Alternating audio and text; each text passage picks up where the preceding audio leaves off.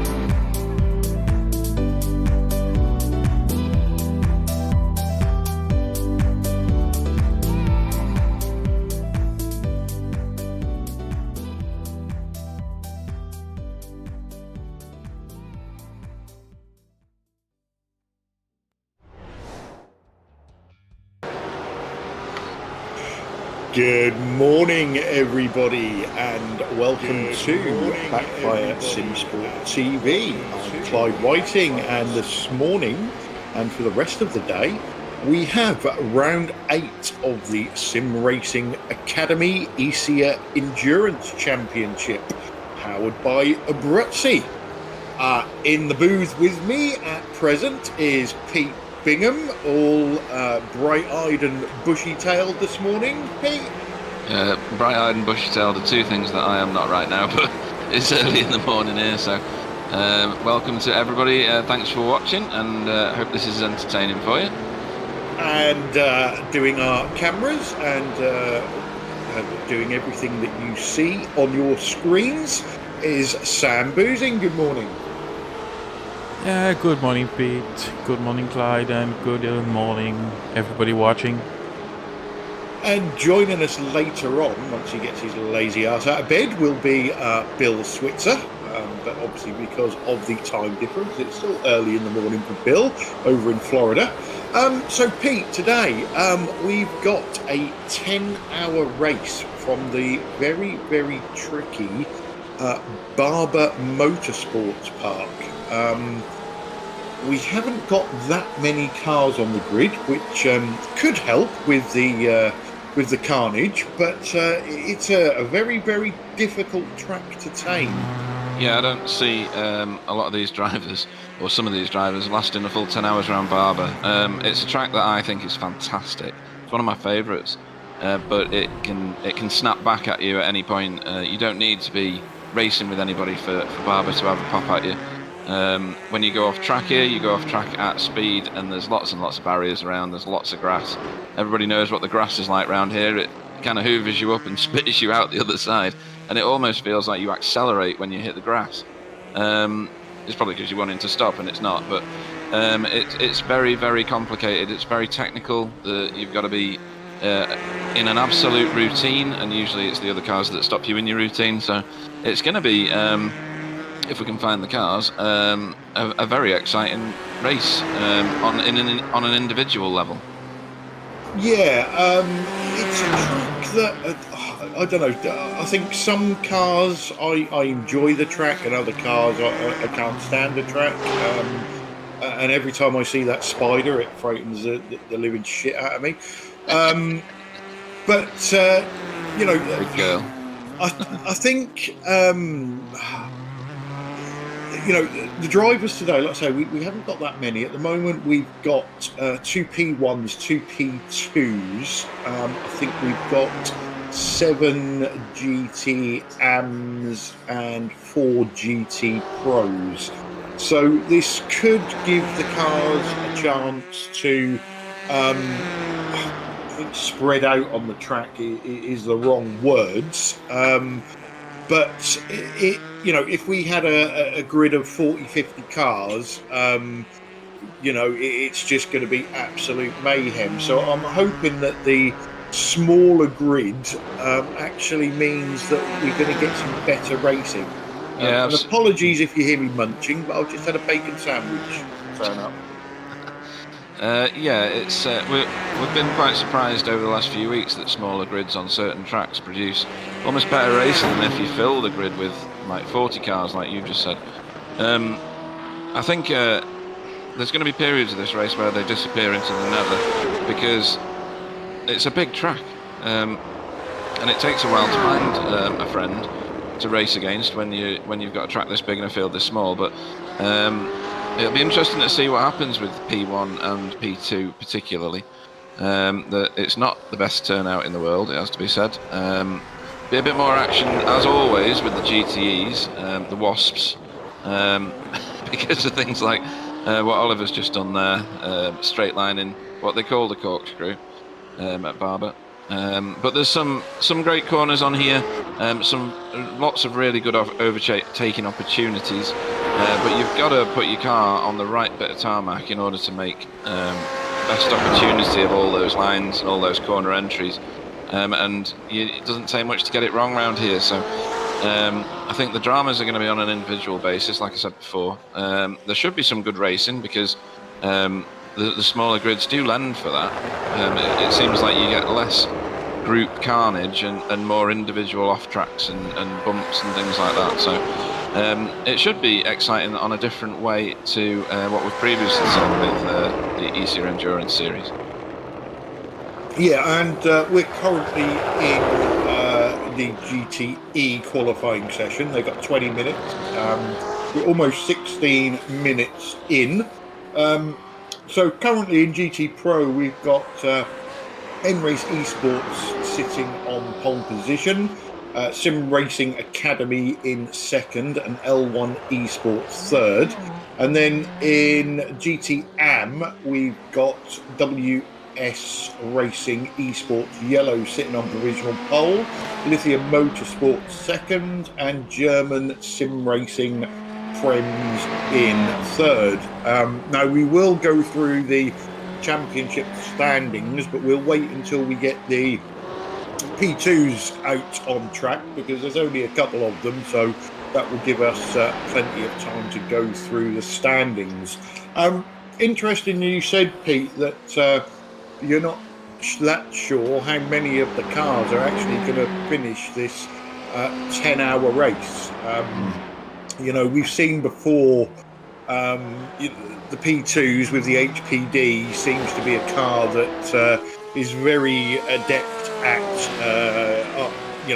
race running repairs. Yeah. But the P1s and especially the GTs, they find themselves in a wall and they're looking at 20, 30 minutes repairs. Yeah, Sam educated me actually on the HPD repair situation because it's basically just a buggy with some panels. It doesn't take very long for them to put the simulated panels back on the car, as it were. The GTEs, however, they're basically tanks in comparison, aren't they? Some of them are massive cars and much more complicated in their physical structure. And yeah, we could end up, I suppose, with a very big parking lot in pit lane. But I don't think so with a grid this size.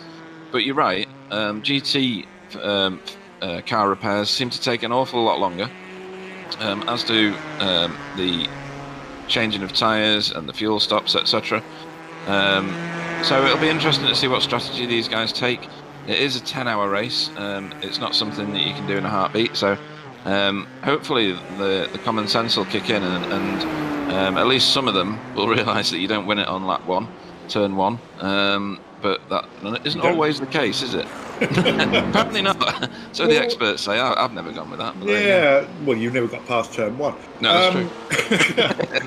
I think you hit the nail on the head right at the start, where you said, this track can bite you. We're used to seeing cars in the pit lane for repairs because they've had accidents with other cars. But round here, you can be on your own, clear track, lose the car, next minute you're in the pit lane. So it's not just car-to-car contact round here, is it? It's also the track that can creep up and get you. No, and if you look at the carousel at the minute, if we continue to follow Oliver around for a little bit longer, he's just going to creep over the brow of the hill, go into the first hairpin, and he's going to end up on a little straight with a bit of a kink in it. This is horrible, by the way, going over this brow. Your car wants to get all the traction down and it can't because it's gone light. So going through here, if we see it from the head-on camera view that we saw before, I don't know whether that's possible, I don't know which TV camera that is, you'll see a whole load of tyre tracks through the mud just behind him now. That was brilliant timing, wasn't it, from me? And that's where the car goes super light as you go into that little chicane before you hit the carousel, and you just straight line the whole thing. And you're going to pick up quite a lot of 1Xs, and you get penalties in this league for off tracks like you do in most leagues. So I think if a lot of cars do that, and there's a few occasions of that on the track, you can get a 1X here as you go around this corner. Not so much on this one, and you would never get that close to the inside of that corner really, unless you're in competition with somebody. But you do pick up a lot of X's around Barber, not just because you're making connection with the other cars on the track. And I think we'll see the odd drive-through across the course of this 10 hours because it's hard to stay disciplined over and over again on this track in particular. I love this track. I think it's fantastic.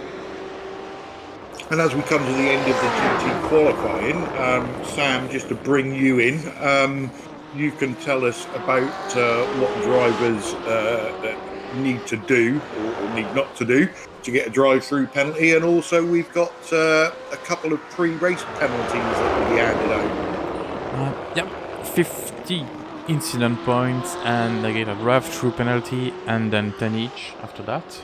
So for the 10 hours, gonna be looking at the incident. They also got point deduction in the championship if they reach 100 points for these races. And for the pre-race penalty, we've got the 56 not racing. I think they're a very fun championship that's going to come, so we will pass on that. The 451, they've registered the driver just before the race, so after the deadline they will start from pit lane. The 372 on your screen, on the left of your screen, join with the wrong number, they will start from pit lane, and also the wrong car door, so they will not have the usual championship banners, and no paint, of course. Good job, guys. And the 15 cars, wrong number. Pit lane start as well. Right, so there are your penalties. Pete, do you want to run us through the finishing order in the qualifying session for the GTs? Yeah, in the pro category, Guillaume Jabard for Race Esports put the car on pole, so congratulations to Guillaume and his team. Oliver Bayer in Simracing Academy's car put the car into second. Louise Payne Jr. in L1 Esports made a third place. Christopher Reitz for Denu Sim Racing Rainbow got that car into fourth. In the AMs, Justin Holtz for WS Racing Esports Yellow maintained what Clyde said last time out, and he's put it on pole. Andre Geiger for German Sim Racing Friends EEC is in second. Lithium Motorsports car driven by Mikhail Matusek got the third spot on the second row. Then we go to Rami David in the Apex Aviation Racing Ferrari. That goes off fourth. Martin Craig, I can never do this one. Martin for the R3T Racing AM team will start off fifth. Manu Avera in the Mass Devils Esports LBE is a pit lane start. As is Ignacio Senao Sanchez in the Mass Devils Esports AM car. So we're into P2 qualifying. Have both cars come out? Yes, they have. Yeah. So this is going to be a straight fight between the N-Race Esports Platinum team and the German Sim Racing Green team. And Sam, have you raced this P2 car around this track? Nope. No. The only car I raced was GT3 and the V8. Right. Okay. So this car has obviously been retired in the real world. iRacing has finally caught up and given these guys that like their endurance racing a brand spanking new P2 done by Dallara. Have you had a go in the car yet, Sam? It's a blast. Yeah. I heard Love the a car. rumour that it's faster than the P1 cars. I'm sure it will be. Not on It is in a the straight acceleration, but in straight line. Yeah. Not out of the corners because it hasn't got all the fancy super duper boosty buttons and everything. But in a straight line, on flat ground, it will outpace the P1s. Yeah, I'm sure. That's gonna be hard with the lower rated P1 guys. Because they're gonna get usually earlier on the brakes than we are. Oh, that's a crash for the German Simracing. Yeah. Not gonna help. Just that's how easy it is. And just for anybody watching this for new, that will write off his lap. All that effort, all for nothing. He'll have to start over again. He'll probably have to pit the car because they'll only fuel for a couple of laps. So. And Sam, I'm going to have to ask a question that you've probably been asked 47,000 times already. Is the new P2 car likely to make the championship? That's a good question. There's been a quick poll on the manager section of our Discord, and I know officially announced that this is the last race of the HPD in this championship. The Dallara will make it to the next one. Excellent. Makes sense to do that though, doesn't it? It's the sensible options to take. Yeah, and it could get more drivers in as well. Yeah, exactly. Get of drivers with new cars. And to be fair, it would be easier for the P2 guys to get past the GTs because this HPD is a really good car. I really like it, and I will be a bit sad to leave it. But coming out of the corner, most of the time the GTs are faster. So with the new P2, the Dallara, that's not gonna be the same story. So with the new iRacing build, we also got a new GTE car, which is going to be our buddy Bill's favourite car, no doubt. The new Corvette. Anybody had a go of that yet? Oh yeah, it is tremendous. It's one of those ones that puts a massive grin on your face. Bizarrely, Chevrolet put the engine in the wrong end of the car for an American car. It's a bit strange to have a front-engined American, but it's just like Sam said for the P2. It's an utter blast. At the minute, before they change anything on it, like they did with the GT4 Porsche, it's grippy, it's powerful out of the corners, it's fast, it does what you want when you ask it to. It'll get through the tyres damn quick like all the other cars do, but it is awesome. Yeah. I put it this way, I put it round Belle Isle and didn't crash it. That is a miracle. Said nobody ever, that one. So, Sam, obviously that car is an addition rather than a replacement. So, is that likely to make the championship, or are you already at the car limit? We are already at the car limit, and iRacing have said they will not increase the car limits. They've removed basically the BMW from the IMSA Championship for the next season to make the Corvette in place of the BMW. Instead of improving their services, they tend to remove cars from the championship. So what you're saying is we didn't actually end up with any additional content. We just ended up with new content. Yeah. Yeah. There's two reasons this car will not make it in this championship. Basically, this is not a replacement, as Clive said. So we will have people that want to switch to this car, and we all know that when iRacing makes a new car, it's 99% the fastest one. can do whatever you want. It will be the fastest because they want to sell it, of course. That's right, And yeah. yeah, so for the BOP and things, that would not be fair for the drivers. So even if we had 8 spots on the grid, the car will not make it to the championship for the 2 last races. Yeah, I mean, it was the same with the GT4s. The Porsche was awesome when it first came out. And then the BMW came out next to it, and it felt like you were driving in a different class at first. BMW absolutely monstered you on the straights, and for some reason it was also quicker in the corners at first. And then they did some adjustments and balanced the cars out a little, but the BMW was still the quicker car. It's very odd, isn't it, Clyde? Yeah, it's. I don't know.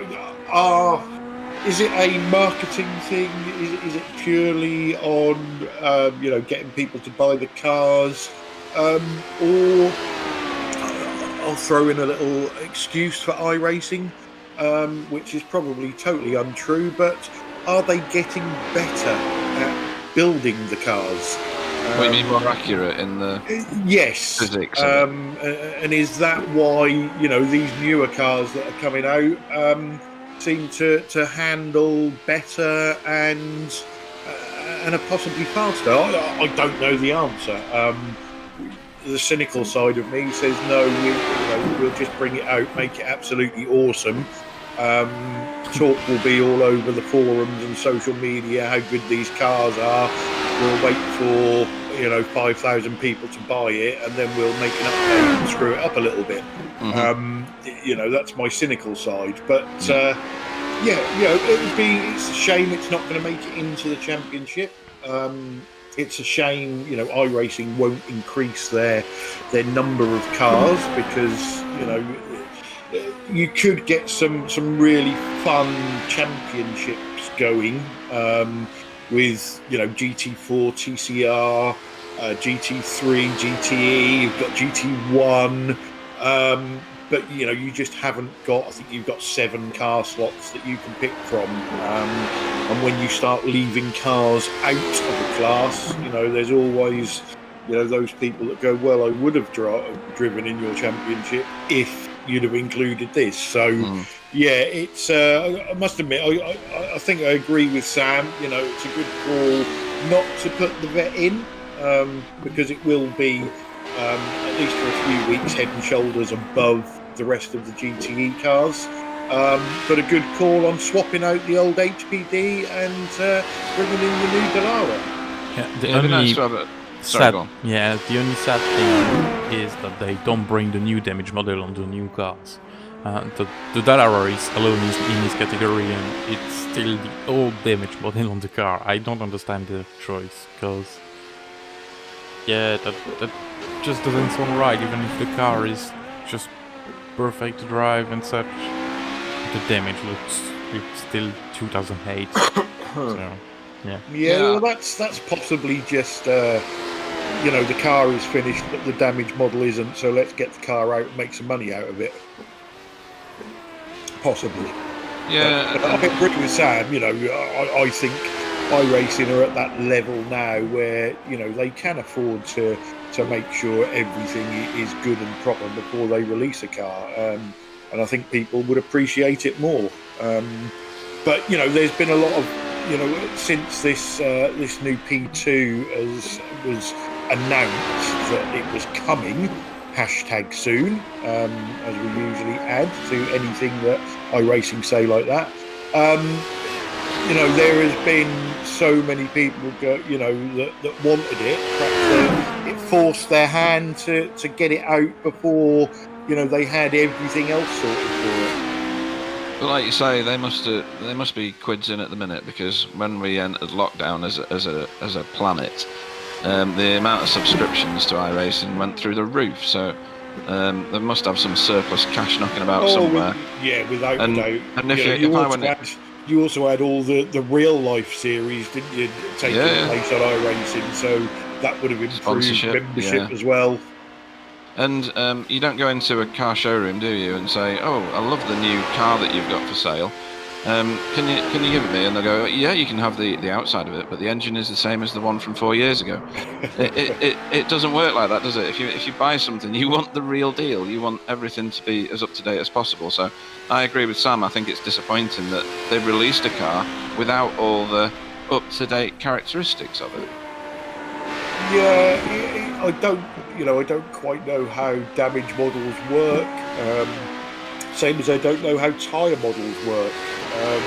We've seen the new, I think it's the 87 tyre model, slowly being released across cars rather than, one lump. There you go. All the cars have now got the new tyre model. So it looks like the physics of the tyre model and probably the physics of the damage model have to be programmed for each and every car and not just released across the board. So I'm sure there's a lot of work going on in the background to try and get that right. But, iRacing have got that hook of the car was going to sell anyway. I don't know anybody that's gone, I'm not buying it because it hasn't got the new damage model on it. So, I'm sure that won't be far behind. Mm. And even then, I'm not, if I'm really honest, I'm not that impressed with the new damage model. You see wheels flying off of cars and then attaching themselves again. And, it's not... at the end of the day, it's a simulation stroke game, and it's never going to be 100% perfect. But different people want different things from it, don't they? We've had the rain debate, for instance, and you know my views on the rain. You can't drive in the dry. Exactly. It is all the people that are asking for rain are the ones that can't drive in the dry. So. And once they try and drive in the rain, well, it will be funny. This 10-hour race, for instance, if it was raining, would last 10 minutes and we'd have no cars left. So, at least we can enjoy the rest of our Sunday. But, yeah, it is... people want different things from it. Some people like the cars to feel as realistic as possible. 99.9% of people that do iRacing probably don't know what the cars feel like in real life because they'll never get a chance to drive them. Some do. Other people want the prettiness, so the day-night transition that came in and the moving shadows and things like that. So, to me, I think iRacing is still the best sim out there. Yes, other sims do things better and other sims do things worse. And I think if you could grab all the sims and mash them all up in a pot, what you got out at the end would be absolutely awesome. But, they're all in it to make money against each other. So I always say it is what it is. And it's the same for everybody that's in that car. So... you like it or you don't like it, but if you don't like it, then go and try another sim. Yeah, and I don't know another simulation that is as realistic as this, where you can pretty much get in a race at any point in the day on any day you like, apart from when they're doing an update. It's too good in that respect, isn't it? Yeah, this is my personal view. Morning to David Ayres on the chat. My personal view that some people may disagree with me, but I think for ease of use and for pickup racing, iRacing has always been the best. I think ease of use has probably dropped down the pecking order a little bit because they're really pushing this new user interface, and it might be because I'm old, but I hate it. For prettiness as well, I think iRacing has always been up there amongst the leaders. For functionality, how many years ago was we on R-Factor 2, Pete? And they've got rain, they've got different tyre compounds, they've got tyre flat spots, which was fantastic. But setting something up, setting a server up in it, doing car mods and things like that was an absolute nightmare. It wasn't just a click of a button that you get on iRacing. No, it was definitely not a turn up and drive. You had to have a high level of computer understanding in order to make it work. And you have the luxury of not having to do any of that with iRacing. Yeah, and just before we continue this conversation, because it's always a good one and people get involved in it, we are coming towards the end of the P2 qualifying. Just having a look at the times, and I don't think anything's going to change because N-Race Esports Platinum have done a 1:13.02 or 0:19, and the German Simracing team are 2.3 seconds behind that. Yeah, and then they did 4 laps, whereas I think they decided that they were not going to be able to beat N-Race Esports Platinum's time. So they parked it early on. Well, they could have used it for practice. Which I think is what Ludwig was doing. Yeah. So yeah, going back to the Sims, I've dabbled with project cars. There's a Project Cars 2, and I believe there's a 3 now. So I'm not really qualified to say Just what they're like. stop right there. The 3 is not a simulation. Right. Okay. Yeah, this is just a bullshit arcade game. Fuck Okay. off. Don't hold back. See what you do. And then you've got things like Race Room. You've got what's the other biggie that I'm trying to think of that they've just re-released? Is it Automobilista? Oh, right, yeah. I don't know the proper name of it, but yeah. Yeah, there's plenty of sims out there, and I think they all do aspects of racing absolutely awesome. Assetto Corsa, that's David just reminded me. But none of them do it perfect. And if you could take all the best bits from each sim and meld them together, then you would have something, great.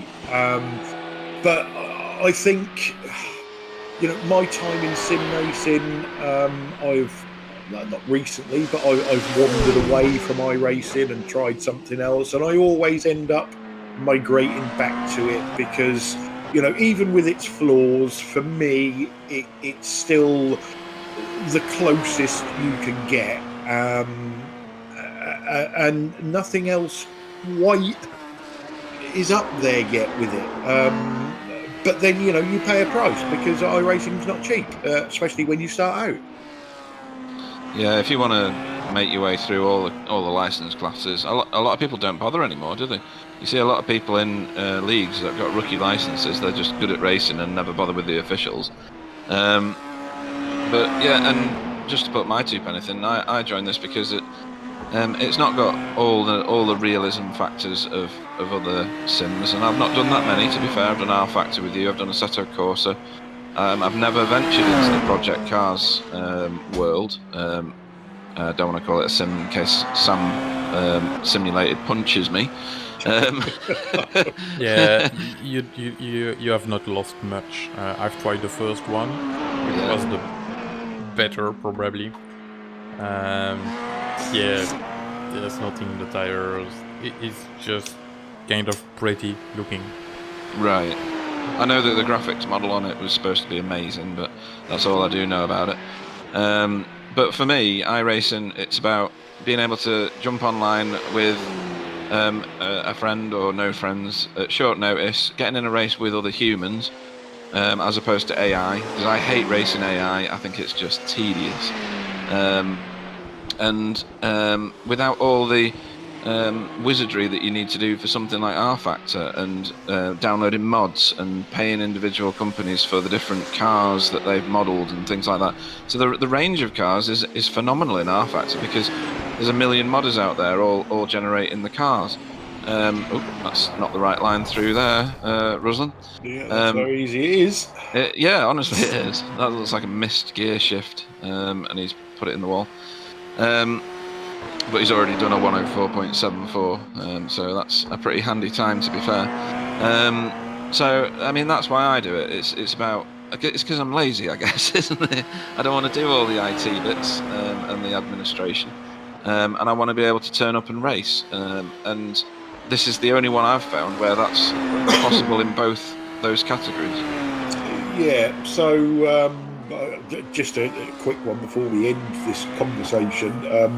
I think I've got the original project cars, and as Sam says, I think it's the best one out of them. I purchased it because of a career mode, and I must admit, I don't know if it was a setting I had wrong or something like that, but the AI was the most aggressive AI I've ever raced against. It was like, I can't remember what series I was doing. It might have been the Clio Cup or something like that. I was trying to make my way up to the British touring cars.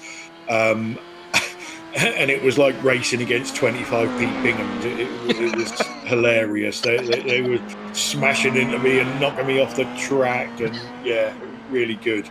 But yeah, so that's our little filler there, our little rundown of what we think of Sims. Agree, disagree? Let us know on the chat. We don't know everything. In fact, we know nothing. But there are our personal opinions. So just back to Esia. We are in P1 qualifying, and I think, Sam, it's time we ran through the championship standings before this race gets underway. Yep. Let's start with the P1 then. I'm gonna do it, Clyde, if you want. Yeah, go on. You do P1, I'll do P2, and Pete can do GTs because he loves the sound of his own voice. Okay, so first team in the P1 championship is the Gold Racing Team LMP1 with 290 points, followed by the IRS Simracing 5 LMP1. That's basically the two teams we have since a few races, so they are up there. So congrats to them. Then the Earthway, Vitali, 2EQ Engineering, Team Engineering Red, eSport Performance, Racing OPC, the Sword Running Sport, Aerosol Sports, and Lone Wolf Racing. Lots of them are not in the championship anymore, and some of them will not be anymore because they've not shown up. So this is basically it for the P1. Okay, so into P2, currently leading the way is Pedro Ramada and his Ramada Motorsport team, but they are not with us today. But second place, German Sim Racing Green, they are here. So if they finish the race, they're going to at least finish second and get some big points. And the third place team, N-Race Esports Platinum, are also with us. So they're going to score some big points. Just so you know, my missus has just flashed her boobs at me. Anyway, I don't know why I told you that. Fourth place, and none of the rest of these are actually in the race today, but we've got TCR team in fourth, Pure Sims Racing fifth, Master Devils Esports in sixth. Apologies if you can hear Shelby the dog. Abruzzi Esports, HPD Pro are in seventh, WS Racing Esports eighth, Paceworks Esports Cobalt, who normally are here but they can't be with us this week, are in ninth. RSR Esports 10th, Abruzzi Esports Am Team 11th, B Esports Black in 12th, Esia Racing, who are currently in 13th, but they're not racing anymore because Dom does race control and Sam does our cameras, and they were rubbish. 14th is Joker Sim Racing Purple, Next Level Sim Racing in 15th, Newman Sim Racing 16th, Optimal Sim Racing Black in 17th, and Red Clover Team in 18th. Over to you, Pete. Right, I was clear my throat for this one because there's a lot of these boys. Wait for the screen to tick over. There we go. So at the top end of the pro, we have N-Race Esports, who are here today and are on pole. So they're trying to secure themselves quite well. Do you want me to look whether they're here or not, or? Yeah, if you wouldn't mind, Yeah. 'cause some of them cross over into AM as well, don't they? So, Okay. Simracing Academy, I know they're here, so you don't need to search for they're that here. one. They are not far behind, to be honest. 23 points, that's nothing really in endurance racing, especially in this one. You earn more points, and we'll get Sam to talk about that in a moment. Danu Simracing Rainbow are in third. Yeah, they're here. Okay. And German Simracing Magenta are in fourth. And they're not. So they're going to drop down. L1 Esports, I remember seeing them, I think. Yeah, they're the last one of our runners today, so the rest Right. of them are not here. So they're in fifth, and they've got some places to make up. They're 30 points away from third, or 29 points to be precise. And then Full Send Racing are in sixth. RSR Esports GTE are in seventh. IES Sim Racing Schweiz are in eighth. R3T Racing Pro in ninth. 27 Motorsport in 10th. Joker Sim Racing Black in 11th. Overdrive Performance GTI, is that, or 1? Can't really read that. In 12th, and then in 13th, Core Motorsports number 2 car. And then we've got the AMs knocking about around here somewhere.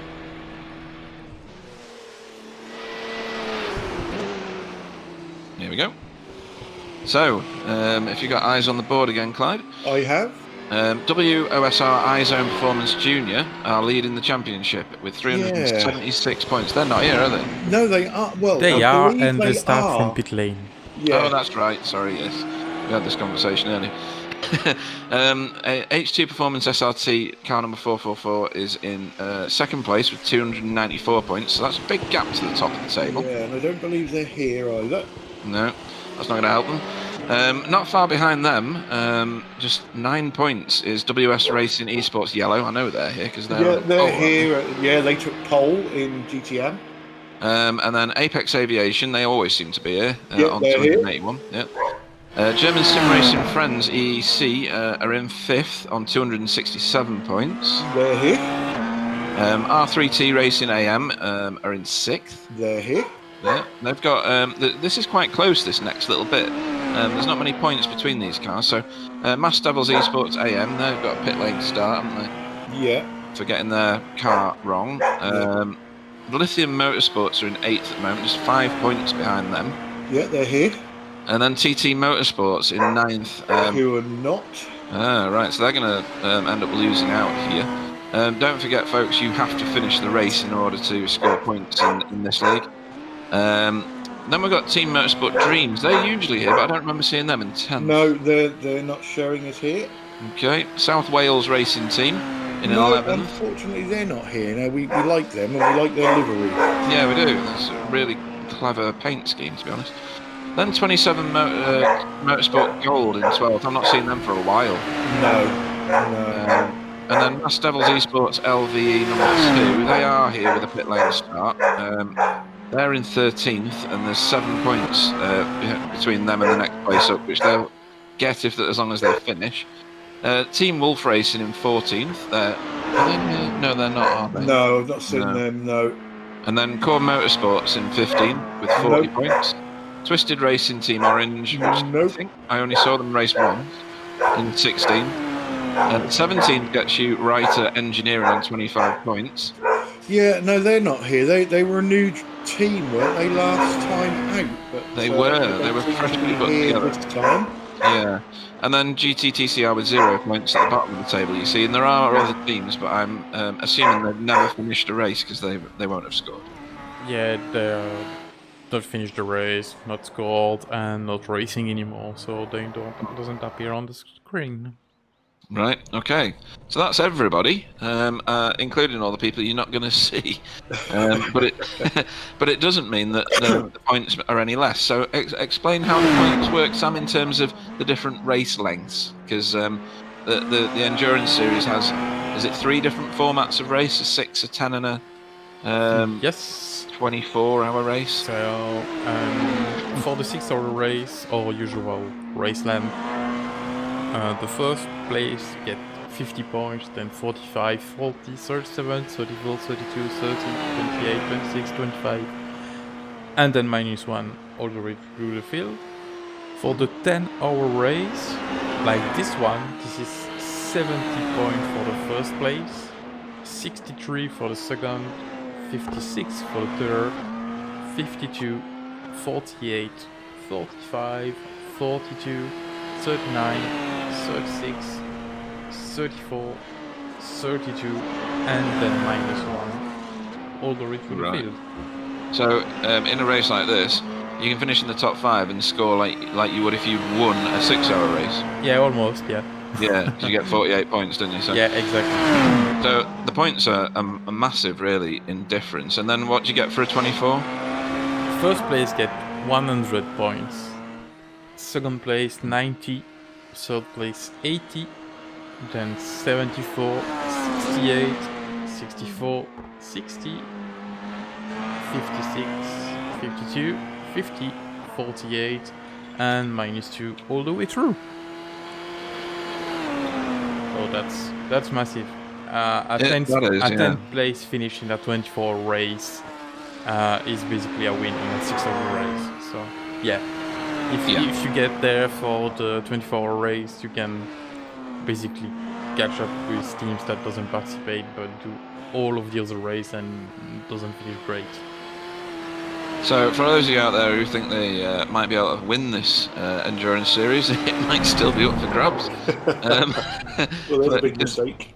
Yeah. Oh, that is expensive. Yeah. And the different cambers on this course end up meaning that you do that because your car unloads itself in a very strange way if you're offline. That's what I was saying before. You need to be on a very specific line to make the optimal lap, which is absolutely true for any track. However, this one has some very strange cambers and upsets the car when you tip from one camber to the next. So everybody's going to have to be very careful. These cars aren't exactly easy to repair apart from the P2, the HPD. So yeah. Yeah, so we're coming to the end of the P1 qualifying session. Interestingly, David Ayres on the chat has just ordered a man cave. He's obviously been evicted to the garden by Mrs. Ayres. David drives with us in the VRA GTCC Championship and also the BSTV GT4 TCR Challenge. Incidentally, that starts again, it's just a shameless plug, starts again on Wednesday. There are spaces on the grid, so if anybody watching this wants to join in, jump on our website at www.backfire-simsport-tv.com and get yourself signed up. So, Pete, we've got 3 minutes left. And then the race is going to start. So I'm not entirely sure what we're going to see from this race. Part of me says it's even though it's a small field, it's still going to be carnage because of the track. Part of me says it's apologies to say, I'm going to be really boring. Because there's not many cars on the track, and then the other half of me, because I've got 3 halves, says you an accountant. It's going to be a fantastic race because, especially with the GTE cars, they are always really close, really angry, really feisty. And they don't seem to spread out.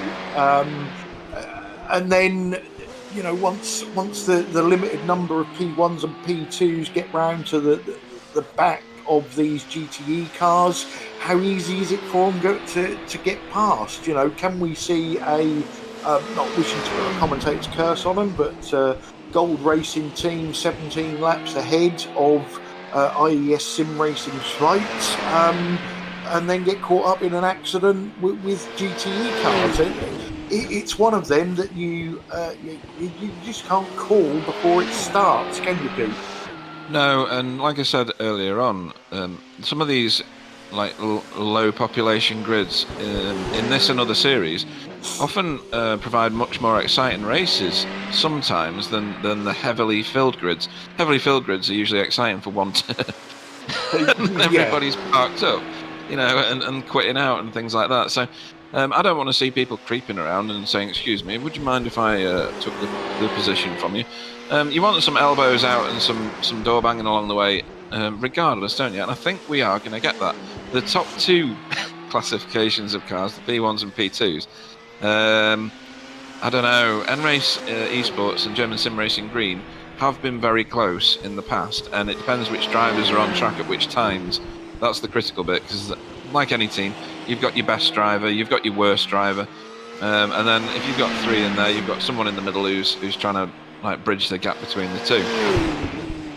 It'd be nice to see someone putting it to Gold Racing team. They have already won the championship, haven't they, Sam? Not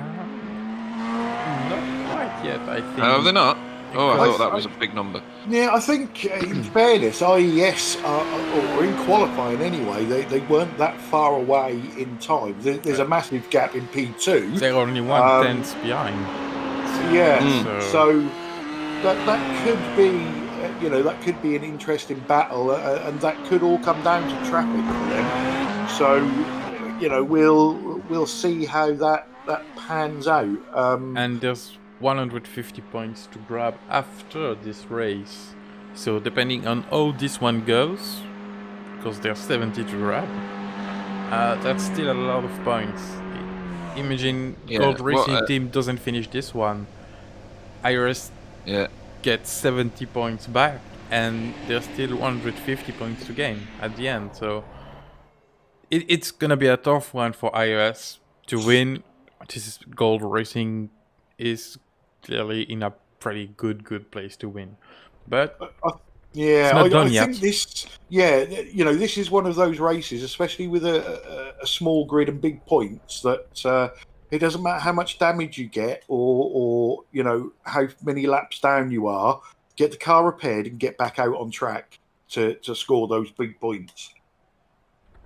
Yeah, what IES need to do is give them just enough of a nudge to put them in a very, very hard concrete wall, and then carry on their own and win the race. So not that I'm saying you've never employed that tactic, have you, Pete? I decline to comment. What is it? Claiming the Fifth Amendment or something? Pete used this tactic against himself.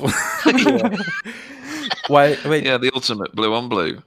Yeah. So, guys, whilst we are waiting for the session to take over, they just did before going through the grid, I want to thank Simracing Academy, as always, for sponsoring this season, and I also want to thank Abruzzi Raceway to sponsoring this specific round.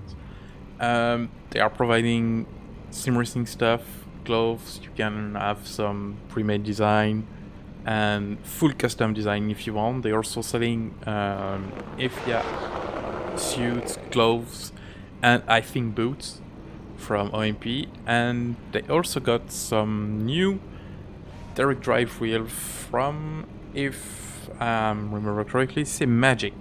So I'm gonna put link on the broadcast if you want to check out the news gear. They have done direct drive wheelbase with a reduction to the first 10 that's gonna be sold. So excellent. So we're waiting for the cars grid. Morning to Holger Meifert on the chat. Dave is going to test the solidness of the walls for us. So let's go through your starting grid. So P1, we've got the Gold Racing team going off from pole, and IES Sim Racing Schweiz in second. In P2, we've got N-Race Esports Platinum going off first, and German Sim Racing going off second. Then the GTs are a little bit muddled up, but we'll try and get through it anyway. N-Race Esports took pole in Pro, and Sim Racing Academy second. Third place pro was L1 Esports, but they're going off 10th. And fourth place pro is Denu Simracing Rainbow, and they're going off 11th. Into AM, we've got the pole sitter in AM is WS Racing Esports Yellow.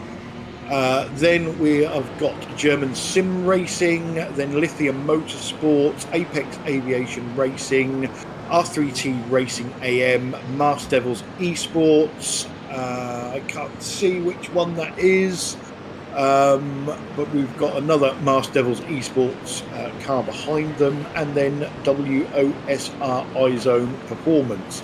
The last three all have pit lane starts. So the cars are on their pace lap.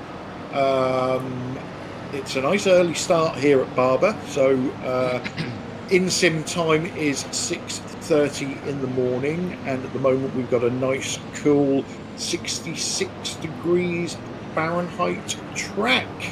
These guys are going to have to watch their start zones, aren't they, Clyde? Because last time out we saw some leap away when they shouldn't have done. We certainly did, yes, and it's something that race control are very, very hot on. So for those of you who weren't watching last time, while we're on the outlap, last time a team went before they should have done in the start zone, or before the start zone, I think, and there's a number of cars went with them, and every car got a penalty, which is the right way for race control to control that situation. Yep, there was a lot of complaining and moaning, but you know, that's the way it is. Just because somebody makes a mistake doesn't make shouldn't make you make a mistake as well. And two wrongs don't make a right.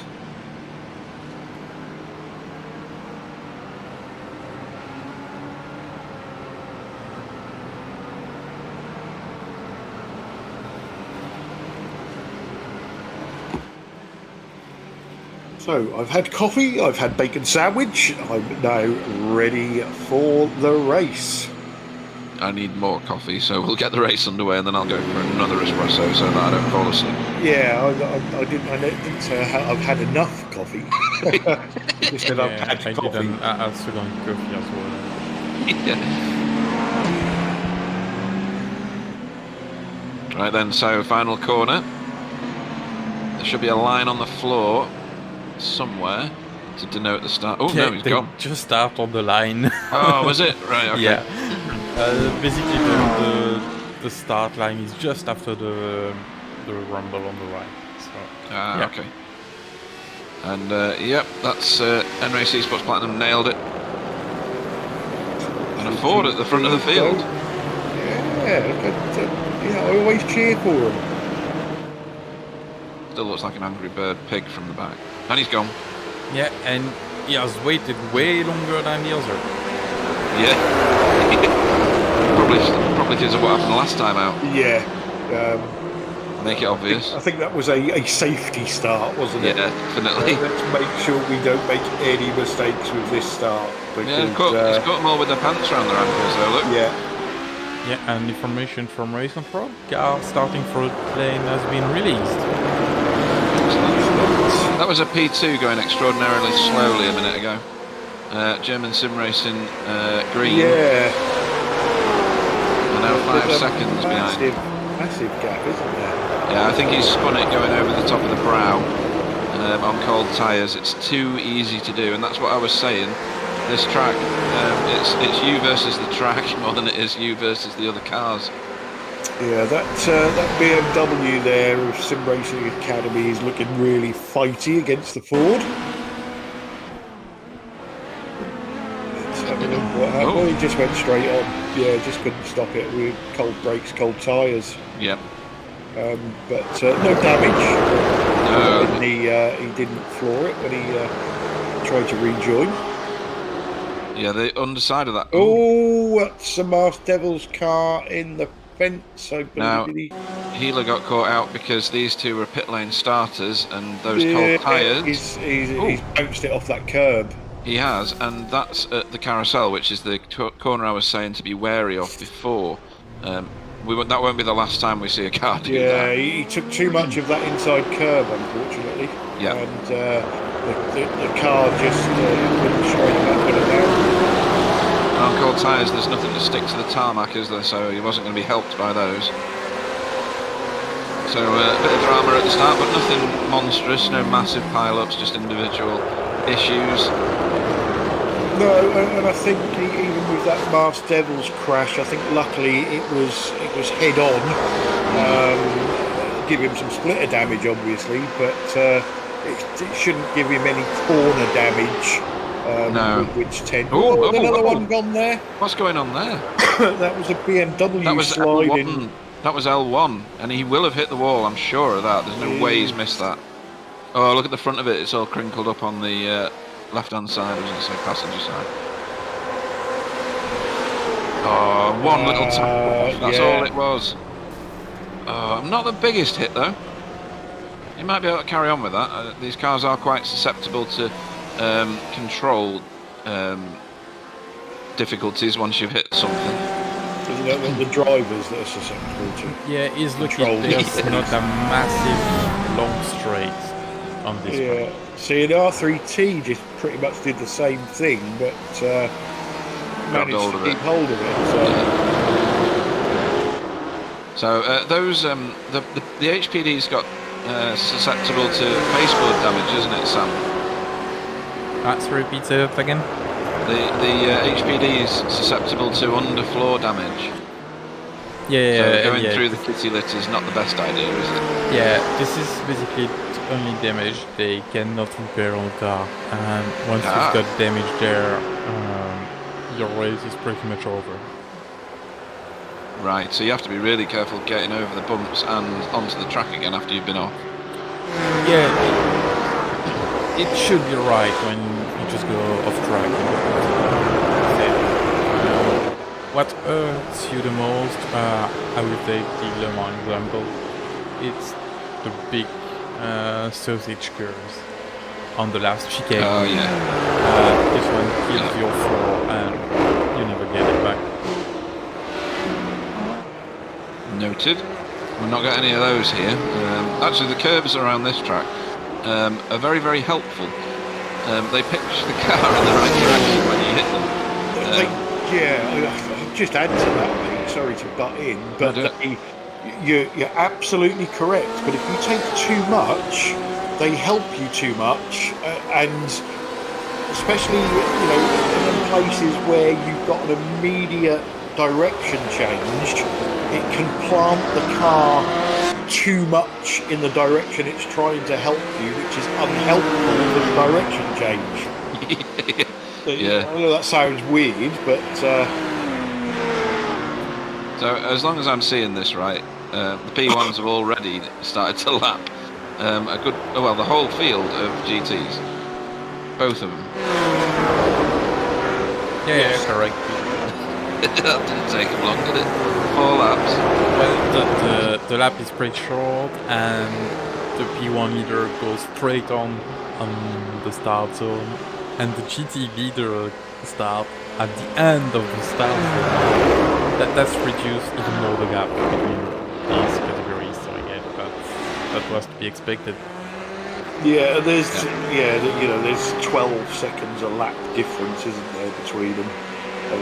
12, 13 seconds, so it doesn't take long, but it means they're going to have to do, as usual, a lot of lapping of slower class cars, which we've seen in the past cause its own issues, especially with these GTE cars that can run closely together. A P1 or a P2 can come up behind quite easily a battle pack of GTEs and make it really, really difficult to get past. Obviously, the GTEs are going to be in their own fight, and this is such a busy track on the driver. Situational awareness is not always the best around here. No, and if you're the lead car in a pack of 3 or 4, Those faster series of cars, faster classes of cars, that was a bit dicey, wasn't it? Yeah, just a slow spin on his own. Yeah.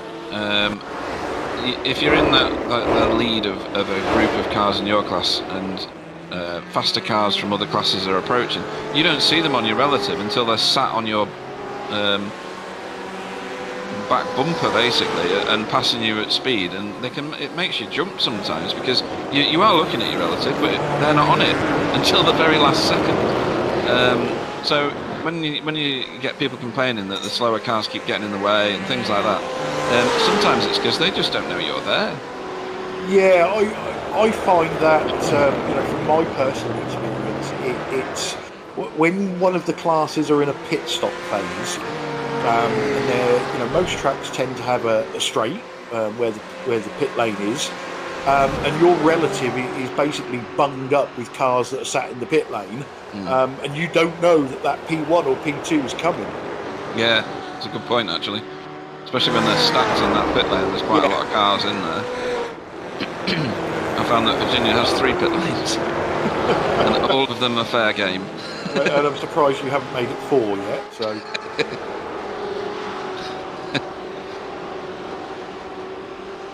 We've already got the Pete Bingham barrier. It's true. So, what were we, 8 minutes, nearly 9 minutes in, and credit to the drivers. I think that was a sensible start. We've not seen anything naughty yet. I think a lot of the drivers that are in the cars know it's a tricky track, especially at the start, on the cold tyres and cold brakes, and they've been very, very sensible. So that's good. It is, yeah. I think the master of this car, funnily enough, just on cue, they're having a lot of trouble controlling it. A lot of trouble. I don't know whether they lack the practice on the track, but that is a lot of fishtailing. I mean, in terms of style points, he's accumulated a lot there. Don't they normally drive another type of car? And normally they're facing the other way when they're driving as well. No, and the sponsor will be happy they've joined with the incorrect car because they will now. They don't have the paint on this time, so yeah. Dave's agreeing with Holger on the chat and agreeing with me, funnily enough. Just read the previous message that you can't always watch your relative, and the really fast cars they creep up on you and suddenly appear in your mirror or next to you. It's terrifying sometimes because you want to take that bit of track and there's a P1 sat on it. Yeah, and a lot of it, I suppose, as well, depends on what's going on in front of you. Yes. As to how much focus you can put on other things like your relative screen. I've always been fairly good at a glance at the relative, and you can see that somebody is 10 seconds behind you, you know that they're 6 seconds a lap quicker, and you can sort of put a picture in your head where you think you need to concentrate a bit more because they're going to be behind you, but it's not easy. There's a lot going on. Even if you're on your own little piece of track with nothing else going on around you, you're still concentrating on driving the car. And as we always say, it is up to the faster classes to get by safely, and the slower class in an overtake, it's stick to the racing line, and that way the faster classes know where you're going to be. Yeah, absolutely. And again, they're still chatting about it on the chat on YouTube. Saying, why is this P1 next to me? Like 1 lap ago is on the other side of the track. Yeah.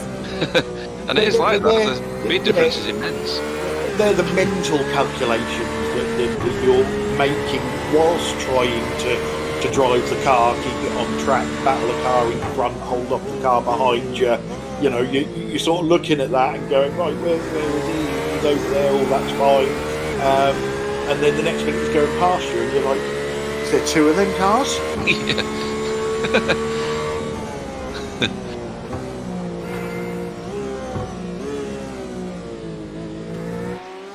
I've not actually jumped in the new P2 car yet, although I've bought it. What's the view like? Is it P1 letterbox like? Similar, but it's a bit better, isn't it, Sam? You get a bit more it's a bit windscreen.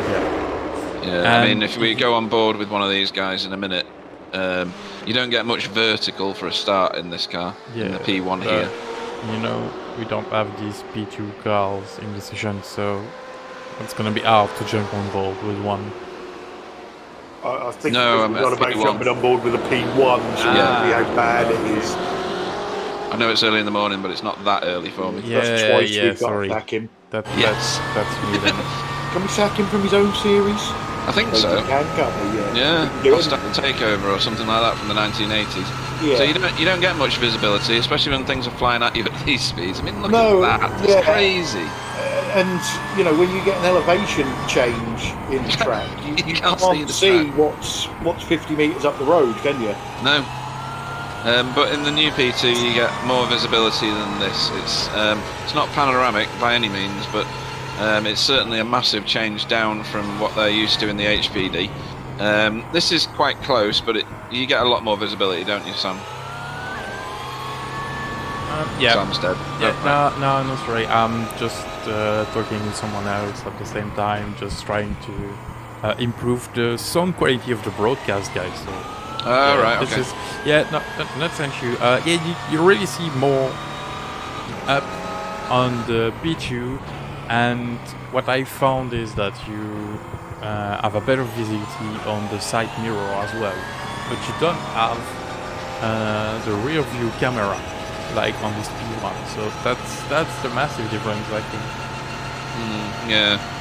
It has to be said, I mean, I use the rear view camera when I'm racing GTE, and I probably spend too much time looking in the rear view camera and the rear view mirrors and wing mirrors. That's probably why I don't do very well in the races, but it's... Is that something they've done on purpose then? Because even the 1968 Ford GT3 car has got a rear view camera in it, hasn't it? It must be just to do with that racing series, that class of car.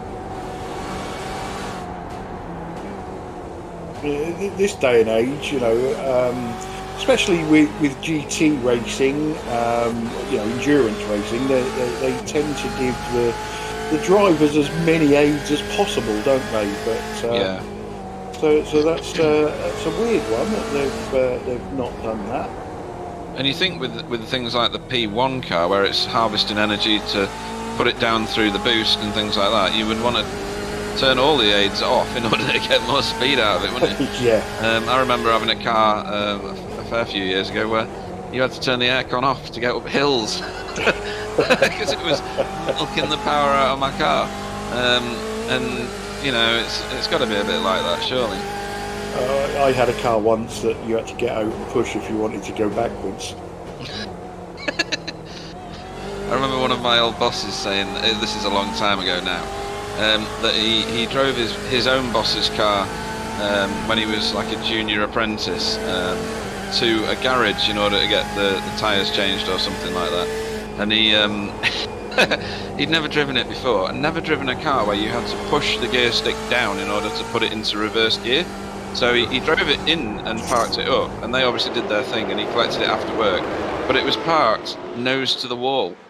So he had to get out to take it out of. It was a Rover as well, and he's only a little chap. And he said he had to put his feet against the wall with the handbrake off and push the car backwards because he couldn't figure out how to put it in reverse. Funny stuff. It's amazing what you get used to. Just for Dave, yes, they had a crash at the start. I remember going up to Scotland on business. Picked up my hire car, or was shown my hire car, which was some sort of, I don't know. Oh, that's the crash, by the way. Yeah, Dave. Some sort of Astra, I think, Vauxhall. got it fired up, and I thought, well, where's the handbrake? And Button I brake. ended, yeah, Yeah. but you couldn't find it. I ended up going back to the hire office to say, could you come and show me how to get the handbrake off, please? Because it was hidden. Right. It was in the days when electronic handbrakes had first come out. So I think basically Vauxhall had taken a normal Astra and gone, oh, where can we stick this? Oh, there's a space there. Oh, here we go again. I've got an iRacing crash again, guys. Sorry. Oh. That's the second time. So it happened last night broadcast, and now again today. Is that what you were doing? Right. Okay. Yeah. You covered it well last night. Don't quite know what's going on with that, but I'll just get everything. I'll just mute myself. Take this opportunity to go and make a cup of coffee whilst everything's firing up again. Yeah, I'm gonna send you my address. Can you give it one for Yeah, me, yeah, please? me 'Cause too. Yeah, I'm I'll really have in one. need now. I Right, need you backup. can do your pit stop, and then I'll do mine, or Sam can do his because he's been on longer. So, and then I'll go after Sam. Yeah, cool. So those little lights that you see at the back of the car in the window, I was racing with Gary Craig in GTEs, and he pointed out that you can change the colour of that little light, which is pretty cool. It's utterly aesthetic and provides no benefit to racing, but it's weird that they've put that feature in there. It must be part of the real life car situation, is it, Sam? Sorry, Pete, I wasn't listening to you. I'm still. That's true of everybody I Can you ever repeat speak to. again, please? In the back of the BMW's rear window, there's a little light. Yeah. It's nearly horizontal and follows the line at the top of the window. You can change that. Yeah, you can on change that it. car. Yeah, of course. And Dave on the chat says the blue light gives you an extra 20 horsepower, and the green one costs you 30. Oh, that's a shame think because I that's true. always use the green one because, as you know, So do I, Esia funnily Racing enough. is a green-based team. So, yeah, we should probably update our paint to remove the green light. Then, Yeah. So that must be a feature of the real life car, then, is it? To have that light in there, probably for night racing or something like that. This is the in the real life. This is for the teams to see their own car better, especially in the night, as you said, when they're at pit lanes and when they come by the pit walls and all that kind of stuff. That make things easier for them, because you see, even on the broadcast on the night, you can barely see anything. So yeah, this is. And the other. What are you laughing at now? Because Dom at Race Control just put a message on the broadcast that it might be the cause of Sam. That's so funny. Thanks, Dom. We've got three little lights that you won't see on these cars. Well, you will on that P2 that's flying through there. They denote where they are in the positions. There's three lights. You'll only see two active on the P2s. This is the lead car, the N-Race Esports Platinum car going through. That denotes P1, P2 and P3 in class, but it doesn't work for the GTEs, does it? Yeah, exactly. The reason why it's not working is basically because iRacing do not allow us to separate GTs in Pro and Am categories. Yeah, so you will see, at the minute you will see Justin Holtz will carry the third light on his car. There it is, the three green lights, there you go. Three green lights. So he's third in GTE, that's not third in his class, just to make sure that everybody's clear on that one. Totally correct, Pete.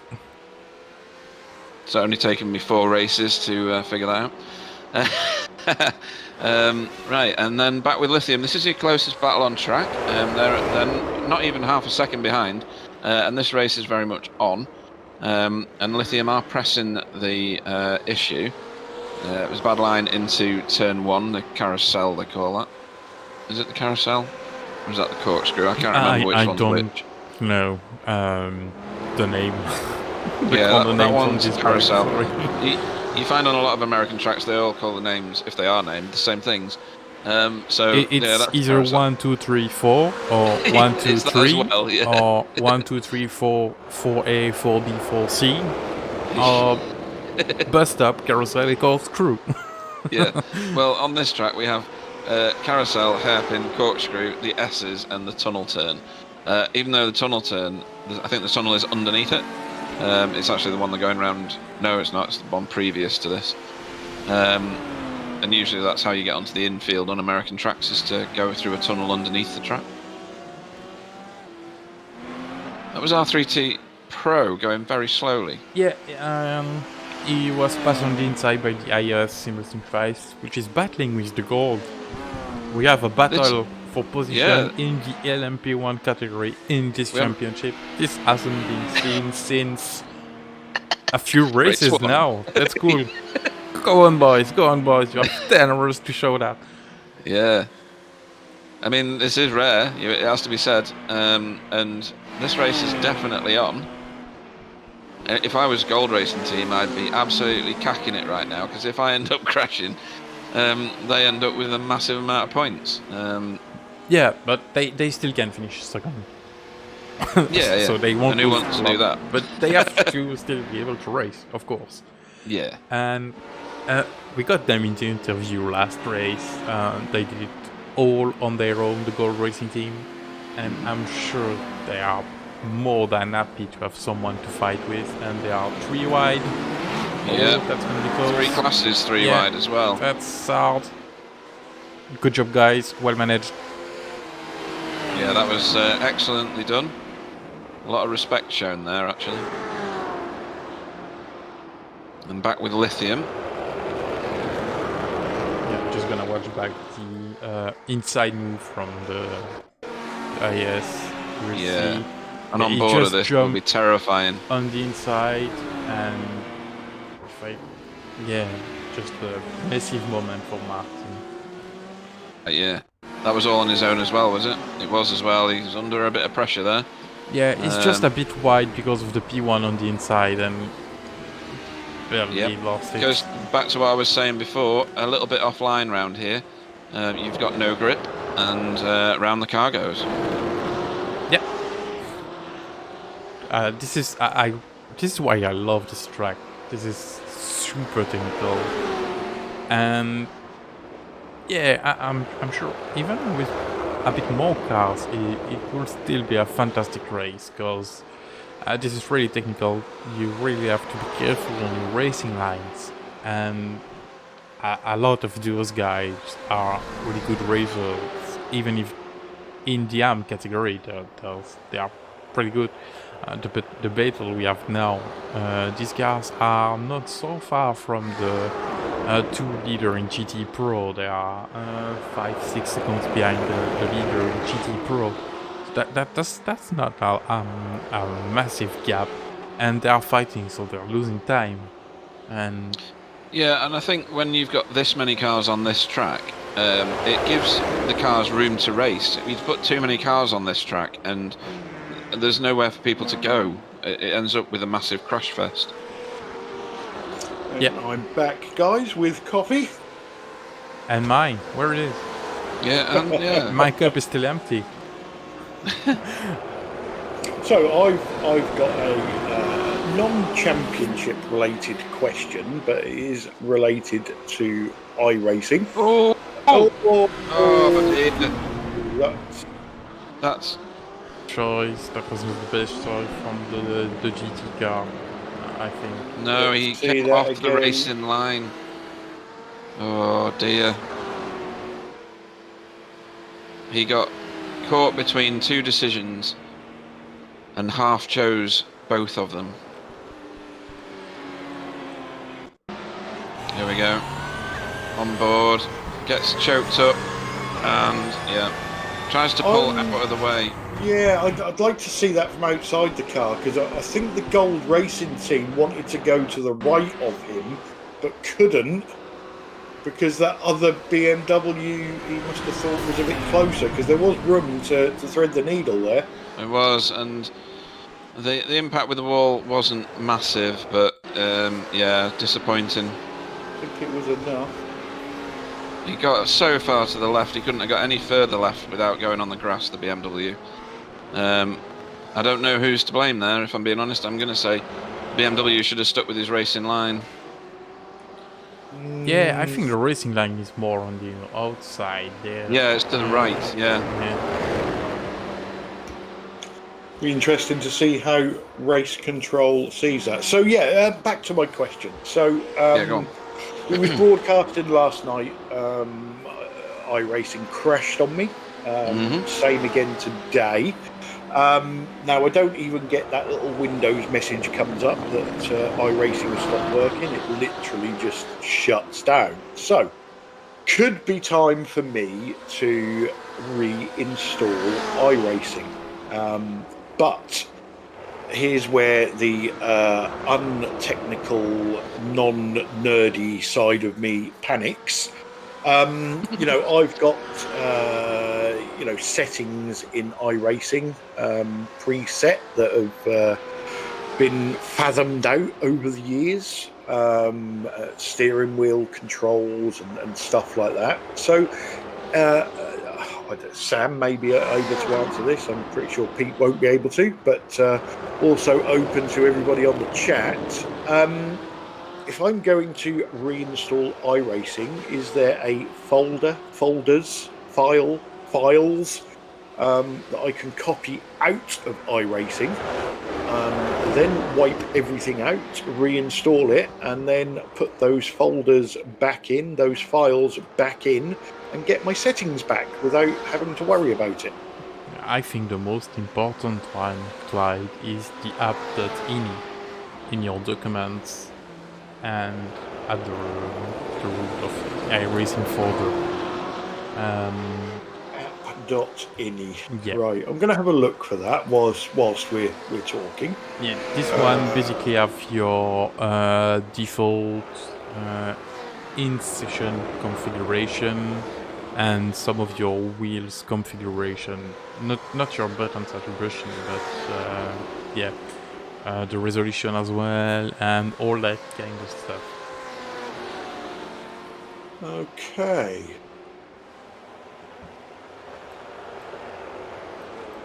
So that's the sort of file that if I reinstalled and dropped it back in, I would get all my settings back, would I? As they were? At least some, yeah. This is the file I use to switch from broadcasting and racing configuration. Basically for the broadcasting configuration as I'm now, you don't have the iRacing watermark because I think that looks more real.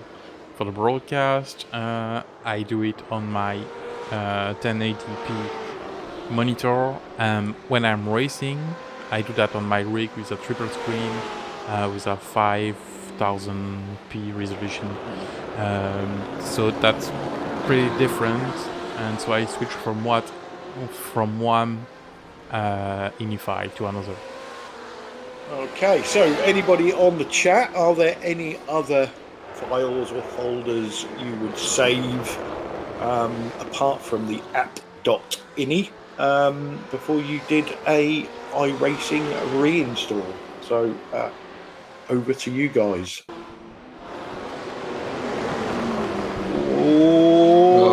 Oh, that was always going to end in tears. Yeah, should have backed out of that one. Held it well, to be fair. He has, but that should never have been happening. The BMW was always going to come out. That door was always going to shut, wasn't it? It was, because he had the other P1 up the left, so which is the right way to overtake. Anywhere near that left-hand side. No, it was just never going to work. Bad decision. That BMW driver's going, what was that? Yeah, it could have been worse though. Yeah, it could have been, yeah. He gives it a little shakedown to see if he's got control of it again and back to racing. Hopefully there's no flashy lights here. He must know that he was in the wrong there. So back to Simracing Academy's car. What are you shouting out at? I thought you were going to lose it there. We had a No, it's just the couple brow of of the wheels on hill. the grass. And you can do that there, funnily enough.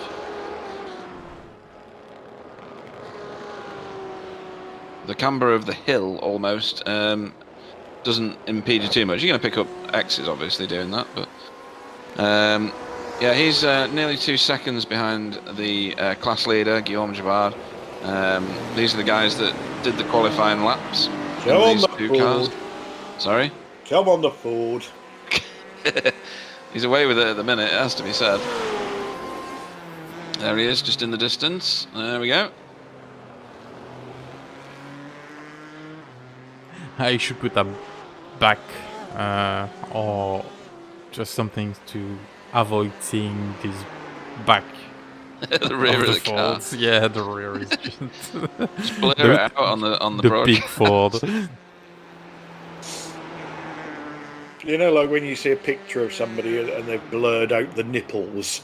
Can you not do that? Good try. Oh dear, that's funny. Oh, that's a good cup of coffee, even though I made it myself. You gonna go and get yourself some coffee, Sam? Yes, can do. Give us an on-board lap before you go, Sam. Yes, I was just about chuck to ask. Chuck us on board, and we'll let Pete have a talk through a lap. Who do you want to go in? I reckon because we need to make it last a little while so you can make coffee, we'll go on board with Guillaume. Okay, let's go then. So approaching the corkscrew. Horrible, isn't it? It is bad. Your car goes really, really light, and the camber's the opposite way to what you expect halfway through the corner because it switches over. Also true at this corner, actually. The S's, and the next one as well. It's almost like a series of chicanes through here. This is a gigantic chicane, obviously. He was a bit early on his turn in there, if you spotted, and he had to correct it. You go right out wide here. Far wider than that, I think. And then the secret to this corner, I've since found, is to keep it on the inside. You gain a lot of time. The line is to run it wide there, but you don't. So we start our lap here. At the start, finish straight, obviously. Nobody in the pits at the moment. And then turn 1 has no name, but this one does. This is called the Carousel. They only have 3 names in America for corners, don't they, Clyde? They do. You dip down over here. This is a very risky corner, going over the top of the brow and turning. Be more so in an open wheeler. And then down into the hairpin. This does have a name. It's horrible getting on the gas here as well. Your car goes really light at the back end. You got no traction coming out of it. This is quite a fun bit leading up to... Oh, there's a P1. You come into this, which is the corkscrew. Take loads of curb on both sides. The curbs there do help you turn, but like Clyde said, if you hit too much of them, it'll help you turn too much. Touch that one, touch this one, get away from this one. This one's the one that punts you out into the grass. Straighten the car up. You don't really need to brake too much going through here. That's a very wide line through there from Guillaume, but it's safe. He doesn't like going too wide there, does he? Oh, and there's another P1. They just appear, don't they? They're just weird. Yeah. No warning. And then round the last chicane, you could call it, for the end of the lap. It's a very well designed track, in my opinion. Yeah, you don't get time for a rest, do you? You don't know. Tricky bits for me. The corkscrew. I really, really, really used to struggle with that. And then I believe it was Tony Kloosterman I did some training with in the V8. And he went, just pretend there's no turns there, just straight line it. And once I started doing that, yes, that suddenly clicked. Yeah, and we'll see Guillaume do that just in a few seconds, because he'll turn in and then he'll straighten his steering out and take loads of this left-hand curb there, and that makes the second phase of that turn so much easier. And then braking, going into the hairpin, you go over the crest of a little rise and then downhill braking. Yeah. which isn't great if your brake bias is wrong. Yeah, that's another point of the track where I struggle. So we've gained on the R3T Pro car in front of us quite heavily over the course of this lap. He's stayed wide there. I don't know whether that was intentional or not, but we're going to do a cutback on him, are we? No, just going to get in his slipstream and follow him up to turn 1. Oh, that's why. P2 car shadowing us. Dive into that corner. The elevation change there is phenomenal, isn't it? You even though your seat's not going up and down because you're so invested in the simulator, you really feel like you are going down the dip and then up the other side. This is the corner you were talking about. Yeah, so you've crested that hill and then you're downhill braking. Yep. And it feels wrong, doesn't it? It does, yeah. Yeah. But we're doing very careful laps here, I'd say. These are. They're fast, but he's staying away from all the risk zones, and he's off the gas for a long time coming through the bottom end of that corkscrew. This is the corner that catches all the newbies out generally, this one here, because they hit that curb and then they're away. That's why they put that bit of extra tarmac on that side, because it caused so many crashes. Well, we've already seen that today, haven't we? We have, yeah. He's taken a good amount of that curb. That was good that time. This one, lots of curb, and I stay really far onto the right-hand side, and you gain time there. Weird. I think, you're probably right. You gain time because it's a shorter distance. But whether that ruins your exit, I'm not sure. I don't know. To be honest, I'm not usually, if I race this track, I'm not usually concentrating on that sort of thing. I'm just concentrating on staying on track, staying alive, and not panicking. It's for me, this track is usually I'm just going to go on whatever line the car takes me. Yes. Rather than me telling the car where to go. I'm back with you guys, by the way. Cool. So if you want to go grab yourself a coffee, Pete? Yeah, sure. I'll be back shortly. I'm going to make myself a bacon sandwich because you've made me inherently jealous of you now. So I'll be a few more minutes than normal. Okie dokie. Top. So let's have a quick rundown where we are. We are almost 40 minutes into the 10 hours. P1 is led by the Gold Racing team that have a 5-second lead over IES Simracing Schweiz. In P2, we've got the N-Race Esports Platinum team, and they've got a very healthy 35-second lead over the German Simracing Green team. Into GT Pro, and we just did some onboard laps there with N-Race Esports. They're currently sitting in first with a 2-second lead over the Sim Racing Academy team.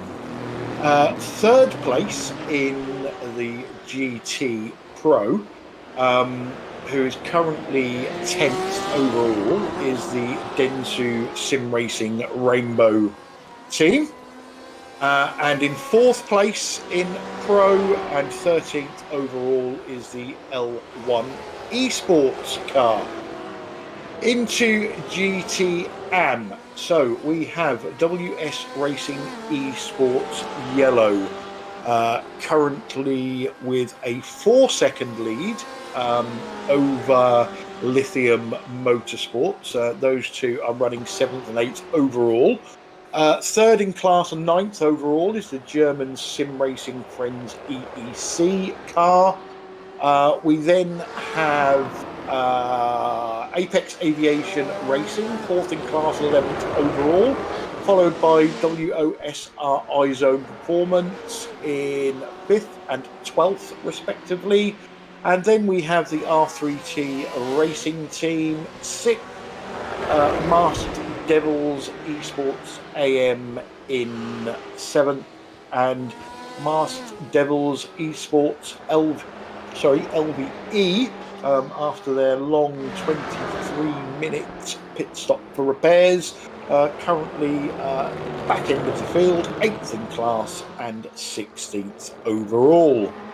So they are your standings. Now, Sam, the question I always ask you, because you understand it a bit more than me, I'm guessing this isn't particularly a fuel-hungry track, but when do we think we're going to start the first round of pit stops?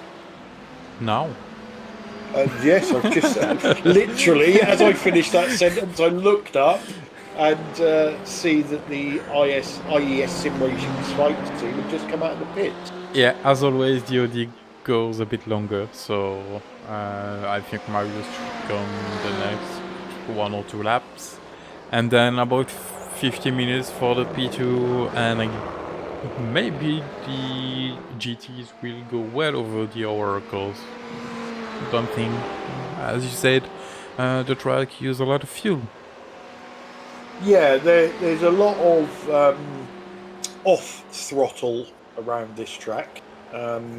Not always off throttle and braking, but just trying to scrub a little bit of speed to get round a corner. So yeah, you could be right. We could see the GT class going well, definitely over the hour mark, and possibly as far as sort of 1 minute 10, 1 minute 1 hour 10, 1 hour 15. We'll see.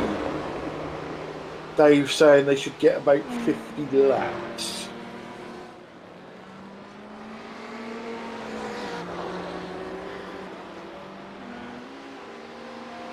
Yep, and they're on lap almost 33 for Guillaume, and Marius is in the pits now. So 1 lap later. Yeah, so you didn't actually go as far as we thought you would. Obviously, Marius is in the Audi P1 car, which is a diesel hybrid. That was close. That was close, wasn't it? Yeah. Yeah. And does better fuel mileage than the petrol hybrid Porsche. Yeah, and 1 lap more each time, each 40-45 minutes. On a 10-hour race, you're gonna make a less pit stop at the end. So that's gonna pay off. Yeah, he's going to save a pit stop, isn't he? Yeah, definitely.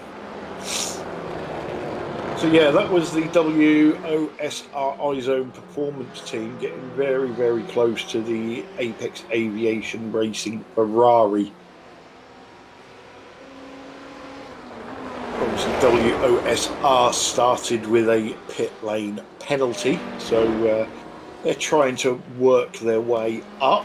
Currently 5th in class, and Apex Aviation are 4th. So this is for position in class. And then they've got a bit of a trek up the track before they get to Dennis Pickbrenner in the German sim racing Friends EC BMW. And look at that. This is suddenly close, isn't it? Yeah, pit stop was a bit longer for Marius. 6-second difference, weren't there? Yeah, pit stop was a bit longer for Marius. 23, I'm gonna show that for the people on the broadcast. So pit time was 24. Ooh, we got a BMW off track there. Yeah, gonna watch back after this P1 battle discussion. So 23 seconds for the iOS Simracing 5 and 27.2 for and you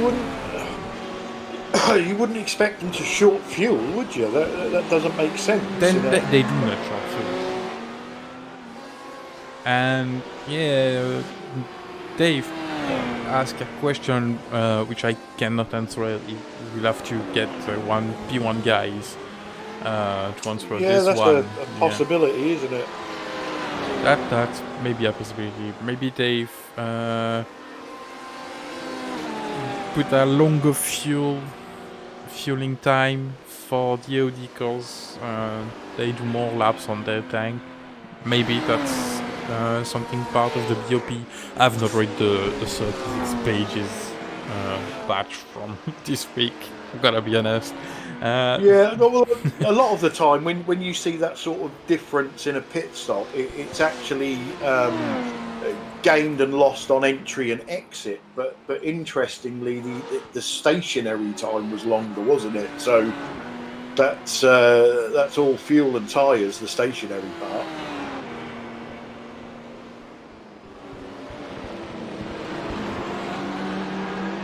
Yeah, when I watch back the incident with the PT,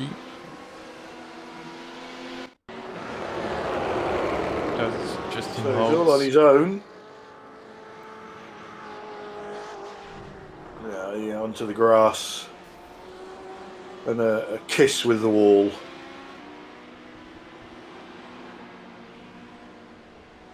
Yeah, that's the bit that I saw live. Yeah. I didn't realise he'd done the other bit first. Okay, he's doing a 73-point turn. It's a bit complicated because it's just like ice on iRacing. We all know but that. safer than trying to do it on track. At this place, yeah, it's safer to do that outside the racing line and the track, because it would have been a carnage. You can have as many goes as you want whilst you're on the grass. Yeah.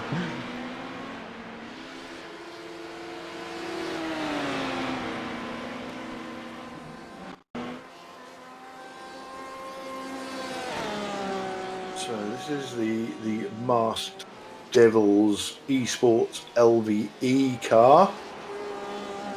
What has he done? I just got the event, he passed another car, but I think it's the other car that's in the pit, so they went out. I don't know why the other car is in the pits. They've left the session. Okay. Yeah, so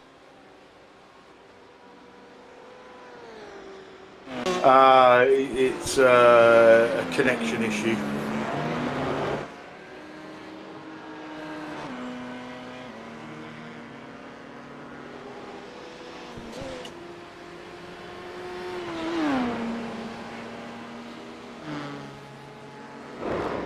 Yeah, unfortunately, Ignacio has got the old receive throughput fell to an unacceptable level.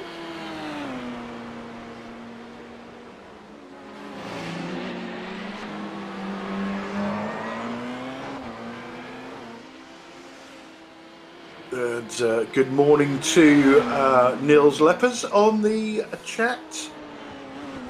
And come on, Dave, when are you getting in the car?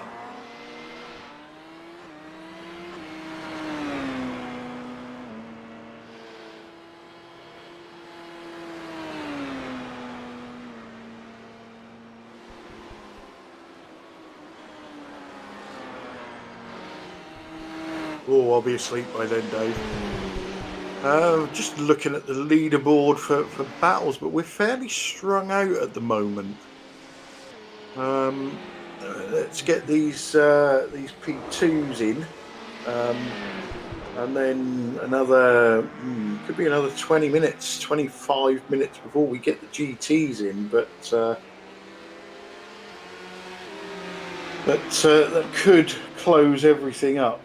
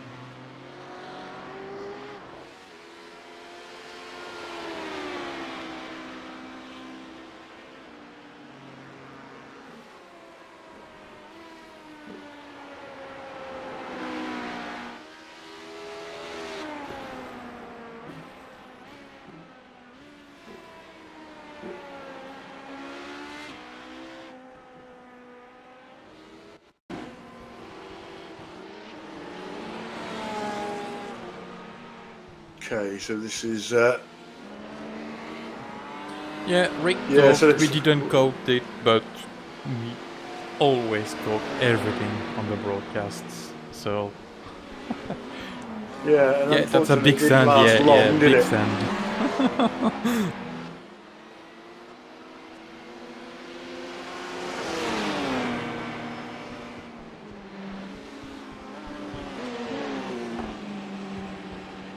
Yeah, it has been fighty, and I think we cope the battle at this point live. So yeah, this is things done right.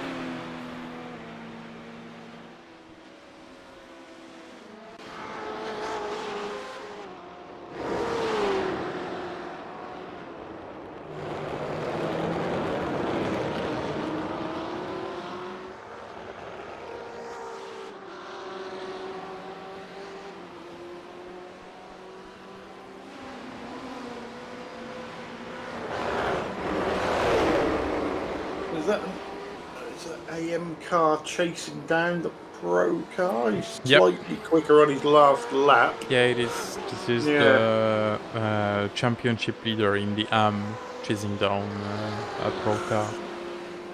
Yeah, so this isn't for position per se. It's for position overall, but not in class.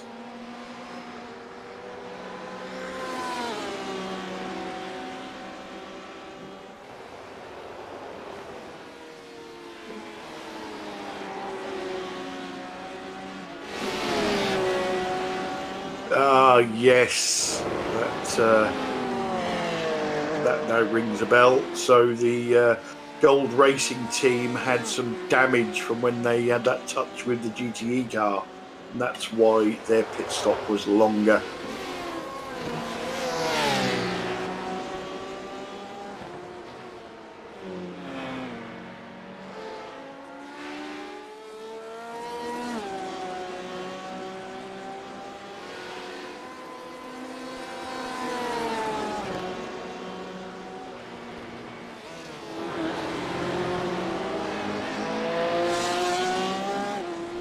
So the masked Devil's car that you're watching on screen at the moment had an accident at the start of the race.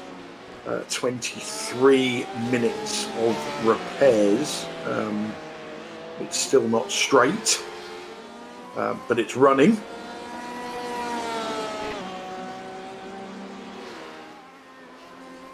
And they're not last because their other team had a connection issue. So they're running 15th overall out of 15 and 7th in class out of 7. But they're still going.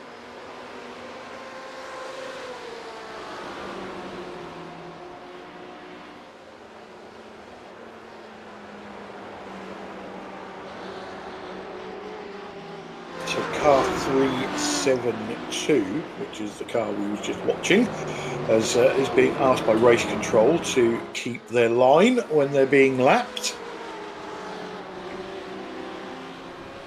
So just a friendly warning from race control. You can hear Pete coming back with his bacon sandwich. The way around the outside for the P2.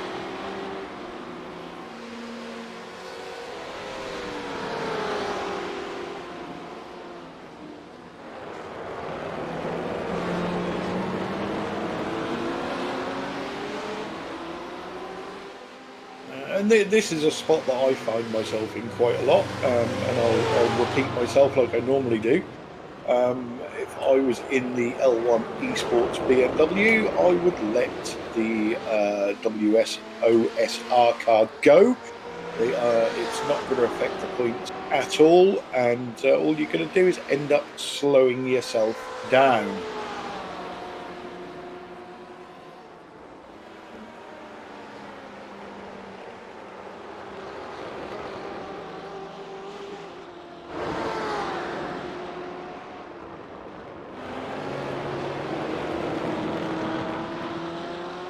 Seeing a lot of brake locking on that WOSR car. Yeah, So I don't know whether they need a tweak on the brake bias or whether it's just a heavy-footed driver in Diego. Maybe both. Yeah, could be a touch of both, I suppose.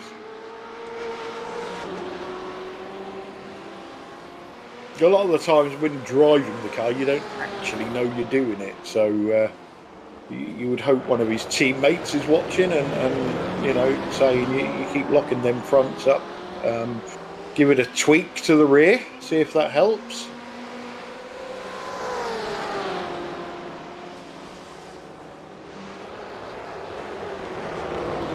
So we're coming up on the hour mark. 7:30 in Sim. Track is still 67 degrees, so hasn't got any warmer yet. Obviously, the warmer it gets, the more slippery it's going to get here.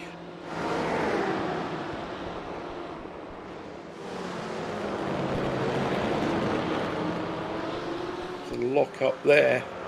I think that was from the L1 Esports car. And there's the Apex Aviation Ferrari, who is the car that the WOSR car is actually chasing for position.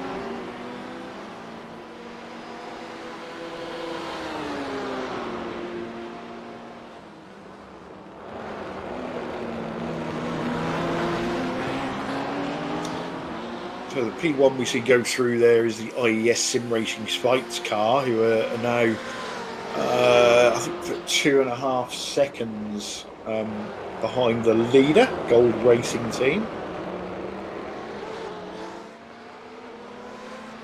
And interestingly, Marius Danhausen driving that Gold Racing Team Audi. I can't remember ever seeing him make a mistake, Sam. He just seems to be one of those nailed-on drivers in that car. Yeah, basically the Gold Racing Team doesn't make a lot of mistakes. Neither of the drivers. And we just saw the two P2 guys coming to the pit, so almost 1 hour on this track. Yeah, that's good going. I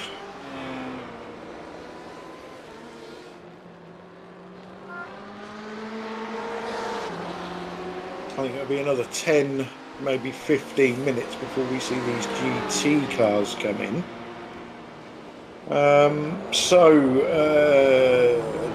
Diego Vasquez Juarez isn't able to do anything at the moment about Remy David. Because he's got Lewis Payne Jr. stuck in the middle.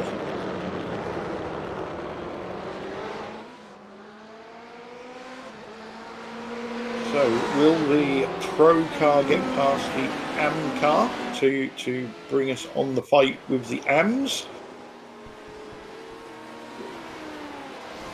Ooh, that's wide from Jonathan. Well held, sir.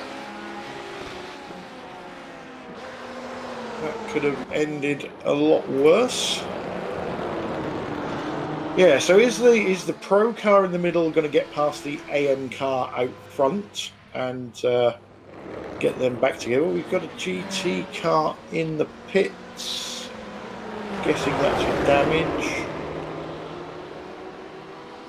Or is the AM car third place in this battle going to get past the Pro car to get the AM battle going? Yeah, the GT, Dave said it's a bit early thing, but that's maybe just for the Pro restriction they have. I think Martin is the Pro driver for the cars, and maybe they just want to make sure they are within the rules to not get a penalty. Yeah, possibly.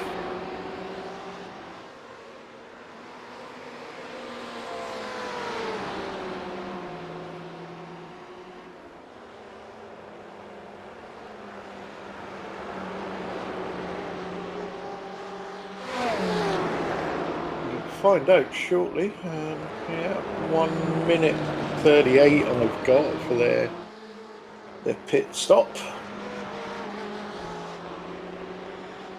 So that sounded like 4 new feel goods and a full slug of fuel.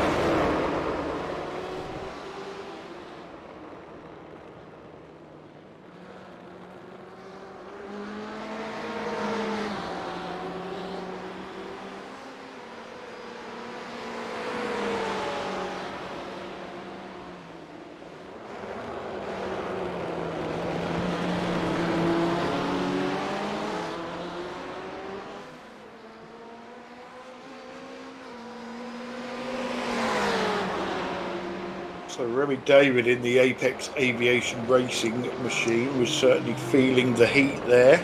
Oh, whoa, whoa, whoa. Certainly overcooked that, and Remy has lost the place to the other GTM car, although he's fighting back. Difficult around the outside there. There's no grip at all. Sometimes on them more sweeping chicanes, you can be offline for the first corner. He's turned, locked the brakes, gone wide. Oh, I'm surprised he didn't get a slowdown.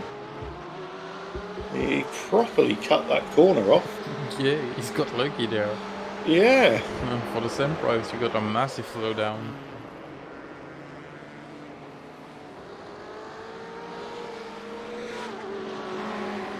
Perhaps that's one of those positions on track. He just fell off his chair. No, that was my microphone. That was you? Okay. All on its own. Yeah, it was me. Yeah. I was going to say perhaps that's one of those places on the track that I race and go, no, we won't do a slowdown there. No one's ever going to go off there. Yeah, maybe, and you absolutely gain no time by cutting this corner. Yeah. We've got another couple of GTs in the pits, so... yeah, and GT leader is coming to the end of the GTM field. Yeah. Hello, Marco, on the chat. Marco Raikkonen. Yeah, I know Marco's awake because he's already been sending me messages on Discord.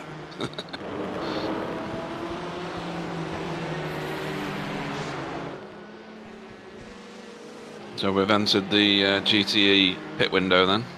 Yeah.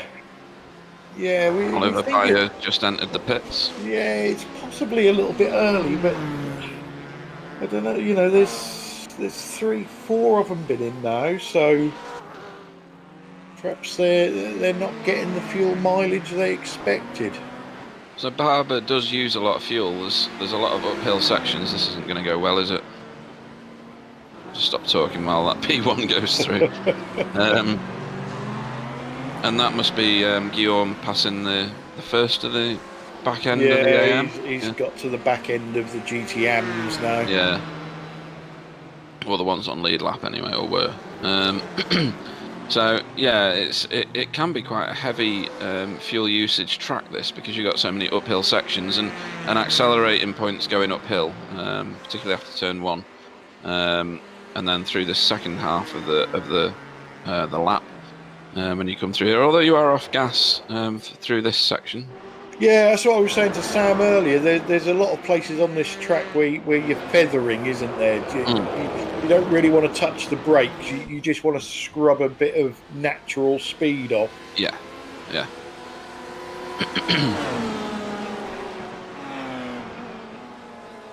So it looks like there's only 3 or 4 of the GTE cars that have not pitted now. Yeah, so 6 our leaders in both classes, as it stands at the moment, have not been in. Mm-hmm. Although Diego in the WOSR car is in a false position because he hasn't pitted. Yeah. Whereas the N-Race Esports Ford is where it should be, at the front of the field. Even if you do say so yourself. Not that I'm biased at all. So what is it you like so much about that car? I don't know. I fell in love with the GT40. Mm. I can remember having posters of it on my wall as a kid. Although the car itself was born before I was. Yeah. And I love the whole. Leaders in. Yeah, AM leaders in. I love the whole Oh, what, both in? Ford versus Ferrari thing, which is basically why the GT40 was born. Oh, this is not going to be good. Sorry. That's a knot, isn't it? Yeah. Oh, careful, boys. Careful, boys. Stay on your racing line. There we go. Managed to figure that out. And too wide going into the corkscrew. That isn't going to work either. Good that they've sorted themselves out before that happened. Yeah. So, sorry, go on. So the GT40 was basically a car born out of adversity. Ford at the time, my understanding of it is Ford at the time were a safe bet for cars. They was more interested in production numbers than quality and speed and stuff like that. Then they sort of, their thinking changed a little bit. People wanted, sporty-looking cars. It was a very 1980s thing, though, wasn't it? Oh, this is more 1960s. Oh, right, And I think at the time, Enzo Ferrari was broke. And he very cleverly used Ford. I think he knew Fiat wanted to buy Ferrari. Got Ford interested to push the price up, and at that point, when Fiat bought Ferrari, Henry Ford, I think he was Henry Ford II, maybe. He might have been the original Henry Ford's grandson, something like that. Decided, right, we're just going to throw as much money at this as we can. They got Carroll Shelby involved, and by hook or by crook, we are going to beat Ferrari at Le Mans. And they had plenty of problems in the development of the car, but eventually came through, and I think they won it 3 or 4 years on the trot. Just a fantastic story of what can be done if you throw plenty of money at it, obviously. Yeah. These two Ferraris have been at it, not at it as such, but they've been together right from the start. Not anymore, though. That Apex Aviation Ferrari got well out of the way. What's happened to WOSR? Well, they pitted for a start. I think they've all been in the pits. Yeah, but 1 I think minute that 40 they to were. pit time. Yeah, That's they were in long. the pits for a lot longer. That's very long. Maybe a penalty for entering pit lane or something like that. Yeah, because that was the on-track in-class battle was WOSR against Apex. Let's watch it. We'll see. It all seems very pedestrian so far. Down the little short chute down here. Turn it in. And Oh yeah, he misses the cone, I think. Maybe.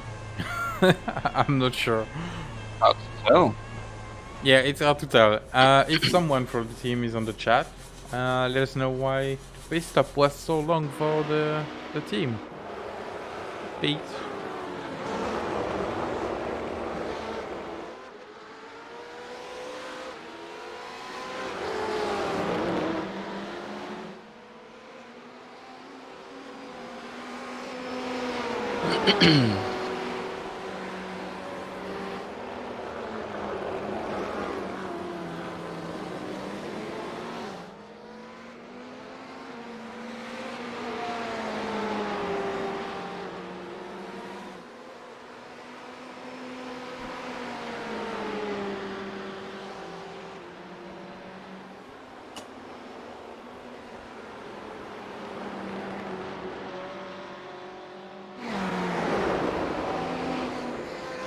So let's have a look. So WOS are lapping quicker than Apex. So Yeah, there's not much between them on track. no, they'll definitely get behind them again. But we're back in that same order, Sam, that we had before, aren't we? With Apex and then L1 Esports in the middle of Apex and WOSR. And last time this happened, there was a big move by the L1 Esports BMW. That bit that we talked about should have been a slowdown, but wasn't.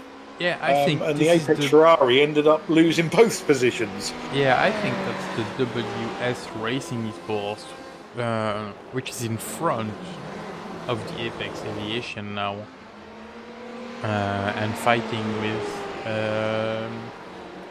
the Dentsu Simracing Rainbow.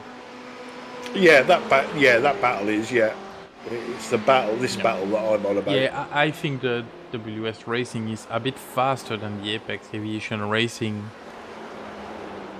Yeah, but Clyde's talking about WOSR iZone performance. 2 cars back from Apex. Yeah, there's miles away. There's 50 seconds.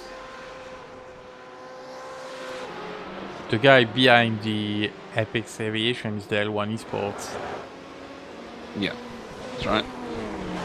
Yeah, so I don't get you. No, what I was saying was before the pit stops, if you remember, the positions were Apex and WOSR with the L1 Esports car in the middle. The L1 Esports car had the big lunge on the Apex true, and cut that corner. And then Apex obviously lost the position as well to WOSR. But then we've had the pit stops and the issues on the pit stops. And although there's a big gap, they're back in those very same positions again. Yeah, these two are. Yes. That L1 Ferrari BMW looks like it's going to do a move on that Ferrari any corner now. Yeah, well, he did a move last time, which almost ended in disaster. Right. He ended up, I can't remember what corner it was. But was it still Louise at the wheel? Yeah, I think it was. And he ended up cutting a corner. Well, cutting the corner is an understatement. Right. He made a new part. He made a new part of the track. But he got away with it. Touch the wall. Got lucky. No, he didn't. That'll just hurt tyres. That one. And pride. Yeah. So the front of this WS Racing Esports yellow BMW looks proper caved in. The bottom splitter looks fine, but the grille looks like it caved in. He's got a bump. Yeah, but I don't know where from. What's the back of that Ferrari look like? Well, they didn't touch on that move that we saw, so it didn't come from that. Oh, well, saying that, is it possibly got that damage when he cut that corner, Sam? Because that was definitely rough.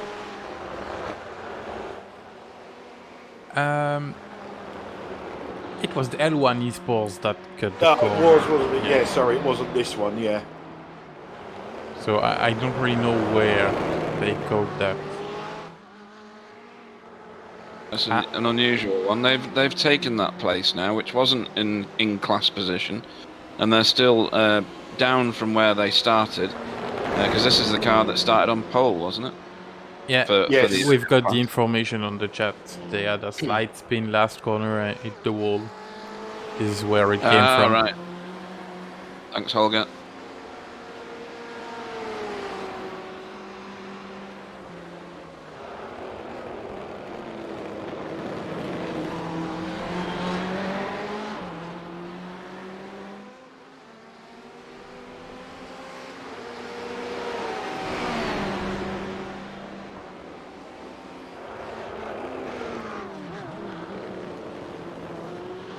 I dropped my microphone earlier, Pete, and Sam thought you'd fallen off your chair.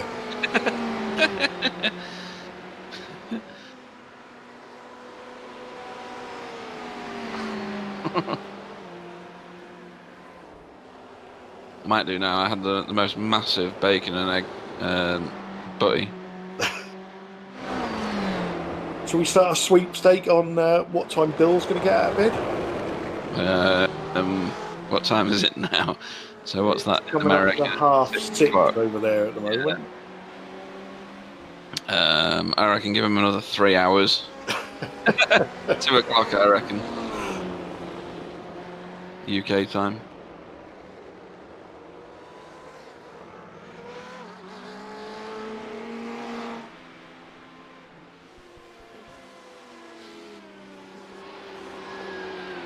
So much downforce in these P1s, isn't there? It's unbelievable that they can just flick it into corners like that.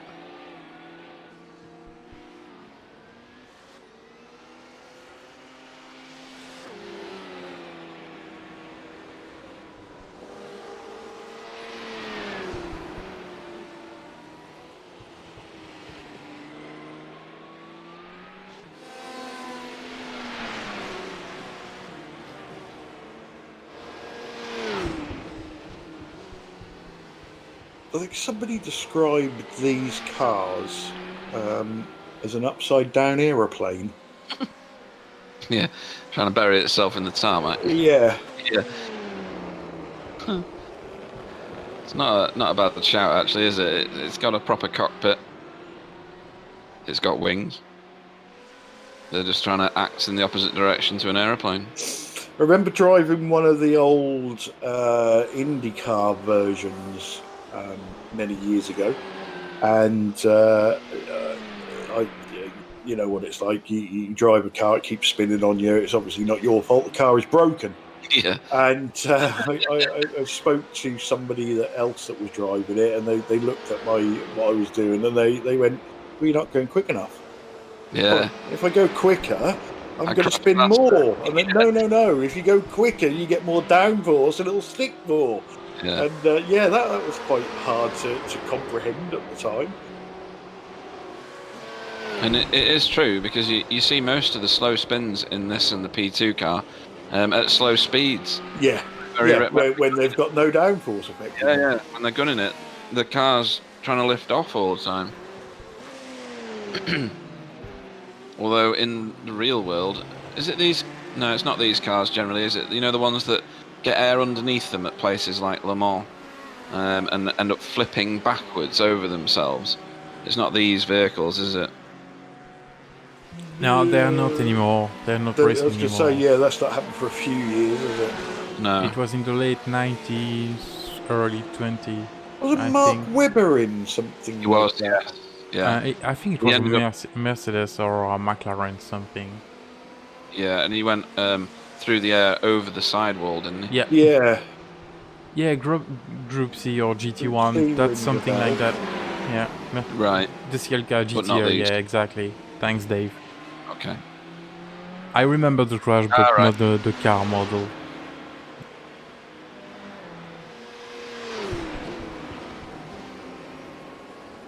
Dave's like our personal Google, isn't he? He is, yeah. We don't even need to access the internet. We just ask Dave. Maybe that's what it should be called. Ask Dave. Oh, that's that slow spin from before, isn't it? Yeah. I thought it was a new one, but it wasn't. Sorry, guys.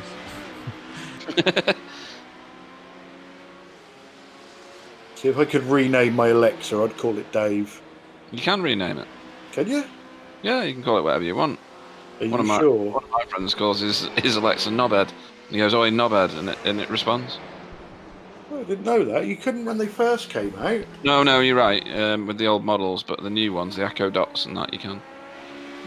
Have a go at that. I don't know how you do it personally, but I know you can.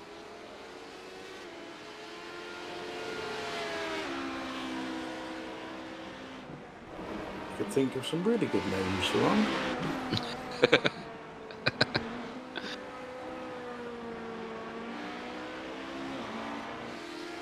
I've got an Echo Dot in my... We've got the big one downstairs, and I've got an Echo Dot up in my man cave where I am at the moment. And there's no point saying Alexa because I've unplugged it. And That's always funny, turning people's lights on and stuff Yeah. through the microphones. I go to my daughters, if they all leave me in the living room, I Alexa, set alarm for 04:30. Yeah, it's very good. I really like War of the Worlds, and Right. I do as well. Jeff I- Wayne. yeah, Yeah. and I like the. Somebody bought me. I think my wife bought me There's a new generation one. Oh, right. Done by like Gary Barlow and Oh. I can't remember who else is in it. Something like Pixie Lot, maybe. Yeah, is it? And it's very good, very good. It's very close to the original and just a little bit more modern. So I sat here and I thought, I haven't listened to War of the Worlds for ages, and I've got it on CD, and I'm looking around from my chair, obviously without moving, and couldn't see it anywhere. And I thought, Alexa. So Alexa, play War of the Worlds. And Alexa, in the Alexa voice, which is really annoying, started reading it to me. Oh dear, really? And that is absolutely shocking.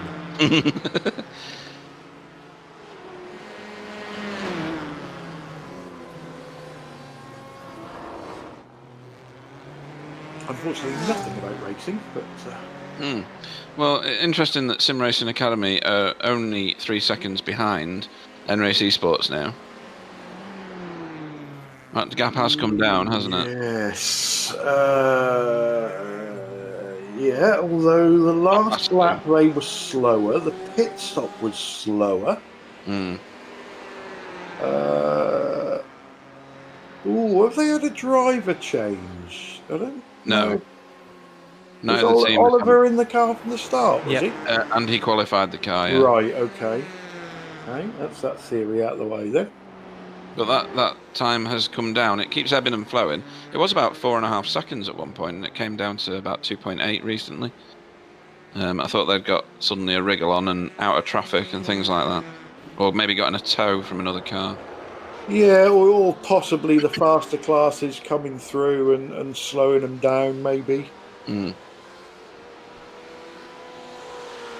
As we said before, it's not just other cars in front of you that can slow you down. It's the faster classes coming past you can slow you down as well. So if one of those overtakes happens on the wrong part of the track, then you can end up losing a bit of time. But I'll keep an eye on the lap times and just see whether Oliver is pigging him back through pure pace. Yeah, and this lithium motorsports car, we've seen this do good things in the past, haven't we? Didn't they win one of the races? Oh, I don't know. In class, I mean. We commentate on too many. We do. I can't remember what happened yesterday. Johnny Brandon said something immature. Oh, that's right, yes.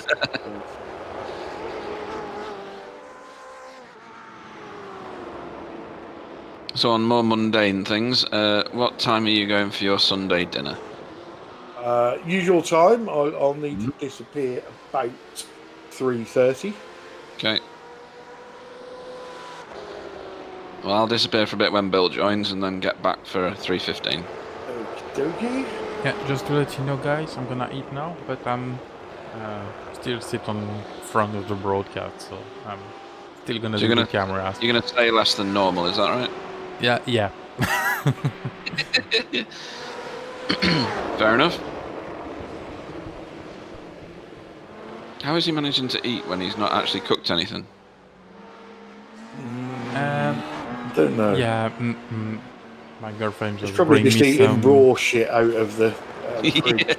Yeah, I've just got Got a packet of raw sausages or something. Some bread and something to make me a sandwich. Oh, don't boys. Oh, there we go. All sorted. You know what these Double belly cheeks are like.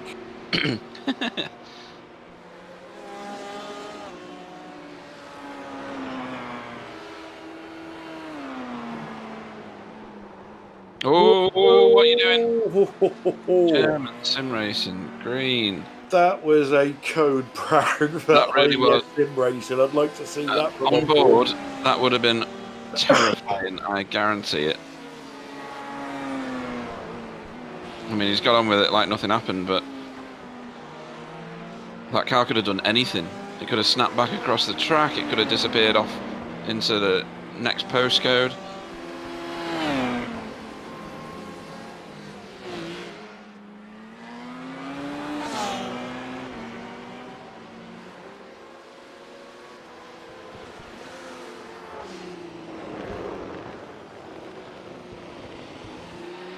So this is your race leader at the minute with Marius Danhausen. He's currently got a whopping 1 minute 10 lead. Excuse me, I nearly choked. Must have been that bacon and egg sandwich. Over Simon Moser in the IES Simracing Schweiz P1 car. Doing what he does best, or what this car does best, which is lead with a massive, massive gap. He's boxed the car now. I don't know whether he'll get followed in by Simon Moser in a lap's time. I think they've already been in. Ah, right. Is that why there's such a big gap now? Yeah, the first round of pit stops, they pitted a lap earlier. Yeah, these guys are pitting 4 laps later than the IES Simracing Schweiz car.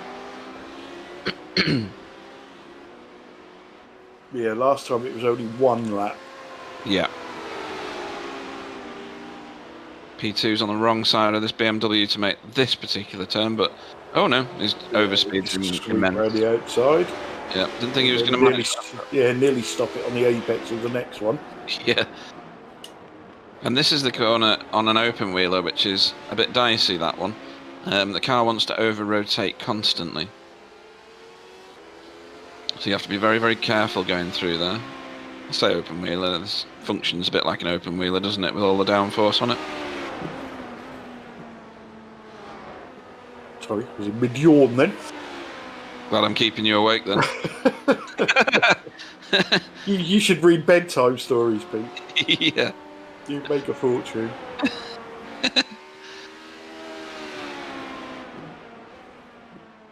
So, only 8.5 hours to go.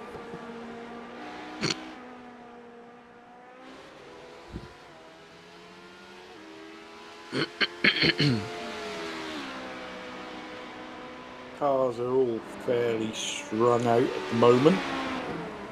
Yeah, and Rick Verbeesen in the Gold Racing Team P1 car has come out 8.5 seconds ahead of Simon Moser's car. He's clearly put new tyres on it because he's a bit slow on his out lap. Especially in sectors 2 and 3. Yeah, there was a massive difference in the pit lane time. Yeah.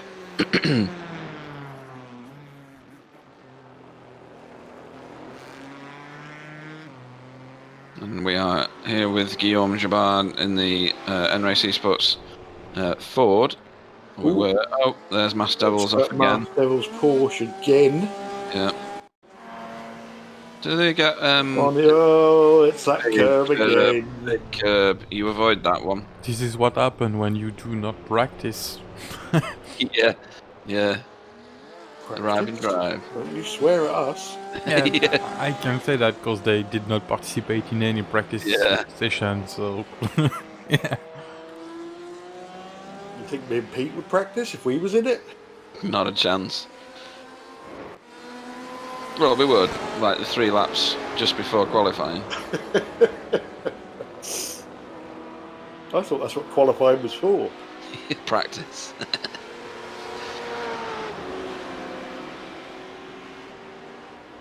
Yeah, I agree with Dave. They can't drive that because they got the wrong number.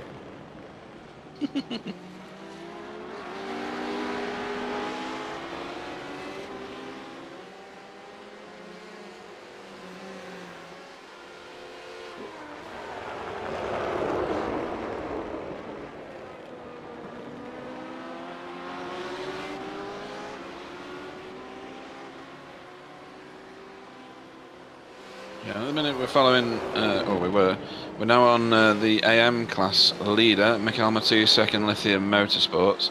They've made their way steadily forward. from where they started third in class. Yeah, track temperature's starting to creep up now. We've just past 8 o'clock AM in Sim. Track temperature has gone up 2 degrees in the last half an hour, so it's up to 69 degrees.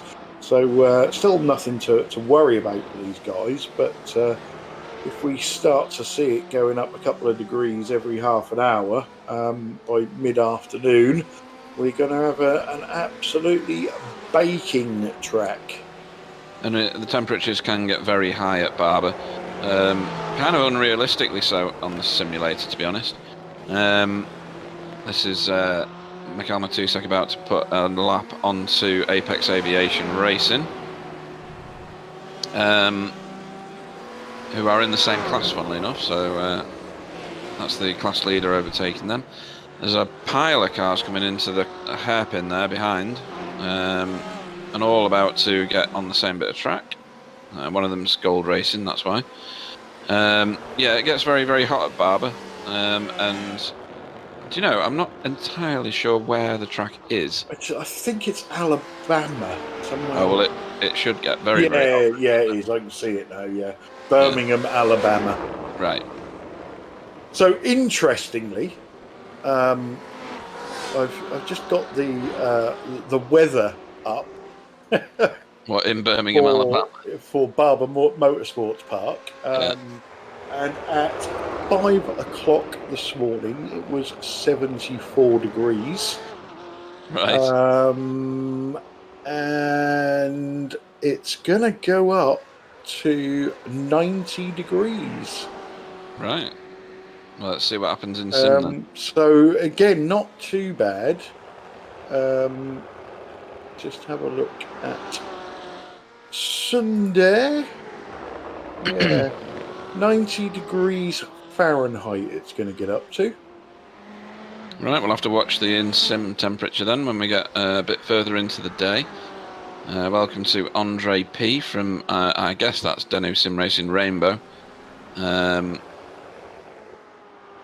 Yes, he's obviously got no vowels on his keyboard. No, on his keyboard, yeah, very lacking in them.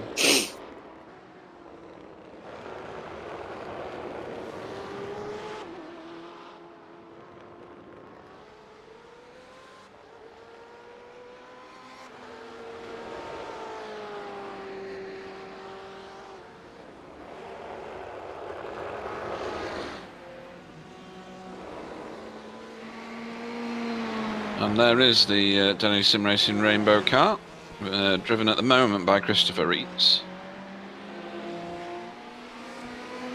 So if we had a round of pit stops around about lap 48 onwards, we should be looking at one around about 96 onwards, provided maths works that way. Yeah, about another half an hour, 35 minutes. I think it was around the 1 hour, 5 minute mark. Right. For the GTs, anyway. P1s will have done another 2 by then, I think. They seem to be pitting every 37 laps or something like that. Yeah, they're only getting about 40 minutes. You would think that the diesel one would pit. I can't remember which one's which now. Is it the Porsche? The Audi is the diesel. Ah, right. I always get that wrong. You would think that they'd be able to stretch out the fuel more, obviously, because diesel being the... well, they did on that last round of pit stops. Let's say the first round, they came in one lap later than the petrol Porsche, but it was 5 laps later on the second round of pit stops. Yeah.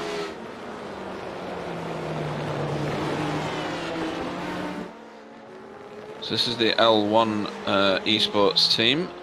This is an on-track position, but not in class position change if this gets done. The car behind is a pro class car.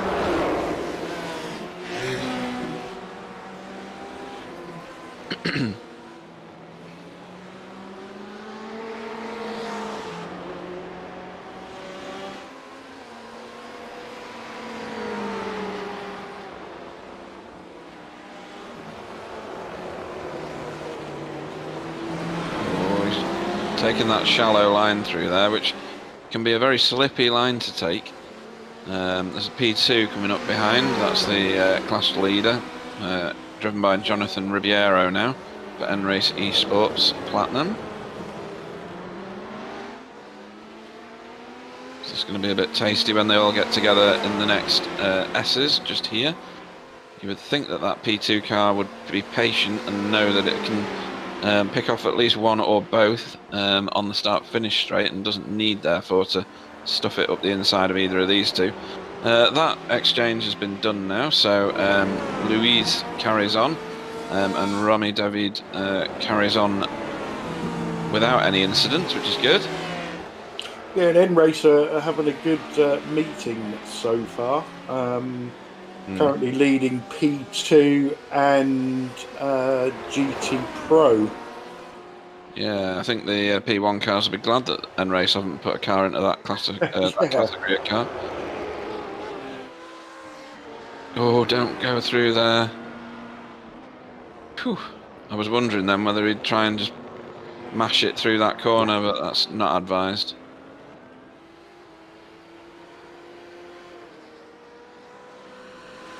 You really have to be aware when you're approaching a slower class of car that those doors that you see open currently are going to close very quickly, you know?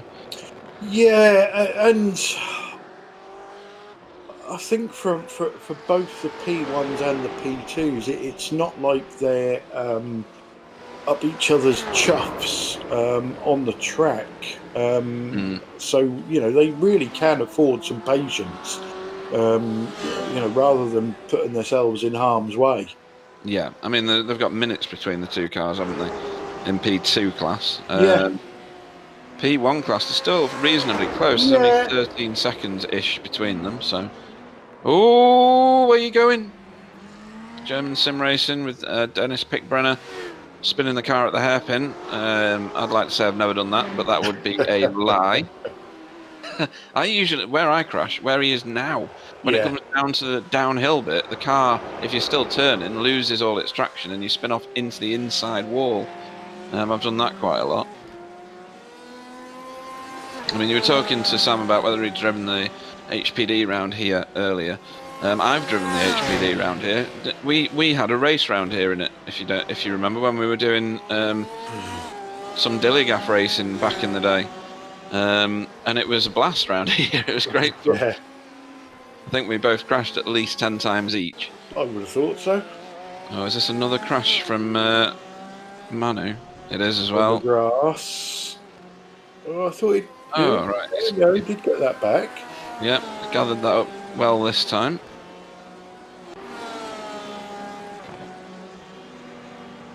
I'm not quite sure what that was all about. I think it was just a registered off-track that yeah, could be. that Sam's showing us, just in case it's something more dramatic. Cool. Okay, I'm just going to go and grab another cup of coffee, guys. Back in a minute. Sure, no problem. Are you back with us now, Sam? Or are you still eating?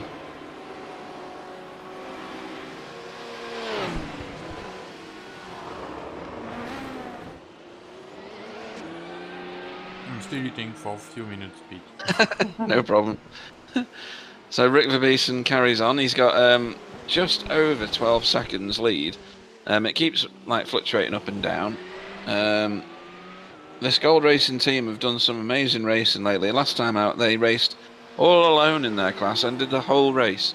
They could have, if they chose, started the race, done a couple of laps, parked it for a few hours, and then got in and raced again. But because they that was a bit...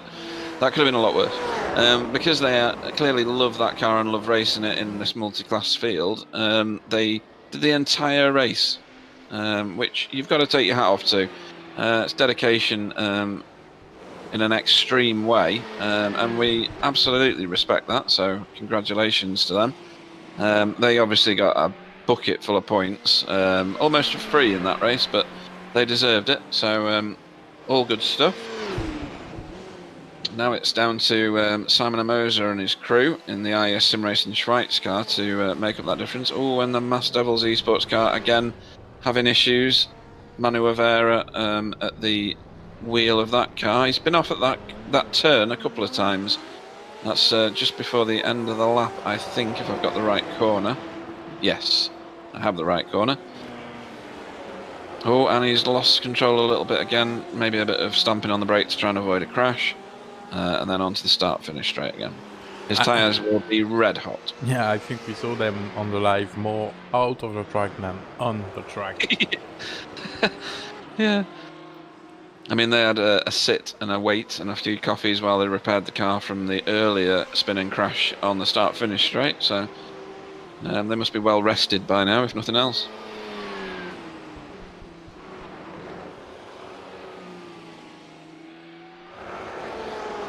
Don't forget to give us a thumbs up if you are watching and haven't already, because those things matter to us.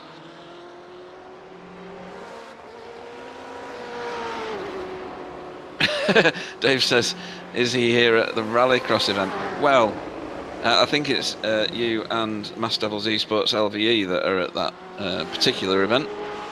The grass doesn't need trimming at all around that corner that you saw them off a minute ago. And I think we've got a message from Barber Motorsports Park to say that they want to fit a rotary blade onto the bottom of that car.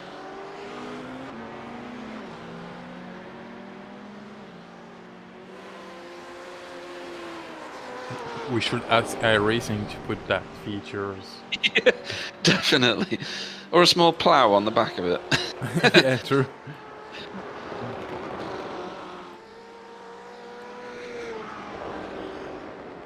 I'll tell you what, from driving the BMW in this, well, not in this race in particular, but in the IMSA Sports Car Championship and the official series, it is good fun to drive. You can really chuck it into corners once you get familiar with where the grip comes to you. Whilst I'm not very good in any cars, folks, I I do race a lot of them, and I race a lot of them in a slightly below average manner. That said, I do generally crash them a lot. And yes, Dave, the winner is the one who has the highest numbers of bales of hay at the end of the race. So Mass Devils Esports are winning that hand over fist. So yeah, going back to that, the BMW is a really nice car to drive. It's very forgiving. You can get out of spins in it very easily. It's got a lot of grunt. It's unbelievably popular, and I've never figured that out. So I don't know, Sam, whether you understand why so many people choose to drive the BMW in the GTE field once you've stopped eating, that is. A lot of the other cars are less well represented, even though I've since found out that the Ferrari is probably the faster of them, as long as you don't engage sixth gear, if you just keep banging away on the top of the rev limiter. Or is that the other one? Is that the GT3? Yeah, that's the GT. In the GTs, they are, I think, the worst cars at the moment. Right. Or maybe the Ford. I'm not quite sure, but yeah, the BM is probably the best one, but they've removed it from the IMSA Championship. Yeah, replaced it with the Chevy. Yeah, so they've removed probably the best car in the field by the new car. Instead of removing another one or increasing to 8 cars. I don't know. Yeah. But yeah. Is that because the M8 doesn't feature in the real world? Yeah, they have retired from the real world racing. Okay. Well, that makes sense then, doesn't it? Yeah, that makes sense in real life configuration, but I mean,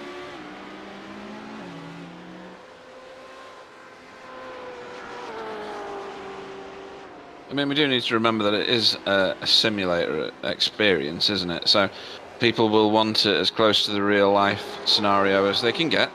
As far as availability allows, I mean, the same is true of the HPD being retired now from the iRacing service and replaced with the Dallara.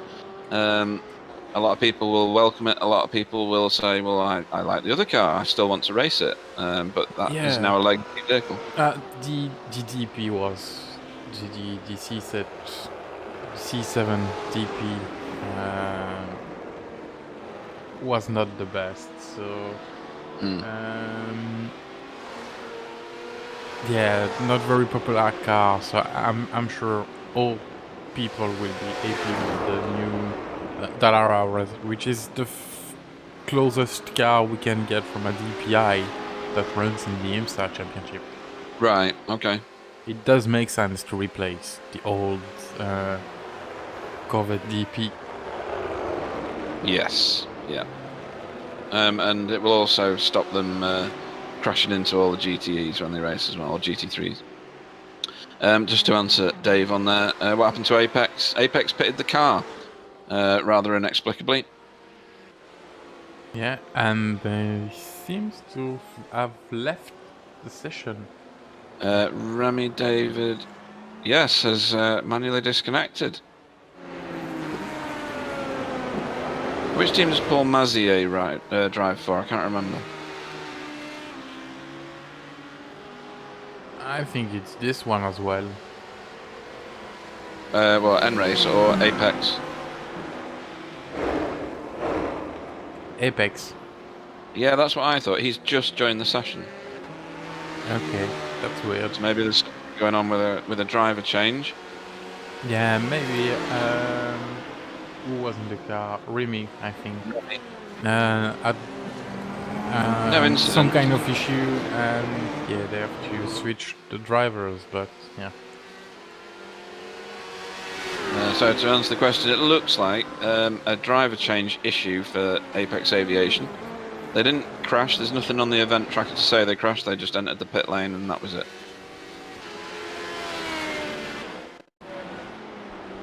In fact, here we are. So they're suitably slow into pit lane because it's a horrible pit lane entry at Barber, especially this part of it. It's amazing how light your car can go when you go straight into the wall. Slow into the pits, which is good. Engage the pit limiter. Drive the car up to your pit box. Do a bit of a sharpish left-hander if you're doing it professionally, or just drive through all the pit boxes if you're not. Park the car and then quit. Seems to be the order of things. Okay, back again. Yeah, we're trying to figure out what's going on with Apex. So Remy David has put the car into the pit box on lap 78, and nobody else has jumped in the car yet, even though Paul Mazier is in the session.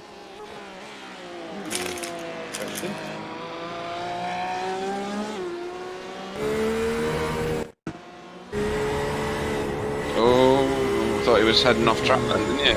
Oh, he is, just on the other side of the road. Very strange from Martin in the R3T Racing AM car. It's almost like he was checking the news or reading the newspaper. We've got another car in the pits, which is the Mass Devils Esports AM car. That's sat for a while. Yeah, they were out and they are now connected back in the session. Yeah, that's the one that had the received throughput. Oh, right. Well, it's a different driver now. Jonathan Artuno.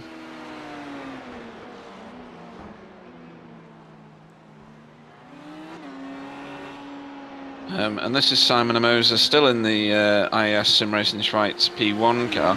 Not really eaten into the Gold Racing team lead just yet. Still at 12 seconds, or grown to 12 seconds actually. It was about 8. So maybe he's just entered some traffic and struggling to get through that. See the gaps in the bottom right of your screen there for a time.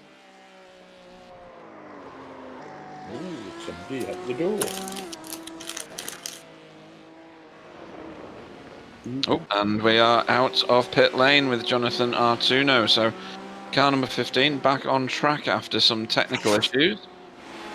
Which Dave on the chat has spotted as well. I don't know if they've put the blade. Oh, they might have been fitting the rotary blade, eh? Yeah, because if they do the same. Oh, as it's going very slowly round here. Yeah, that's pretty the weird. other lawnmower. Yeah.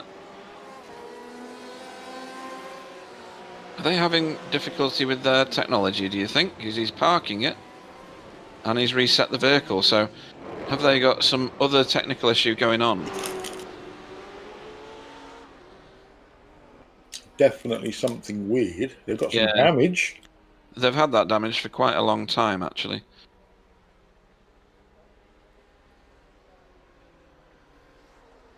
And is the badge number supposed to be at a jaunty angle on the bonnet like that? Yeah. Right. Seems odd that it points away from the pit wall. Odd. It's a nice paint job.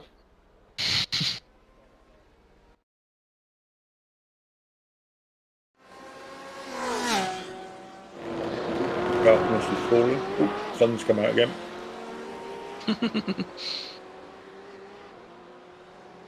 So I was just using the pit reporter to see right. what could have been on the car. Yeah. So we'll have to wait and see what happens with that car. In fact, Jonathan Ortuno has left the session again. Yeah. I don't know that we'll see car 15 again. Favourite paint jobs? There was a couple of races ago. Oh, sorry, interrupted by a little more gardening. This time sorting out the sandpit. I've just been doing a bit of grading there. And off we go again. So they've got quite a bit of damage on the front left of that car, haven't they? Or visual damage. Don't know, Simracing Rainbow's car I've always liked. It's got a lovely paint scheme. They must have spent ages creating that, whoever it was. So I do like that one. I like the I've forgotten what they're called now. There was a team that turned up just for one race, I think it was. And if I could see the standings again, I'd be able to tell you who it was. But on track at the moment, I do like the Mass Devils Esports paint job. I like the Apex Aviation Racing paint job. I suppose I generally like the ones that don't look like racing paint jobs so much. Isn't that crazy? Oh, we like the South Wheels Racing Team paint scheme as well. That was good when it was on track.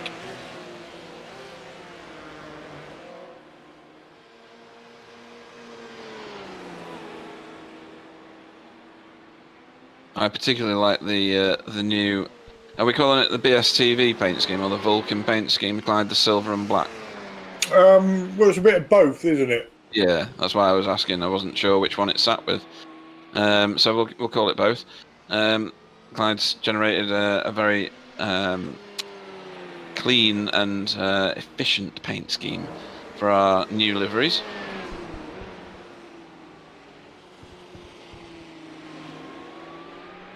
So have you bought the Vet then, Clyde, or not? I have, yes. All right. Are you planning on racing it or just painting it? Just painting it, probably. I don't know yet.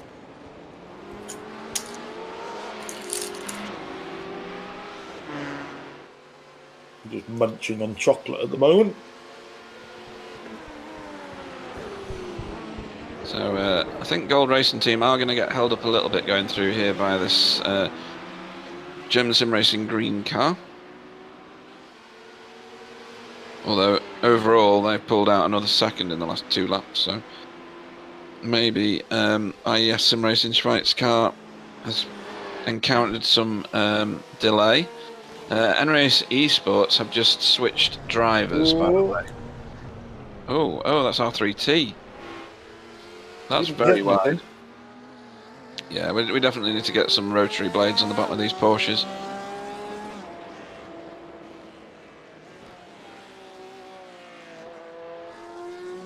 Yeah, so our P1 position, sorry, our P2 leader is currently in pit lane, servicing the car.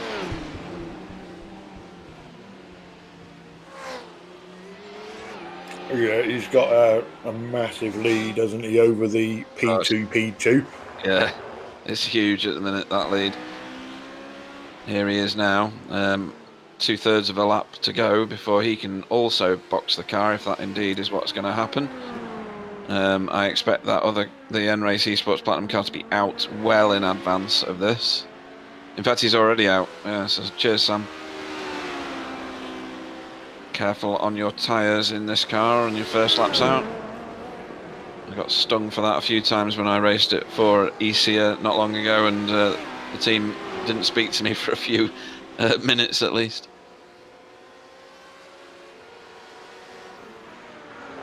I'm just having a look down the cars that are in to see if my favourite driver is going to be taking part today.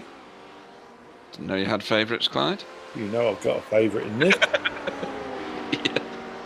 Oh dear. I have a favourite car. Right. Which is the Ford, yeah. And then I have a favourite driver, which is all about the name. Right. Where the bloody hell is he?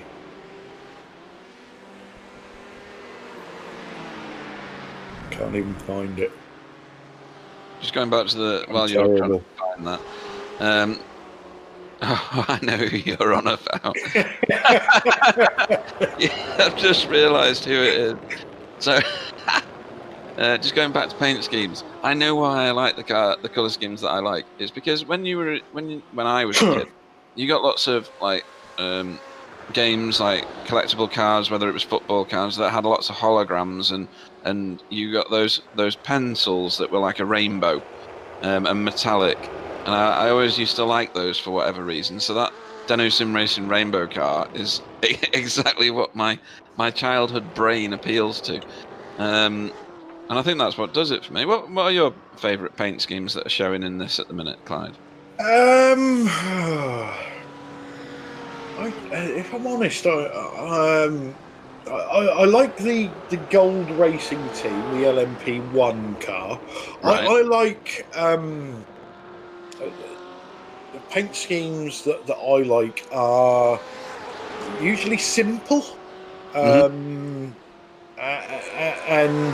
simple but stand out, if that makes sense. Yeah. I'm not saying I don't like other paint schemes, but the busier a paint scheme is, the more it confuses my old eyes. Right. And I know, people put hours and hours and hours. Ooh. There he goes again. Sideways lawn mowing this time. Yeah. Oh, he's doing both sides of the track though, so that's good. Yeah, I think he missed a bit last time, didn't he? Oh dear. And yes. Yeah, so people put hours and hours and hours into these paints, and they bypass my eyes sometimes because there's so much going on, and you don't tend to stare at a car in detail for too long when you're doing broadcasting. No, that's true. And a lot of the detail gets missed on me, which is why I like the simple, standout, clean, as I call them, paints. And where is he going to be? Oh, I'm not sure if he is. He's not in it. Is he not? Hang on. Yes, he is. Yes, he is. Is he? Yeah. Wait and see if he shows today. Sports. Hey, lithium. Yeah. Right. In the GT Am leader. So he should be in that car. Right. He will be later, hopefully. Is he American by any chance? It might be. So anyway, Andre on the chat has said sad to see that classes have decreased that much during the season. Yeah, it is disappointing. It does, however, help us understand who are the really committed ones. The two from P1 and the two from P2 clearly still well invested in the league. And as we were saying before we even started broadcasting, it's the racers that make the league.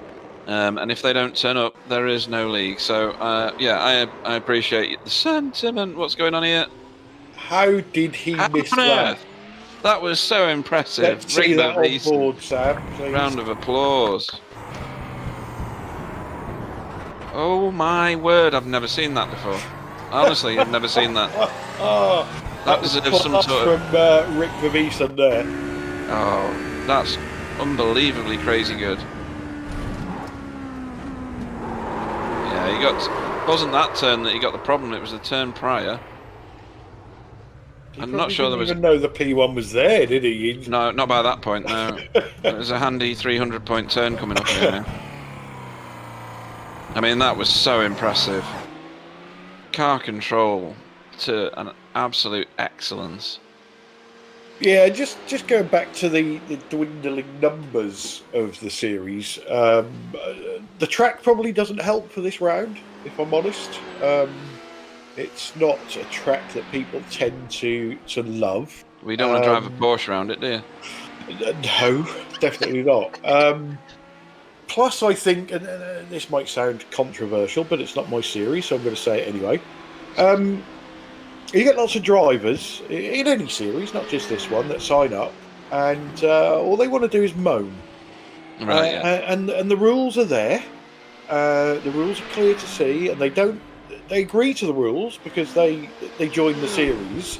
And then as soon as the rules work against them, they're like, well, that's it, I'm taking my ball and I'm going home. Do you think that... They're the type of drivers and teams that you don't need in the series. I couldn't agree more, and I think that there's too much of what I think is going on, and I was going to ask you, is it this? And I think it is. You know, when you're you're buying something, or you're going onto a new website and they say, have you read the terms and conditions? You think, I'm not reading that. Not a chance. I'm just going to click yes. I know it as a fact from the series that we run, because in our rules, always at the bottom, in large letters in red, it always says, by entering this series, you have agreed that you have read and understood the rules. Mm-hmm. And people enter the series, and then they say to me, what's the fuel limit? Yeah. How many laps is this? It's in the rules. You've agreed that you've read and understood. And so Clyde, you just point on something.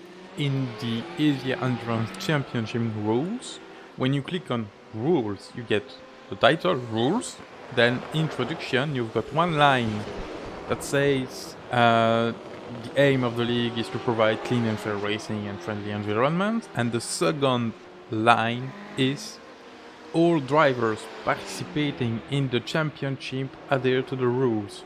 All drivers are responsible for their own action on the track, and their action represent their team.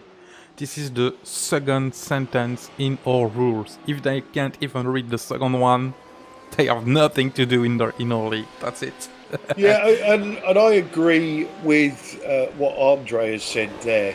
On the chat, he said most people have problems to accept race control decisions, and that's very right. It's a bit like commentary race control. I've done both.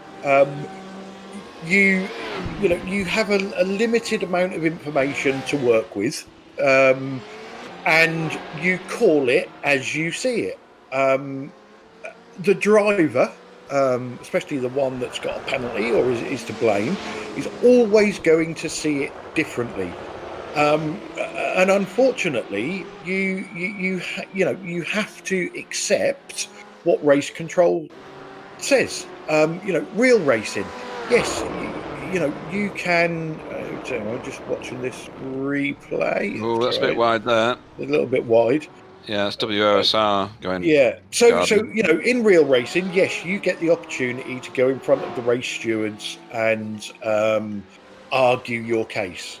But I can pretty much guarantee 99.999% of the time, it doesn't matter what you say to them, it doesn't change their mind. And the more you argue with them, the more they watch you in the next race. Yeah. And the more they scrutinise your car. That's the way they do it. Been there, done that. So, yes, people, I agree with Sam. They're not the type of people that you want in the series. Yes, it's an endurance series. Yes, there's 3 classes. And yes, it would be nice to have more cars.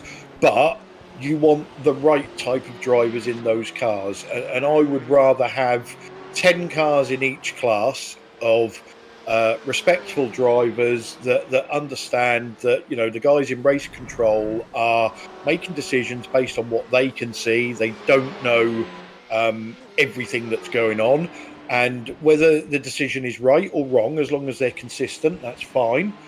And I think that I've lost my train of thought there.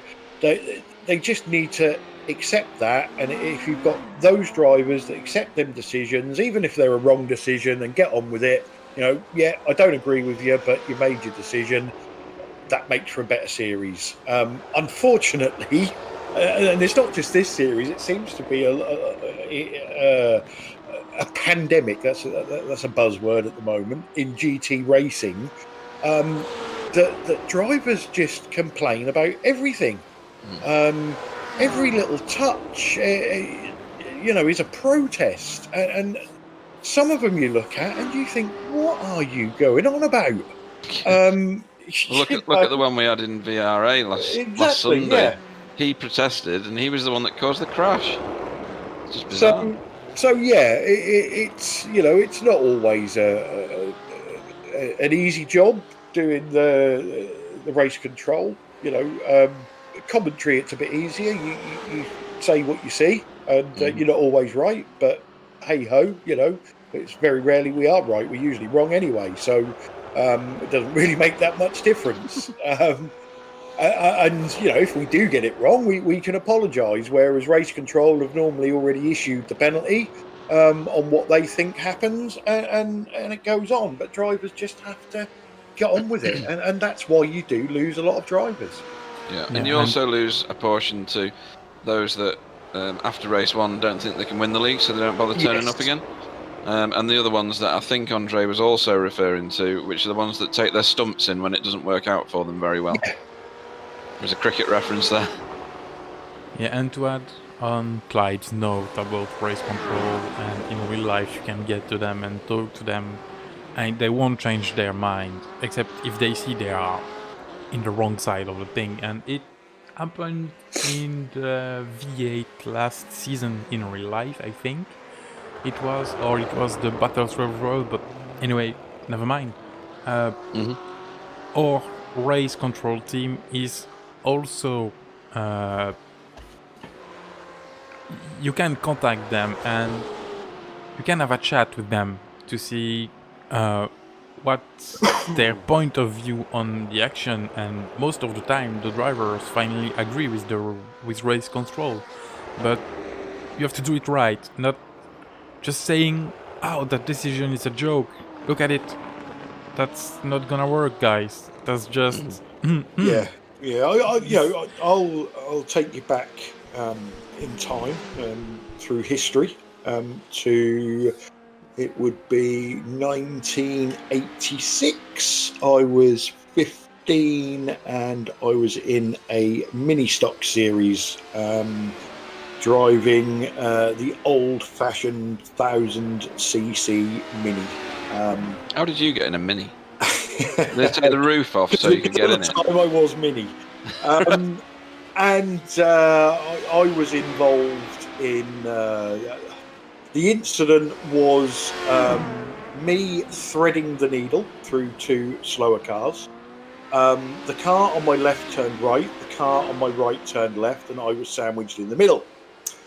I was hauled before race control at the age of 15 when I was very fighty, and apparently it was my fault for threading the needle.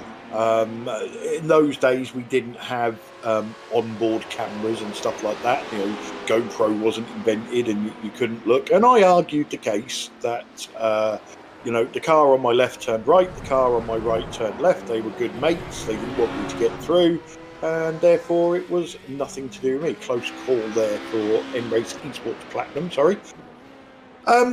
So yeah, I argued and I argued and I argued, and they went, "No, you're at fault."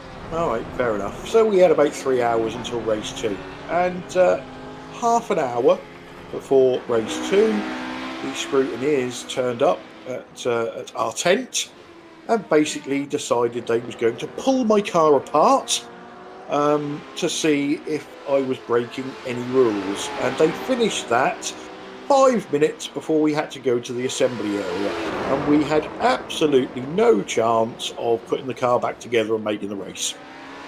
And that's all because I argued with the stewards. Yeah. But here, as Sam says, it's not face-to-face, it's keyboard warrior stuff. Most complaints about race control start with race control is a joke. Now, I know Sam got as we see the GTs starting their second pit stops, I know Sam got very antisocial with this a few months ago, and even said, guys, if you don't like it, come and do race control. See how easy it is. And nobody shows up. Do you know how many volunteers we had? None. None. They want it to be done right, but they don't want to do it because they know they can't do it right. This is why. So even the drivers that are not racing in the series anymore, that should have the free time to come and do race control, they're not here. So No, the reason they've got free time is because they spat their dummy out when race control told them it wasn't their way. Yeah, exactly. And, from our series, people get like that. It's ban stick comes out and bye-bye. We don't want drivers like that. And eventually they get banned from every series. They also get a bad reputation so that when they sign up for leagues, the league admins go, thanks, but no thanks. Yeah, talking about bad reputation, just to point out something that just blows my mind last time. My good looks? Sorry. This just made me sick, but anyway. The Pegasus Sim Racing team. Modelling in his BSTV t-shirt? Yeah, that was class. Yeah, I just get it yesterday. Hey! Yeah. So, back to my story. Last race at Kota, we had the Pegasus Sim Racing that just signed up to the championship. They get in pole position, and they did not read the rules at all. And they jumped the start. And a lot of other cars jumped the start. We are not gonna say the story again. But the Pegasus Racing was not okay with the decision. But after watching few times the start, they did jump the start. So there is no reason to call race control about that one. And they had a second incident. They missed their braking point. Okay, that's fair. That happened. They ran into someone else and broke the other car. And they got a penalty for that. And they were not happy with that. So the manager just threw some shitty message on the Discord. So he was banned from the Discord and the team from the league. And he then decided to go on the website and change his team information to put race control is shit. And he changed his name for I can't remember what, but yeah, this is the kind of drivers you really don't want. And Pegasus Sim Racing, and I will quote the sim racing word because this is absolutely not sim racing, this is just joke racing for me. And I know some of the team in this championship had issue with them in some of the races, so Pegasus Sim Racing is the worst team you can get on any races. Especially Antonin Titus. This is the worst guy in the world. So yeah, that's been done. Guys like that, I don't want them. If they want to sing up, I just put my middle fingers out and goodbye, guys. And that's the way it should be. I mean, you can't have exactly. 5-year-old attitudes turning up, can you? It's just not acceptable. No, we've got 5-year-olds in the commentary booth. We don't need them on the track. yeah. Whilst all that was going on, a long time back, Simracing Schweiz pitted, as did Gold Racing Team more recently, so 6 laps after them. And now the gap's come down again. So every time they pit, it seems like Simracing Schweiz gain a bit of time there. But not enough to get them in the lead, obviously. It's 10 Yeah, seconds. and strange because their pit stops were very similar that time. So. Oh, yeah. Very close, actually, yeah. Simon Amos has been in the car from the start, hasn't he? Yeah, so is Rick Verbeesen. No, that was. Oh, it was, yeah. Darius. Danhausen. Yeah. Rick was on the chat Marius. earlier on.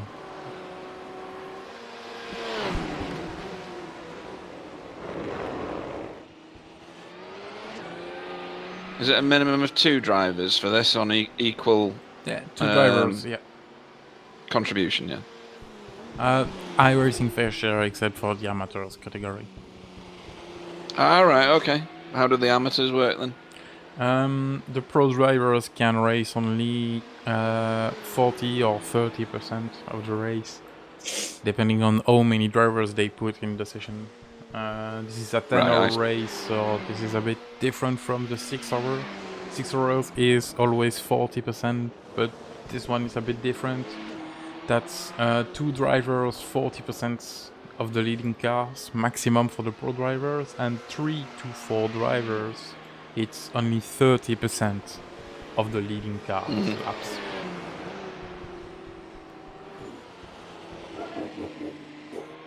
So it's all very scientifically worked out. Sam and Dom do till the early hours of the morning.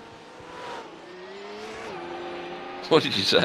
I said that's what Sam and Dom do till the early hours of the yeah. morning, working out these rules.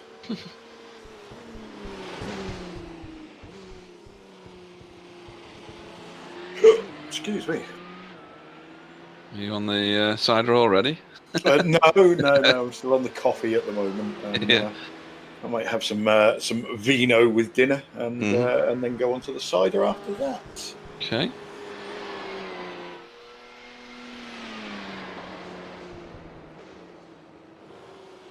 Oh, I have no idea what I'm doing. Sorry, I'm Nothing trying new to commentate on this and sort other leagues out. There's that one. At the moment, we've got quite sizable gaps between all the cars on track and their relative positions to cars in front.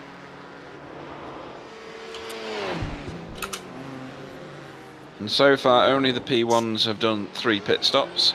P2s and GTs have done 2 pit stops so far. It's about another 20 laps or so before we'll see the P2s back in again, and a lot more before we see the GTs back.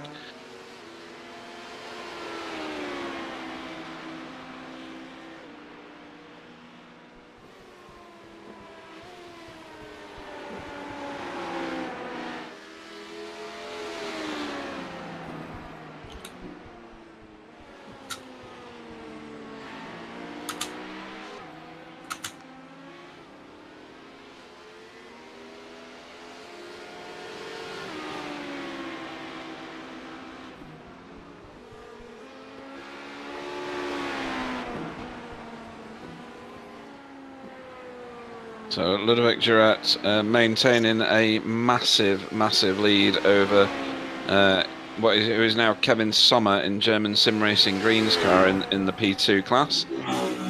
3 minutes is the lead at the moment, which is just enormous.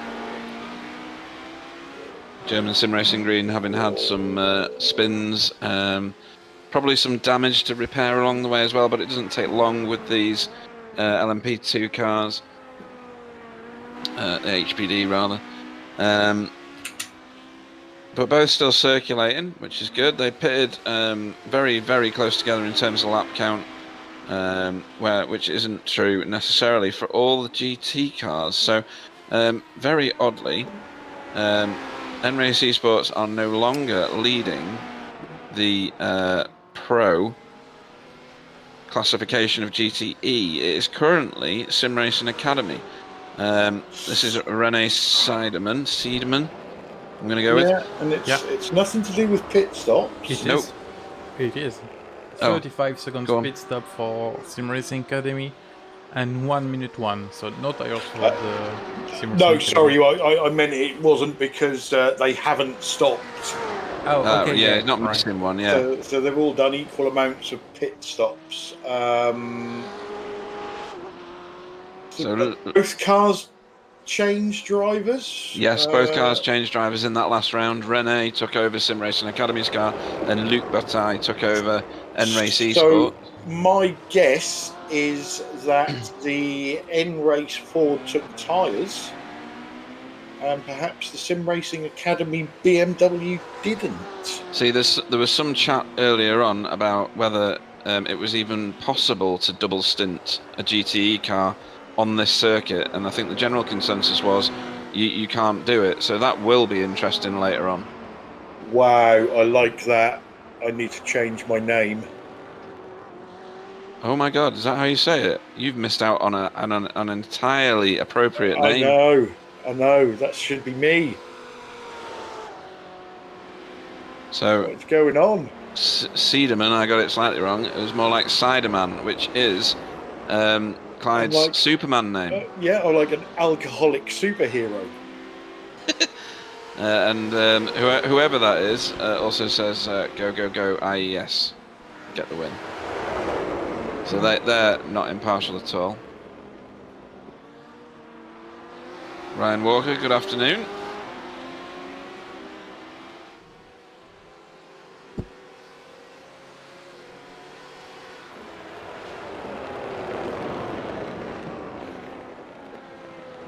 Let's hope Ryan's not just got up.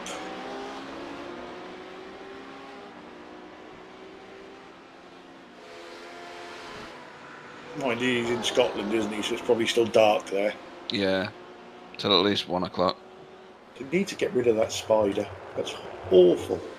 Only because you don't like him. There's spiders that size running around my house at the moment. So my house is just over 100 years old, and you could saddle some of the spiders that come out of some of the places in this house. Honestly, my cats, one of my cats is basically pest control when it comes to spiders and flies and things. Yeah, Shelby's good at eating spiders. Yeah, and then leaving them there for you. No. Oh, right. No.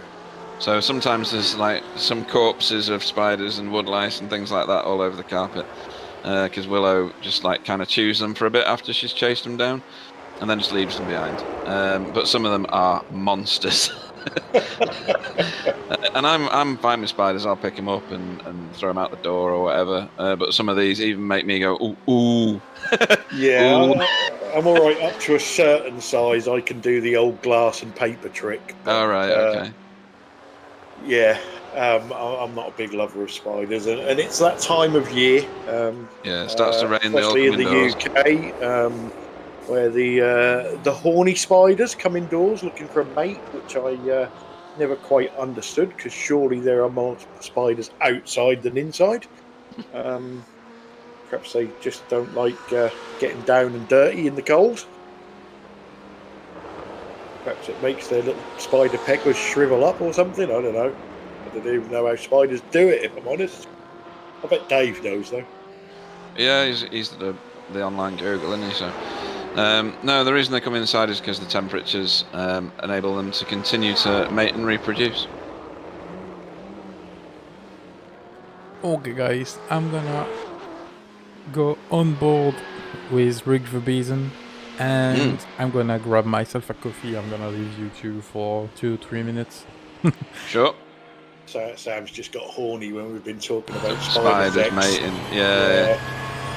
So if I can talk fast enough, I will talk you around a lap of this. So dump it into turn 1 here. Don't go too wide there, although you've got all the downforce in the world for this car.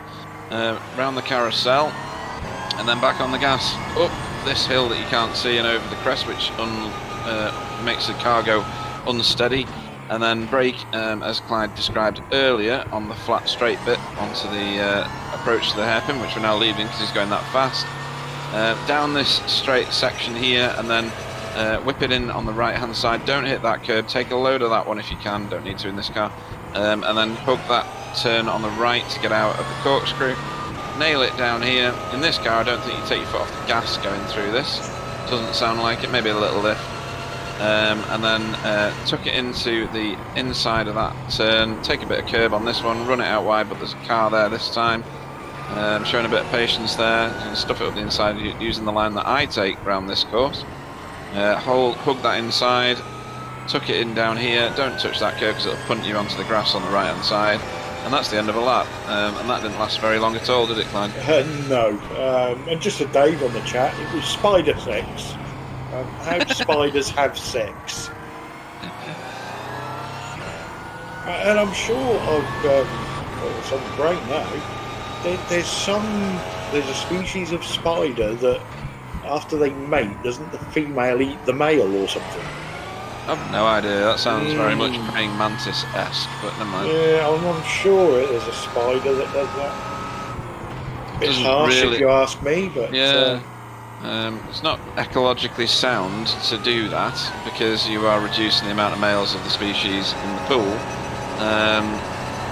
and you generally need more males than you need more females than males. Sorry, I do have a degree in this along with other things. So, what, spider sex? Yes, specifically that. Yes. Excellent.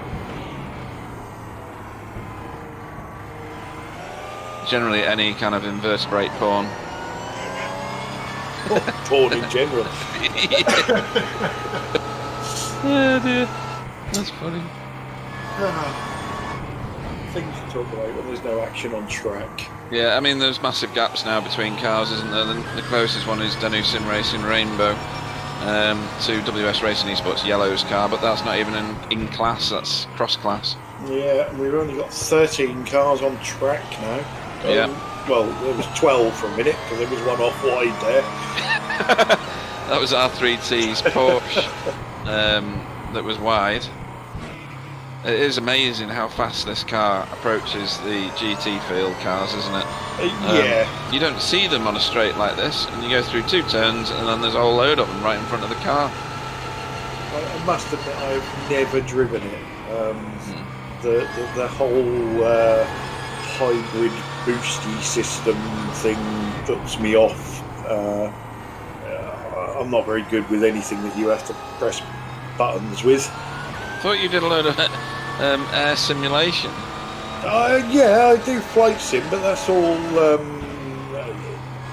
hand-eye coordination, really. Right. Does that differ from this? Yeah, because with this you're pressing buttons as well as hand-eye coordination. And, right. I see. Yeah. So according to Dave, if the male keeps the female well fed, he's allowed to live. I don't know if Sounds he's familiar, doesn't it? speaking from experience. Yeah. Back with you guys. Cool. You must have a much faster coffee machine than mine. And Dave, no, I was just saying, I haven't driven this car. Honestly, look at this. Jesus. That was me, the before crashed cars there. I've driven this car, but I don't think, because I'm that pathetic, I don't think I used any of the boost function. Yeah, back in the the console days from 15 years ago, I used to like the football games. But then, my son, at a very early age, was kicking my arse because he could press all the buttons and do the special moves, and Dad couldn't. So, yeah, I struggle with anything like that.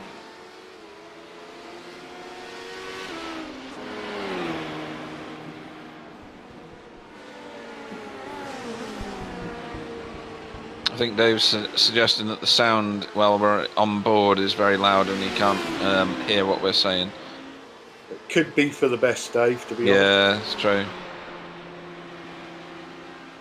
So talking about simulators, but not this one, have you tried the new Microsoft Flight Sim yet, or are you still waiting? No, I've got a lot of time and money invested in FSX. I like a a very wide variety of flying, including military stuff. So I'm probably going, even though it looks absolutely awesome, I'm probably going to stay away from Flight Sim 2020 until there's a larger selection of aircraft and things like that. The beauty with FSX is it's 10 years old. And whatever you want to fly, wherever you want to fly, there is some freebie scenery or aircraft for it. Whereas the new one, it's I'm yet to see whether Microsoft are just going to keep releasing stuff for those people that have already bought it free of charge, whether they're going to start charging for extras, or whether the add-ons are going to get shipped out to third-party software companies and they're going to charge you for them. You have and is the there three going of to them. be a free modding sort of industry going on in the background? It's a bit too new at the moment. Yeah, you've got No, 3 fair of enough. them, Clyde, just to let you know. It looks like you have buying option from flight simulators directly, and you've got some paid mod for some city that have handcrafted buildings, like London, for example. And you also get free content from Microsoft Flight Sim. You get the 3. But basically, you can you already have all the airports in the world. Yeah, I'm not too worried about airports. I prefer the flying bit rather than the You don't taxiing have around that airports. much. I could be wrong. I'm yet to see any military stuff on there, so I think there's an add-on. I'm gonna have a watch. I will have a look for you and screen you the shop. The shop. That's don't really know if it's if it is a shop or if it's more a content manager, but I haven't looked yet. I'm still trying to understand how to land properly. So yeah. And we've had a message from Race Control saying car 409, which is the R3T's Porsche, has been issued a warning for blocking under blue flags. Now, they were the car that was like miles and miles out of the way when we were on board with Rick Verbeesen not that long ago. So far out of the way that they were nearly on the grass. They were on the grass, weren't they? Oh, were they? Yeah. I missed that. Yeah, that was when they said there was 13 cars on track, but there was only 12 for a minute. So there was obviously some blocking going on. Oh, there it is, actually. Yeah. Thanks, Sam. It certainly wasn't that, because there was no blocking going on there. Unless he was blocking horny spiders on the side of the track. Could have been. So he's obviously got called for something on track somewhere.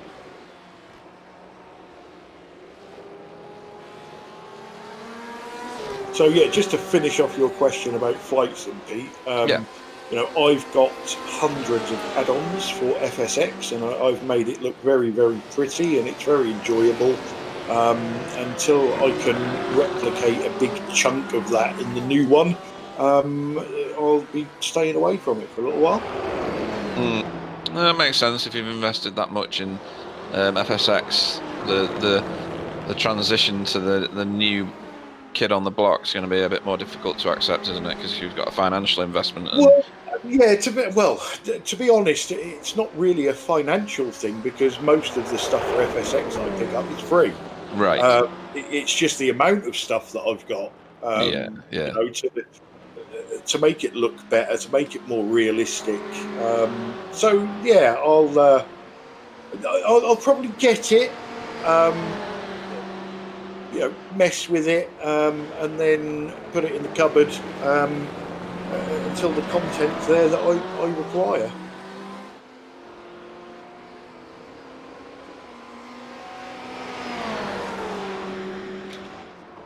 You will have to get a massive high-end computer though, if you want to get high resolution with high FPS. Yeah, you'll need a 4K monitor and a 4K capable graphics card, won't you? You need more than that. More than 4K. No, more than a 4K capable graphic card. You know, Right. as I've told you before, I'm running an 2080 Ti, and on my triple screen, Right. I'm around 25 to 35 FPS, and I'm absolutely not in ultra, and even not in high setting for some kind of stuff. So, yeah, that's pretty annoying. Right. But it still look beautiful. You have to. The thing with FS 2020 is that you have to choose the place you want to see from to get a pretty close eye on them. For example, New York doesn't look good when you fly through the buildings, for example, because that's photorealistic stuff that looks really good from the sky and from a certain distance, but when you're very, very close, it doesn't look good. So this is something to have in mind. On some part of the world on FS 2020, it will look gorgeous everywhere, and at some places it will look gorgeous from the sky, but not as good on the ground. Right. Interesting. And so, another random question, Clyde. So, the spiders freak you out around here. What about the ants at turn 1? Oh no, turn 2 it is. Just going around here now, there's some ants on the hillside. No, I don't mind ants. No? I used to have ant farms when I was a kid. There they are in the background, yeah. Although, what was that really old film that really frightened the life out of me? My mum made me watch. Not the Swarm, was it? No, it had giant ants in it. Oh god, I don't know that one.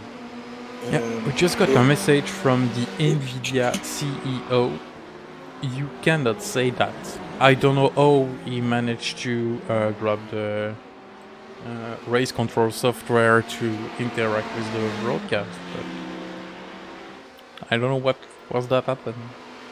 What? Say that all again.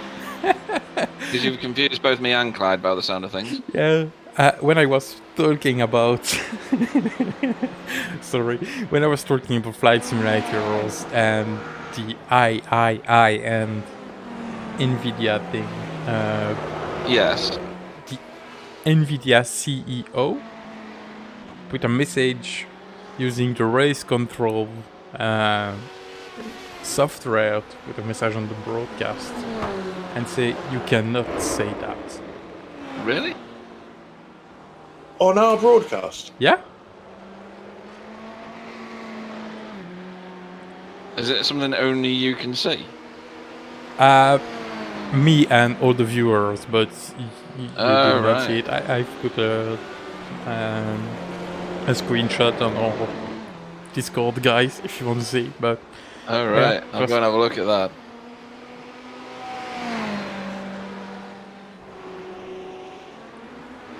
but you really make me laugh, guys. That's super funny. No way! That's crazy. So is he saying we're not allowed to say that, or? I'm not sure what they are referring for, but yeah, it seems like we are watched by NVIDIA. That's crazy. Oh well. What else can we say about NVIDIA? Can they give us any free stuff? Let's see if they respond to that. Isn't that more likely to be somebody else? What masquerading as them? Like Probably. Dom? Yeah. Or... Probably race control knocking about somewhere. I think race control is as serious as we are about this subject for now. Yeah. Yeah. If So, by any chance the NVIDIA CEO is watching, which I very much doubt it, get your hand in your pocket and get some money out to do some sponsorship. Thank you. yeah, we'll have 3 3090 graphics cards, please. That'd be great. Yeah.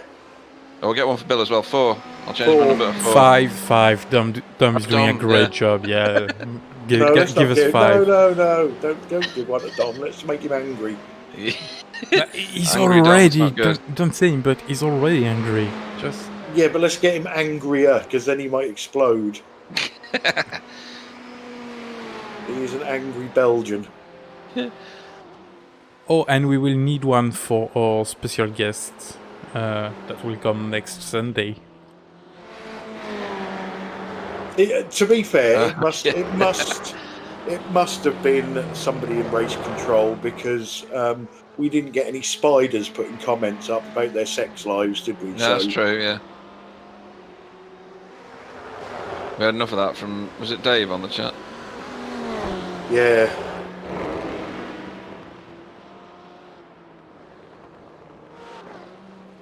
There's another one.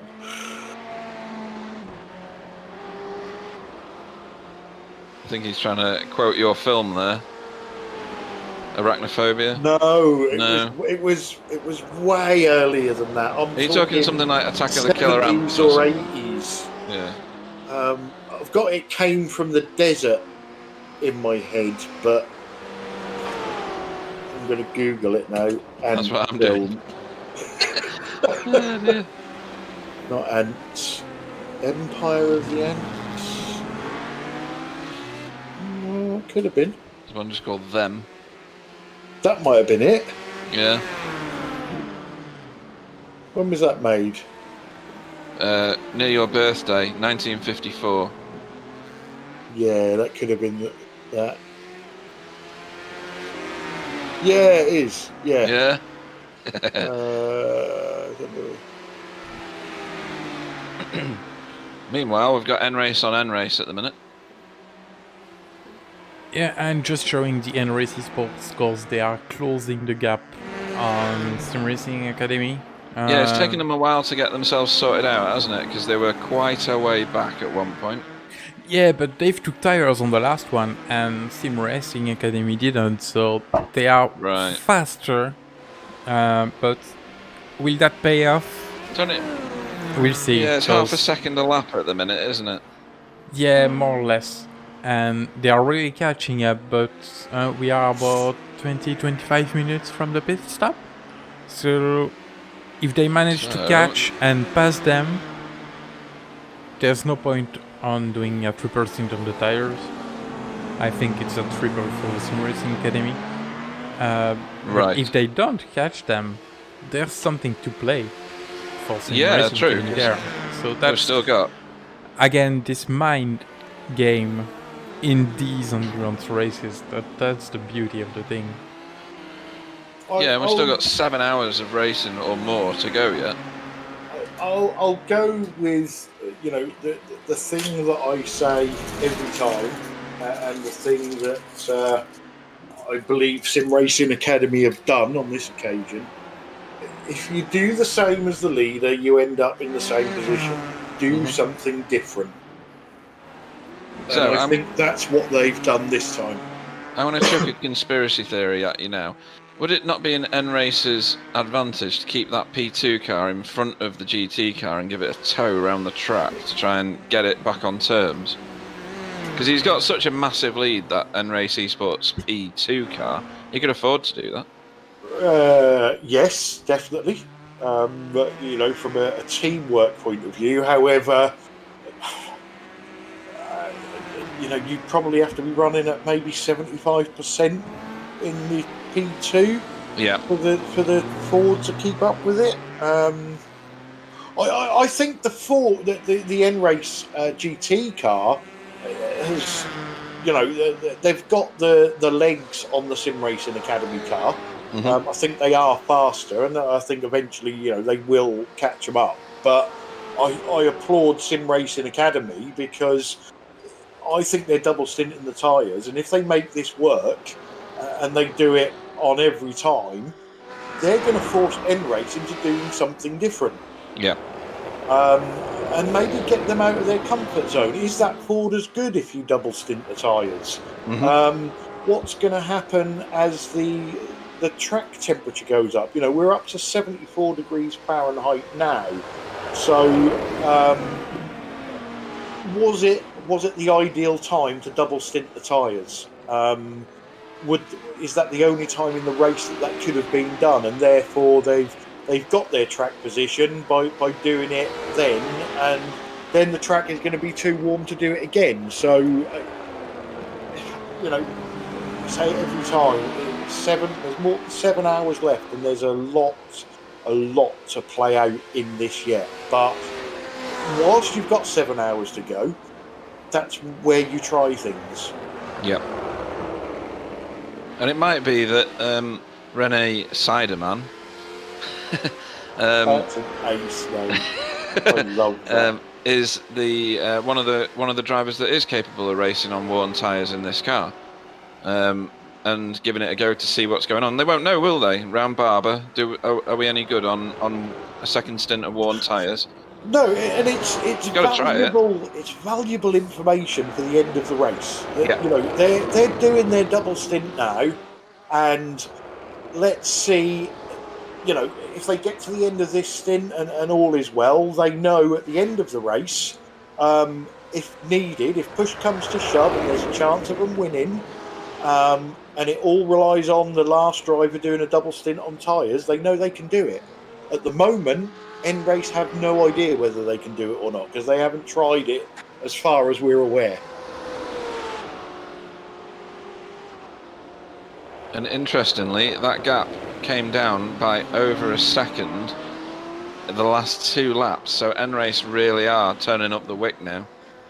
Yeah, or rather, Simracing Academy are dropping off. Yeah, you know, Siderman is going to be struggling with the the double stinted tyres. Are you picturing him in a cape now with Thatcher's written on the back? I am, yeah, and I'm going to make one. and you can remember the original Batman and Robin, where Robin used to wear that really dodgy eye mask. Yeah, he's got one of them on as well. Bandit mask. You know, he's a good, I would say, 15-20 minutes away from pitting, so his tyres are going to be probably as rotten as they're going to get, and in a hell of a lot worse condition than the N-Race car that you actually see. They was on the same straight there, but you know, even so, at the moment as it stands, it's given them track position.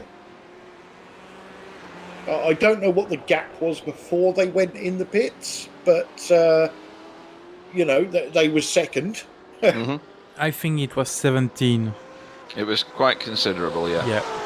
So when they pit next time, when they come out, we will know whether this double stint worked or not. Because if they're in front, which I doubt it, but if they are in front or they are less than 17 seconds behind, then it's definitely worked. Although we're being told 2 seconds on the chat. I thought it was a lot more than that before they pitted. However, going back to what I said before, I don't think it matters whether it works or not. I think at the moment it's more about gathering information and is there a driver that can keep the car on the track for a double stint? Because you know that's going to come into play at the end of the race maybe rather than at the start of the race. So even if they end up losing time this time, they know that that's not a tactic for the next time. Let's carry on changing the tyres every pit stop. But if they don't lose time, it's something they've got in their pockets for later on. Yeah, and before the pit stop, it was 2 in. seconds, Sorry. guys. Just it was 2 seconds before. I was talking about after the pit stop, the end race was 17 behind. Yeah, sorry. Right. That's my mistake. So this might balance itself off completely then. Yeah, so after these pit stops are over, they need to be within 2 seconds for it to be happy days. And we're 130 laps in, and we're talking about the top 2 cars in GT still only being 4 seconds apart. That's an impressive statistic, isn't it?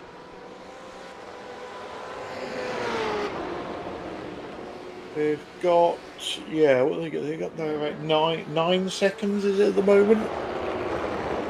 For what? Just under 9 between first and second in GT Pro. Thought it was 4. Just over 4.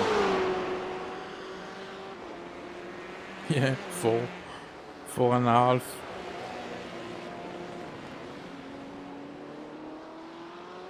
Interesting. Why are you showing 9?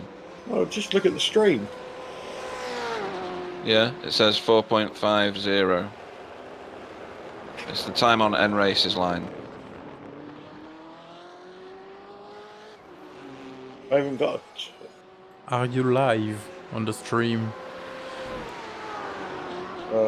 Good question. Why wouldn't I be? I'm not. I have no idea what happened then.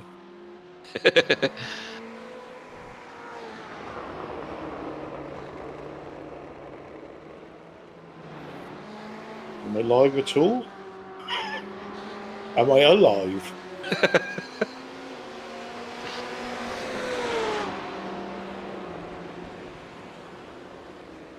So this is going to slow up Simracing Academy. They've got Danu Simracing Rainbow's car in front of them. They're at an awkward bit on the track for overtaking anybody, let alone a lapped car in the same class. So we'll have to see what happens here. I don't know whether Danu Simracing Rainbow are going to make it easy for them or not. Doesn't look like it because they're keeping to the racing line. They're in their own race, don't forget. And in the same class, so always let him go now. Yeah, you've got to be careful, haven't you? Because race control and watching that sort of thing. Yeah, blue flag. Unfortunately, in iRacing, you don't get penalties automatically. Again, I think that was probably a good feature in RF2, if you remember, Pete. You only got X amount, didn't you, of blue flag warnings, and then you was in trouble. Yep. Whereas iRacing, you can run around with a blue flag forever.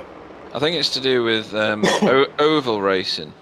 So in oval racing, the intention is that you stay ahead of the lead car and don't drop a lap. Yeah. And I guess iRacing must apply that rule regardless of the type of race you're in, and especially when you're doing things like right now with Indy Pro 2000, you do a selection of road and oval races throughout the season. So how would you distinguish between one and the other? I'm sure it is possible, and it's probably quite easy, but they've not made that distinction across the different formats.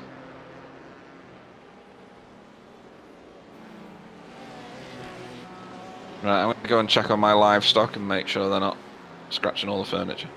I'll be back. I'll be back shortly.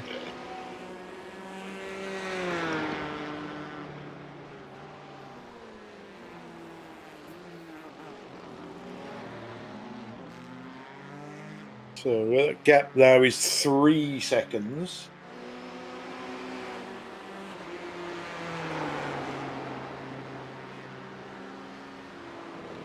Obviously, the getting stuck behind the Ferrari didn't help.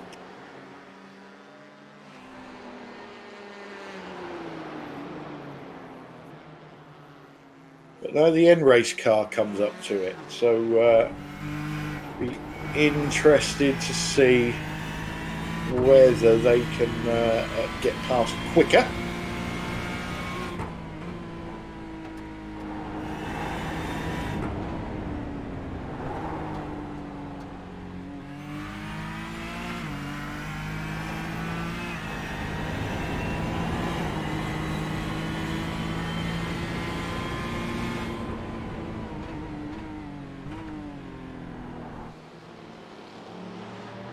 Yeah, welcome to Chris Jackson on the chat, and yes, you're certainly right there, my friend.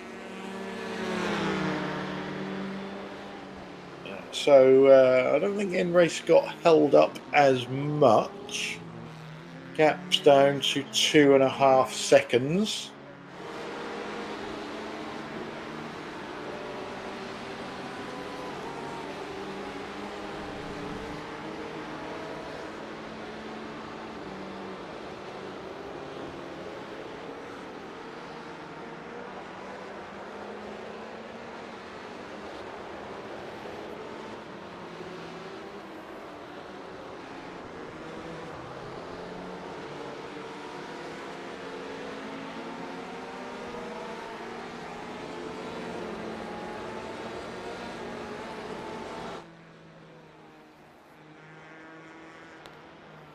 I do like the drone cam, as we call it.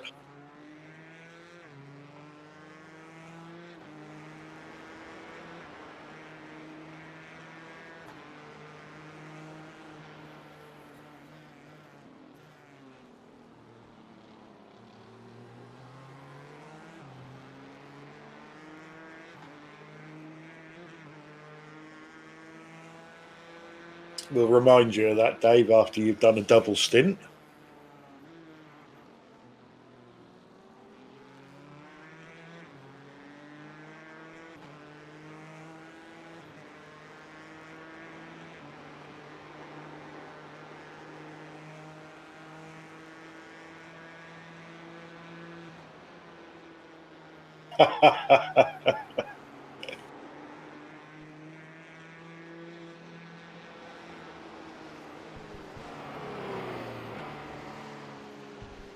Whoa, there's a P1 appearing from nowhere.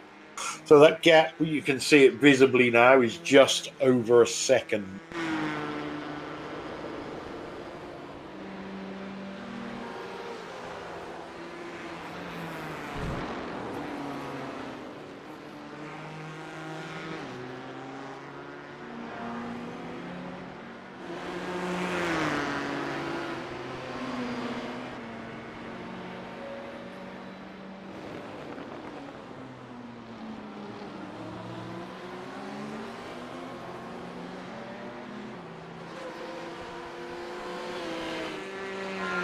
I'm not sure Ciderman is going to have anything for Luke Batty. I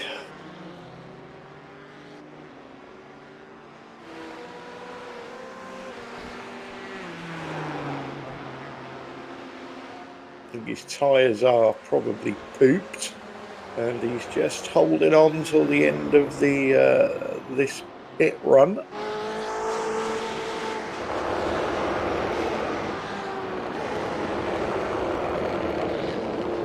Good line from the forward there.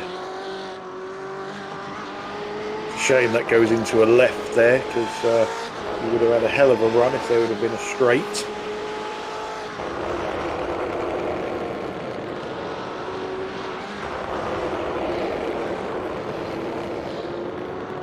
The P1 leader is in the pits.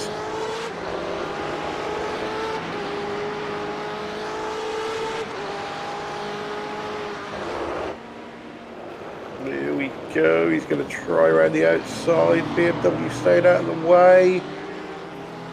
That got a little bit hairy for a moment.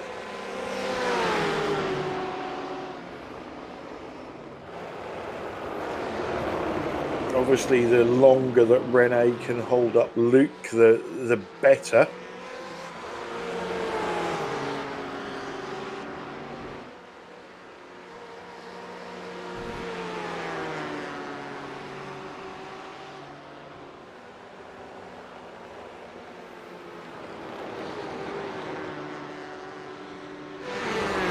Quite know who to cheer for now, because obviously I love the Ford, but Ciderman is my new hero. You can ask him to change and drive the You'll Ford. have to I'll have to get him to change to the Ford, yeah. They'll get Thatcher's logos all over it.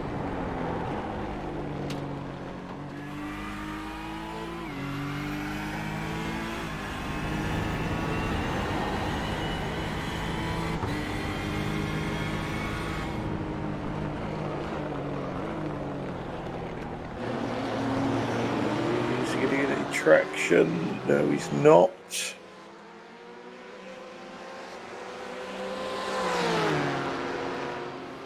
I don't think he's got more grip through the corners. I think he's got more grip under braking. Yeah, something to watch, Clyde. Leader of the P2.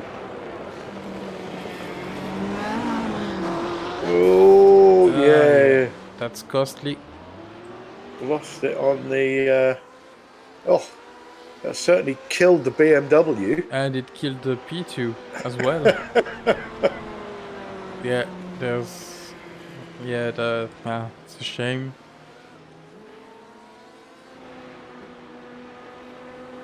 Yeah, that was unfortunate. You know, the P2 was in the middle of a code brown. Yeah, this is a sad racing incident because, yeah, the P2 just lost it in the middle of the corner. The GT was just behind, hit the brakes, but yeah, that he can brake enough to avoid the crash. And, wrong place, wrong time, wasn't it? Unfortunately. Yeah. Whoa! There he goes. So, Siderman with a spin on his old tyres. I was just about to say he's driving really, really well. Yeah, and this is gonna cost them a lot of time because there are no 10 seconds behind the N-Race Esports. And I think it just ruined the strategy. Yeah, although, you know, I still think it was worth rolling them dice to see. Yeah, true. They now know it doesn't work, so I'm not sure we'll see them try that again. Yeah, Barber is probably a bit too technical for that.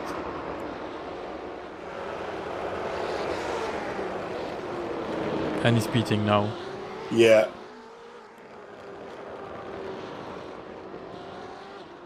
Which is early, but I think they threw the dice, had a gamble, didn't work.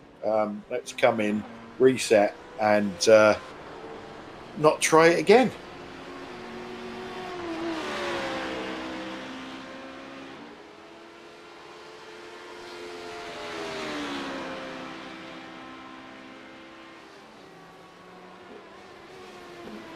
Well, he may be able to make up some time now. When he's on these fresh tyres, because the N-Race Ford is coming towards the end of its tyre life.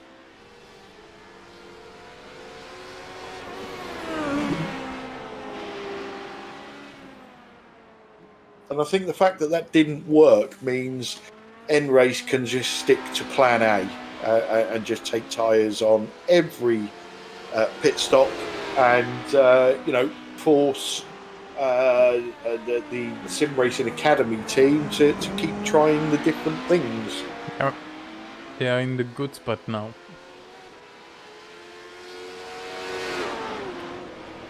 Yeah, they're already out. It was a bit shorter pit stop.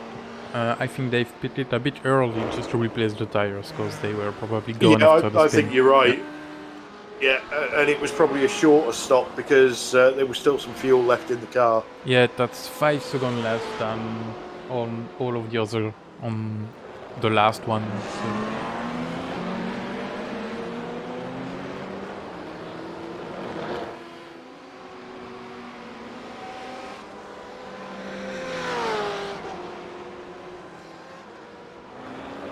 I think N-Race are probably or possibly going to keep going now for another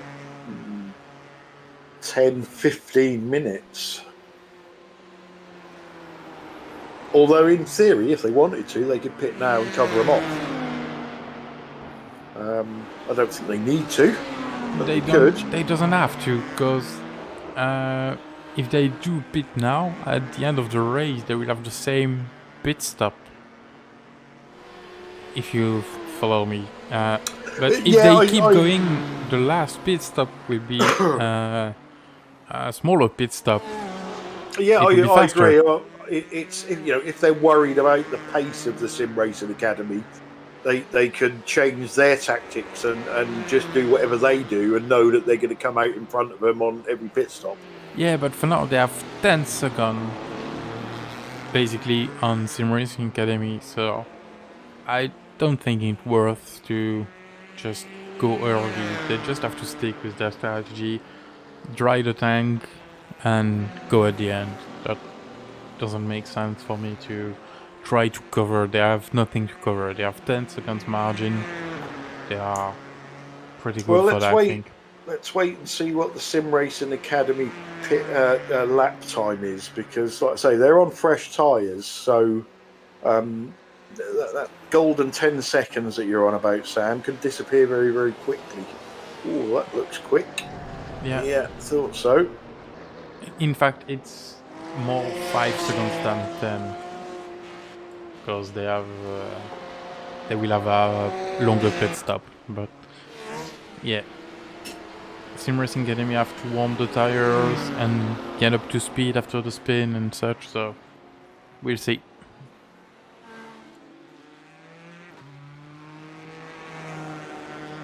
Yeah, they've changed drivers as well. Patrick Shilikowski's now in the car.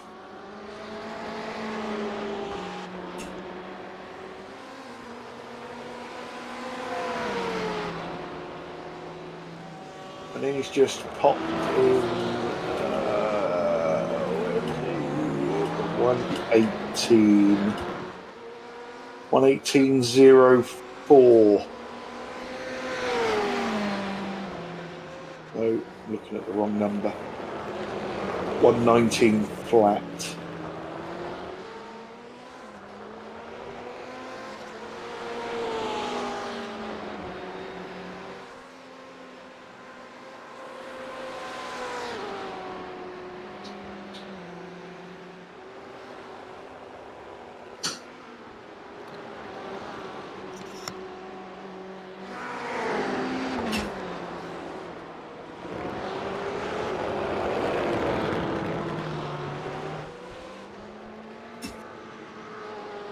So, what have I missed? Anything? Not really. We don't think the double stint tyre gamble from German Simracing? No, Lions Simracing Academy. We don't think that worked. N-Race got right up behind them, and then the Simracing Academy had a spin, and then immediately pitted, which was very early to get rid of them shot tyres. So we don't think that gamble worked, but it was definitely worth a gamble at the time to see whether it would work or not. Yeah, and I'm guessing N-Race Esports Platinum have had some sort of issue in the P2 car. Yes, so they had a bit of a moment on one of the curbs as they were sort of gathering it, sort of mid-accident. Unfortunately, they had a GT car right up their chuff that hit them square in the back. Nothing anybody could do. Big damage on both cars. The front of the BMW was destroyed. There didn't look to be a lot of damage on the P2, but it certainly wasn't driving in a straight line. So there was a lot more there than we could see visually. Well, there's a lot of race left, isn't there? So plenty of time for other things to go wrong. But they were leading that class by quite a considerable margin at one point. They were, yes. Over a minute at least, if not more than that. And that is how quickly things can change. Yeah, it's a feature of endurance racing. You wouldn't see this in a sprint race, would you? No, any other time, it would have happened. They would have had a slow, lazy spin, not hit anything, ended up on the grass, back on track, and carried on with still a healthy lead. But on this occasion, like I say, they had a GT car right up their chuff, and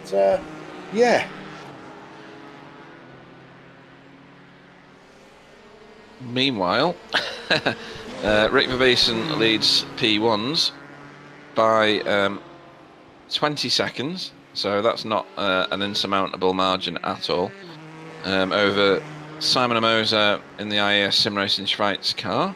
Yeah, that's one mistake, isn't it? But it's not a mistake that we see very often from that GRT team. No, it's true. They are very, very clean the majority of the time. We have seen them have some shunts here and there. Generally, it's with other classes of car not doing what they either expect or want them to do, and therefore they come together with them. Historically, it's probably more likely that IES Simracing Schweiz might have an issue, although they have quite a clean race generally when they attend. It's not usually a write-off disaster, etc. So we'll have to wait and see what happens there. So much racing left to do as well. Yeah, I mean, what have we got? We've covered about 3¼ hours, so we've got 3/4 hours to do.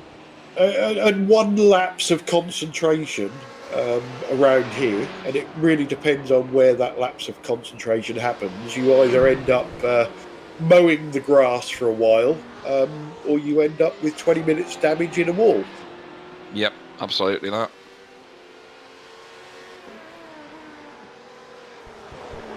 I'm guessing that the two Mass Doubles esports cars are no longer with us. They're out, I think. Yeah.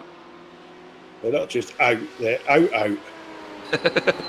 Peter Kay in the room. No, that's... no, it's not, is it? It's... what's his face? Him with the long shaggy hair. Yeah. Not Noel Fielding. Can't think of his name. No, it's not. Katie! What's the comedian called who says he's not just out, he's out? The Londoner.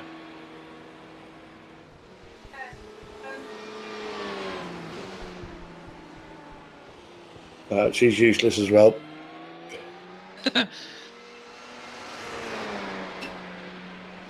to have to Google it now.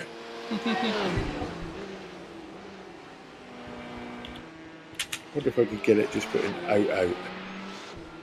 Oh look, somebody's Googled out comedian. Mickey Flanagan. That's it, yeah.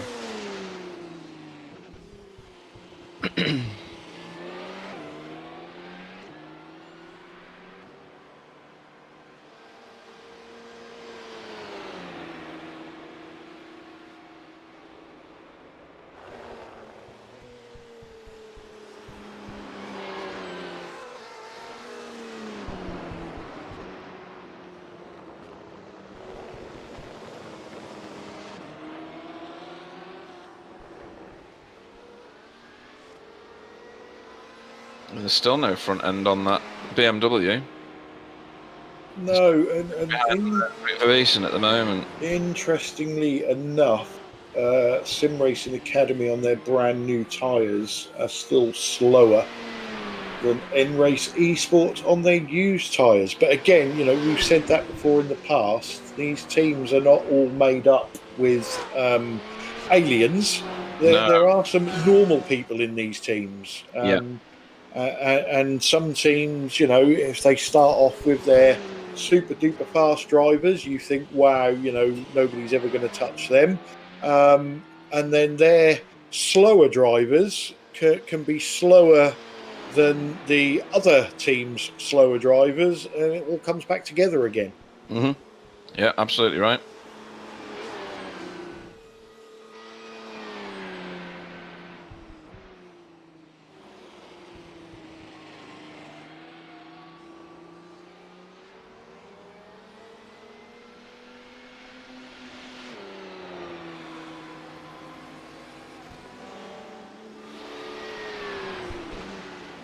So we may have... oh no, don't think so.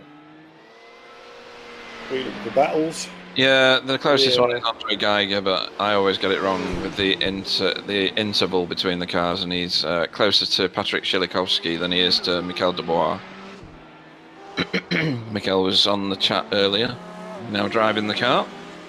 Yeah, my next point of interest is the gap between N-Race and Simracing Academy in GT Pro after N-Race pit.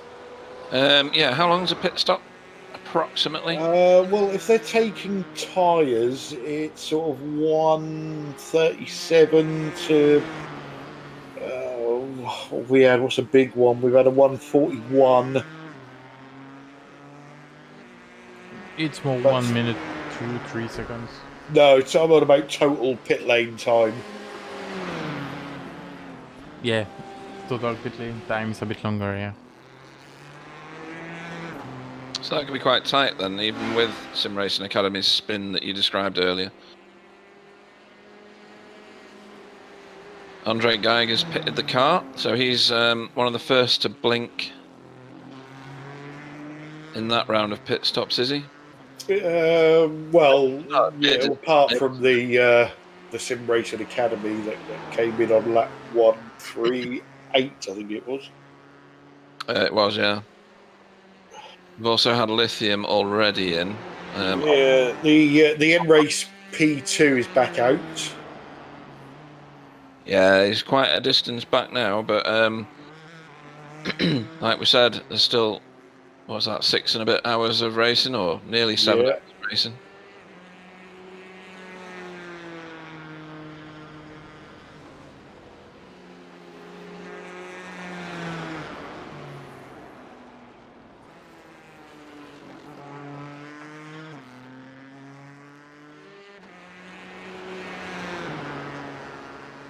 May see Luke come in this lap. Yes, or, well, he might have maybe 2 laps worth of fuel still on board. He's going to run it dry either way, isn't he? I would have thought so, yes. He's got open track in front of him. It wouldn't make sense to put more weight into the car at this point.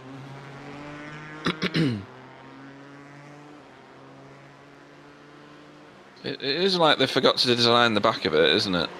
Yeah, so he last pitted on 102, so what's he getting? 51 laps, maybe?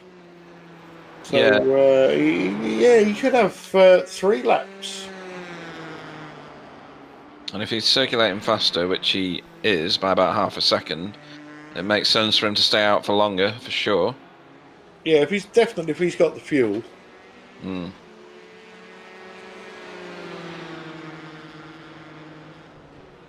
Nice clean overtake there from Rick Verbeesen.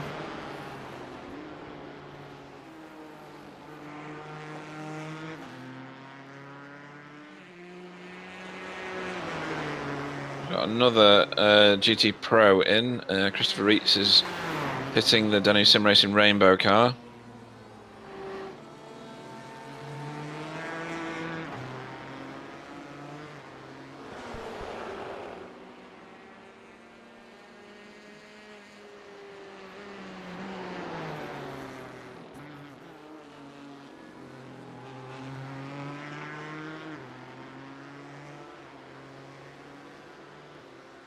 So Sam about?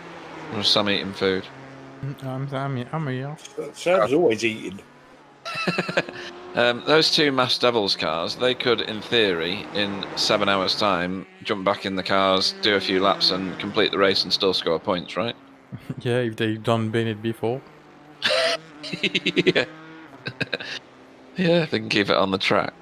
So all isn't lost there, because they'll still pick up points for the positions that they've got there, won't they? Because there's only, 8 cars in that field? Yeah, 8 cars in the AM field, so those points will still be valuable.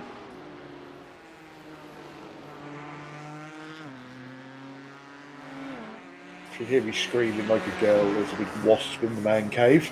Right. Nasty bastards. Absolutely no point in them. Actually, there is. They're a saprovore of sorts. So they recycle wood. So they chew up what's supposed to be like fallen and semi-rotting wood debris, make it into paper, which is then more easily compostable in the natural world, and they provide a recycling service. It's on the window. See, I disagree with you, Pete. There, we've got wood lice for them.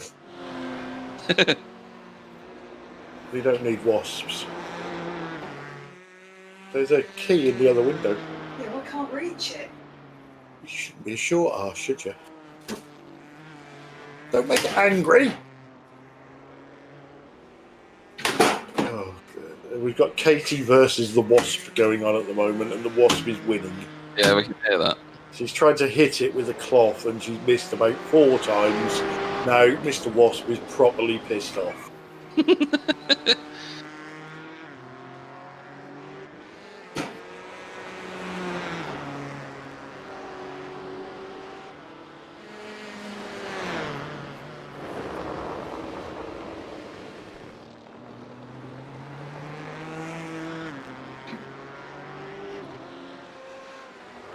I must admit, it is a little bit more interesting than the racing at the moment.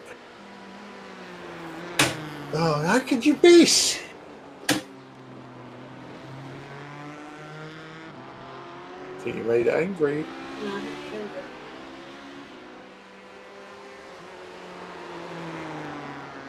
it. Don't use me print CD. I got it! So, Katie versus what? Katie was. Is that right? Eventually, yeah. Cool. We'll call it a draw. There we go. Pitted the car from first place. Will he still come out in first place? And what's he going to do? Is he going to take tyres? He must do, right? Well, they have been on every stop so far, so I can't really see them. I can't see them changing it. Track's up to 81 degrees Fahrenheit. Not sure they're going to stay in the lead here, which is weird. Well, Simracing Academy have only just started a lap with Patrick Shilakovsky.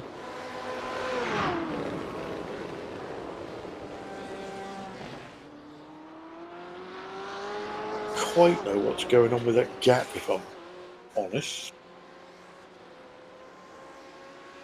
N-Race are stationary in the pits, and the gap isn't really changing. Dave on the chat was giving the Wasp 8-1.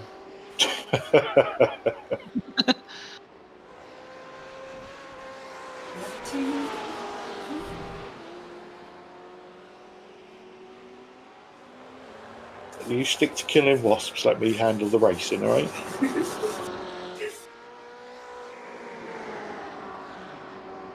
Okay, so Luke's coming out now. Trying to figure out. Oh, he's there. So he's going to have about 10 seconds, if not a lot more, actually. More than that, isn't it? It's dropping to around 11 and a bit. 11 and a half, yeah. But he's on newer tyres. He's going to spend a lap getting them up to temperature, so it'll probably drop a bit further. And then he'll be in full flow after that. Yeah, and Luke was quicker on old tyres than Patrick on new tyres, so that gap should just grow. Yeah, no driver swap there either, to delay them in the pits any further. And now our car to separate them as well, which looks like WOSR's car, if I'm not mistaken. Which is at the minute driven by Victor Garrido.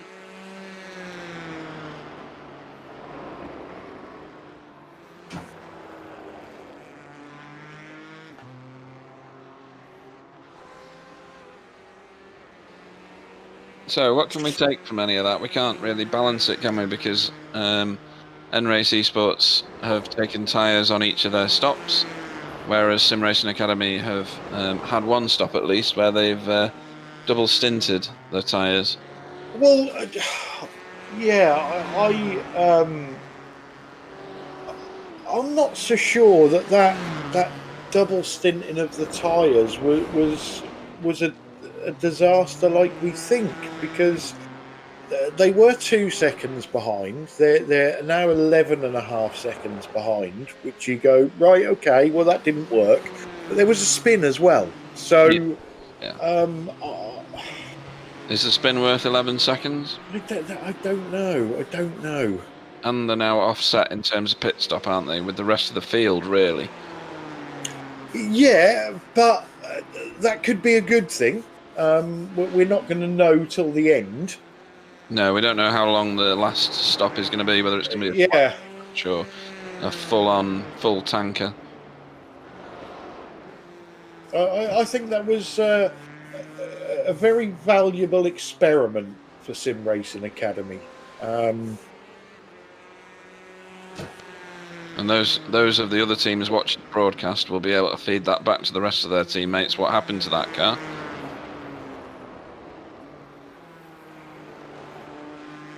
Yeah, I just think, with the track temperature rising, it's going to make double stinting that much more difficult. Whether we see it again, I don't know. Like I said, the chat beforehand was the consideration in the chat at the start was that double stinting wouldn't be a thing to do because of the type of track that this is, and how it can get you on worn tyres. You can see the build-up of marbles on the grass at the side of the road back there. There are 156 laps in at the present time. Yeah, I don't know whether you'd disappear to make your bacon sandwich or kill the cats or whatever.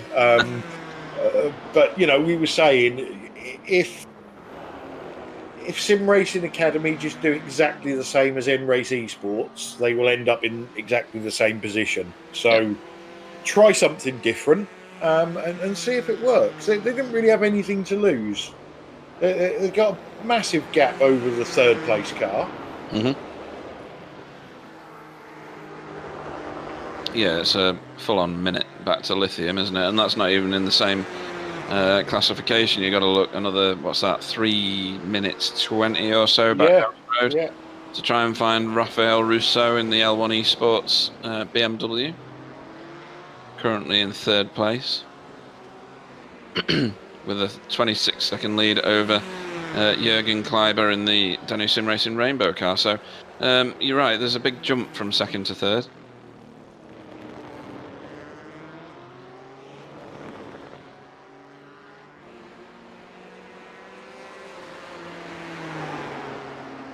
Right, I'm just going to take this opportunity to go and empty my bladder and grab another cup of coffee. Okay, see you shortly. So I'm going to run through the field while Clyde's refueling and see what I did there. I used a racing analogy. So we start our journey with Rick Verbeesen, who is commanding this race from the front.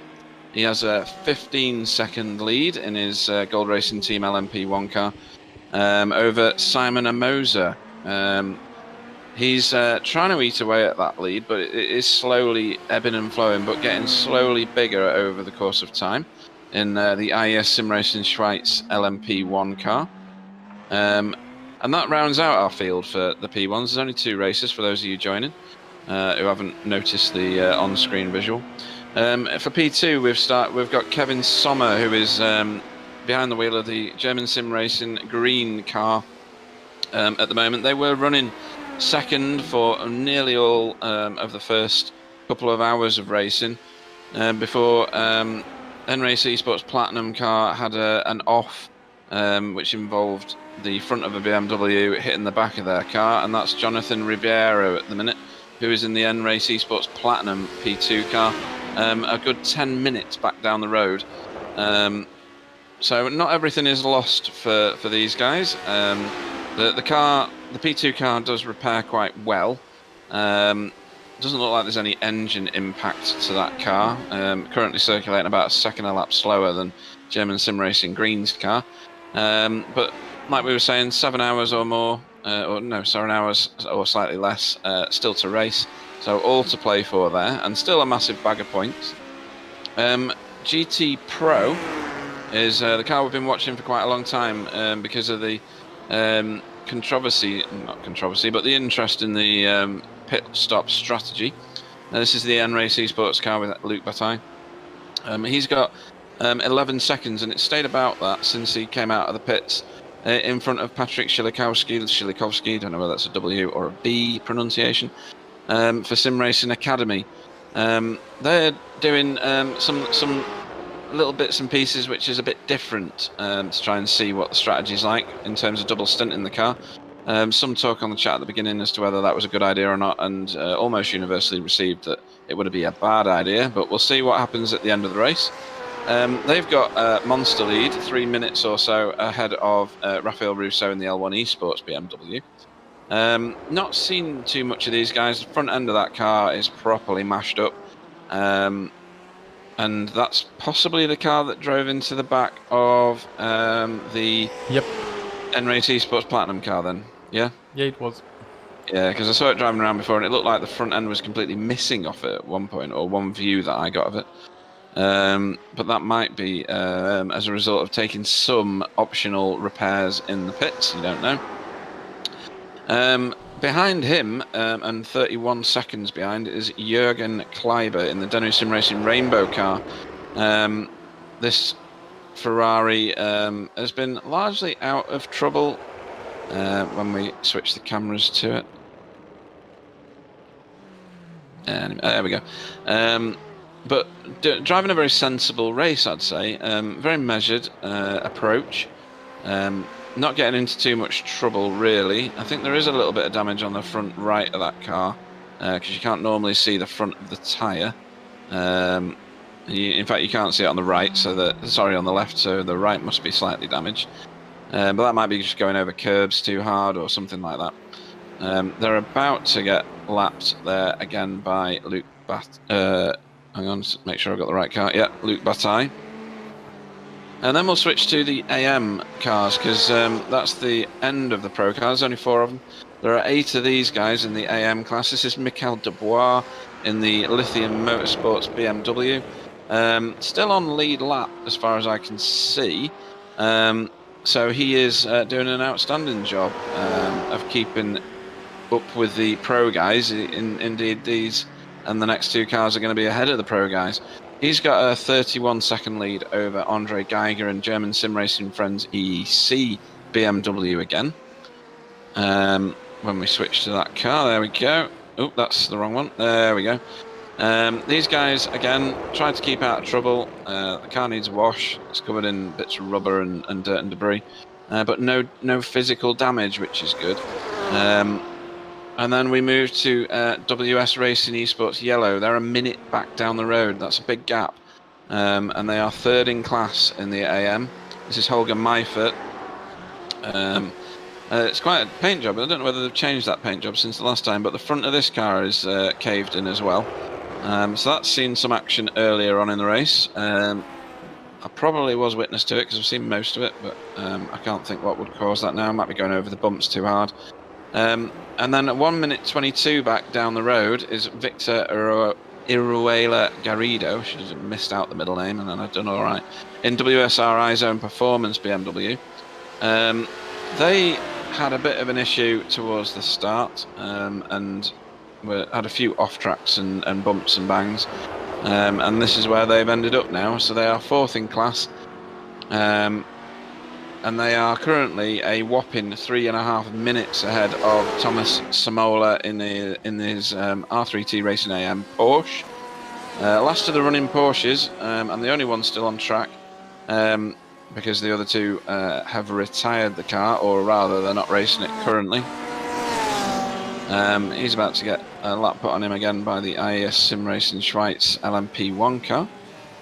And then somewhere, I don't know whether they're still running, are they? Apex Aviation? No, not racing. Apex, Max Devil, and Max Devil out. Right, okay, so everybody else is parked. That was a spin for Simon Amosa. And I'm back. We just missed a spin from a P1 car. They are no longer on the same pit rotation as in Yes, Simracing Schweiz have got an extra pit stop in now. They're on the 5th stop, and Gold Racing Team are on the 4th stop.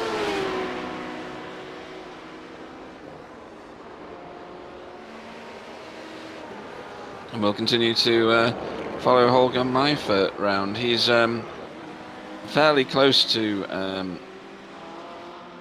that NRAC Sports Platinum car that's just put a lap on him, but nobody else right now.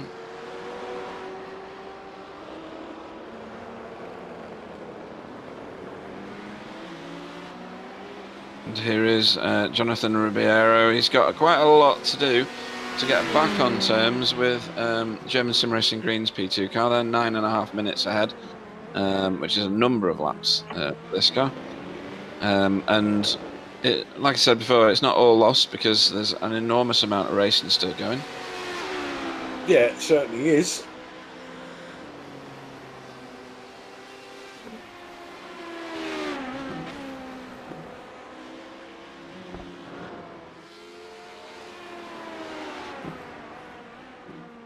Nice use of the black mat there. I do like that.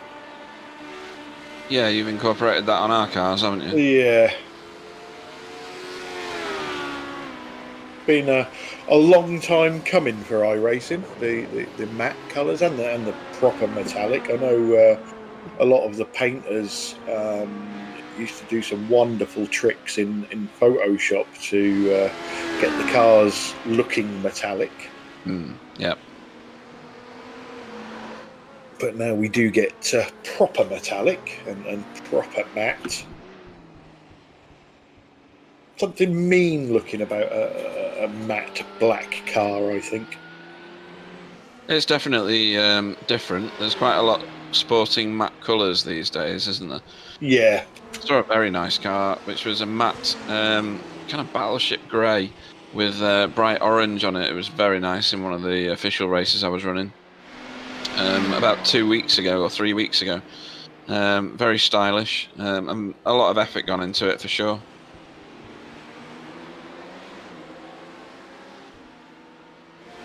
You, especially in the metallic, you get some fantastic colours now. For those that paint cars, I've been messing about over the last few days doing our updating our team paints, and I happen to have the base blue that the templates tend to come with. Yeah. And a metallic dot MIP on it, and just saved it and refreshed it, and it gave this lovely metallic sort of not dark blue, but more of a royal blue metallic. Absolutely brilliant colour. Mm-hmm. What you should work on for anybody that comes into any of our leagues with no paint scheme is, remember that invalid car blue? It was like metallic. Yeah. You should do one. Yeah. To be fair, that's what the base template is like. That blue, maybe a little bit darker. Right. You're on about the three wheelers with the motorbike engine in it. Yeah. The motorbike handlebars. Yeah. I remember my granddad's next door neighbour had one of them. Can't for the life of me remember what they were called. You could drive them without a license. That was in the 70s. Yeah, you needed a motorbike license, didn't you? That's right. I think we used to call them cripple wagons. That's better than what we used to call them. You're not allowed to say what we used to call them anymore. I'm going to try and find them now. 70s three-wheeler. I think they were just called an invalid carriage.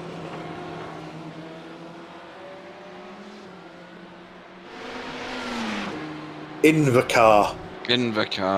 I was nearly right. Which was short for invalid carriage. Which is what I said a minute ago. I am a Jeep. Wow. That brings back memories, and they're in blue. What we should do is we should mod that for our factory and go racing. Somebody did.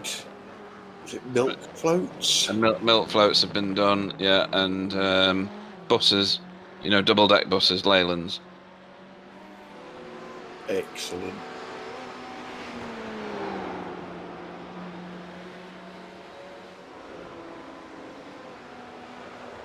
Yeah, there's a picture for you.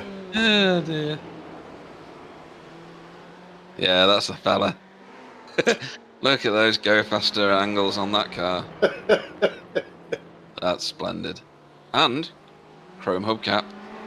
Oh yeah. Yeah, no expense spared.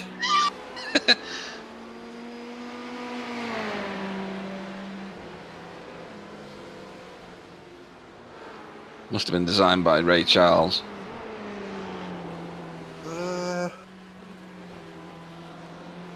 Bert Greaves was the designer.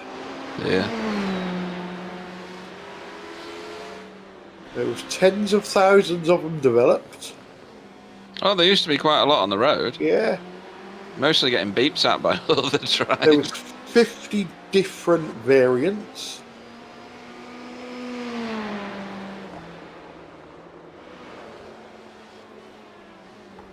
And they got their final DHSS contract in 1977. DHSS, that's an old one as well, isn't it? That's Department of Health and Social Services. Doesn't even exist anymore. Wow, the early ones were powered by a Villiers 147cc engine. Wow, that's eye-watering, isn't it? Yeah, but Jesus Christ, the last ones built had a 4-stroke 600cc engine, and they could do 82 miles an hour. Oh, what? One lead wheel? Yeah. There's been pile-ups on the motorways. Oh, you couldn't drive it on the motorway either, could you? Wasn't allowed to be on the motorway. Wow, I feel about memories. Anyway, back to the racing. Dave on the chat says he doesn't know why this track feels like it, but it feels like it's out of Mario Kart. Yeah. As you said earlier, Pete, it's one of them tracks that you don't get a rest. Yeah, it's constant. Possibly why I like racing at Daytona Road Course. I like Sebring. Mm-hmm. There's chances where you can just go. Yeah, do a crossword before you. Yeah. Yeah, this one's high intensity.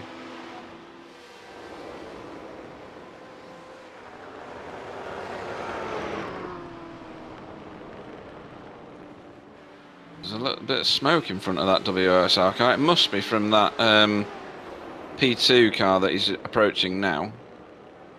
Something happened there, just ahead, and that German Simracing green car was producing tyre smoke.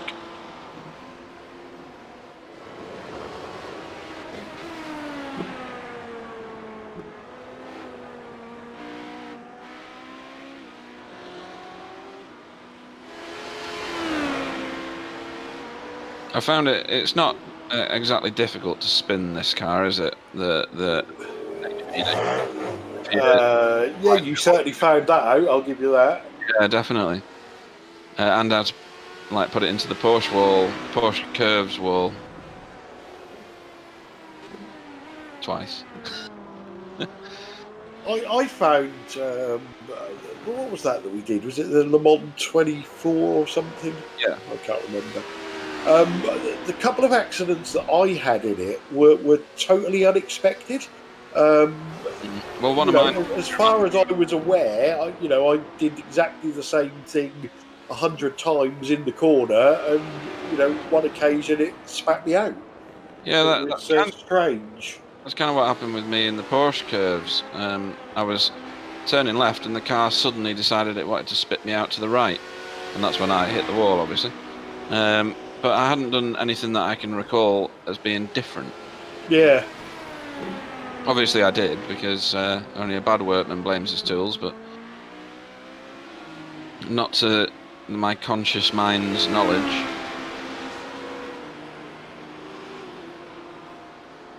But it is a blast to drive. It's such an adrenaline rush to drive the HPD. I'm sure we're going to see some HPD retro leagues pop up. Yeah, you still have to pay for the car, don't you? iRacing haven't made it free or anything. You still have to Have pay. they not? It's $2. It is. Oh, right, okay, that's fair enough. That's bugger all, is it? It's not even real money. But odd that you have to pay for a car which is now legacy and won't feature in any races anymore. Yeah, true, very true. It's $3 apparently. Dave's got you right. All right, sorry, Dave. Sorry, Google.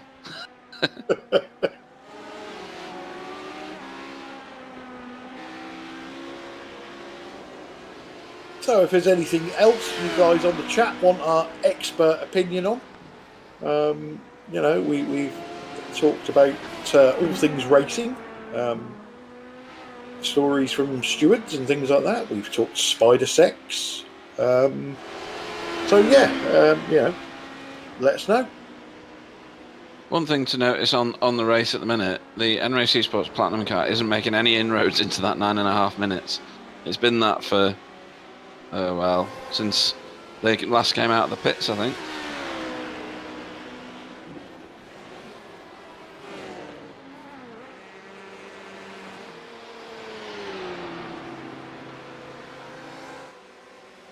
Yeah, the closest battle we've got on track at the moment is 7 seconds.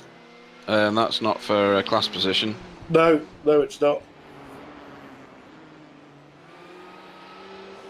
And I think while you wait for Bill, I'll get my away from broadcast time.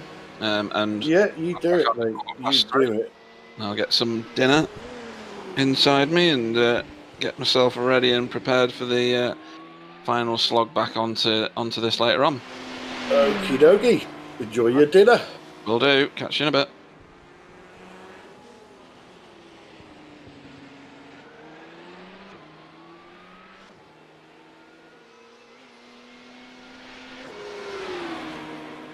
So Rick Verbeesen carries on in the Gold Racing Team P1.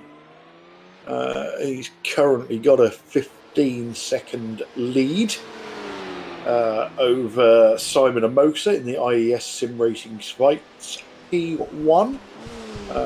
They are on lap 201. About to start lap 202, 3 hours 49 minutes into the race. Let's have a quick look at the temperature. Is 81 degrees Fahrenheit, coming up to 25 minutes past 10 a.m. in Alabama.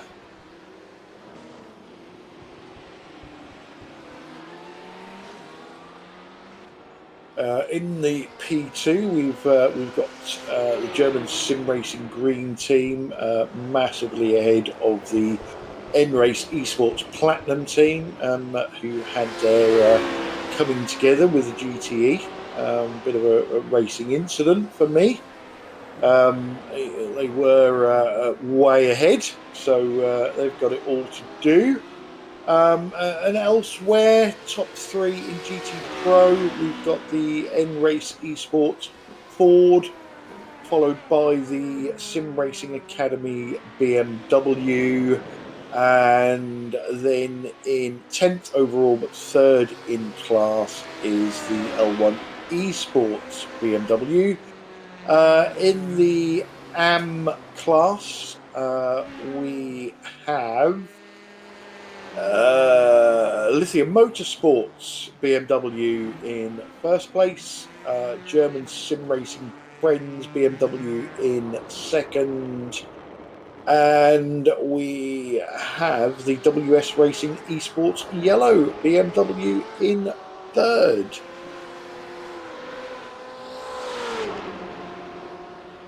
And unfortunately, not a lot of action on track at the moment. A little bit wide there from Mikel. Gets away with it.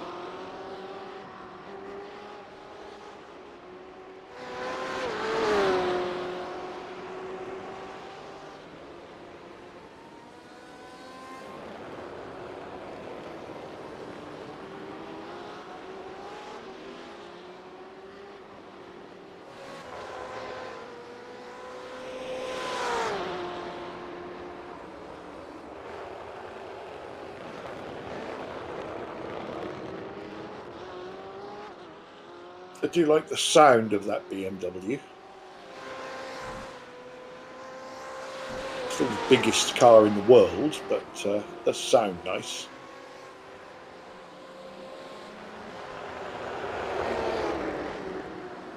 Just need the Bentley Continental GT3, and then we will have the best sounding car ever.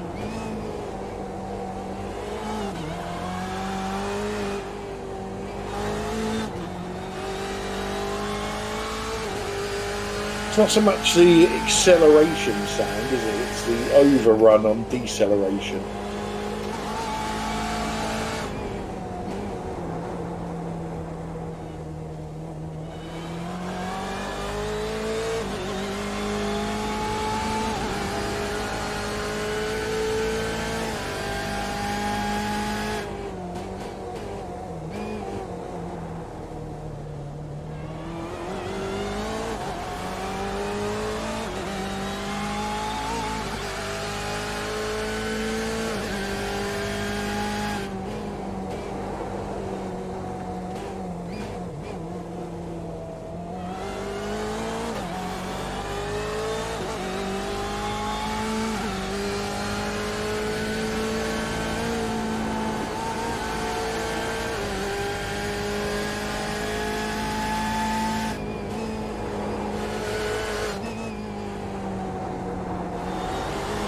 Sounds like there's a lot of understeer tyre scrub on this BMW.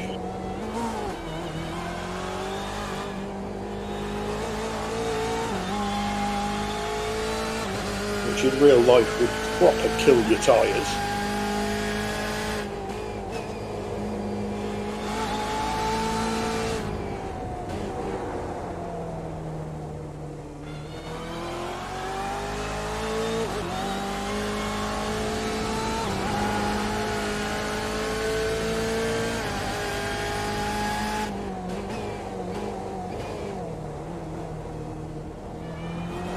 Anybody heard any iRacing rumours about an update to the BMW GT3 to bring that up to date, maybe?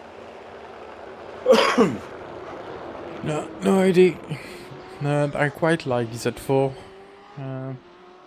Yeah, I must admit I do, but obviously not used anymore. So Yeah, true. iRacing do seem to be well in with BMW at the moment, as well as Porsche. So it'd be interesting to see if we do get. I don't even know what the new GT3 is for BMW. I think Are that's they the doing an M6. M6? Yeah, Yeah. I think that's the M6. It would still be a massive beast Oh yeah, compared yeah. to the other one.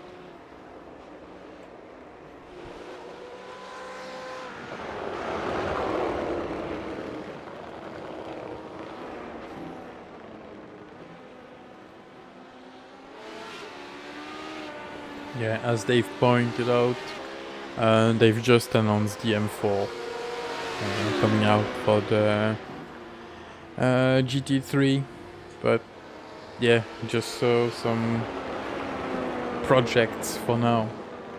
It's not on the track yet.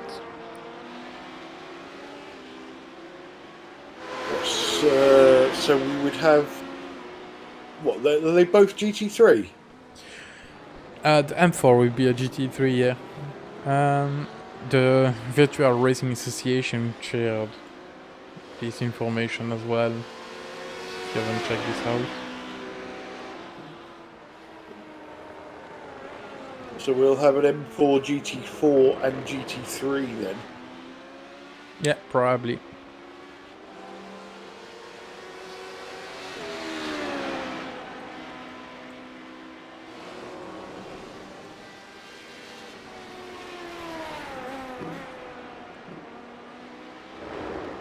And obviously, I don't watch a lot of this in real life. Do they use both in GT3?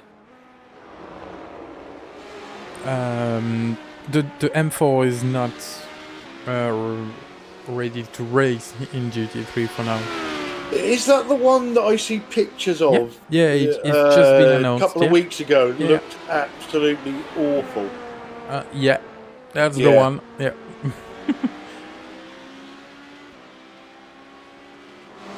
The new front of these cars is just awful. Yeah, that's the word. Yeah.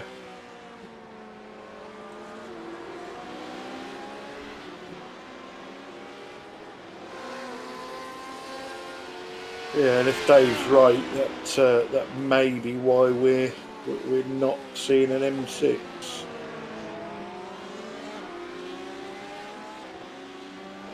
Pointless iRacing building an M6 if they're going to bin it for the M4. So.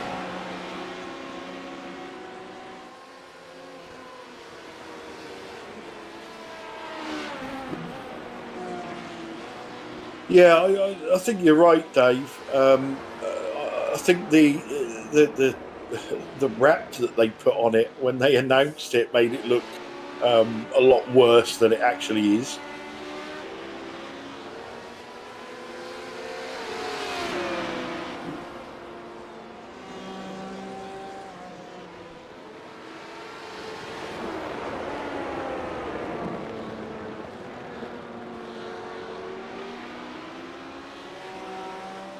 And of course, we've got the Le Mans 24 coming up next weekend.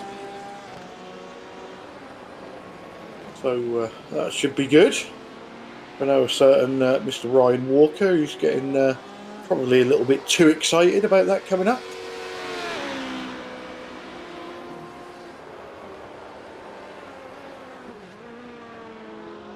Obviously later in the year than it should be, so it's it's going to hopefully be cooler temperatures and maybe a little bit more weather affected as well to shake things up.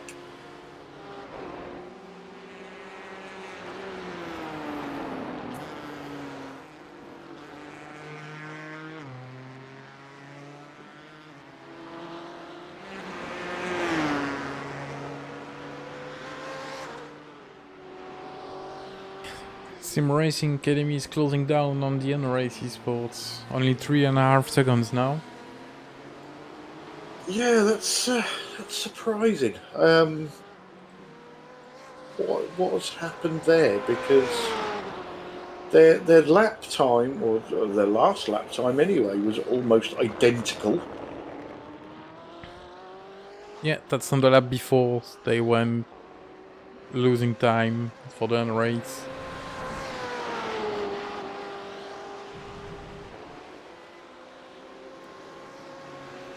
Maybe, I don't know, were they stuck in traffic? A little mistake by Luke? The only reason I say that is because on the last run, Luke was quicker on old tyres than Patrick was on new tyres. So I quite wrongly said at the start of this run that we would see Luke disappear into the distance.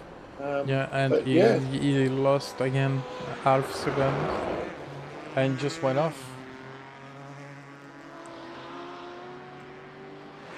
He went off track on turn 2. Yeah. At the end of turn 1 and 2. Whoa! That's damage at the rear of the car. Surely it is.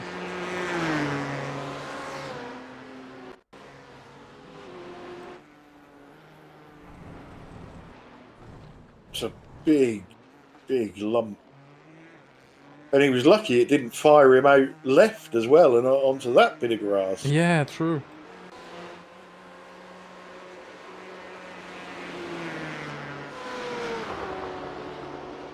But you can see how close the gap is now.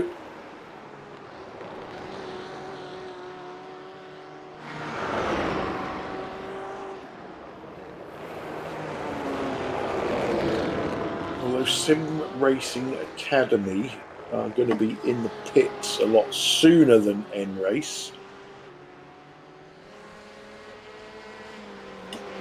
It's sort of roughly 50 laps, so Patrick is going to be in But he's got a little way to go yet.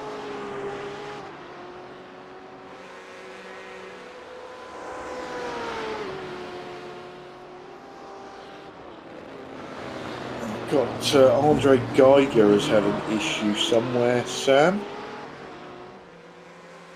The German Simracing Friends EC car.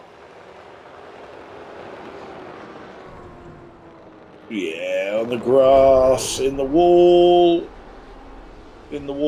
backwards. Gather your thoughts, son.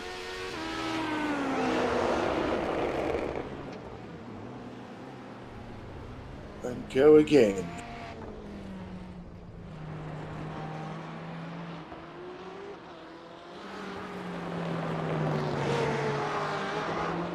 So even though that looked like a bit of a hard hit, visually anyway, they don't seem to be... Doesn't seem too much damage.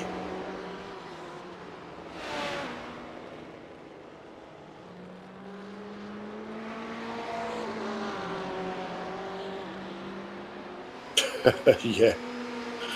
Yeah, Dave said it's a BMW, they drive like nothing happened.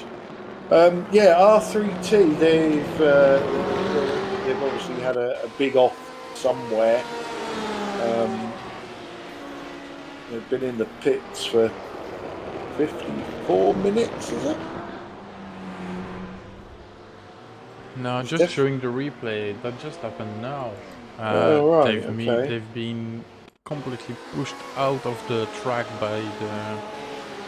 Yeah. Yeah, that wasn't pretty, was it? So big lick to the right, damage on the back, damage on the front, and a tow back to the pits. Yeah, I'm sure Niels will complain about the penalty that will be issued after that. I'm sure it will.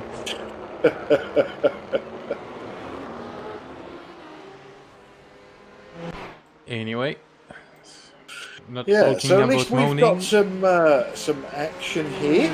Yep. For position.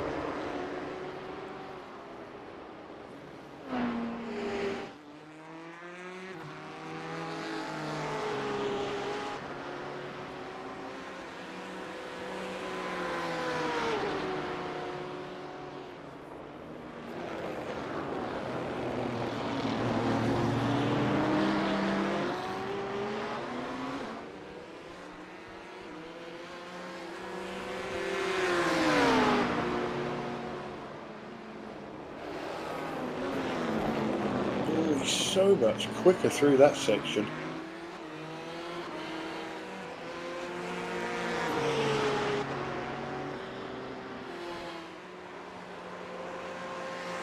Although I believe the majority of this time was made up before the Ford had that incident, I think you might be right, Sam. I think there's some rear end or underfloor damage somewhere on that Ford because it's just not as planted as it was before. Yeah, it was quite a big bump on the grass. It was, wasn't it? Yeah. And like I said, you know, Luke was pedaling it like it was on rails before. Yeah, maybe Guillaume can tell us if the car looks damaged or not, because I just saw him posted a message in the chat. So, Guillaume, is the car still okay, or did you get some damage from the small incident?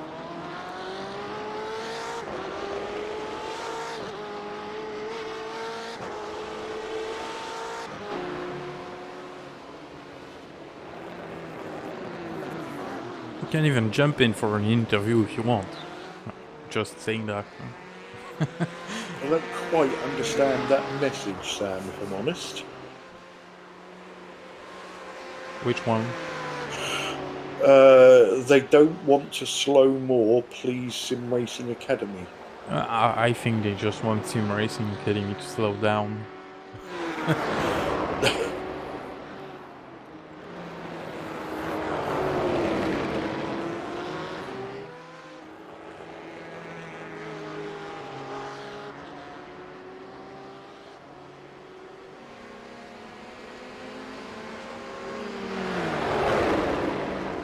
Well, the way Patrick has reeled him in, you would expect that he's going to get past him.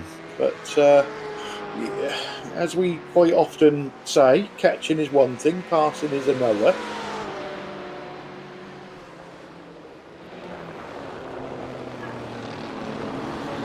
He's definitely better on the brakes.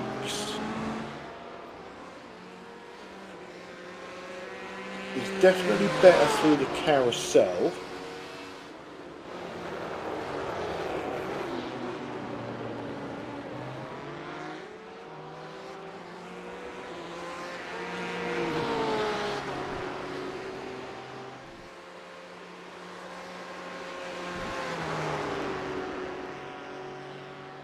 The boost button is the middle pedal, Dave, just in case you don't know, when you get ready for your stint.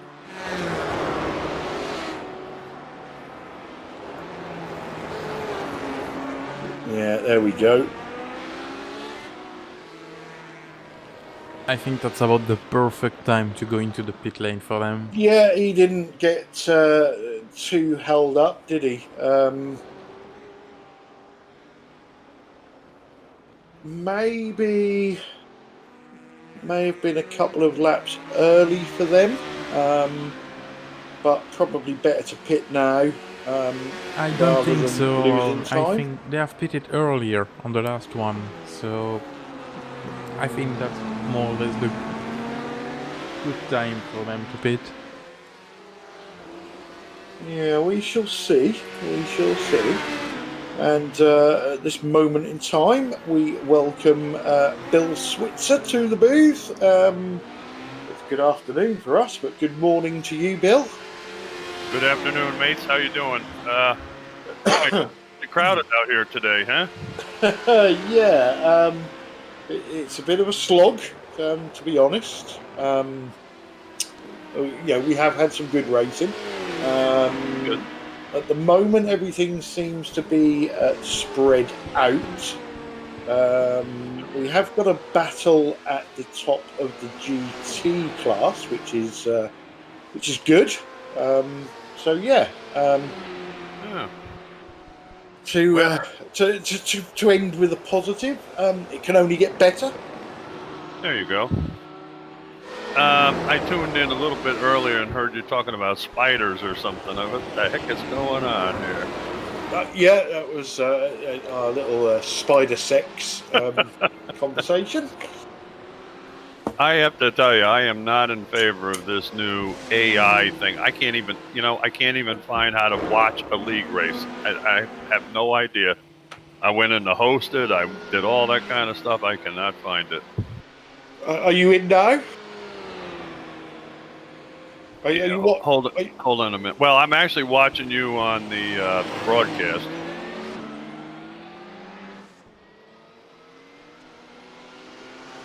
Right, okay. I don't know. I don't know if we officially should do this on the air, but yeah, I'm on. Right. Oh, okay. Yeah, I've just sent a link, Bill, in our private Discord chat, if you want. Okay. This is the website link as you had before the update. And Okay. welcome to the booth, by the way. Thanks, Sam.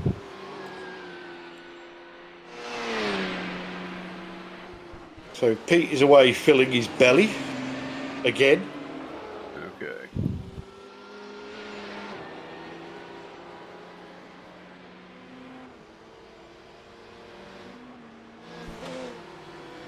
There's only 2 seconds and a half between the two first P1. Well, the two P1, because there's only 2, but you know what I mean. Yeah. Well, that's. I see Gold Race Team LMP1's got a little competition today. That's good. Yeah, they have. Simon Amos has been pegging him back a little bit. He was half a second quicker on the last lap.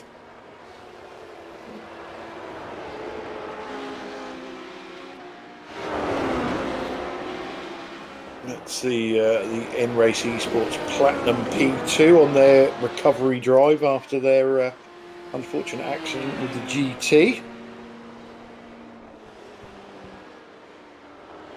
Hope it wasn't his team car. Oh no, and GT's still running, isn't it? Yeah, no, it was one of them unfortunate one, Bill. The P2 sort of was halfway through an accident on a curb and trying to get it right. And there was a GT car right up its chuff that just, it couldn't do anything. Yeah, right.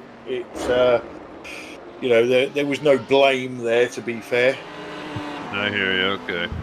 But both cars got massive damage. I think I don't want to sound like a broken record, but I swear I've said this a couple of times about Barber. I cannot believe in real life that Indy cars race here. I am just flabbergasted. Yeah. Wow.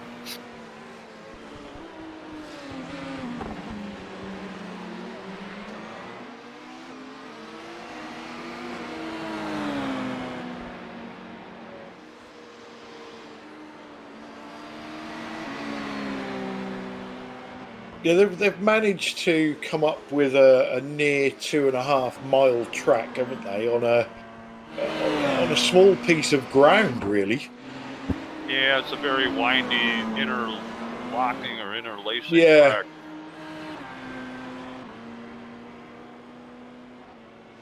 I think it just needs some jumps. There you go. Excuse me, it's a great motorcycle or motorbike, which you guys call racing track. I think the money that they spend on aero parts on these cars, put a few jumps in the track. Let's see how good your cars are when the aero parts fall off. Yeah, exactly. We've got that protest, Clyde, if you remember the incident between the two GTs, the 420 and the 409. The German Simracing and the yeah, I'm not surprised, mate, if I'm honest. Yeah, I think that one was fairly cut and shut. Yeah, fun fact. Try to know which one protests the other. You're not going to tell me the car that did the hitting did the protest. They did. On what grounds? There was another car on the track and they didn't move out of our way? Yeah, maybe, I don't know. I just don't understand why they protest something they did themselves wrong. Okay, just watch back once again. We are with the 409, which keeps his line. He's completely bummed by the 420 and the 420 protest the 409. I mean, goodbye, guys. Please, goodbye. Tell me the guy that hit the Porsche in the back was the one that filed the protest? Yeah. Get out of town. Oh, my goodness. Yeah, I don't get it. That's... I mean... He was in my way. Yeah, he was in his way, yeah. Yeah. German sim racing, if there's anybody on watching the broadcast, could you just explain that protest to us, please? I really don't understand it. Seems a little odd, actually. Well, it might be frustration level. It could be anything. Who knows? I just want to know what's in their head.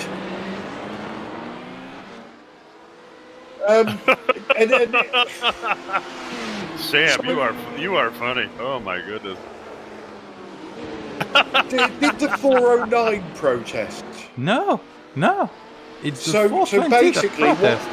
what the 420 has done is took an incident that they were at fault for. That if they'd have kept quiet, there would be no protest. There would be no recriminations.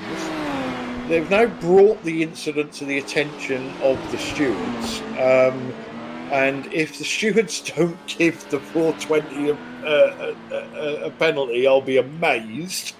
They should have just kept quiet. Yeah.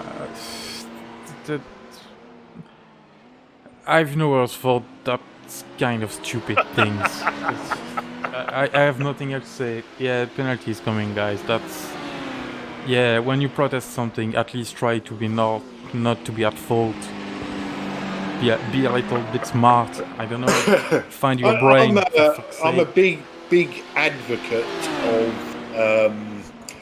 penalties for what I would call frivolous protests.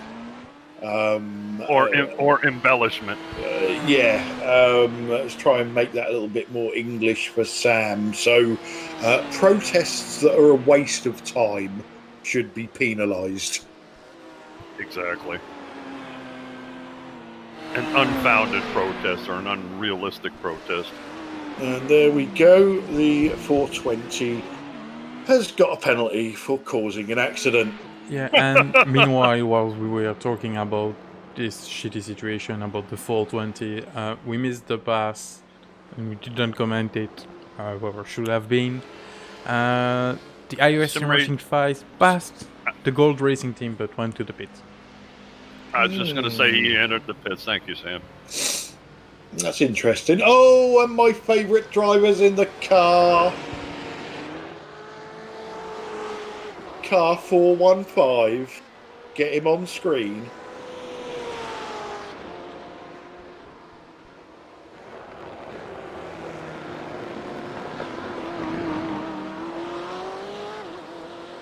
The man, the myth, the legend, Kevin Vutu. All right.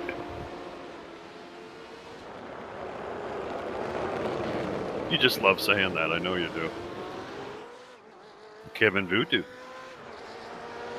Yeah, and obviously for those of you that are not in with the joke, it's Kevin Vu 2, and we don't think there's another Kevin Vu, but perhaps Kevin Vu had another account that didn't go quite so well, so he decided to be Kevin Vu number 2. And we just think I think it's got a fantastic roll off the tongue. So he's now called Kevin Vutu. If I recall, And in all fairness, we spoke to Kevin at the end of the last race, and he did take it in jest as it was meant to. So I believe he did pretty well in the last race that we did. they certainly did, didn't they? Yeah. I'm waiting for a backlash from the 420. He's in the pits now. Is he getting a stop and go or something, or a 20-second or something, Sam?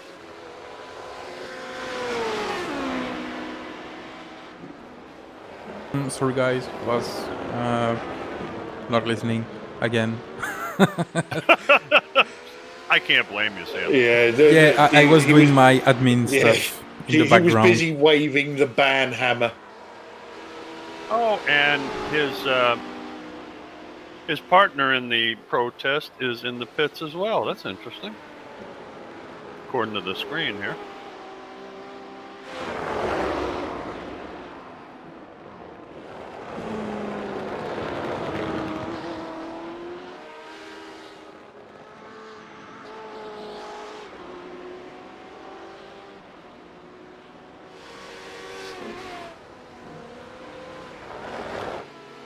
Clyde, that little car you pictured on the on Discord, is that a Robin, whatever they call it? No, that's it's what they called an Invacar. It was a car designed for invalids. Oh, okay. It was a three-wheeler with a motorbike engine and handlebar steering. Okay, and it looks like the door folds down from the top too. If I'm not that I mistaken. can't remember. My granddad's next door neighbour had one. Really? And they were all in that blue colour. Oh yeah. Which Aqua. it got nicknamed in this country Ministry Blue after the Ministry of Health. Looks like it's made out of fiberglass. It certainly is, yes. Yeah. Yeah, they.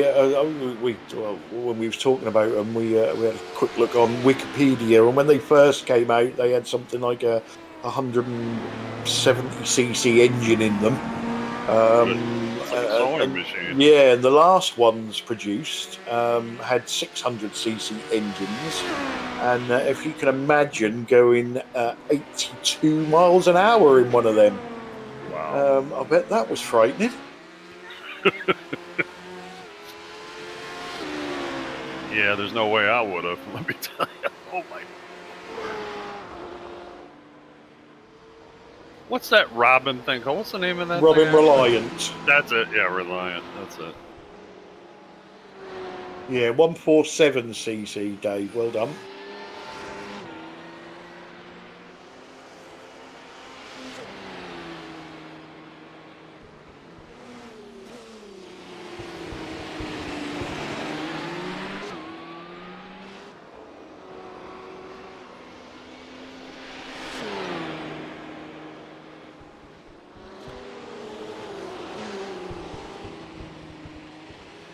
I remember one time when I was in the service business and had to pick up somebody's vehicle, and he was an invalid, and he had hand controls.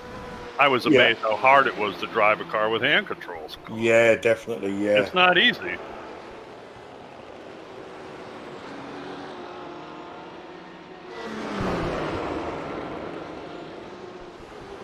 But it's nice they have a way to get around on an automobile. That's really good.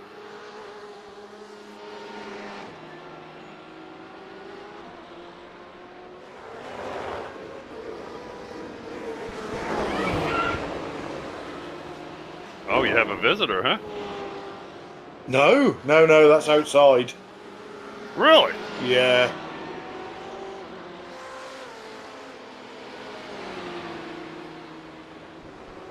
That was Arthur screaming at you there for a minute.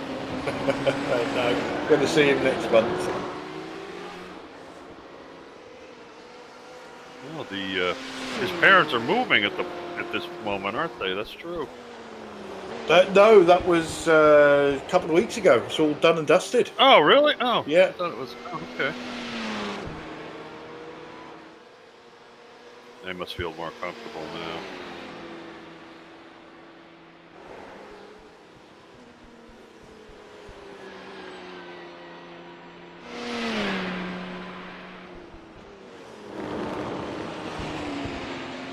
Now, the green highlighted cars on the screen are the GT. They are the GT Pros. Yeah. Oh, okay, and the other ones are the okay.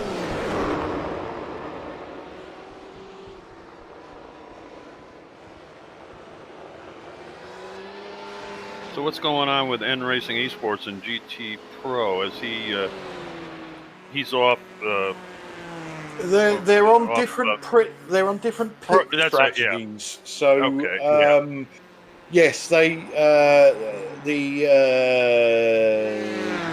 who's the other one? Simracing Academy. Yeah. Well, had closed them down and was up their chuff and then pitted. So okay, because he's a lap down. We wait for the Ford to pit and then see with this how close they come out on track after that. Okay. That's always an interesting battle between the Ford here and some of the other guys on those strategies, because he seems that the Ford guy always seems to get a little better mileage than some of the other people. Fuel mileage.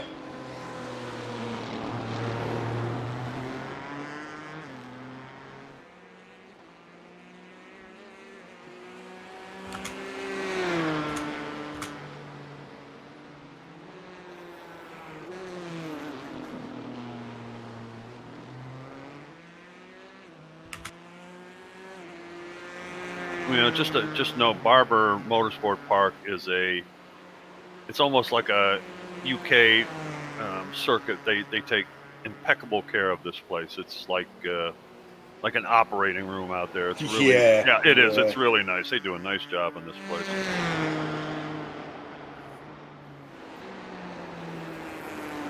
And supposedly they have one of the best motorcycle collections in the United States in their museum over there.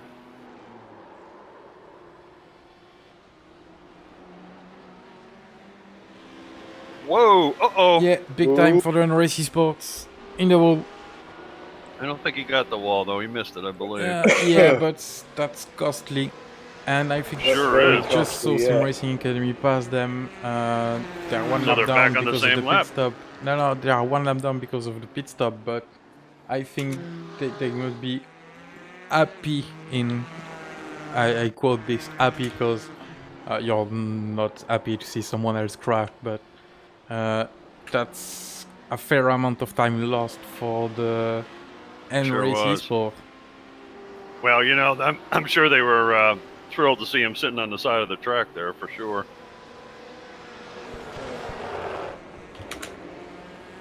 Yep, there they go right there.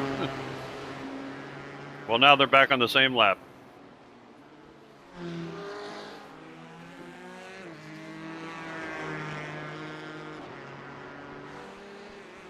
It's an easy thing to do coming off that corner.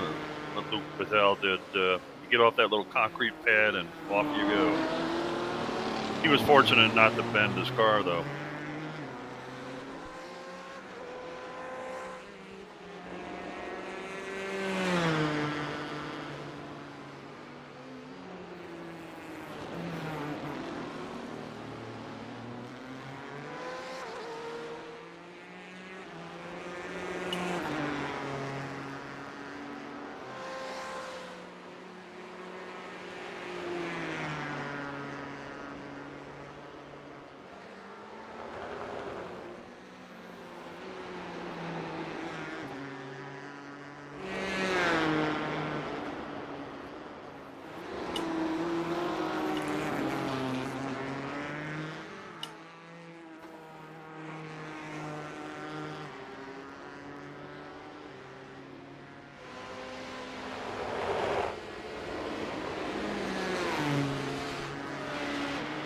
Barber has a very unusual pit road entrance. It's kind of crazy.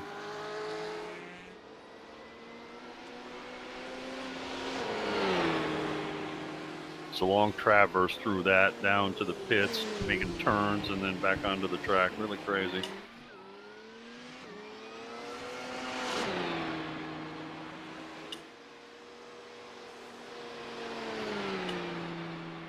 There's the star of the film, Roger Rabbit, Gold Racing.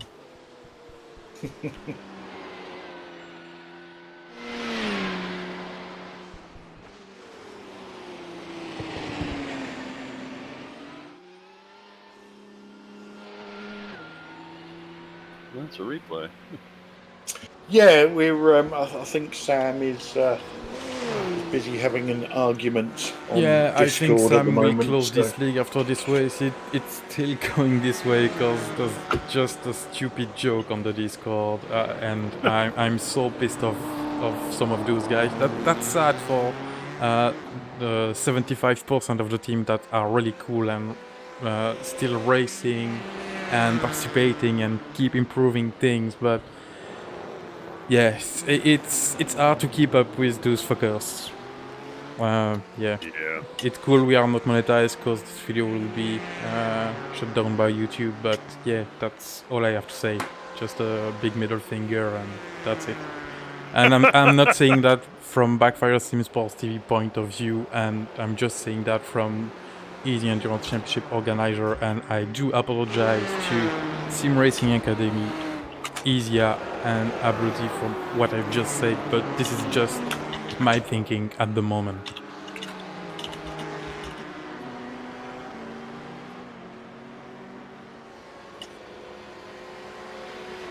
Security, come get this man, please. Security or padded jackets themselves. I was going to say, we need a chill pill for this man over here. Hey, Sam, we know. We've all been there, buddy.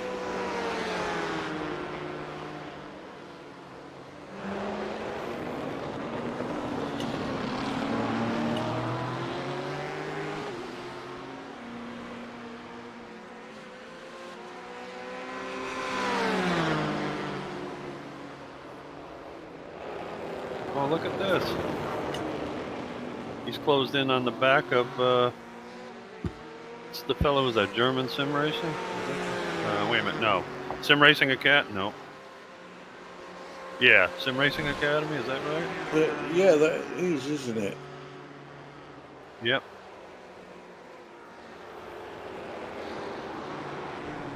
Well, at least with him in front of him, he knows where he is. He's not going to lose him. Apparently not. But yeah, now he's in for his pit stop. So yeah, that was a costly mistake there from Luke. Yeah, it really was. Well, that's why he probably closed up on him really quick to get as much time as he could for his pit stop. But there's still a long way to go. We've still got 5.5, or went American then, 5.5 hours to go.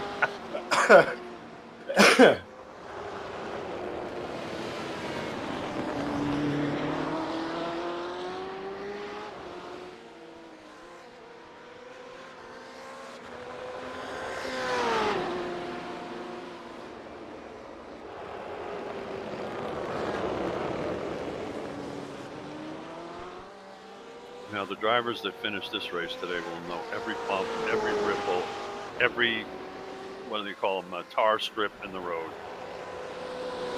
Yeah. Well, their backs will anyway. For sure.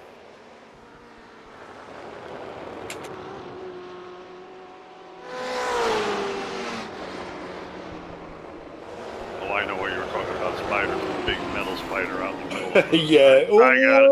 Oh, so there we go. There's Simracing Academy making a mistake. Oh, wow. Yeah, he didn't lose Not much sure time. that was a mistake, guys. Do you think there was contact there? Yeah, I don't know. I'm gonna have to rewind because I don't have anything on the Avian viewer, but Oh, yeah, Sorry, a couple laps. I weird. think it was a contact. I'm not sure, but that's pretty close Cut to it too the close. car. Cut it too close. You would have to see it from over there, this angle. Is it net code? No, there's a touch there, definitely. Yeah, Yeah, that's most definitely. Just barely touched him. He thought he was clear, I'll bet you.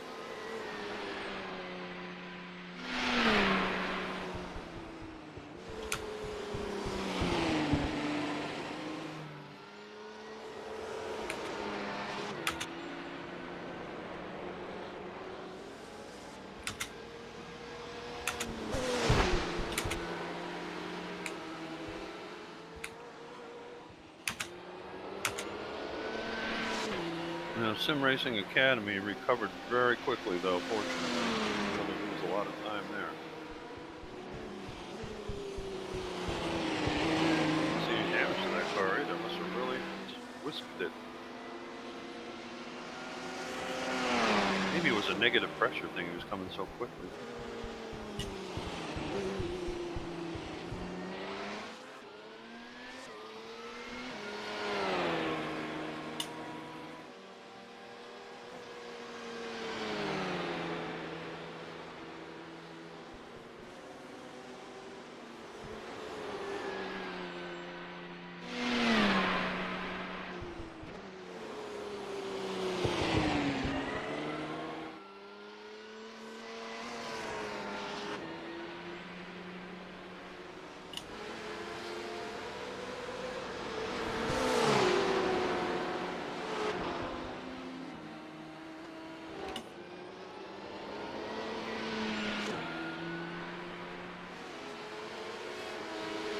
Okay, everybody, so very shortly we are going to go into an ad break, just so that A, we can go and refill glasses and cups, and B, Sam can go and take a chill pill, and we will be back very, very shortly. Enjoy the ads.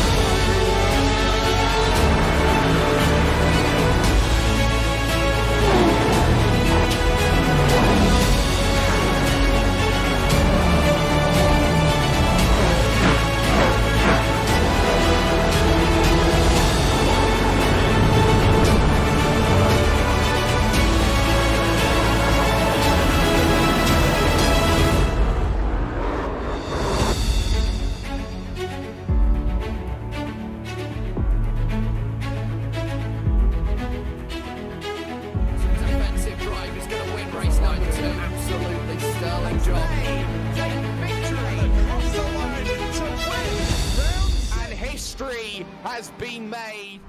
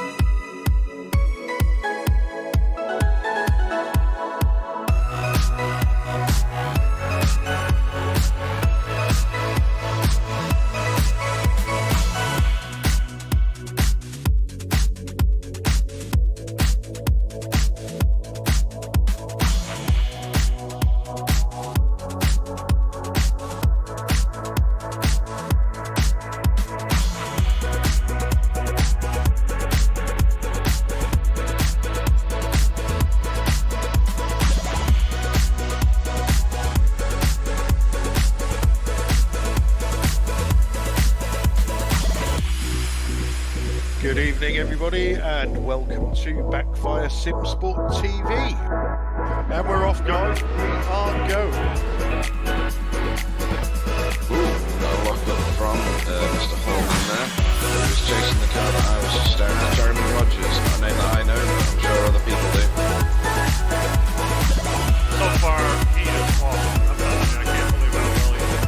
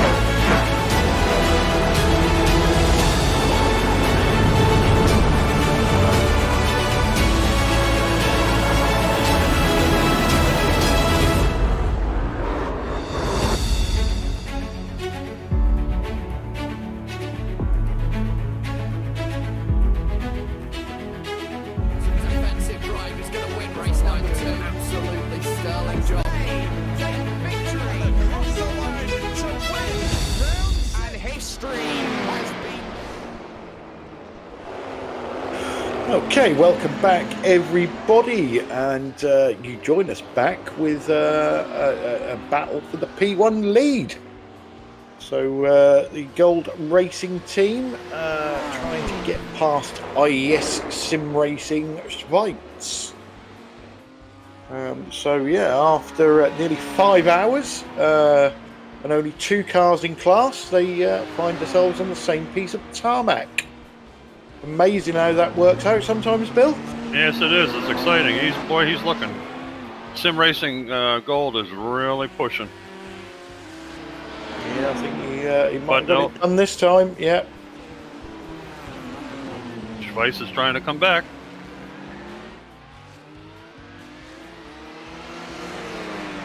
Whoa.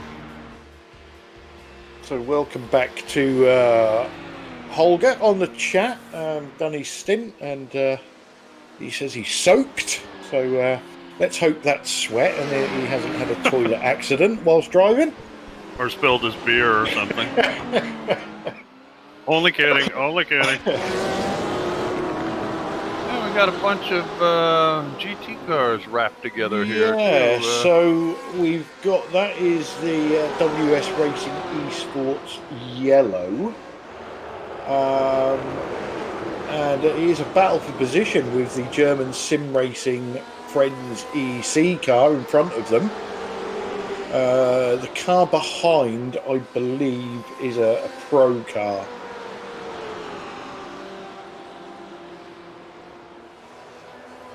And there's a Porsche with the special iRacing wing on it. Yeah, good for left turns only. Yeah, I can't remember what race it was that we did, but every single one of the Porsches had that same wing. Unbelievable. Oh yeah, that's the man that's been spun around a few times, though. He's been hit a number of times.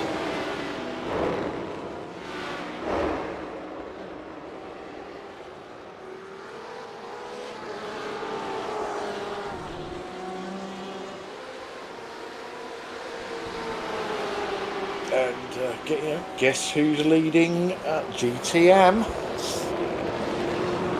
The man, the myth, the legend.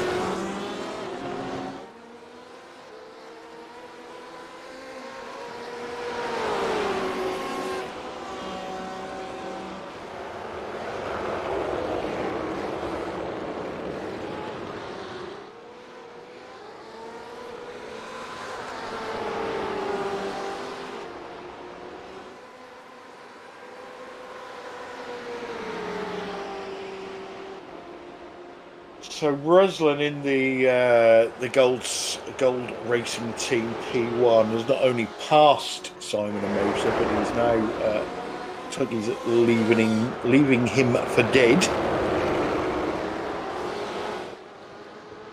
Yeah, once he took off and once he got by him and kicked in the afterburner, he really took off. Amazing how I just saw behind this film that we got the camera right now. He passed on the outside of that corner going into that. Yeah. Yeah. If you did that in any other car, you'd be off in the weeds and the guardrail.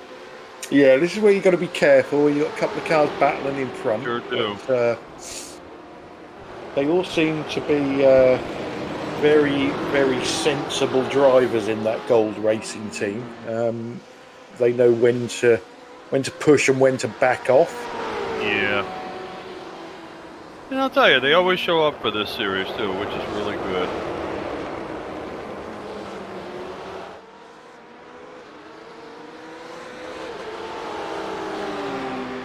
I was impressed the last race we were at. Where were we? Daytona? No. I can't remember. But anyway, I was impressed he was the only car in the class, but yet he ran the whole Yep, they certainly time did, didn't out they? there. He could have run the first lap and last lap and got the same points, so but he Yep. didn't. He soldiered on the whole time. Not just him, the team did.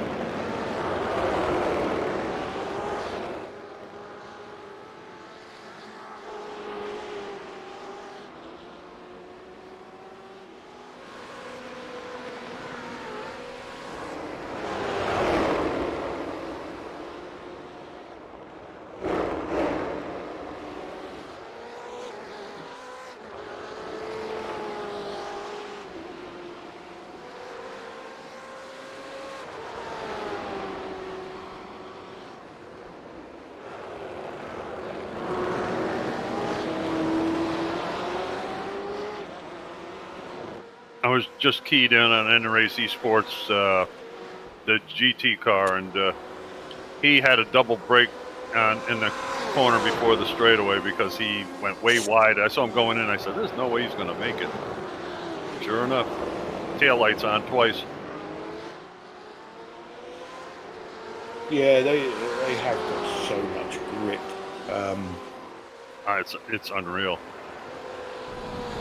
So we're about to hit the 5-hour mark, which is halfway. So let's give you a rundown. We are currently just past 11:30 a.m. sim time. Track has risen. If you all remember, we started off about 67 degrees Fahrenheit.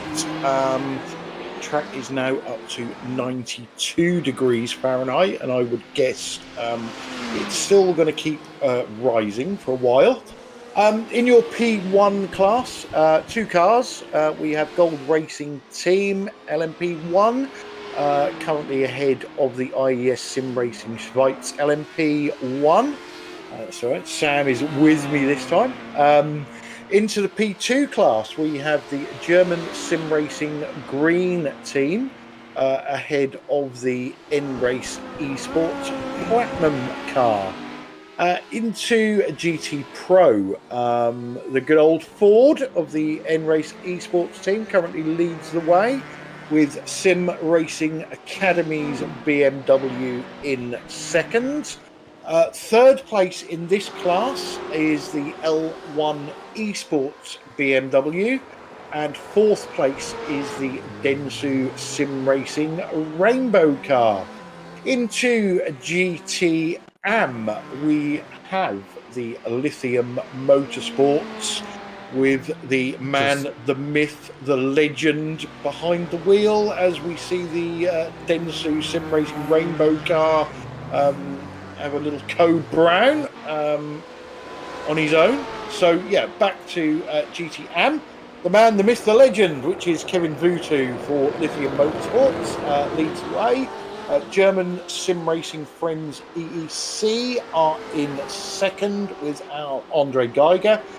WS Racing Esports Yellow are in third place with Justin Holt. And in fourth place, we have WOSR Zone Performance with Ruben Escriba Ralu. Apologies for that pronunciation. And I think the only other car circulating in that class is the R3T Racing Porsche with Martin Krysonic behind the wheel. So that's where we are at the halfway stage. Martin's car is the one with the Silverstone wing on it. Yep, he's still going. Yeah, he's still going. Yep. Yeah, sponsored by Silverstone.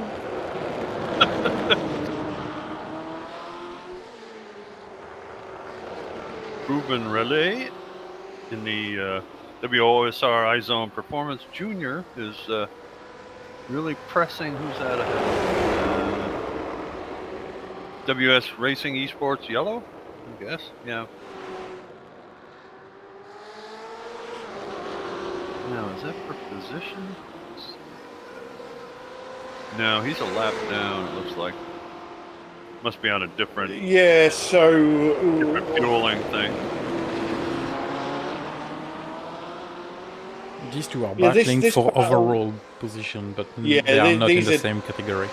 yeah, these are different Oh, okay. class. Oh, okay. Yeah. Yes, they are. I'm sorry. You've got the Pro in front and the Am behind. These sure look the same to me, but okay. Yep. All right, gotcha.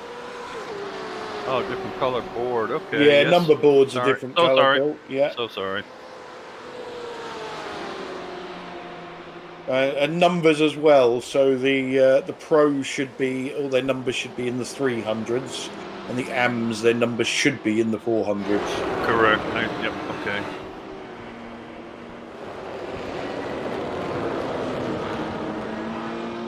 And his Gold Racing Team LMP1 says, "Excuse me," and blast by it. Well, yeah, that's the IES Sim Racing.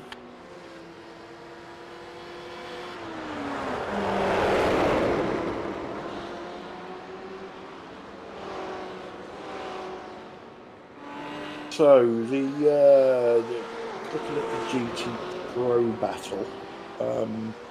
So we see both of the leaders have some minor incidents, and that's left N-Race just over 9 seconds ahead of the Simracing Academy car. But the two are way off sequence on pit stops. Yeah, they are, certainly. We see the BMW earlier on, probably before you joined us, Bill. They double stinted a set of tyres. Quite rightly, they were trying something different, and probably binned the car. I don't know, 5 or 10 laps before the stint. The second stint was supposed to finish, and immediately pitted to get rid of the ruined tyres. So yeah, that's put them way off the strategy. Yeah. But yeah, we'll wait and see at the end to see what that does overall, because it may be that they're now on the correct strategy. True.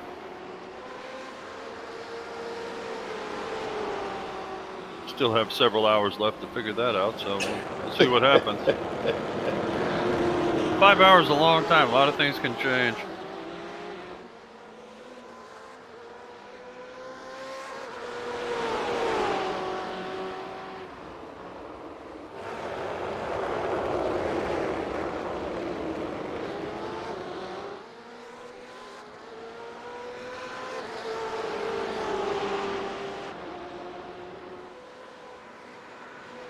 You know, these little number boards that they use on these kind of cars are so neat and put in a different spot.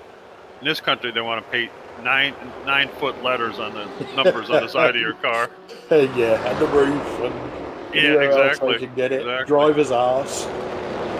Matter of fact, NASCAR is that's probably a dirty word, but they're trying to figure out how to change the number placement to the quarter panel rather than the door, and of course. You know, the door is would be a very popular place for a sponsor, and of course, sponsors are getting thin. And oh, we got a replay. Go ahead. What do we got?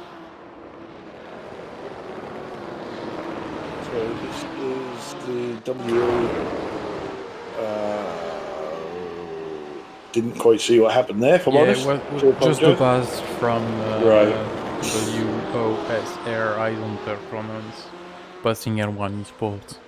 As it's not the same category, I did not focus that much, because we have a battle for P2 in the GT right now on screen. Yeah. So yeah, just going back to your thing about the numbers, Bill. I can't remember what series it was, but it is a major series, and they're looking into electronic numbers. Huh. When you say electronic, you're talking about lit up all the time, or? Yeah, so I would guess it would be some sort of LED system, but you know, where you have at the moment you've got some cars, like I think these ones maybe, have got the little dots to show who's first, second, and third. Yeah, yep. Other cars actually have a number in them to show where they are. In the window, yeah. Yep. Yeah. And this was you know, like an electronic number board that shows the car number, say 52. And then every X amount of seconds, it flicks over to the position that the car is in, and then back to the car number. So seems to make sense. Interesting. You'd have to put it someplace where it couldn't get damaged, though. That's the only thing you'd have to watch out for. That is the trouble, isn't it? Although, you know, these stuck-on number boards. Same thing. You take damage where that number board is. You can't read the number anymore. That's true. That's true.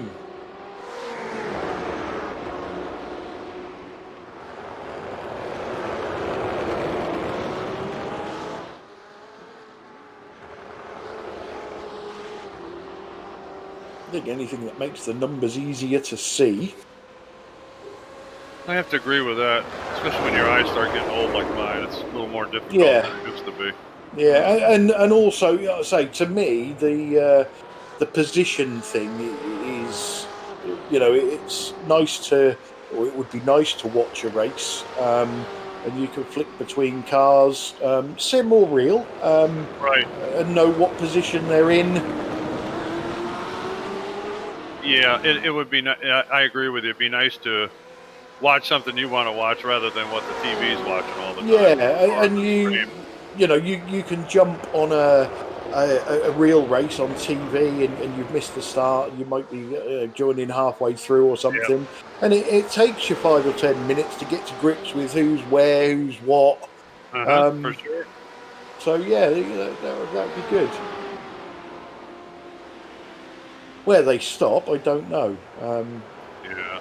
I think if NASCAR do it, they're going to have a massive one on the roof and all sorts. But as long as they don't come back with that underfloor lighting again. Oh, that's ridiculous. Did you see that, Sam? No. No, it was quite funny. I think the different manufacturers had different colours built. They were supposed to, but it didn't work out that way. And the one of them was like a yellowy orange, and it basically made it look like the underside of the car was on fire. I could understand that when it's on display in a show or something. That's fine, but to do it out there like that's really hunky, I think. Yeah. I mean, you'll see a lot of customized cars in this country have under chassis lighting. I do like it that they try things. I know you don't watch a lot of NASCAR these days, but the addition of the choose box, I think, has been very welcome. I don't know if you've seen that yet, Bill. The choose box? Yeah, so basically there's a box painted on the track, and after a caution, as you come up to the choose box, you choose inside or outside. So okay. it's not necessarily the you don't start in the order that you come out of the pit lane. So if the inside of the track is favourable and the first 4 cars take the inside, you can come out of the pits 5th, but start in the first row on the outside if you choose outside. So that's thrown something else in there. I think that's quite good. I enjoy that. Yeah, well, dirt cars have kind of been doing that for years, but it's only the front row. The guy that's leading can take outside or inside. Yeah, no, this is all the way down the field. So that's a good addition to NASCAR, I think. Well, at least they're trying something.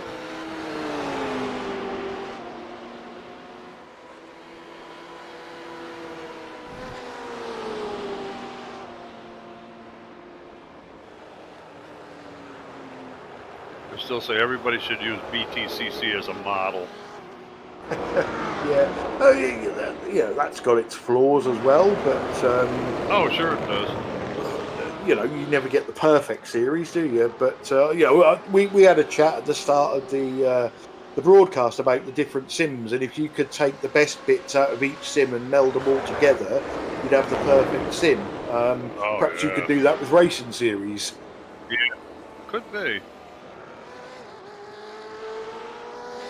There's always somebody that dares to be different, and I guess that's probably a good thing in a way.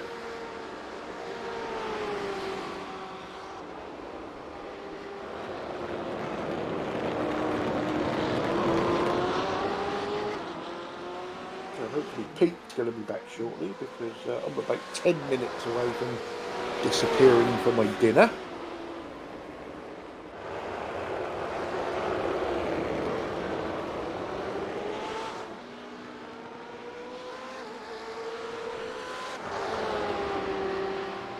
I feel like I'm in the UK today, Clyde. Here in Florida, you're not missing anything. There's a tropical storm going by in the Gulf of Mexico that's creating wind and rain outside, so that's about what we got today. Yeah, we've got here in Costa del Norfolk, we've got nice sunny weather again today. Wow. Good for you. Of course, you're in the broadcast booth. You don't know whether it's raining or snowing, so. Although Well, luckily I've got windows. Oh, okay, yeah.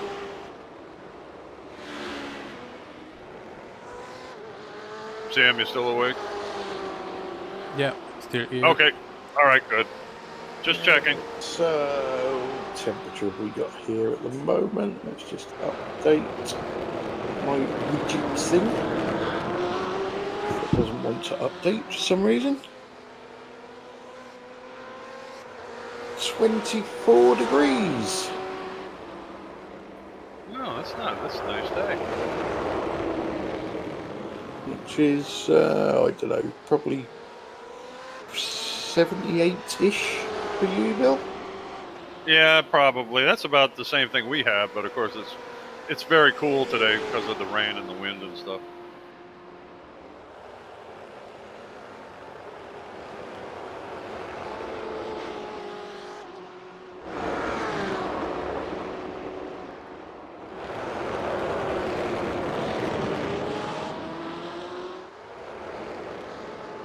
Yeah, where Barber is located in the United States, it can get very hot there. It's kind of in the middle of Alabama, away from the Gulf of Mexico, so it's not really cool there. It's a little bit, I don't know if it's east or, it's not too far from Birmingham, Alabama.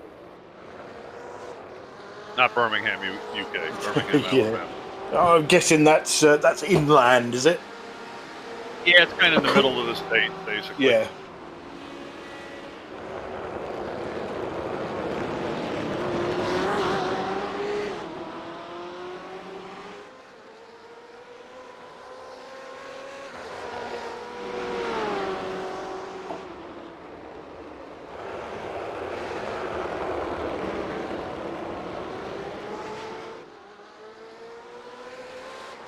So the Simracing Academy BMW, as we said, is out of sequence on the pits, or at least out of sequence with the N-Race Ford. They're now in the pits for service.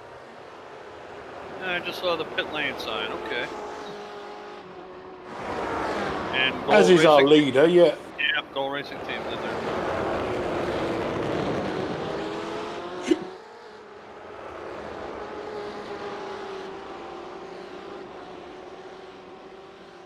Our hero Kevin Butu may have to take a rest pretty soon too. That'll probably be changing. Boo-choo. I am the official fan club. As you mentioned, he was a good sport about that. He certainly was, yeah.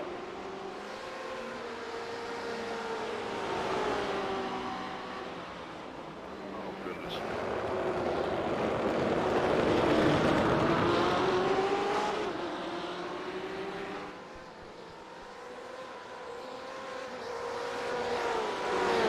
Well, you guys have mentioned it before, but the closing speed on those LMP1s on the GTs are just incredible how fast they close.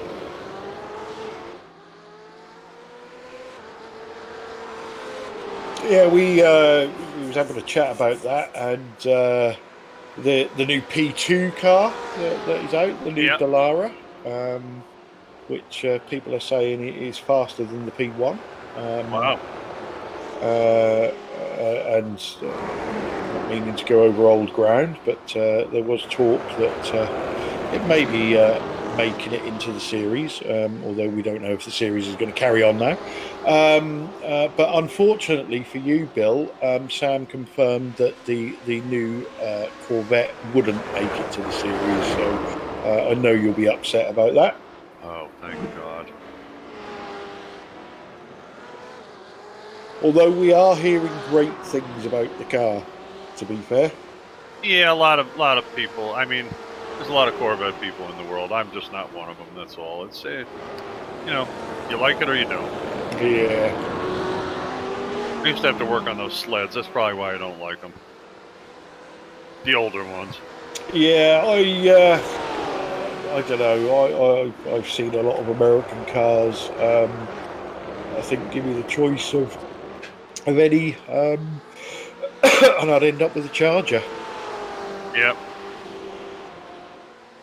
Right, I'm back now. However, iRacing has crashed on my PC, yay! and I can Join no the club. longer find the session. Well, you should be able to. I've just loaded the league sessions, and it's not there. You're not joined through me? Oh, maybe. Yeah, let me try that. Yep, can do. Yeah, you use Cheers, me for bro. everything else, so. It's true. Right, So loading you've back not in. missed anything, Pete? Not missed anything at all. No, apart from a disagreement on Discord and a meltdown from Sam, and Sam's had to take some pills, and he's threatened to finish the season after this race. Let's not announce that on the air, please. Has he peeled himself off the ceiling yet, or not? Too much information. I think he's calmed down a bit now. Yes. Right. Yeah, okay. he's just like a male dog that's been neutered. He's all right now. What, eternally happy? Yeah, kind of sitting there, with a sad look on his face. What Yeah. do I always say to you guys about angry Belgians? Yeah. Stay away.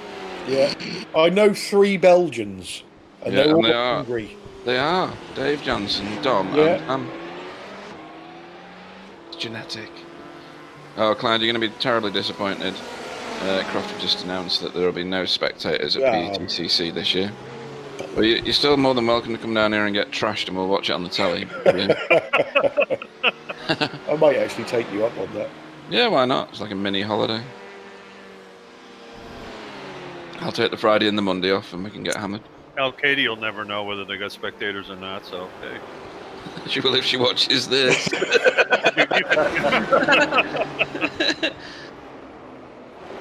take the extra money you were going to spend on a ticket and get some more hooch. Yeah, it's not cheap, and especially when you start getting hungry in the middle of the race, and it costs you a tenner for a burger or something. Yeah. Oh, I know. Well, Captive audience. Mm-hmm. exactly. Was it last year or the year before? Me and Gary found that they'd actually put a real bar in a trailer. Yeah, you get that quite a lot. Right. that was a good Planet Car. Usually at the BTC meetings, there's a double-decker bus pub. That's right. Oh, I've never seen that. Yeah. That sounds amazing. I just absolutely loved my experience at Brands Hatch. That was wonderful. Yeah. Brands Hatch is a nice track though, with great Oh, facilities. it's beautiful. God, When that place you're up here where I live, Bill, you're kind of in the sticks. Yeah, they haven't invented electricity here yet. Well, that's not exactly in the middle of the city either, I'll tell you. No, it's not. You're right. It's a bit more civilized country. Gorgeous countryside there. Wow. Yeah. So, talking to Gary during our interlude, If it's about the F1, don't tell me. No, it's not. It. Right, okay. His PC crashed today in mid-race. Sorry, his iRacing crashed today mid-race, and yours has crashed and mine has crashed. Yeah, mine crashed last night and today. Yeah. So I think it's more than a rumour now. So let's see where we are. Have you been through the standing lately, or? He did it at halfway. Yeah, we did it at the 5-hour mark. About 25 minutes ago or so. Oh, fair enough. I won't bore everybody with an update then. Yeah, let's get you up to speed. What's happening? GTM leader, the man, the myth, the legend. Yeah. GT Pro has been interesting. Don't know if you see both of the teams have had mistakes. Oh, right. Whoa. Why is N Sports? N-Race Esports. Oh, I'm looking at the wrong one. I'm sorry. I'm looking at N Race right. Sports Platinum 6 laps down. I was wondering how the heck he got 6 laps Yeah. down. Well, Okay. Vutu's in the session now, so all good stuff for Clyde. Yeah, he's currently in the pit lane as well. Yeah, Yeah. we've doing the chant, boot to. Yeah, we've got boo choo. My intervals haven't updated yet, so I can't see how far apart the P2s or the Pro GTs are away from one another. So I'll wait for that. Yeah. So there's a lap at the moment, I think, in GT Pro. No, it's just updated, so yes, it is a lap. Yeah. But Simracing Academy have just pitted on lap 236. If you remember, they're out of sync because of that double stint and the mistake at the end of it. Yes. We got any broadcasting the week of Croft? It's 10th and the 11th of October. Have to cancel it. Well, I'm gonna be no good if I'm drinking with Clyde. Oh, hey, you can do an on spot. Oh, right out of Pete's. You guys can both have headsets there, and you can do a dual race analysis Yeah, we could. from your castle. Well, I've got 3 PCs in this house, and they're all VR ready. So anything's possible in this house. It could be Even though he very doesn't entertaining. use VR. Even though I don't use VR. Be very entertaining if you guys got hammered at the same time. Honestly, well, yes. Honestly, Bill, I'm as bad, if not worse, than you. I've got the most expensive Oculus that you can buy at the minute, and I've never plugged it into my PC yet. I tell you, mine's still in the package. Never even looked at it. On October the 10th, we have Racetech V8 ESC from Snetterton 200. Oh. Well, that could be funny to do. To commentate on. Nothing on the Sunday. I don't believe that. I thought we were fully booked. I haven't looked at Sunday yet. Hang on a minute. Let's have a look at the VRA. We're just sorting our diaries out, folks. Don't worry about this. This is admin live on TV. Yeah, all the stuff you didn't want to know. Yeah. We've got nothing VRA. Oh, in that case, it might be a free We weekend. could have an Esia though. That's an Yeah. off week. Well, we probably haven't. Because It's not enough time between races, I don't think. angry Belgian is probably going to cancel it. He's still raging. Is that why he's not saying anything or what? Not only that- we should have 6-hour race at Road America on the Sunday. Oh, what a Well, great track. I can still do that drunk. Now, which series is that? Easier? Yeah, That's a so great track. we'll wait and see whether that happens or not. That is a great track. Where is Angry Belgian number 2 anyway? I didn't know they had numbers. I do my job. I keep it quiet. Right, guys, it's time for me to disappear and Yeah. have some scran. So I shall be back as soon as I can. Yeah, go away, you bugger. He's 4 minutes late, so Katie's going to absolutely I'll, mash him now. I'll do my best to try and stir things up on Discord again. Yeah. Tell them, Sam. So, Catch you shortly. yeah, see you in a bit. Cheers. So, Bill, tell me what's triggered the ire of our Belgian comrade. Well, the one thing that really topped him off was you weren't here when we had a crash between 2 GT cars, right? One bashed into the back of one and sent the guy off the track, and a protest came through, and it started with, guess who made the broadcast? I mean, guess who made the protest? The guy that did the hitting. Okay? Yeah. And that fired everything off, and just, Well, the best form of defense is attack, isn't that right? Well, and like Clyde said, if the stupid guy kept his mouth shut, they would have probably never even done anything, or minimal kind of stuff. Go in the pits and stop for a minute, come back out. But no, we got to fire that off. And then of course, Sam made his little speech on air. He got kind of bent out of shape. He didn't really say anything terrible, but he spoke his mind. I'll tell you, I was proud of him. Sometimes you got to do that. Yeah, Sometimes you do. just Yeah. have to. And he apologized to all the people that, are involved with it, except the idiots that caused the whole situation. But and he left us for a little bit, and then came back much calmer after having some coffee, and Clyde already gave away his secret, so But anyway, so we digress. Right now, they're stewing and just relaxing and trying to get over it. So Fair enough. So other than that, everything's great, Pete. So who were the teams that pressed all the buttons then? Let's see, 409, I believe.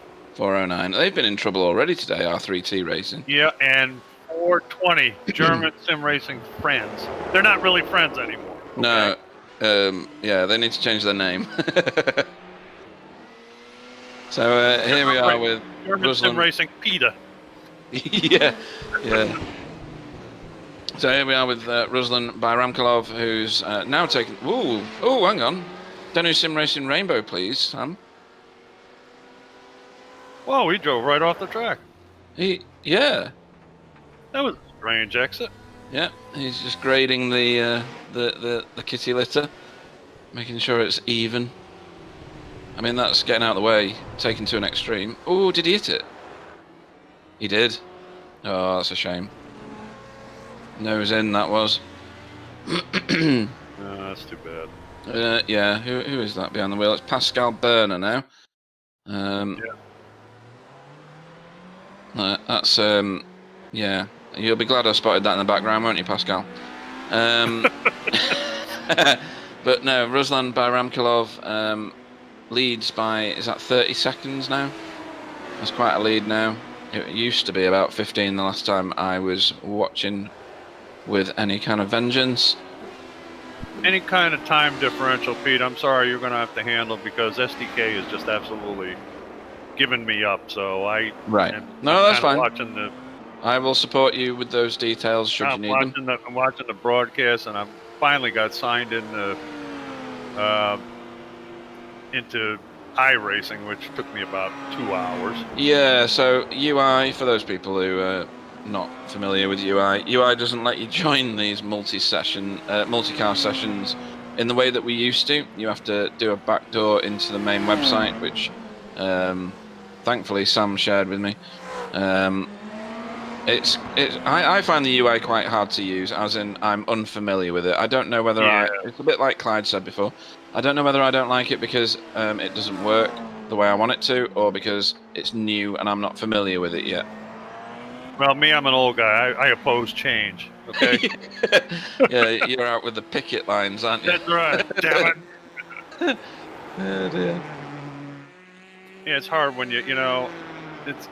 I always feel like don't fix what ain't broke. I just don't understand. But hey, they want to make it look flashier and shinier and all that kind of stuff. That's fine. I just don't like it.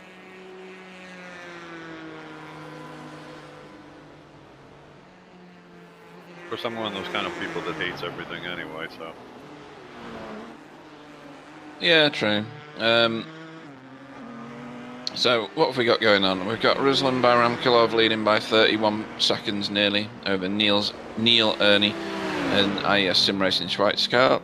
P2 Julian Ogen leads by a country mile, I think that is, over, that's for German Sim Racing Green, over Jonathan Ribeiro.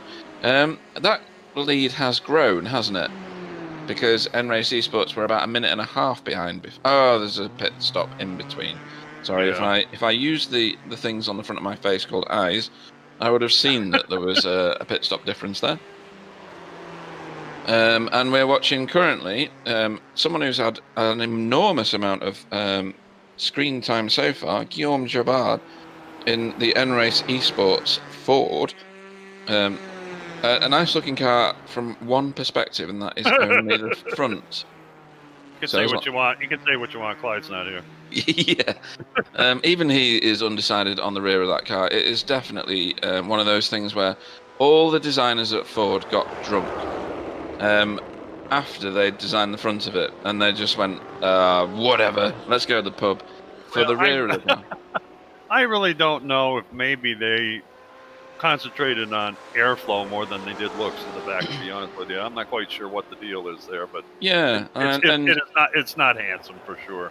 it's not. It does look like the pig off Angry Birds. And Or a hovercraft or something. I don't know. yeah. That's a good one. And Dave on the chat was privy to the history lesson that Clyde gave us before about how the original for GT40 came about in the late 60s, competing with the Ferrari at the time in order to win Le Mans or series of endurance races, I think. It all boiled down to Henry Ford II wanted to buy Ferrari, and they started into cahoots, and Ferrari, Enzo and the crew kind of walked them down the garden path, and then, up to the last minute, and then told them they weren't going to sell it to them. They were very rude. So Henry Ford went back, and he said, "We're going to beat them, bastards." And all of a sudden, we started designing a GT Ford. It took a while, but he incorporated not only his engineers, but Carroll Shelby was very involved in it also. Yeah, Clyde shared a bit of that information, not in the way that you've just done it. So that's filled in some gaps for those of us that were here earlier on in the 100 years ago, yeah. And Shelby had one of the finest test drivers in the world. Unfortunately, got killed in one of those prototypes. It was Ken Miles. Yeah, he was a great driver. I know that name. Yeah. Yeah, he's English. He was English. Actually. Yeah. Yeah, Kenny Miles. I'm sure there's a corner on one of the tracks around here. Yeah. Named after him, but I don't remember where. Yeah, I mean, we've got a lot of tracks in the UK. We might be a small little poxy island just off the coast of Europe, but we have got a lot of racing tracks, it has to be said. Well, you take racing seriously over there. You really do. Yeah, some people take it a little too seriously, if I'm being honest. That's part of your heritage, really. It is, actually, yeah. I mean, land speed records and all that. The British claimed all that when everybody else was still trying to evolve their societies, really. What was that guy's name? Donald Campbell. He was very involved in that stuff. Wow. He was. I don't remember which one of those of that family it was that ended up binning it on Lake Coniston and dying, but that was Donald Campbell. Was that Donald? Right. Okay. Yep, and the Bluebird. Yes, that's right. Yeah. Which was a bizarre situation. I mean, the principle's the same, isn't it? It's just on water rather than on the Salt Lake Flats or whatever they do with the land speed records on these days. That's right. And that's in America, isn't it? Because it's yes. Is it low altitude or high altitude, and it's just perfectly flat for a gazillion miles? You mean Salt Lake? Yeah. It's in Utah. It's kind of flat, but it's kind of a high altitude too. Well, not real high, but it's pretty. I don't know, 2,000 or 3,000 feet above sea level, I believe. Yeah, that's pretty good going, though, isn't it? Yeah. I might be wrong there, but I'm pretty sure it's that high. I mean, I could look it up, but I'm not quite sure. And it's not smooth like people realize either. It's kind of ripply. Strange. All right. I thought the idea was that it was like ironed. If you know what I mean. I think I'm pretty sure they manicured where that 12 or 14 mile stretch they used to do the land speed record stuff. Yeah.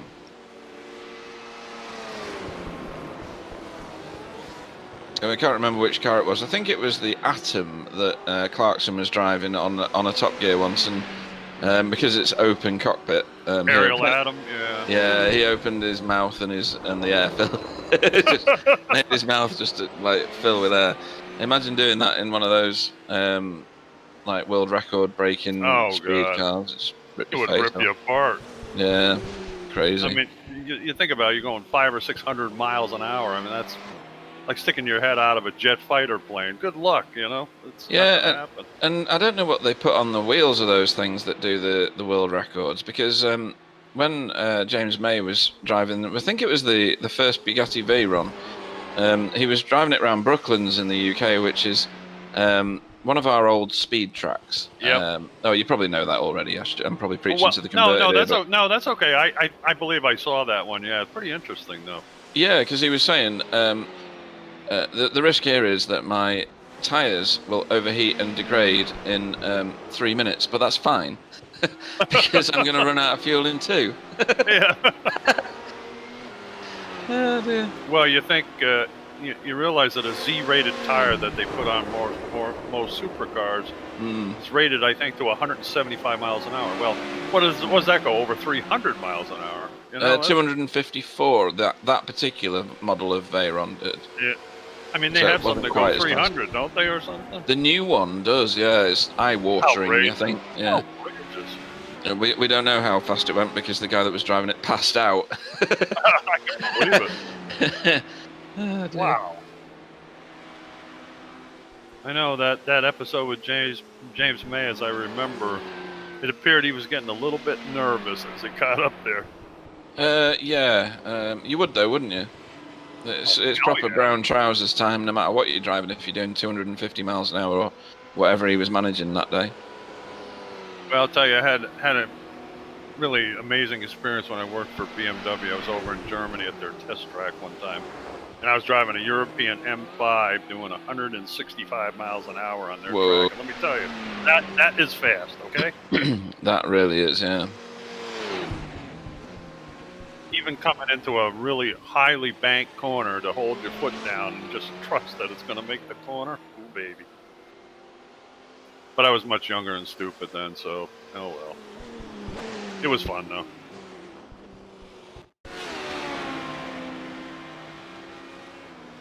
Oh, one thing you did miss while you were gone, Pete, was what are we looking at? Okay, Got a bit of a replay of a very slow. Jonathan Ribeiro. Yeah. A very slow spin.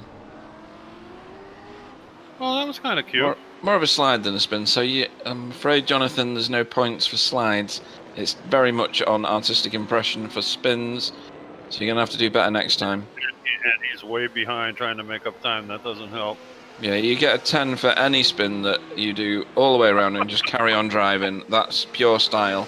Anything else, it's going to get you negative points at the very best. I was going to say, when you were gone eating, both LMP cars went head-to-head for a lap or so. It was pretty interesting. Yeah, we need to see more of that. They were very close at the beginning of the race, you know. It was quite refreshing to see them that close together for such a long time. Because, of course, just a reminder to anybody that's joined since the start, Gold Racing Team did the last race all on their own, if you remember. I was, when you were gone too, I was saying that I give that guy kudos because he absolutely, and we mentioned it during that race too, he could have run the first lap and last lap, got the same points, but yet the guy ran the whole race. And I'll tell you, that shows you his dedication and that he really likes this series and driving this car. I thought it was tremendous.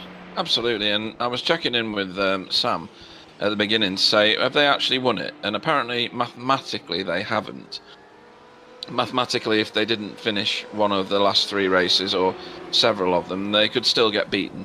And for that alone, I hope they don't. The fact that they turned up, raced an entire race on their lonesome. That's right. And did it without incident, really. Yep.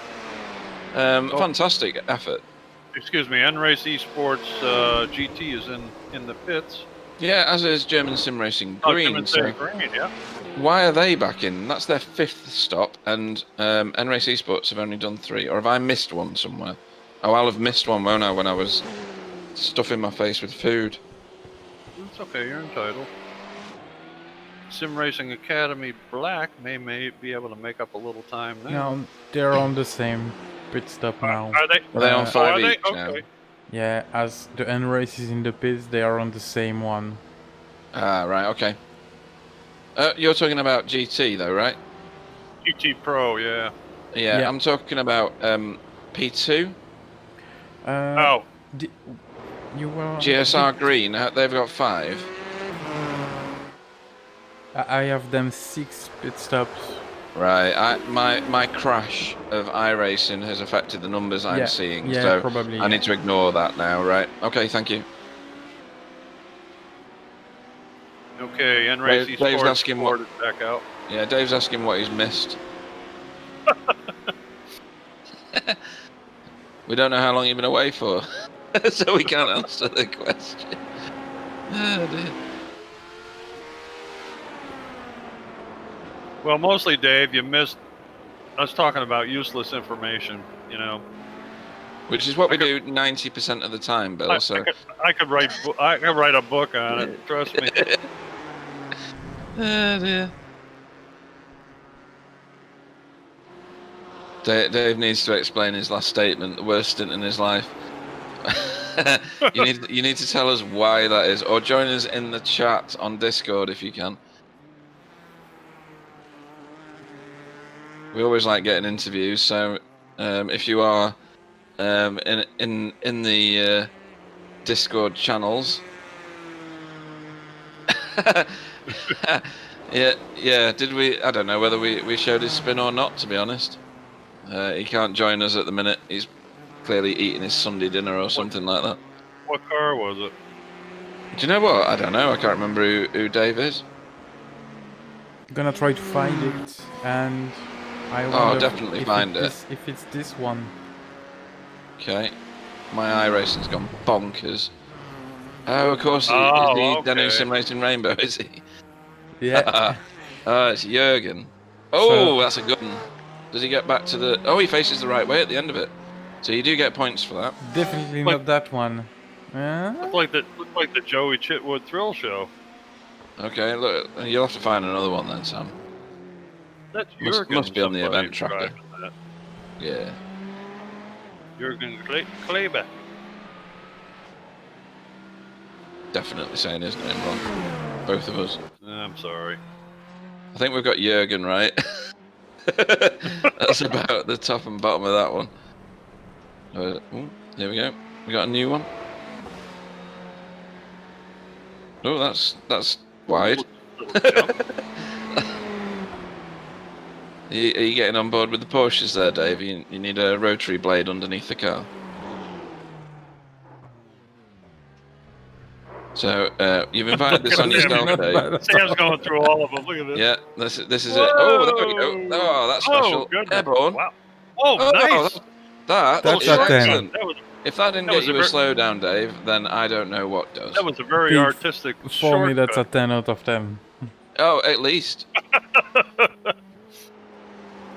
Tried Mario Kart straight. That was even airborne. Wow, that was cool. Yeah, that was impressive, Dave. Well done. You did get a slowdown. Tremendous. Here's another one. This is going to turn 1 and 2. Yeah, we're getting all these incidents in, folks, because he was getting lippy on the chat. I think we're live again now, though, because this is now... Oh, yeah. Yeah, we are live. Okay, you're off the hook, Dave. Embarrassment time's over. Maybe not. That was nice.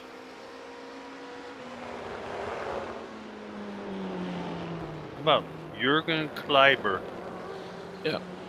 Well, there's Pascal Berner in that car as well. Matthias Egger drives it, and Christopher Reitz as well. Well, then what's Dave got to do with his car? I don't know. We just call him Dave. Oh, okay. All right. We were guessing his name once, and anybody that we don't know the name of, we just call Dave. Oh, yeah, just like Bob, you mean? Yeah.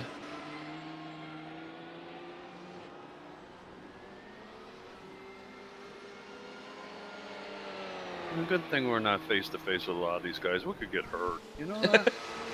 They'll have to catch me first. I'm quick over the first 20 meters, and then I'll die anyway. So they're not going to be killing much. So what's the sense of running, really? Yeah. Well, I'd be running from you if you had that automatic rifle that you had in your hands when you took that picture the other week. Semi-automatic. What's the difference? Automatic, you pull the trigger and it keeps throwing bullets out. A semi, you got to pull the trigger every time. Oh, right, okay. See, in the United States, the one thing you're not allowed to own, unless you have a federal license, is a machine gun. Right. And I don't have a need to have a federal license. I wouldn't own one anyway. They waste a lot of bullets, and you really have no place to shoot it. Depends who's on your lawn, though, right? Well, you may have need. that's a little dicey. Now they have a thing called castle domain. In other words, if I'm in my home, somebody bursts in, I really have the right to kill them. But Right. but it's a touchy situation even then. So if you don't have to do it, you don't do it. It's just that simple. We have the opposite thing going on in the UK. So if someone breaks into your home and you injure them, they sue you. Yeah, of course. Well, that happens here too with Oh, German Simracing Green. what Kevin. did he do? Well, I think you're about to see it. Uh-oh. One tyre off, that's all it takes, you see. Oh, And that's boy. why sticking in with these races, even though N-Race Esports Platinum are an eternity behind right now, like 8.5 minutes, anything can happen. That's right. He's lucky he didn't hit the guardrail, too. Really lucky. I mean, that's going to heat up his tyres, and he might just end up... I don't know, Sam will be able to educate us on this, whether the tyres heat up enough that he would end up with a very similar crash following that. He's driving off on the marbles, which isn't going to help. It might be that the tyres now become so hot that he ends up doing that again and again. What's the situation with that, Sam? Yeah, just calm down for a lap and should be okay. Yeah. Well, Okay. the track temperature right now is 102 Fahrenheit, which is, I don't know what in Celsius, 30 probably or something. Maybe more. Yeah, a little more than warm. 39. 30, okay. 39, wow. Okay. Only Yep, off we got it by on the 10. screen now. He's posted Oh, look that at him. on What the, a guy. I know, Yeah, he's so good at his job, isn't he? He's good at everything, I'm telling you. Dave got it wrong by 1 degree on the chat. Honestly, Cool. Dave, how could you get it that far wrong? 1 degree. Really? That's more Come than... on. Yeah, well, you know, it's more than 2%. You're disappointing a guy that has a doctorate in 5 degrees, so please. 3. Okay. My wife always told me I'm not good with numbers. Apparently not.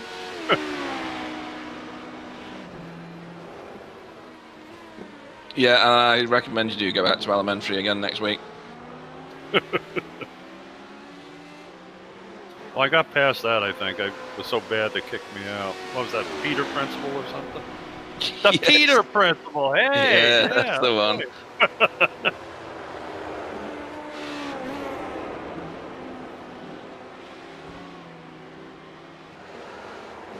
Well, we've had 22 people watching for a very long time and only 14 likes on YouTube. So, you know, what do I need to do for the other 7 people? Better than 50%. I know, but 7 people out there. Just one click. Oh, there's 15. Right, keep going, boys and girls. I can make this happen. Oh, boy. And don't forget, we've got a merch store. It's full of BSTV stuff, which is less BS than you think. I tell you, I really like my shirt. Oh, what's going on here? Oh, no. Ah, yes. What are you doing? You don't need to be doing that kind of move. Wow. Where's he got? He's... Oh! Hey. Ouch. Oh, the crash was at the pit entry. Ouch. I don't think he was intending to pit, because I'm sure he's just been in. That was a crazy maneuver. That was Oh. bizarre. What was the guy's name that was in V8s and he... Oh! Vlad? Is that... Just got a message on the chat. They seems to have some VR issue. So with, that might be with why. IS. Yeah. There's another spin, too. When did that happen? Right. Well, if that's the case, that's terrible and unfortunate. Yeah, it sure is. It's no good when it's technology that betrays you.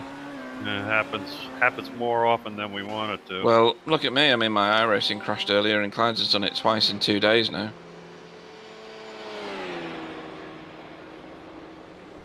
So hopefully we'll get IS Simracing Schweiz back on the track and racing as soon as possible. Yeah. Devastating that that's happened. That's a massive shame. I see a sign that says out. Uh-oh. Yeah, it's Neil Ernie that was driving the car, and he's reconnected now. Okay. But only just. So hopefully we can get him back in the car and going again. That's why I leave my Oculus in the box. I don't trust those things. Well, I've heard too many people that have gone for VR racing and said they preferred it when they had triples. And I like having triples. I can see it all, if you know what I mean. I can see the reasonable amount of what I need to see. I'm a terrible driver, as in a terrible racer. I'm not very good, but I enjoy doing it. And I can see everything that I need to, and hopefully keep out of people's way. Clyde would obviously have several comebacks for that. Well, you know, I suppose for an immersion factor, actually feeling like you're in the car is fine. But I'll tell you, the first time I tested one of those in a store, I about hurled on their carpet, and I really don't have motion sickness, but oh my god, it was terrible. Yeah, sorry, go on.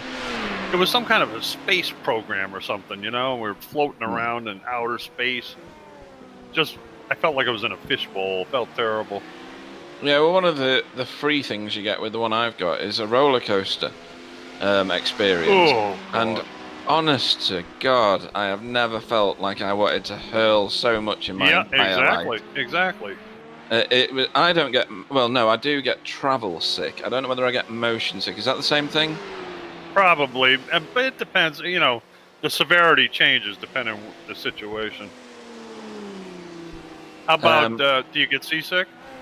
Yes, terribly. Yeah. Okay. Yeah. I have to have those things around my wrists, otherwise I'm you got it bad. They say a lot of that's because of your inner ear. I don't know if that's true or not. But... probably my inner ear is probably defective in some way. It's a semicircular canal which forms part of the ear structure that contains a liquid that keeps your brain in conjunction with your sense of balance. I know all the science behind it, but it doesn't help. Kind of like oh, hey, are they back out? Yeah, they are. They are back out, yeah, and they're turning laps. I hear Simracing Schweiz. He's managed to get back in again. I think he had to stop, reset his VR, etc., and get going again. No, that's a shame that happened. It is, yeah. He wasn't that far behind, and he's now got 9 minutes to catch up. So the liquid in your ear canal is like a gyroscope, then, huh? Exactly that, yeah.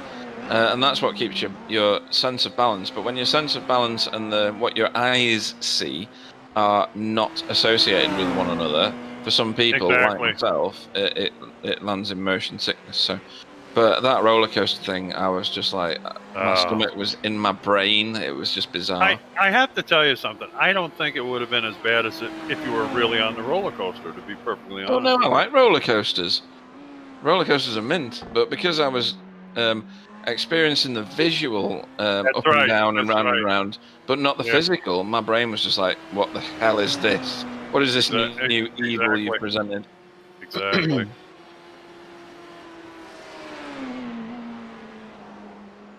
Supposedly this latest one, who's it by? I forget. Is it? I can't think of who it is. It's one of the. Can't think of it. But the latest. Oh no! Oh, really? Neil has had another issue. Oh, but I don't think that's VR generated. I think that is. That went off the edge of the corner. Yeah.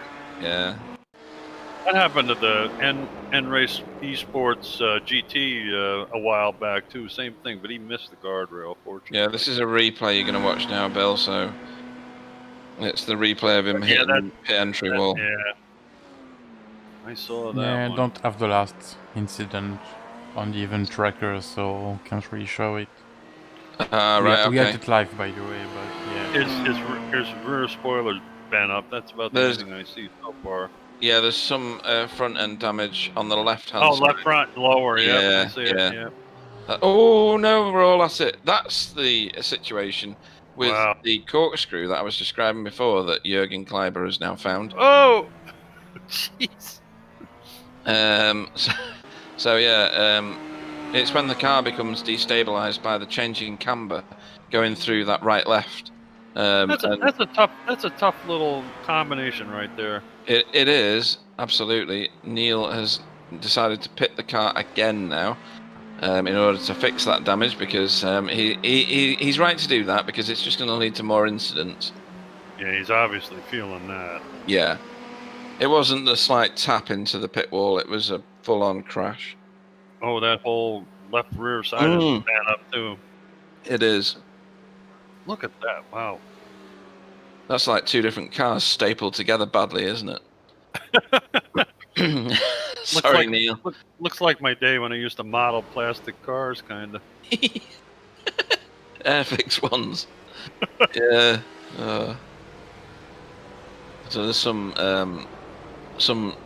talk on the chat about endurance racing means there's no point in fighting faster cars, and whoever Trekkafara is says please tell that to the other drivers. There's still AM drivers who fight against pro. I'm fine with AM drivers fighting against pro as long as you're on the same lap. It's still positions on the track, in my opinion, and if I'm an AM car and I want to beat some pro cars, then I'm going to do that. If they're on blue flags, I agree with you. You shouldn't be fighting those cars. Because pro and AM in GTE is only a classification based on ability at the beginning of the year. These guys might have like 5 KI ratings by now and be amazing in the AM cars. Yeah, there's really not a lot of difference. And here we've got N-Race on N-Race again. Hello. Hi. Yeah. Now, there's nobody more nasty than me giving up a position, but in a more than 2-hour race, I mean, you got to really, unfortunately, I'm not good at it, but you got to use your head as far as letting people go and stuff. It's just, you know, if you're in the last hour and you know, you're on the same lap in the same class with a guy beating down on you, darn right, let him work for his, you know, to get by you. But in the situation where you got 14 hours to go, and you know, and it's you know, just because 2 cars are side by side doesn't mean you got to race the guy. So it's a tough decision, but I agree with Pete. You got to use your head with that kind of stuff.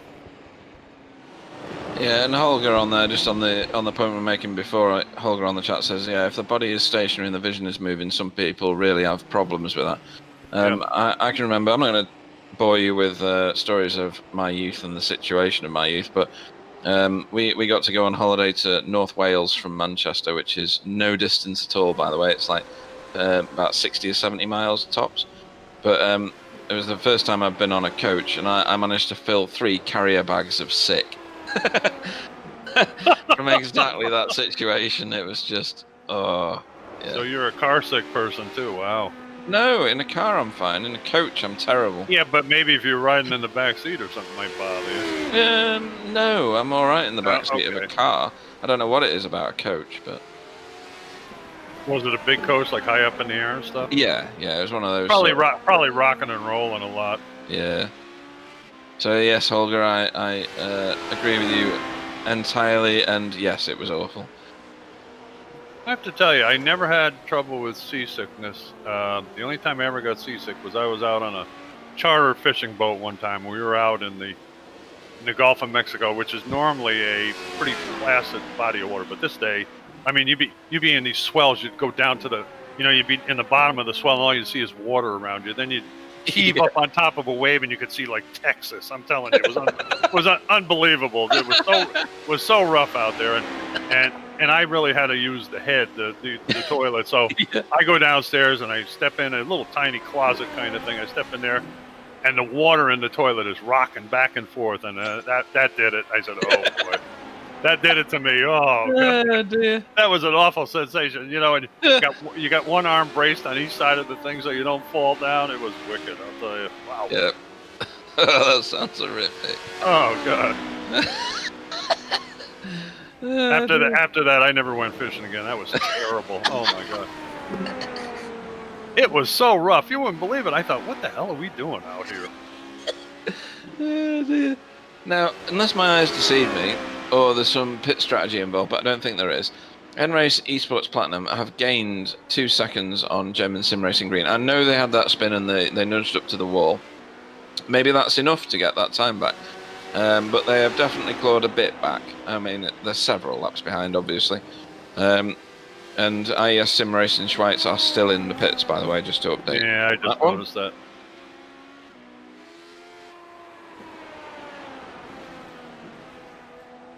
had a lot of misfortune in the past few minutes.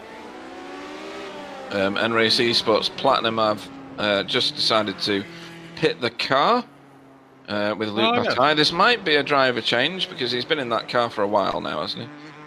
No, this is. Hang on. No, Yeah, that's sorry, I'm quoting the wrong guy. LMP, yeah, it's the LMP2 car. Luke HPD. Bataille, however, has damage at the front of the car, and I don't recall him ever hitting anything. The front of that Ford is crinkled on the left-hand front. Well, let me think. And it's also crinkled on the right-hand rear. Look at the... Oh, no, it's not. Yeah. Let's look at Maybe that's just the design of the car. But the I front think is the rear end is from the bump he got in the grass. Maybe you were away when. Oh, that's that right. happened. Yeah. Has he been landscaping, has he? Yeah, he has been landscaping on the exit of turn 1, and I think the front is from the spin we saw in the front straight. Yeah, he was coming on to the front straight and got off that little. Yeah. Was not sure he touched the wall, but looking at the front, he probably touched it. He might have barely touched it, but it did enough to do that. I hit it hard enough to do that. Yeah, there's not a lot of damage, is it, really? Originally, we thought he missed the wall, but he might have touched it. Yeah. What we're watching here. Oh, that's a good save, actually. Good effort, Johannes.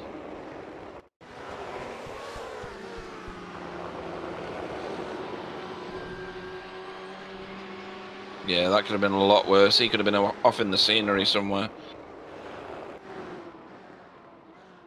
I've done that so many times when we did the triple header in the V8. Yeah, that is a V8 off point, that, isn't it? Yeah. It's like a magnet. It draws you off the track. Come to me. Since we've all attempted to pilot a V8 supercar, we know how easy it is to go off course with one of those. Every corner for me. Literally every corner. You're not alone, pal. Yeah. These cars are difficult. Ooh, don't straighten up. Hey, good lad. That's Vu2 getting it a little bit wrong, but nothing in terms of serious drama. Good save. He'll hope that we didn't see that, but we did. Yes, we did. Yeah, the V8 around here is an experience in inverted commas. It's a bit like doing Bathurst, isn't it? It's equally as difficult around this track. Every corner in the V8 wants to murder you. Yeah. You go up over this rise, and it goes sideways. And then you come down into this corner, and you have to tippy-toe like you're walking on eggs through here. But you have to tippy-toe the whole way round. No, it's not like you get to a point where you can gun it. No. You know. That's very true. The amount of times I've straight-lined the corkscrew there as well. They're going to have to write my name in the dirt there or something, the amount of times that I've been off at that point.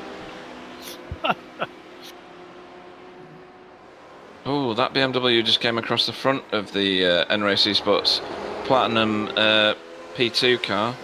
He's not going to be happy about that, I don't think, because he was looking like he was leaving the door open, you know?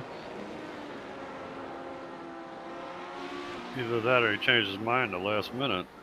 Not the best thing to do, though, is it? No! Only Nimrods like me make that kind of decision. Yeah. Oh, of course, that's Vu2 as well, isn't it? Vu2.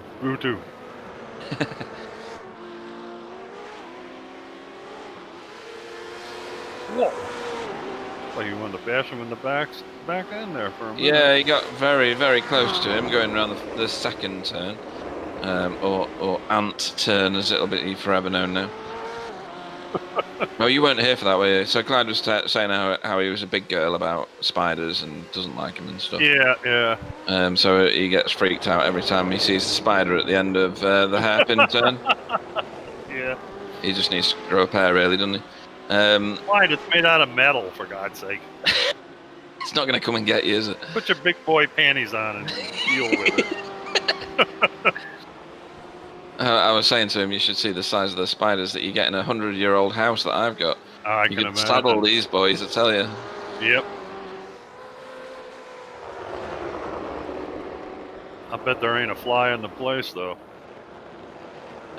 Funnily enough, you should say that there isn't, but that's also because I have 2 cats, and the cats are excellent pest control. Albeit yeah. said, they don't eat them like dogs do. They just leave them as trophies on the floor. Yep. But some of the spiders in my house, honestly, they are half the size of your palm. Wow. They're big old boys. They're not for the faint-hearted. I'll tell you that.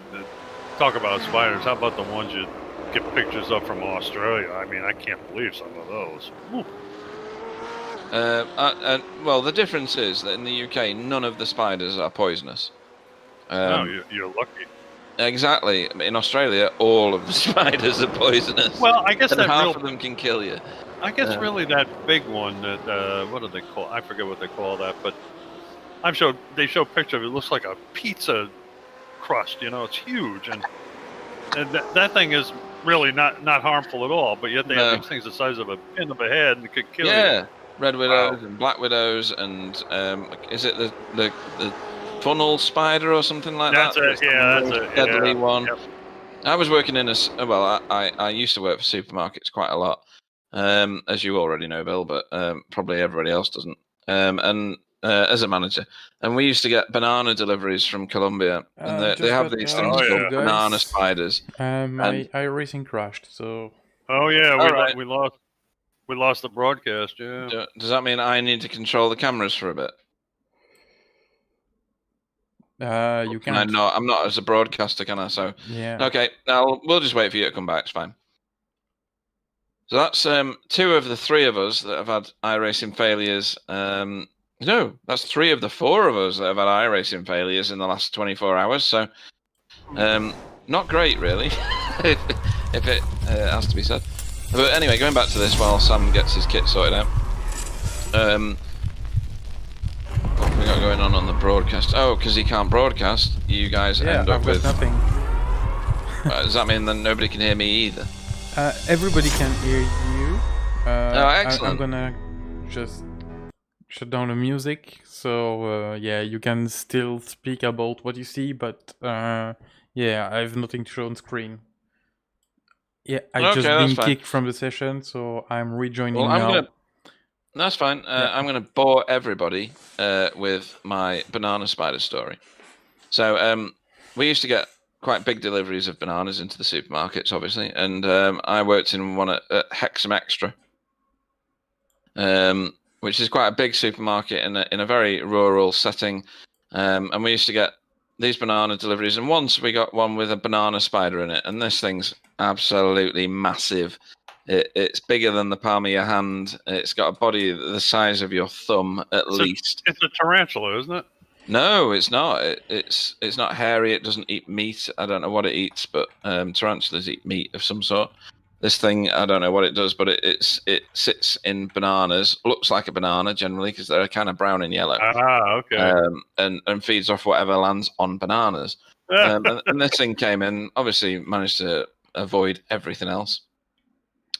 And you know, all the different checks and things. I mean, and instead of calling, you're supposed to call like DEFRA or one of the pest control companies and regulators to see what the hell it is, identify it, and then they'll kill it under test conditions and find out if it's poisonous and things like that, and see if they need to quarantine any other deliveries. Blah blah blah. So anyway, this thing's in our shop. In the back warehouse, and the warehouseman on the door at the time, which I'm not going to mention his name, didn't do any of that. He just let it climb up the wall and make this amazing web in the top of the door, because we had roller shutter doors that went up and over the top of you. It made a beautiful web in the frame above it, and he was very proud of it. And then we were like, what the hell's that? And the spider was up there, and honest to Christ, it was massive. And that even had me going for a minute because I didn't know what it was at the time. Oh boy! Yeah, well, you know, I grew up near Albany, New York, and the Hudson River comes from New York City up to Albany. It's about a 120-mile trip, but they used to bring up a lot of the boats from South America that had banana shipments on them too, and They used to have they hired people that actually after they unloaded, that they would have to kill all the tarantulas inside the ship, you know. Yeah. Which was hundreds of them, okay, not a few. Yeah. I'm thinking to myself, boy, I wouldn't want that job, man. No way. No. Talking of crappy jobs, I've done a few. One of them was on one of them was on a chicken farm. Oh. You know, a battery chicken farm, which is brilliant. Only you can't get the smell of chicken shit out your nostrils for at least 3 months after you've worked there. It's a special smell that never leaves you. Yeah. So we used to put these little chicks inside these little metal cages, and they'd lay their eggs eventually when they got big enough. Blah blah blah. And then they would also be the chickens that went for, I don't know, become a fryer. Yeah. Exactly. Yeah, KFC sort of stuff. So, but some of them would, as little chicks, would fall through the bars and end up in what was affectionately known as the shit pit in the bottom. And every so often you'd have to clear this out. Now, because in the UK you're not allowed to kill things indiscriminately, what we used to have was a big plunger, and it'd push all the chicken poo, which is actually a fantastic fertilizer, and farms use them to fertilize their fields and things. Don't like that. remind me. Yeah, exactly. And it honks. It smells like the worst case of death you've ever had. Horrible. But before you could do that, you had to go in there and get these monster chickens out, because they were monster chickens. They'd been sat down there for months, if not years, eating high protein feed and high protein chicken poo, i.e. fertilizer, for months. These things would stand eyeball to eyeball with you and take you on. And there was, as a new starter in the chicken farm, you would be sent there under a little guise of giggles behind hands. If you wouldn't mind nipping down there and getting the small chickens that are down there out, so that we can plunge the fertilizer out. And you get down there, and these things are red-eyed. It's like the Arnold Schwarzenegger of the chicken world. And they're going to take you on. It's 1 versus 4 humans, if you know what I mean. Yeah. These things are utter beasts. But that was a terrible job, yeah. And they give you gloves. Which that's go up nice. to your elbows, yeah, which is good, isn't it? It's thoughtful. But chickens of that size can get you up to the neck. Oh, yeah. So you are scarred from your elbow to your neck from trying to take these beasts down. Sam's got us on board with Nils Ermy in the Simracing Schweiz LMP1. Yeah, this has had a few off tracks lately that we saw due to VR failures. So glad to see he's going though. Yeah, it's good to see he's back on track, but he is now 24 minutes behind the leader. But as we said before, we have a number of hours left to us, and we are 6 hours and about 15 minutes or so into this 10-hour race. So 3 3/4 hours to go, and we may see a mistake from the GRT team that we're looking at now. Never know. Driven by Ruslan Bayramkulov. We've not seen that previously, so its likelihood is slim.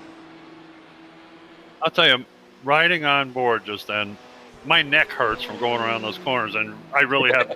You really can't feel it, but boy, I'll tell you. Whew. Yeah.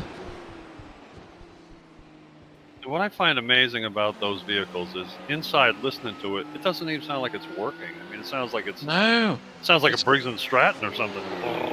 Yeah, it's just idling along, isn't it? I know it. There's, I mean, you're used to being in a Ferrari that's revving like 12,000 RPM, and this thing's just putzing along, amazing. And you look at it, I gotta tell you, it doesn't look that aerodynamic to me. I mean, it looks like something you created for a movie or something, but it's amazing how well it cuts through the wind. Obviously, Porsche and Audi and all the companies and Toyota that have developed all these things obviously know a hell of a lot more about aerodynamics than I do, so. Yeah, Clyde was saying, I think before you joined the commentary, that someone described them to him as being an upside-down aeroplane. Yeah, it does kind of look like that, I guess. And the way it acts more than anything, so it's trying to force it into the floor rather than let it take off. I mean, But the physics principles remain the same, just Yeah. upside down. well, you know, the sailplane on the back, I often wondered, I said, that's kind of silly, but I know what that helps with cornering, it holds the wind against it when it's trying to, I mean, it's got tremendous cornering power, so you need everything you can to keep it from going sideways in the back there. Yeah. I mean, it's not on there to look like an airplane, it's there to work, obviously. I'm sure there's nothing on there. I'm sure there's nothing on that thing to be pretty. It's all functional. Well, if you're gonna make a car that was pretty, you wouldn't make it look like that, would you? No, that's what I'm saying. Exactly. I guess some people might think that that's pretty in its own way, but no. It's not a category you'd put in stylish. It's not one of those. No, definitely not. I mean, for all that Ferrari is a supercar, they are good-looking vehicles, aren't they? Apart from certain ones over history that you think, what were you thinking?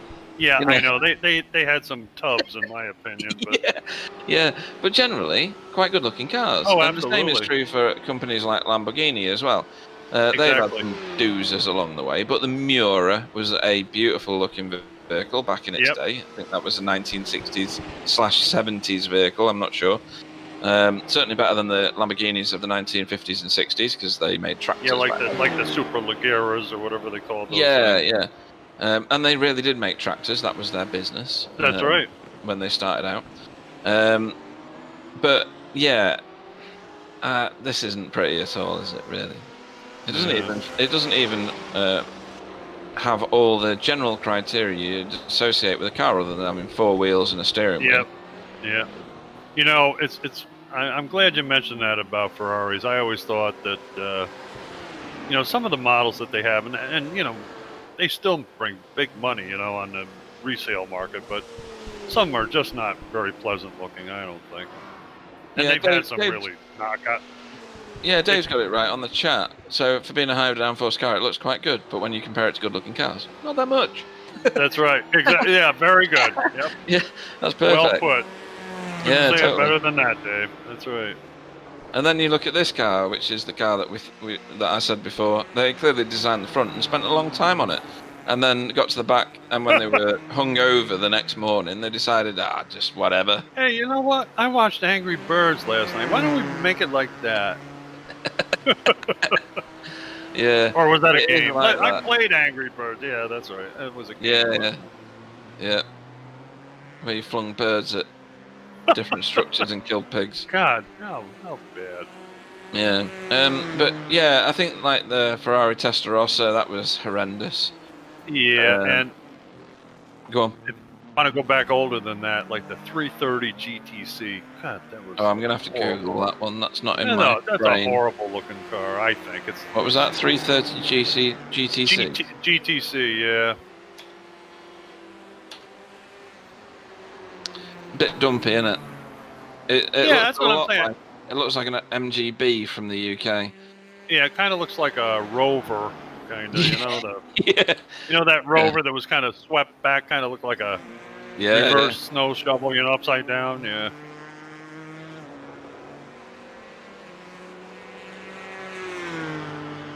Now the 275 GTB4, that was a beautiful car. That was a nice looking one. I'm back on Google. Give me a minute. 275 GT4. Oh, that's much more elegant, isn't it? That's more. It's a racy car. Yep. Yeah, I do appreciate that one absolutely. I'll tell you another good-looking one from the 50s was a Ferrari GTO.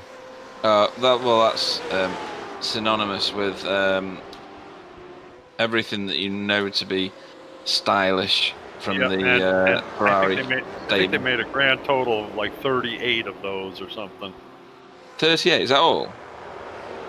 It was like 34 or 38, yep. Wow. I mean, that's going to be a priceless vehicle right there, isn't it? Oh, yeah. The people that own that will never let it go. No.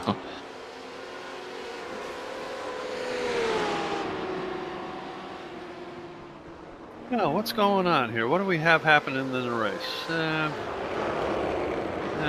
the car behind Butu, is that for position? No, that's a pro, isn't it?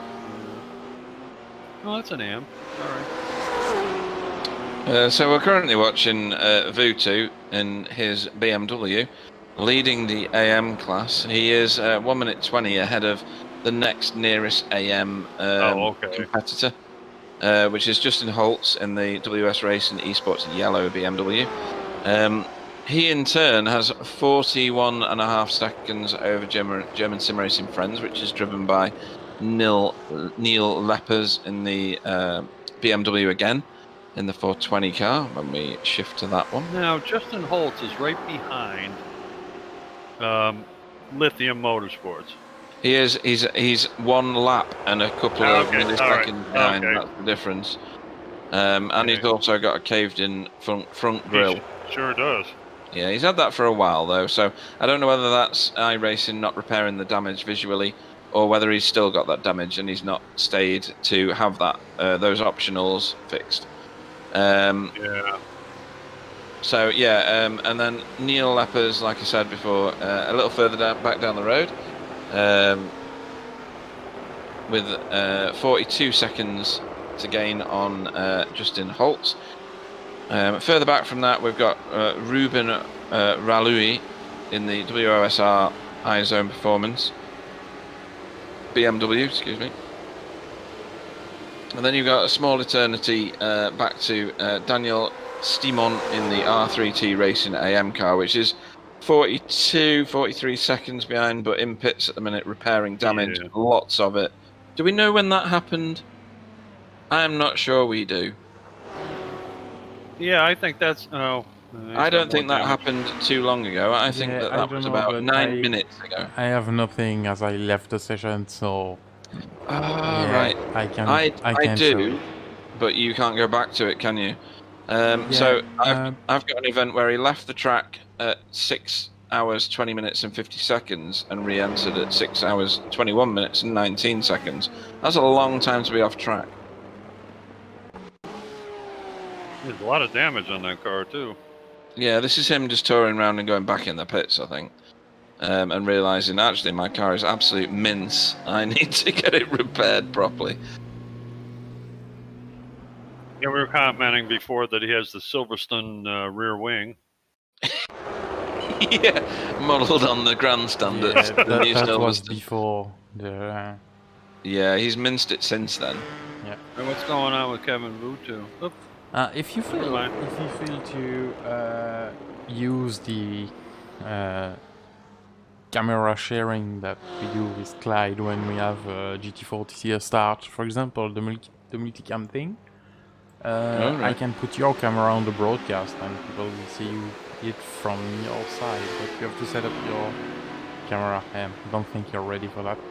No, that sounds like a whole load of black magic. Yeah, exactly. So, if So someone sorry, from that team can explain what happened, or you, PT, can describe. Yeah, I was going to say to you, Sam. We can talk through your first episode of Minecraft, and we can do the over commentary for our special guest at VRA next Sunday. Tomorrow, if you like, or probably tomorrow would be better actually. Tomorrow evening, and we can also go through what I need to do to get my camera on, just in case of events like this in the future. That's good for me. Right, cool. Yeah, that way Sam can take a nanny nap if he needs to. Yeah. It's more Clyde that needs a nana nap. He's going to need one after he's eaten his dinner today, isn't he? Especially if he's been on the grape juice. Well, I tell you, as you get older, it's amazing. I was complaining to my wife last night on the phone. I said, it really burns my butt when I sit down in my recliner for, dinner, have dinner. And then, all of a sudden I realize it's like an hour later. I took a nap or something. What the hell? Like, where'd that time go? I've decided, Bill, that I'm not going to get old. Don't. Whatever you do, it bites, okay? Oh, that's unusual. That is the most drama we've seen from GRT all race. I Wow. don't know how many incident points GRT actually have. And my iRacing, of course, as you'd expect, doesn't hold that information because it crashed earlier. So I can't even tell you. Does it show you on SDK how many incidents a car's got, Sam? It's not pretty accurate. Right. Does it just show you off tracks or something like that? Yeah. Right. So I don't think they'll have many some because are I haven't fouls seen and- them do any. Sorry? Some are fouls and some other are real, but it's not 100% accurate. So yeah. Oh, okay. I think they'll have single digit, if any at all, because they have been very, very calm and calculated and careful all the way through. I'm surprised when they got into the back of somebody there before. It was a while back. It was one of the, I think it was actually Academy, what's the name of it? Simracing Academy's GT car. What was that? BMW they drive. Kind of turned him a little bit, but he recovered well. Hmm. That was this Ruslan? Baron Barak. Oh boy, never mind. Sorry. RB. What, Ruslan Bayramkulov? Oh, you do that well. Wow. Yeah, strangely, I do. I went to Russia once and went on the Moscow Metro. It was a long time ago, and it was a strange experience. So when you used to go into inner Moscow in the morning, you would have a very masculine voice on the radio, basically saying, "Do the best job you can for the Russian Federation," or whatever it was called at the time. It was communist. Oh, okay. at the time. Yeah, okay. And then on the way home, later on, you'd have this very softly spoken female voice saying, "Oh, thank you very much for your wonderful day's contribution to the Russian people." It was bizarre. But anyway, stories for another time.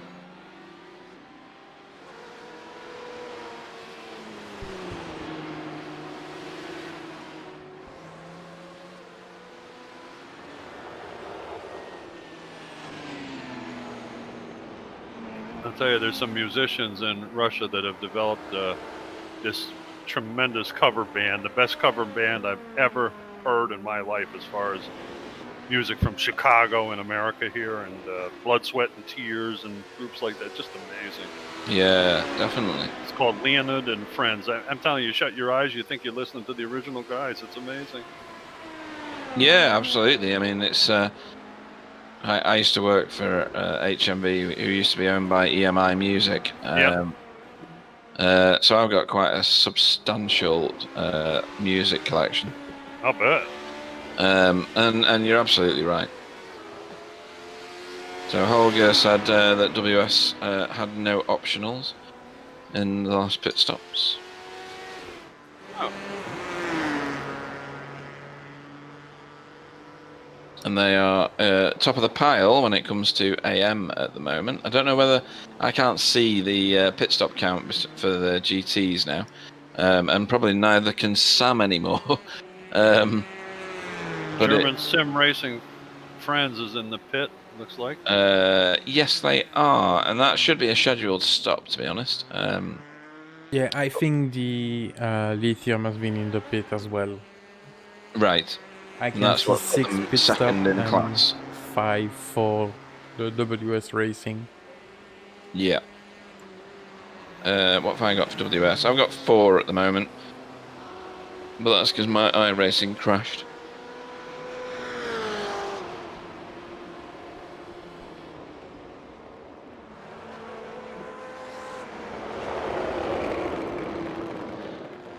I'm going to very quickly take a trip to the little boys' room. I won't be long. Go to the big boys' room. It's all right. Oh, okay, I'll choose that one instead. Cheers.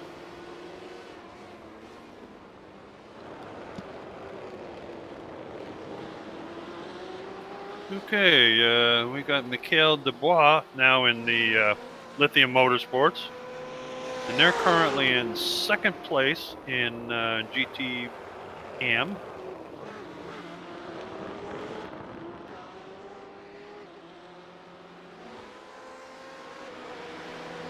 And probably, I'm not sure if WS Racing Esports has made a stop yet or not, but oh, they're just right ahead of him a little bit, not very far. Are they a different lap, Sam? I'm not sure. They're on the same lap, and Wow. they're due to pit in about 4-5 laps, according Okay. to Olger on the chat. So Okay. they should be in pretty soon.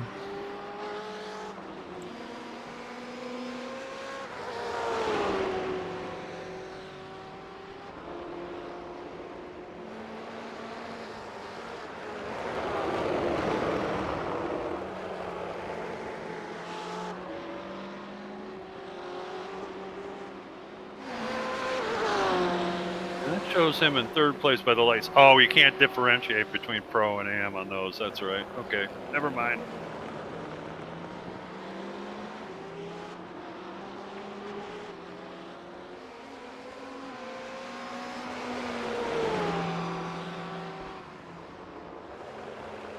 He's closing in on the back of Denza Sim Racing Rainbow. Going into the tricky chicane.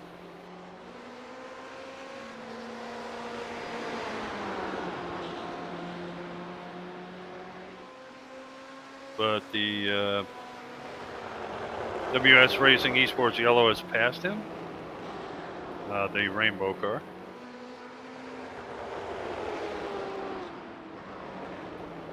By the way, Denza's Sim Racing Rainbow is running fourth in the pro category, GT Pro category.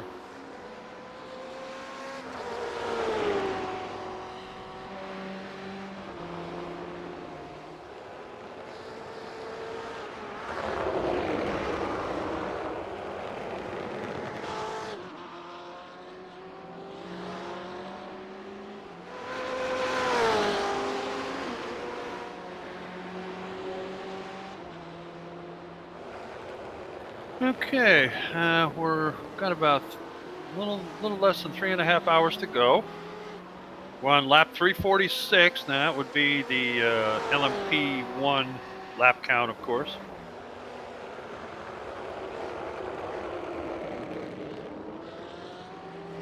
We still have Goal Racing Team LMP1 leading overall and in his class. IES Sim Racing Schweiz LMP1 is in second place in his division and also overall. Third is German Sim Racing Green in the LMP2. Next is N Racing Esports Platinum in second place in his division. First in GT Pro is N Race Esports 399. Second is Sim Racing Academy.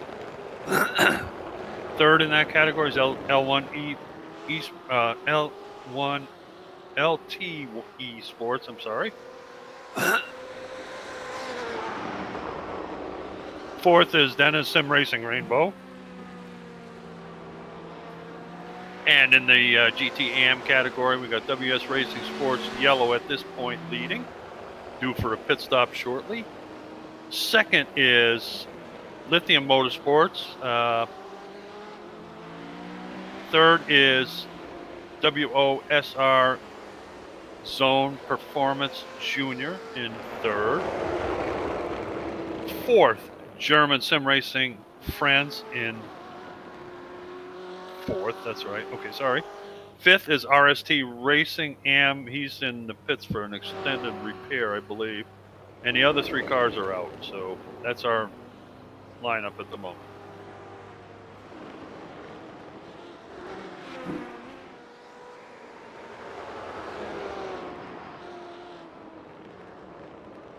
Of course, when I want to read that big list, that's when I get an irritation in my throat. That wasn't a good time.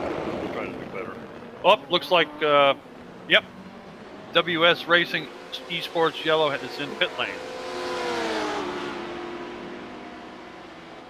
Yep, and Lithium Motorsports take back the lead, so they should be one lap ahead, and I think Yeah. our racing has crashed again. What crashed? My iRacing. Oh, yeah, sure did. Boom. Jeez.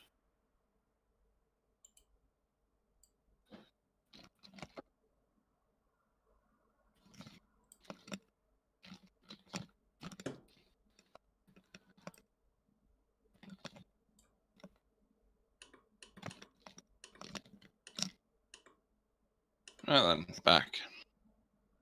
Okay, we've lost the stream again. Pete. Oh, have we? His iRacing crashed. Yeah. Oh dear. Right. Okay. But we're still audible, I'm guessing. He's rebooting. Yeah.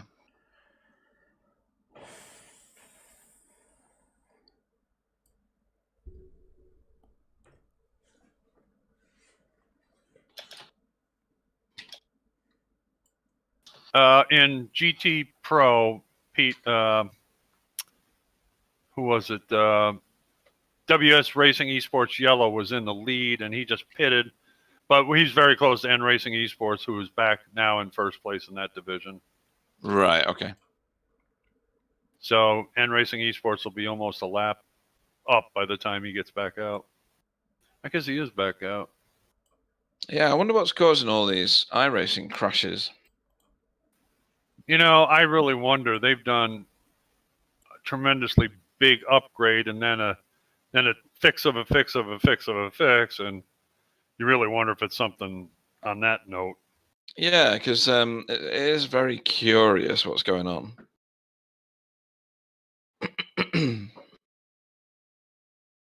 I have this terrible situation right now with SDK, and I don't know what to do about it.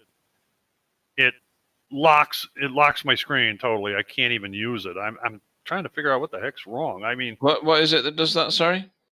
Every time if I key up SDK, Right. my screen will lock, or Oh. it gives me a slideshow kind of thing, like I got 3 frames per second or something. It's really terrible, and I've checked the computer. I don't have any fault codes or anything. I can't figure out what the heck is going on. I don't understand. Right. Okay. And if I look at my FPS level, it's still like 142 or 3. So I don't know what the heck's going on. It's really weird. No, I mean, when I was online with Gary Craig the other week, he was taking me through what you can do in your display settings in order to gain FPS in iRacing. But that's not going to help you necessarily with SDK. I don't know what's going on there. I'm not sure whether it's. I'm really wondering if I got a kibosh. I mean, my upgrade, I'm not really happy with it, to be honest with you. I'm waiting until the new stuff comes out. I may change to that. I'm not sure yet. But you mean the new graphics? Yeah, the 3080s or whatever they are. I'm gonna look towards getting probably the lower end because I'm not like well rich, like you are. But no, I'm not rich either. But I can't handle it the way it is right now. I mean, I was about ready to quit the other day. I was so disgusted. I can't do the same thing you guys are doing. Not that I'm jealous. It's just stupid, Yeah. It just drives me mad. And and as I've gotten older, technology's kind of passed me by a little bit. I don't keep up with it like I used to. And I don't know. It passes me by every week. But it's wicked. I'm sure between myself and Sam, we can help you out getting up to the technological settings that are required to make it work. I think the biggest error was, we're airing out our dirty laundry for the audience. But anyway, I think the biggest problem was I was kind of slow in doing my upgrade, and when you guys were just getting an SDK, I mean, I really wasn't with you in that, and that was my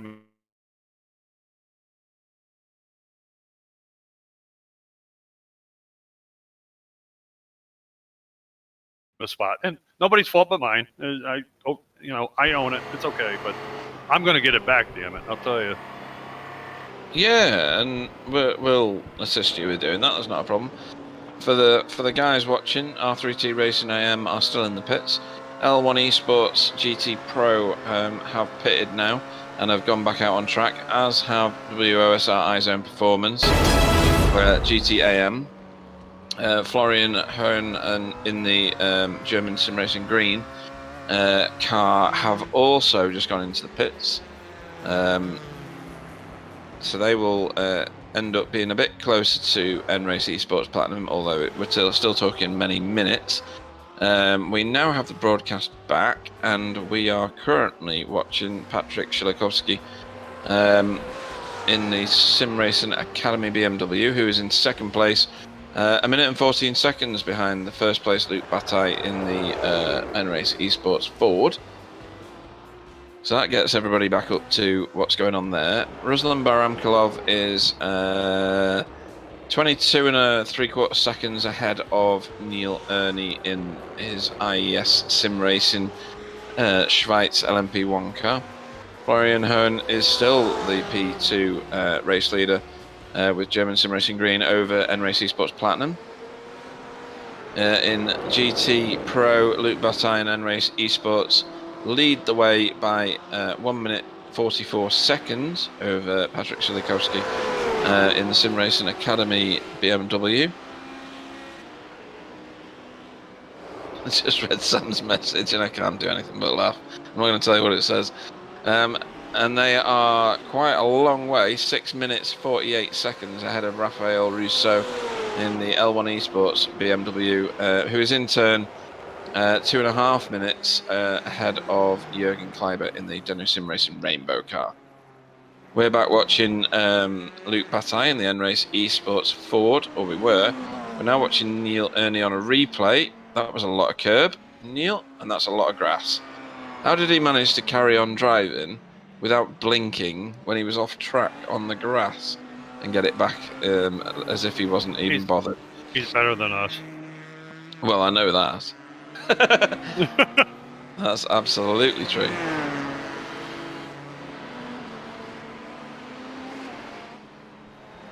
I'll tell you, those guys haven't given up. Good for them.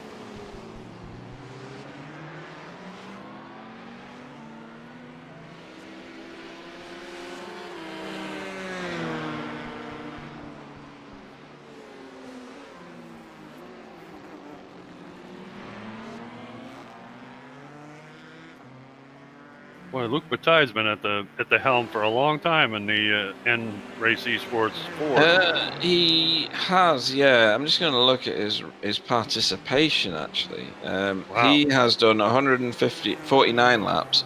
Guillaume Jabard was in the car before you joined, I think.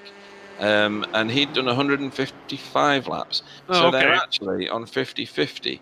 I was going to say, I missed that part. That's right, yeah. But okay. compared to some of the other teams, it sounds a lot because they've got 3 and 4 drivers. So you're right. It seems like he's been there forever, doesn't it? Doing a bang-up job, but, you know, seems like a long time. Is there a minimum number of drivers, Sam? Yeah, minimum 2. 2, right, okay. So these guys are obviously going to do the whole race between the two of them. Yep. Even for the 24 hours, that's minimum 2. We think only the good man can do it at 2 drivers. Yeah, I mean, I'd need a sleep of 8 hours in the middle of that, so that's not good for me.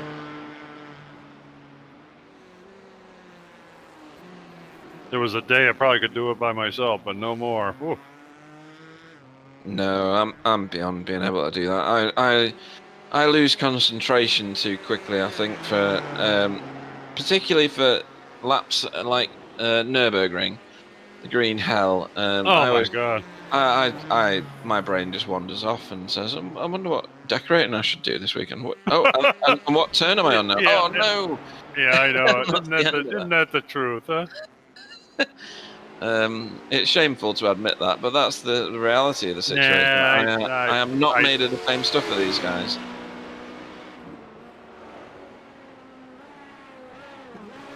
I mean, you've done a lot of racing in your lifetime, Bill. I mean, you real life racing as well. You must be more geared up than I am to do these kind of races. Well, it's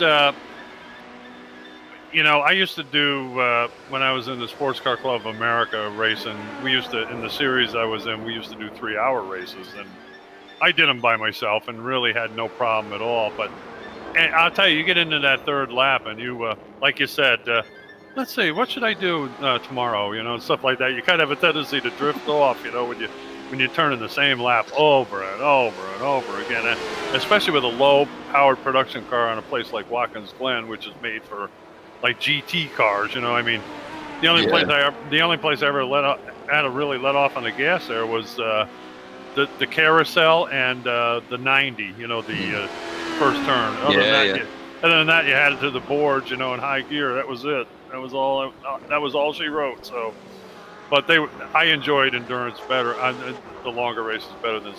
I can never get up for sprint races. I mean, people can, answer the bell quickly. I really can't. I've never been able to do that. I'm just not one of those kind of people. But had a lot of fun. Won a little gold doing those things. Had a good time. That's good.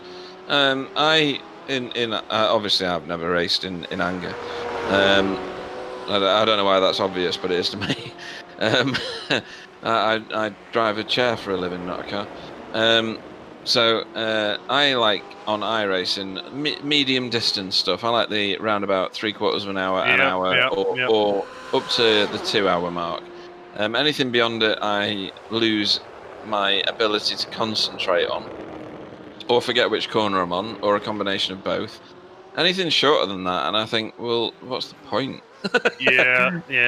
I shouldn't, because they're just as valuable, and there's an investment in that. And Gary Craig was talking about doing the 15-minute sprint races of the TCR, which is coming this next official series season, and there'll be 1 hour, and it'll be a 1/4 of an hour race. And I do the dirt races, which are about 15 minutes ish. That's right. Yeah. I'm actually quite good at those. So I don't know why I mentally don't like short races. I don't get it, but that's the way I am. So.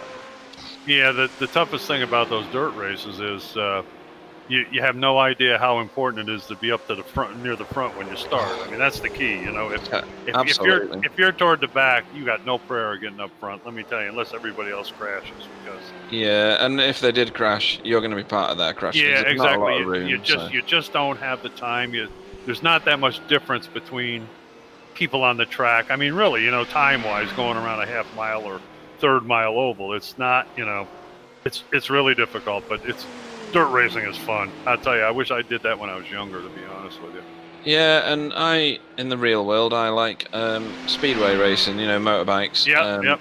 Long track, dirt track, and short track, and it's mostly short track. To be fair, it's what they do in the UK and have done since 1928. Came from Australia originally, the principle, and Finland, Poland, Sweden, they all are invested in it. Yep. And the dirt car racing is still done in Finland, and it's done obviously in America and Australia. And you get a big contingent doing that, and I love it. It is an absolute adrenaline rush. You are utterly exhausted and covered in sweat after 15 minutes. No kidding, yeah. It's constant. Your arms, your legs are under constant stress and strain the entire time, and it is a massive workout. And I honestly urge people to get involved in it, because the principles of dirt racing can be applied to road racing quite easily. Absolutely. Yeah, but on a massively concentrated scale, because you've only got a number of laps to do it, and then each lap's 15 seconds at best. That's right. Unbelievable. I used to have a kid work for me. He was a motocrosser. I don't know if you're familiar with that kind of motorcycle racing, but the kid was, he was a muscle man. He had his arms and his legs were like shock absorbers, which they had to be in that kind of racing. Oh my God. And he was a middle of the packer kind of guy, but he would come into work on Monday, and I'm telling you, I thought somebody beat the kid up. Talk about a workout. Oh my God. Those guys do, though. They take a wicked beating. I never realized. Boy. Yeah, like I was saying, the principles are the same. Obviously, broadside round corners in dirt racing, but knowing when to push and when not to push, and where to overtake and where not to, even on an oval which is only 15 seconds long, it's an education. Absolutely. Well, it's definitely a balancing act. The non-aware person thinks they throw it into the corner. The more sideways, the better. Not necessarily. You got to have side bite and forward bite. That's really critical. And what guys, you don't. Sorry, go on. That's okay. The guys that know that formula and know how to groove their tires and how to read the track and all this other stuff. It's just, you look at it and say it's dirt, for God's sake. What are you looking at? But these guys are just amazing. It's all experience, obviously. Yeah, and whilst we've been reasonably scathing of iRacing on certain topics this afternoon and this morning, it should be noted that I don't know of another simulator / game where you have to follow the conditions of the track quite as much as in the dirt track ovals that iRacing presents us with. Here, you will run the same lines around the same corners if you could every lap. That's where the grip is. That's where the tyre wear comes in, and the hot tarmac and rubber and the hot tyre rubber gel together and give you grip. On dirt racing, even in the iRacing world, you chase the grip round the track. You get bald patches on the race surface, and you have zero grip at times, and you have to adjust your lines in a way that you don't have to do on road racing or oval racing, for that matter. It is a fantastic pastime to get involved in, and I urge people to do it because it's difficult. It's not the simple operation of going around a little tiny oval on dirt. No, it isn't. Chasing that outside line where all the dirt is and the grip is, that's talent. Especially when you've been running the inside line where all the dirt was. Yeah, previously. exactly. Yeah, well, brilliant. You know, I listen to read the forum and see some of these people complaining about the dirt, you know, and all that. And, you know, it's really amazing the technology that they've grabbed so far. I mean, it's just, you know, like you said, you can see when it gets slick and hard and glazed over, you know, and everything. It's just truly incredible that they've designed it into, you know, how much running it's had over it to flatten it down, and they have moisture below the level and all this kind of stuff to keep moisture. I mean, that takes a lot of work and technology to figure that out. It really does, yeah, you're right. And how your car reacts on the different, because you've got 4 different surfaces to race on a dirt oval race, and what your car does on each of those different surfaces as the track evolves is very, very different. Absolutely. It's fantastic. Honestly, I have to take my hat off to iRacing on that regard alone. I would love to. Can you imagine an endurance race on a dirt track? Oh boy. You'd have a lot of tired people, that's for sure. For sure. The sweat just pours out of you when you do one 15-minute race. It's just crazy. But you know, I suppose we better talk about this race. Probably. So we're watching Marius Danhausen now in the Gold Racing Team LMP1 car. This was previously Mr. Bayramkulov, Ruslan Bayramkulov, not that long ago. Whoa! Big crash right there behind him. I don't know who that was or in front of him. Right, okay, maybe Sam can pick that up for us. Is that Raphael Rousseau by any chance? It was when he went past him. Oh, here we go. Oh, that's painful. Oh dear, that's Ariel Pacho in the WOSR iZone Performance Junior team.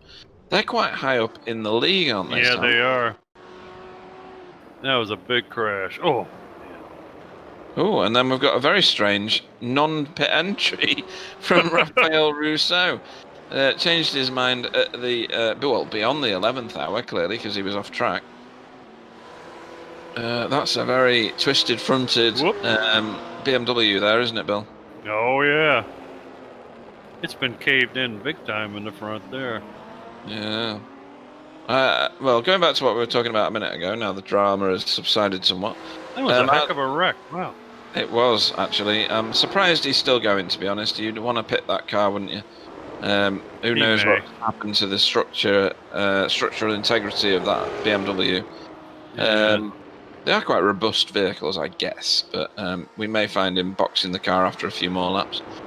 But no, going back to what we were saying before, I'd love to go to one of the dirt tracks that yourself and Clyde have attended in recent years, like Volusia, for instance. You know, I'll tell you, TV doesn't do it justice. I'm telling you, you wouldn't believe how those guys sling around on that darn thing.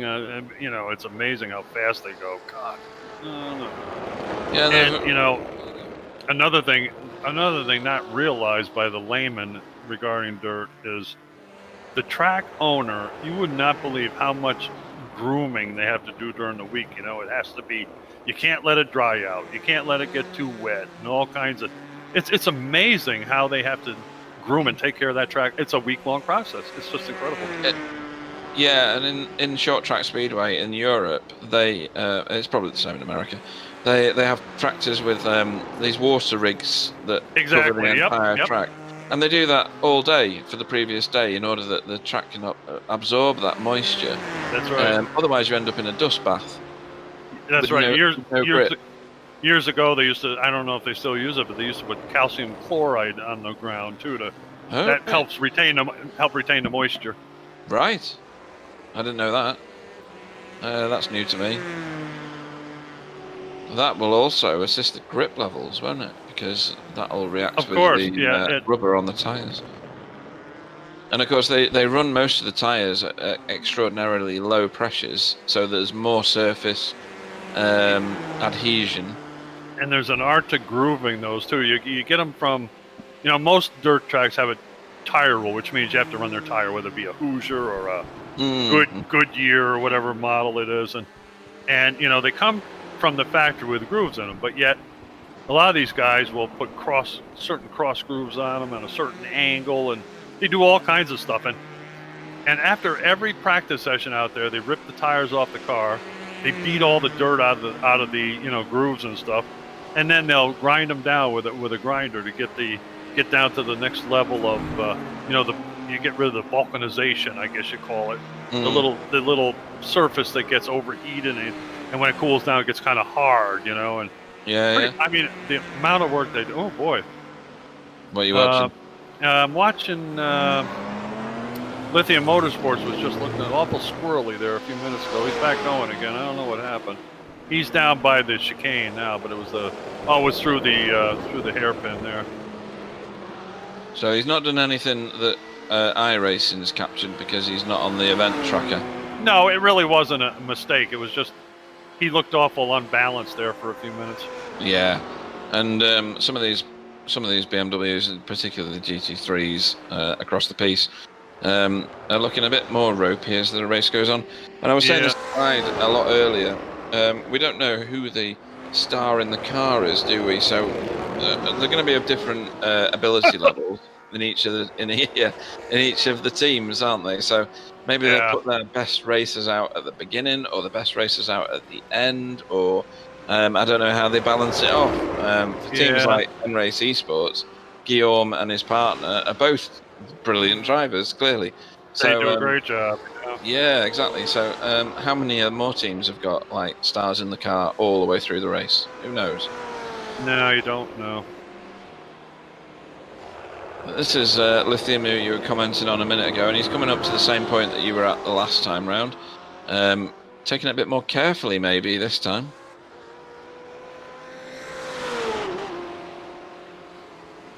Dave on the chat says, I think this is in response to whichever team it was that touched the wall before. It's a BMW. It'll be fine. That's genius, isn't it? I like that. He must be an engineer for BMW. Yeah, that's class. I like that. I watched something pretty interesting on the internet last night. It was Rally Sport from Finland. Boy, was that crazy stuff. Wow. Have you ever seen the stuff that they do literally on ice between the snow? Like banks of snow. They carve a track out of snow. Oh, God. That's insane. Obviously, Absolutely. They don't know. They can't see any further than the end of the bonnet of the car. But it's absolutely bonkers stuff that they do. Have a look for that. It'll be on YouTube somewhere, no doubt. Yeah. It used to be on terrestrial TV in the UK once upon a time, and it was utter insanity. It was a rally, just like anything else, and I think there was multiple cars on the track at one time. I say track in inverted commas, and they would literally they would literally just send a snowplow through it all, carve a random track, it seemed, out of nothing, and set some cars away, and say, have a good race, boys. See you on the other side, maybe. And it was just insane.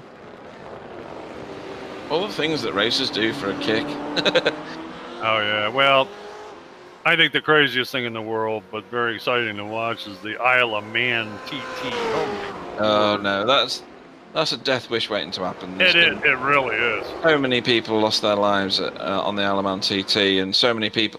There was one crash that I was unfortunate to have witnessed live on TV, and I don't remember the gentleman's name now, bless his soul, but he crashed at a point, hit a dry stone wall, and he went several hundred feet through the air, further than his bike did. I'm sure. That was brutal.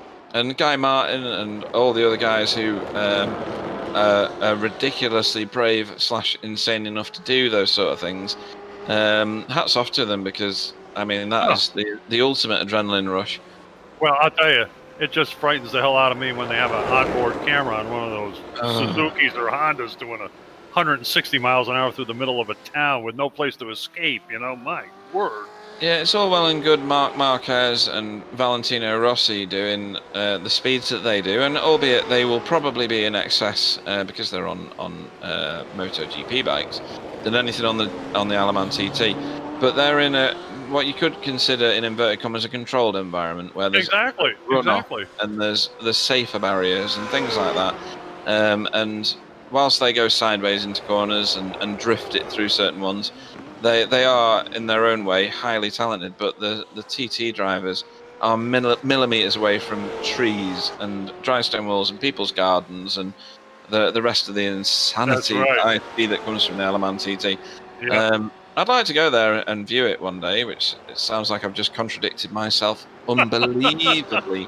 But it is phenomenal what those boys do. The Dunlops of this world, etc. Certainly is. There's no speed limits on the Alaman. I don't know whether anybody knows that.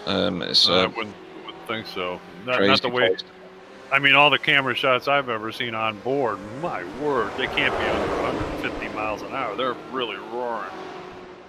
Yeah, and it's a brutal lap apparently as well. It's not the kindest because it's not been manufactured in a Herman Tilke way. Right. It's just the raw landscape that they've literally put normal roads on, and the TT riders do their thing on standard in unadulterated roads, as it were. And it's not all flat either. Oh no, the topography is bonkers. It's up and down all sorts. And you've got to respect those guys, but they must have a death wish. You know what you said about Valentino Rossi and the MotoGP stuff. In the little amateuristic racing I used to do, even competing out there, had some pretty fairly high speeds, but yet, when you were going against somebody, you were still in a controlled environment. They were trying to do what you were trying to do. We're out on the public highway. You have no clue what the guy next to you is trying to do. So. No, that's entirely right. Yeah. Entirely right. And generally, you're in a car which is suppressed, or a bike which is suppressed to the same kind of competitive level as those around you. So the difference in performance is going to be minimal. Obviously, what we're viewing right here in this scenario is multi-class racing. These three cars, or three classes of cars, are fundamentally different. So that goes against what I'm saying completely, but the principle is still the same. With TT racing, you could put whatever you wanted on that track and absolutely blast it around there. It's unbelievably uncontrolled, as it were. That's right. Oh, dear! I'll wait for your broadcast to catch up before you see this one, Bill. I lost my broadcast. Who was it? I lost my broadcast. Who was it? Oh, did you? It's Simon Amosa. He's spun the car on the last turn and nosed it into the crash barrier. That will be expensive, and possibly a long time in the pits. And Clyde's back with us now, weighing significantly more. He's in the pits now, too, apparently. What else have I missed? Anything? Lots and lots of discussion about dirt racing. Excellent. Some discussion about the Alaman TT. Other than that, a number of little crashes and embarrassing off-racing moments. Thomas Samola and the R3T Racing AM car has been in the pits for an enormous amount of time on a crash that we couldn't actually review because Sam's iRacing has crashed since. Twice. So we are all victims of the same iRacing failure. No, it's not just you. Yeah. It's going to carry on, I think. So. Well, I'm not gonna. I told you that Gary Craig's system crashed as well, didn't I? You did, yeah. Not going to give any spoilers here, but I'm not a big lover of F1 racing. Right. Anybody that's like me that doesn't tend to watch it unless they're really bored. First 15 minutes are well worth watching. Oh, right. I might have to watch That's some all sort I'll of say. replay of that then. You heard it. You heard it here first. Controversial then, yeah? Well, let's just say, there's been some discussion about driving standards in this series. Yes, there are, yeah. Even the professionals don't get it right all the time. Right, Let's leave it at that, so we don't spoil it for anybody. okay. Not the I will pro, be at least watching the that pro, later on, no doubt. at least the pro earn millions. Sorry, That's say what, again? Sam. That's true. They've got a Right. reason to do stupid things sometimes, Yeah, and they- even and- if and they they get paid shouldn't. for it. But yeah,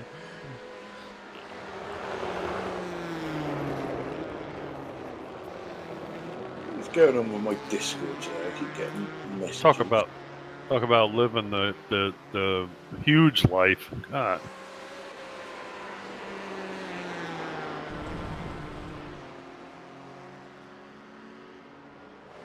I will never forget when I was over in UK a couple years ago.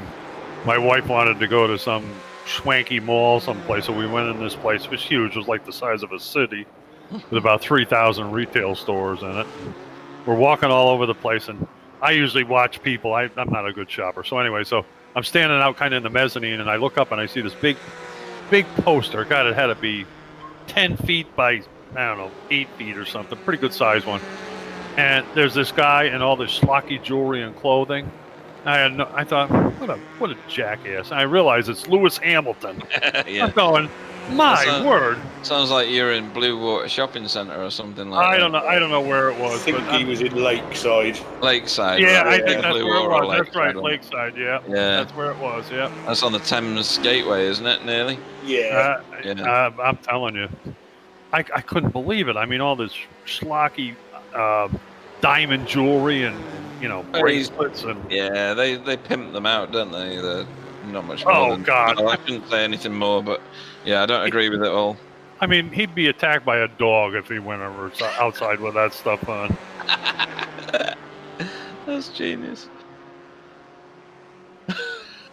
So we only got 12 cars left. Yeah, at the minute. It doesn't stop any of them jumping back in, does it? Not at the moment. So yeah, R3T Racing AM's Porsche had some sort of off-track incident that we can't watch because Sam's iRacing went down. But it must have been heavy because the right-hand side of the car was absolute monster mess.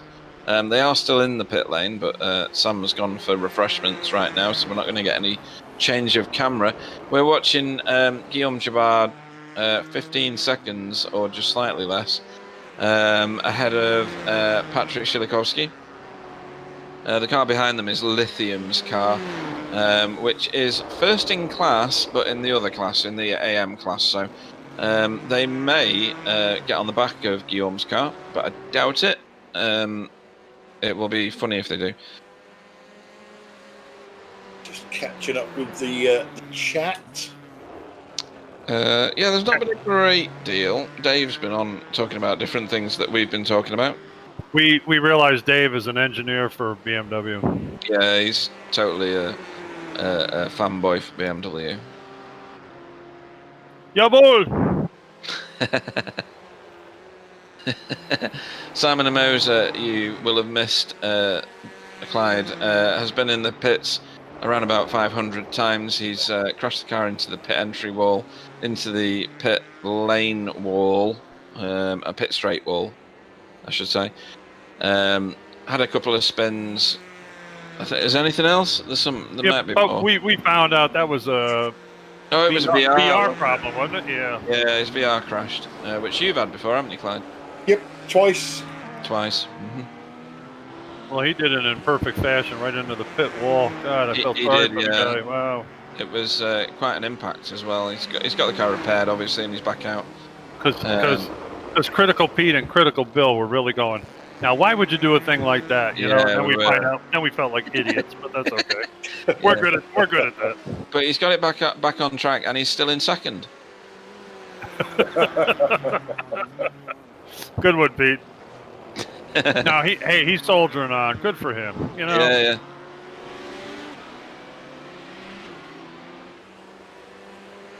I'm I'm sure 21. I've got a million messages from Gary Craig about the F1. Oh no, he's only said that in October at Croft it'll probably be snowing, so it's best that they're not going. Yeah, he'll be watching the F1 now. Is it still on? It will be, won't it? No, it won't be. It'll be done now. Just to let you know, the R3T Racing. Are they back on track? They're back on track after Oh, a near on 1 hour pit stop. That was a lengthy pit the stop. A lot 13. of damage. I think they went for dinner. We unfortunately, Clyde, couldn't see what caused all the damage because Sam's thing had crashed. We missed it. We didn't have a replay. But we still got the Silverstone wing though on there. Yeah, we do. I was just going to say that. I don't think all the damage has been fixed. It looks. It's been like that from nearly the start. That wing. Oh no! Well, the wing has, yeah. Now the person that's trying to pass and flashing the lights must like the design of the wing, wondering where he got it or something. Yeah, he wants to know. Yeah. Hey, where'd you get that wing, man? Yeah, that's Patrick Shilakovsky in the Simracing Academy car, running around 13.6 seconds behind the leader of the pro class. So they've got it all to fight for, really, these guys. I like the paint scheme in an R3T racing car. I really like the looks of that. I'm guessing He's out. Imperious in his stint. He was excellent, but he's out now. Somebody else is driving. Yeah.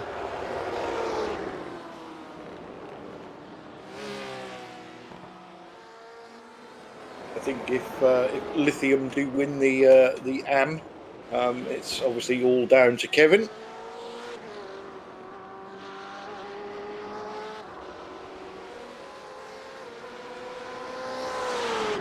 So, just seeing that Dave said he had a bad stint.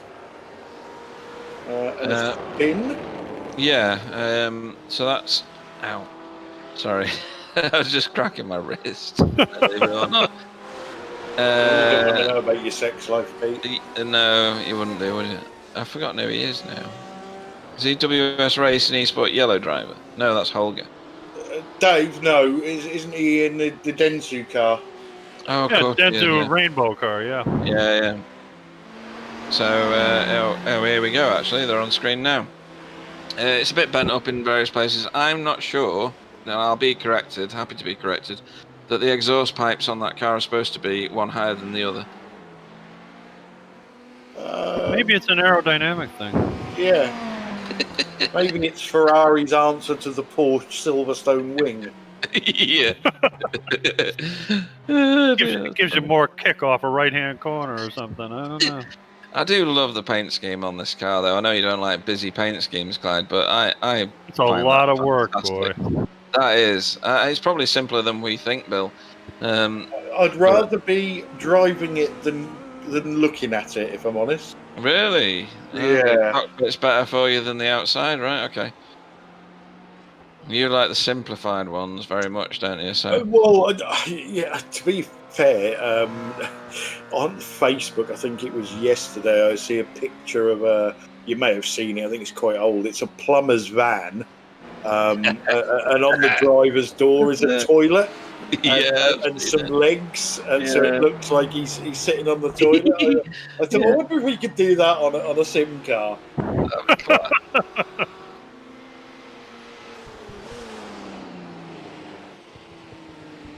Apparently, Dave says it has to be like that so they get more corner downforce. See, I told you. Higher than the other. Yeah. Oh, the aerodynamic. Yep, there you go. Or grip level, grip hacks. Yep. So we've got less than 3 hours to go. Do you know what? It's gone quite quick. I thought this is going to be laborious with 16 cars, but Clyde, I have to mention something about Clyde, Pete. I'm a little worried. He's awful enthralled with poo and toilets and stuff. That really bothers me. Yeah, that's. Oh, you know it goes together with his IQ level, so don't raise that up more than single digits at the very least. It's all to do with my favourite website. Oh, that was close. Jesus. I'm afraid to ask. RateMyPoo.com. Oh, I know he does that. Come on, stop. It's just not good. I can't help it. I'm one of these proud people. I like to stand up and turn round and have a look and go, that was impressive. What do you do with the ones where you turn around and go, well, where is it? Yeah, I do have a few of them, I must admit. Yeah, straight round the bend and gone. Yeah. And think I went through all that effort for nothing. Yeah. It's just not the same if you can't see it, No, that's right. You get the other ones where you have a look and you think, who put Frank Bruno's thigh in my toilet? I'm pretty sure you can't say that anymore, but never mind. I think the morning after an Indian one is also a good one. Smells the same coming out as it went in. You're terrible. He is, and he's disgusting. I have a poo conversation with my wife, and she tells me I'm disgusting. Yeah. And as I say to her, it's natural. Everybody does it. If you don't do it, you'll just explode.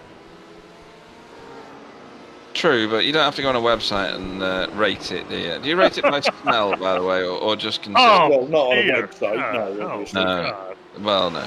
Why would you? Well, speaking of toilets, one time I was on a business trip to Germany, and we were in the northern part of Germany in this really swanky hotel. I mean, expensive freaking place, and go in there and lovely. I mean, all the fixtures and stuff, and they had a bidet in the bathroom. Okay, so a lot of my cowboy friends from back home, I'm not in the room 5 minutes, and the phone rings, and it's my boss. He goes, "Bill?" I go, "Yeah." He said, "Have you been in your bathroom yet?" I thought that was kind of a personal question, but I said, "Yeah." He said, "What's that thing sitting next to the toilet?" It's a body wash. He says, "Do you wash your hair in there?" He says. I said, "Well, you can. not the stuff on your head, no, but he goes, "What do they call that thing?" I said, "It's a bidet." He goes, "Okay." So by the end of the trip, he was telling me how he, power thrusted himself with the thing, and he called it a space bidet. He used to call it. It's a space bidet instead of the space cadet. What a freaking character! God. Well, we had a temp once at work, and he was seeing a Polish lady, and they decided that things were getting serious, so they was going to go to Poland to meet her family. So anyway, they went over. It was winter time. Oh, hang on! Oh no! Oh well. And that's the kind of drama we didn't want to see. Oh dear, Marius! How did he do that? He hit the curb quite. That is a rearranged car. That he hit the curb on the inside. He did, didn't he? Yeah. He hung it in the fence. Whoa, baby! Oh dear! All those conversations about poo seem pointless now. Wow, that's brutal. That's going to be a big look at that wing. Oh my goodness! What, it's the wing that caught your eye? It's the rest of the doing it for me. Look at it. You can't miss the wing, can you, from any angle? Oh my God! All right, now, tell me that doesn't look like the Batmobile now. Yeah, read Dave's response on the YouTube chat without laughing. He did as well, yeah. You got to give him that, haven't you? Oh dear, he stuck the landing good and proper. Wow. Cheers for that, Dave. Wow, that changes things somewhat. So he's got 24 and a half minutes to get out of that pit with the repairs to that damage. I'm going to go out there on a limb and say that that's more than 24 minutes. Yeah, I think you got that right. I think you got an hour there. Everything but the horn button's got to be replaced on there. Jesus. Oh, that's close. Oh dear. So anyway, back to class. Oh yeah. So they go over to Poland. It's snowy.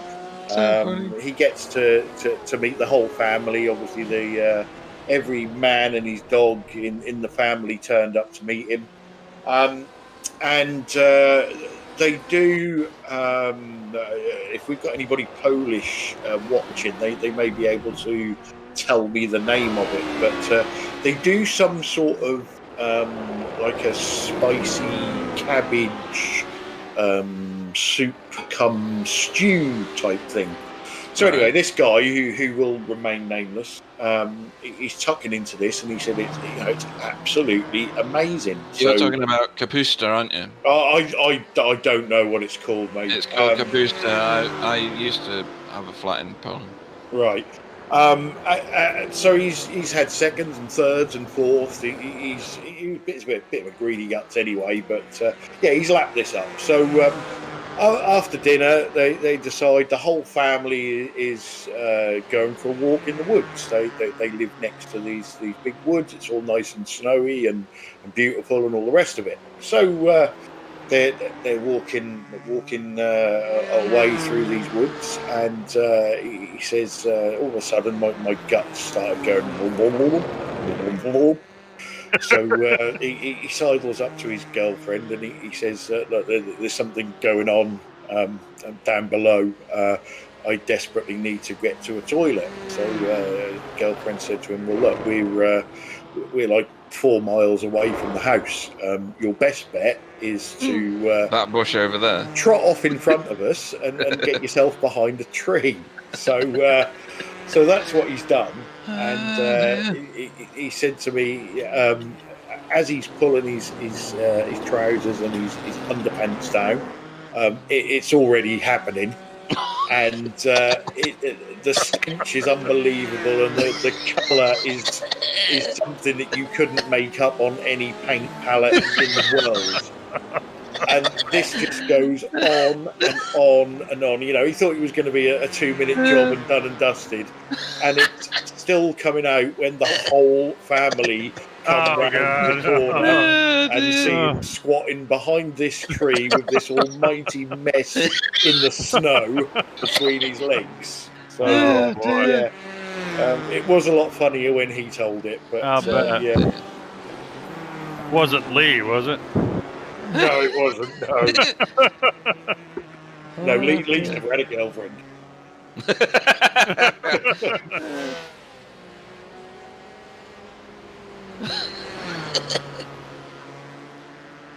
But yeah, that was the first and last time he met her family.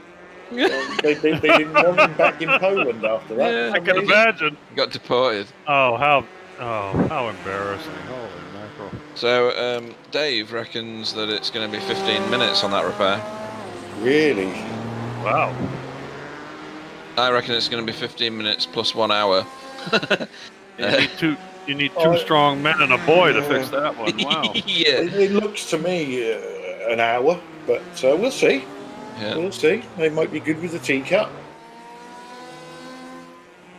You're going to need a big slogger to fix that one. Yeah, that's a lot of panel beat in that.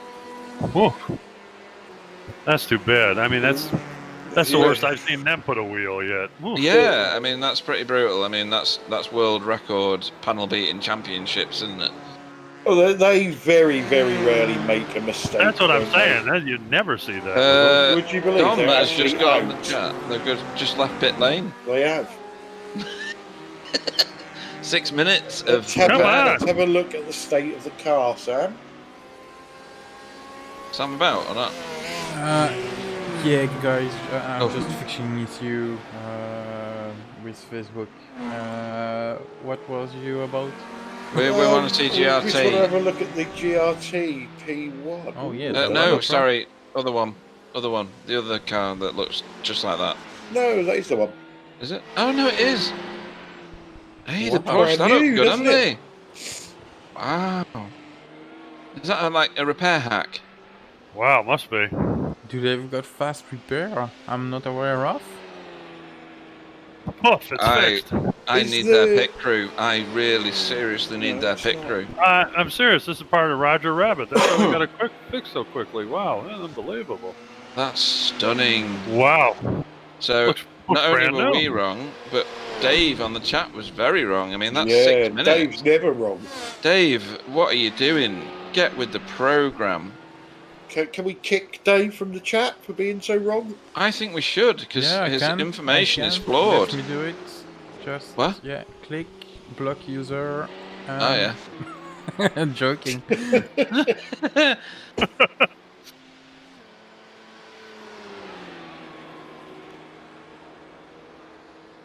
I honestly thought their lead was in jeopardy. Well, I was literally just about to say that the boys at IES Simracing must be rubbing their hands together and saying, "Hey, we're back in this." Yeah. How disappointed they're going to be when they get around the track and go, hang on a minute. And I'll tell you, it looks fully repaired, doesn't it? that repair took less time than it took to get it off the fence that it was hung on. Oh, That took less time than it took to build the whole car. really? Even though they should have built the whole car. There wasn't a straight panel on it. Maybe this is a backup car. I don't think we do that. I'm confused. Oh. You?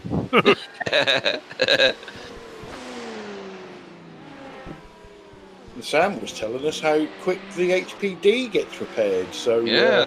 They fixed the P1s with Harry Potter's wand.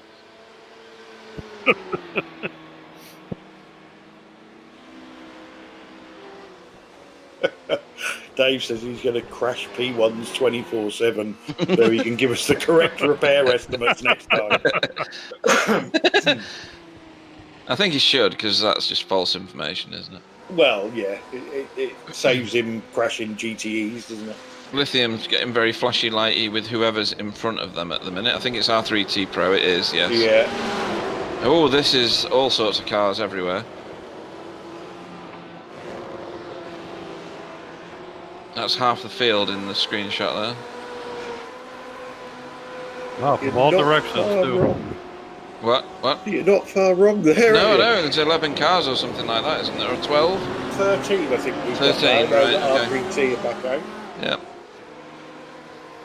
I wasn't trying to be sarcastic with it either. I was literally stating a fact. Yeah, for once he's not sarcastic. Yeah. It's like my superpower generally. If I was a superhero, I'd be known as Knobhead. I'll tell you, your sarcasm though is with class. I can't do that. I'm too rough around the edges. It's taking years of practice. Oh, there's something going on the right. Oh, there we go. There's a P2 car. Oh, crikey, blimey. There's all sorts going on right now.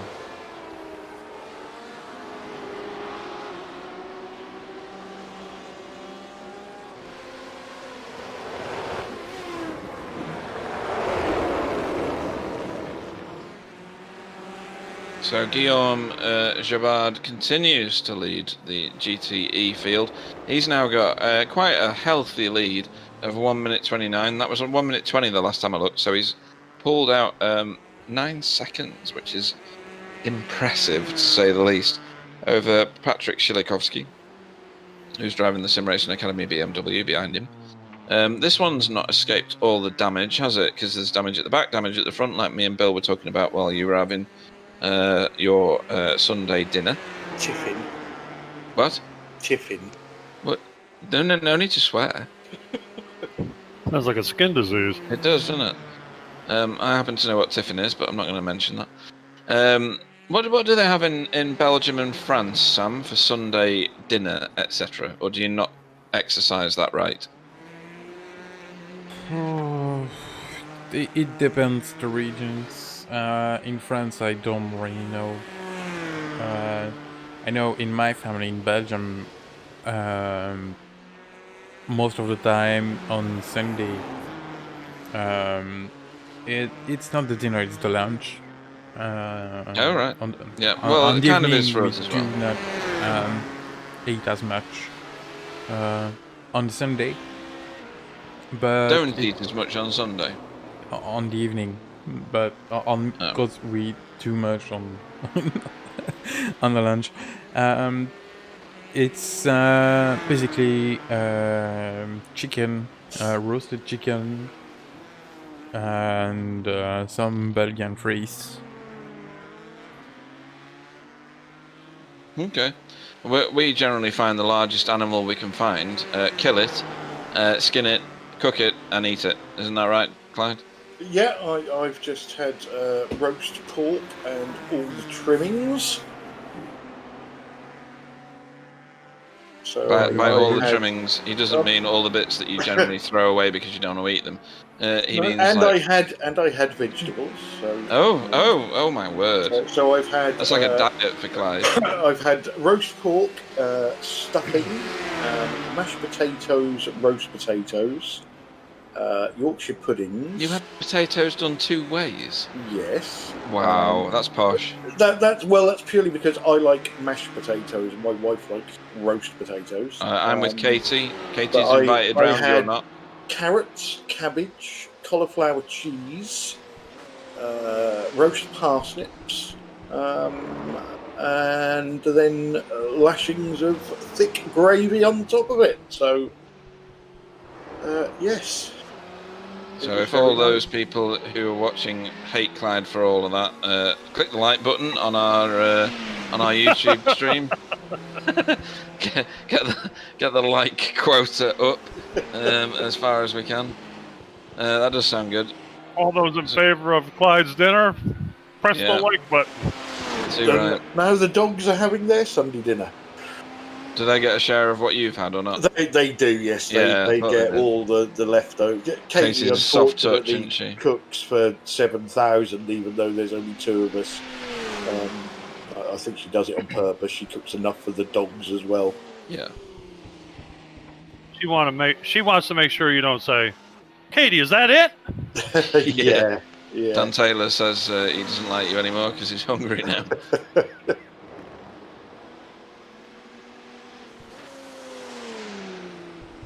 But to be fair, in our house and a lot of houses in the UK, Sunday dinner is traditionally a family dinner where nothing disturbs it.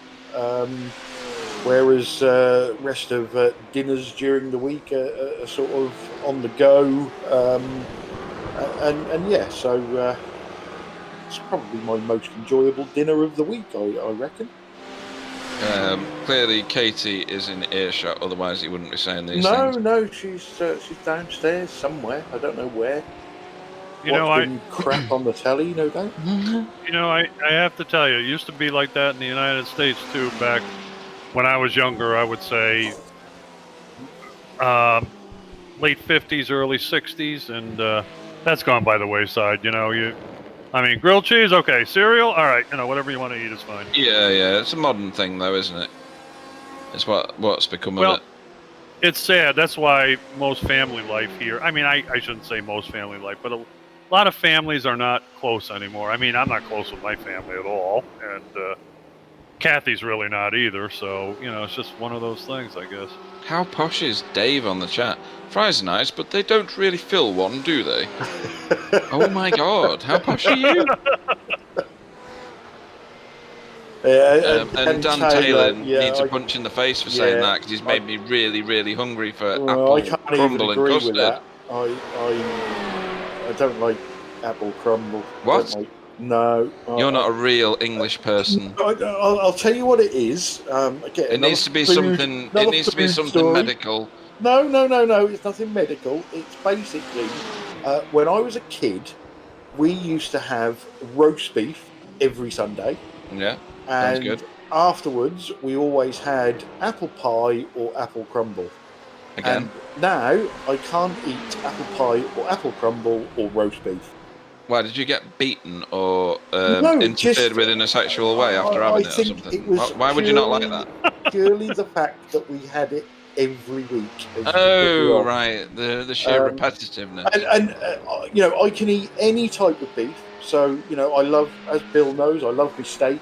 I love burgers. I love minced beef. But I can't eat roast beef. The smell of it makes me feel sick. Note to self, make sure you cook roast beef on the 11th of August and apple crumble or sponge, either way. You know what, Pete? When Clyde arrives, haven't seen him in a year. Hi, Clyde. Hey, you got a steakhouse around here anywhere? Okay, we'll find one for you. All right. Literally, when we arrive... Really? Right, okay. When we arrive in Orlando, Bill will tell you our hotel is right opposite a TGI Fridays. So, we've been I'd up rather lick since... my own bum hole than go there, to be honest. we've been up since silly o'clock in the morning. Yep. We get to our hotel about 5:30, 6 o'clock in the evening, which when you're still on UK time is like 11 o'clock in the evening. And although Virgin have fed you 73 times on the plane, I still am desperate for a steak, and we literally check in, dump suitcases, go to TGI's, eat steak. Which sounds good, but surely there's a gazillion steakhouses in America. There is, isn't that there isn't is, that the staple diet of USA, meat? it is, yes, but this one is literally a stone throw away. So, Right, okay. Another it's problem easy. you got at 11 o'clock at night, even in Orlando, a lot of the poshy good places are closed. So you don't, you have to go to, what would you call, a little less than schwanky. See, that shattered my imagination of what America's like. I thought it was 24 hours a day everywhere. No, there are depends where you are. 24-hour Depends where you places. Yeah. Now, Las What's Vegas, that that's breakfast true. place that I like, Bill? What's that? What's the breakfast place I like? That's 24 hours. Breakfast place. Can't remember what it's got a funny name. Is it called breakfast24hours.com? No. It's not Denny's, is it? Not Denny's. No. I'll think of it when it turns up. But yeah, they're good. They're 24 hours. I like going in there. $5. You get like an American style fry up and a big plate full of pancakes. When I was in New York, I've been to New York a couple of times. They serve some things I absolutely detest for breakfast, and one thing that That's it. Hey, IHOP. IHOP. Yeah. I've never even heard of that. International House of Pancakes. That's what it stands for. Oh, right, okay. I never knew that. Yeah, never heard of that. Anyway, when I was in New York, they I serve a thought lot they of things. stamped on your foot or something. So you have to IHOP out. That shouldn't be as funny as it is, but it's funny. Anyway, I was over there quite a few years ago, and I was over for Labor Day, so it was unbelievably busy in New York, and it was super hot because you were in a heat wave over in America and things, or that bit of America, I should say, because it's massive. One thing that I got addicted to my shame, is cinnamon buns or cinnamon swirls. Oh yeah. Oh baby. my dear God! I put on at least a stone in a week. Yeah, you can put 3 or 4 of them down easy. Oh, they were massive as well, Bill. Honestly, they were the size of my steering wheel in front of me at the minute. They were massive. Yeah, I know it. Yeah. Otherwise, they didn't know how to do a breakfast in New York, in my opinion. Oh yeah. Obviously. No. It's but quite other things. difficult to get a proper English fry up. Yeah, I wasn't necessarily after that. I was after some local culture and cuisine, and the best I could find was Canadian maple syrup covered bacon and cinnamon buns. So I went with cinnamon buns. Well, Not bad. Hey, better than nothing. Yeah. Oh yeah. Back in the mid 90s, in my Air Force days, we went to America, to Nellis Air Force Base near Vegas. In a fairy firefly boat, boys and girls. No, we was invited to do they have an exercise a couple of times a year over there for called Red Flag, and there was a breakfast place just on the outskirts of Vegas, and they used to do a special deal, and it was $5. And you could eat all day. Now, we used to get $25 to feed ourselves every day. Mm-hmm. So what we used to do is we used to go in at 5 past midnight, pay the $5, really fill ourselves up, and that used to last you all day. And then you used to go back about 8 o'clock at night, fill up again, and then go back the next day at 5 past midnight. We used to make $20 a day doing that. That was a lot of money in them days. Yeah. Oh yeah. Well, it's a good thing you weren't. Good thing you weren't actually a pilot or something doing that at Red Flag, because I know Red Flag's pretty aggressive stuff. Yeah. Oh, Dave, no, I can't agree with that. Food isn't food. No, it's not. It's not. There's I food like to cook. and there's food. I like to cook myself some very fine food at home, and I don't like going to rubbish places to eat food either. I couldn't ever see myself in a McDonald's. Yeah, I'm not not for a all lover the of McDonald's. No, it's junk, isn't it? It really is. I think the thing that irritates me about eating out anywhere is, I eat enough calories on my own, but when I go to some place and it's not good and I absorb so many calories, that burns me up. Let me tell you. Yeah. And it's not even that good. You know what I mean? If it's really sinful, I always say I'll handle it. Okay. Yeah. And you've seen the pictures of the stuff that I cook, Bill, so you know the standard. Oh, you need a cooking show, man. I'm telling you. I don't like to cook crap food because I've got to eat it. And why would I cook myself crap? And I can tell you, Bill's not afraid of a few calories either. You what? What did you say? Bill's Sorry. not afraid of a few calories. Oh, you cheeky sod. Yeah, you need a cooking show. Tuck away some meals. Oh yeah, definitely.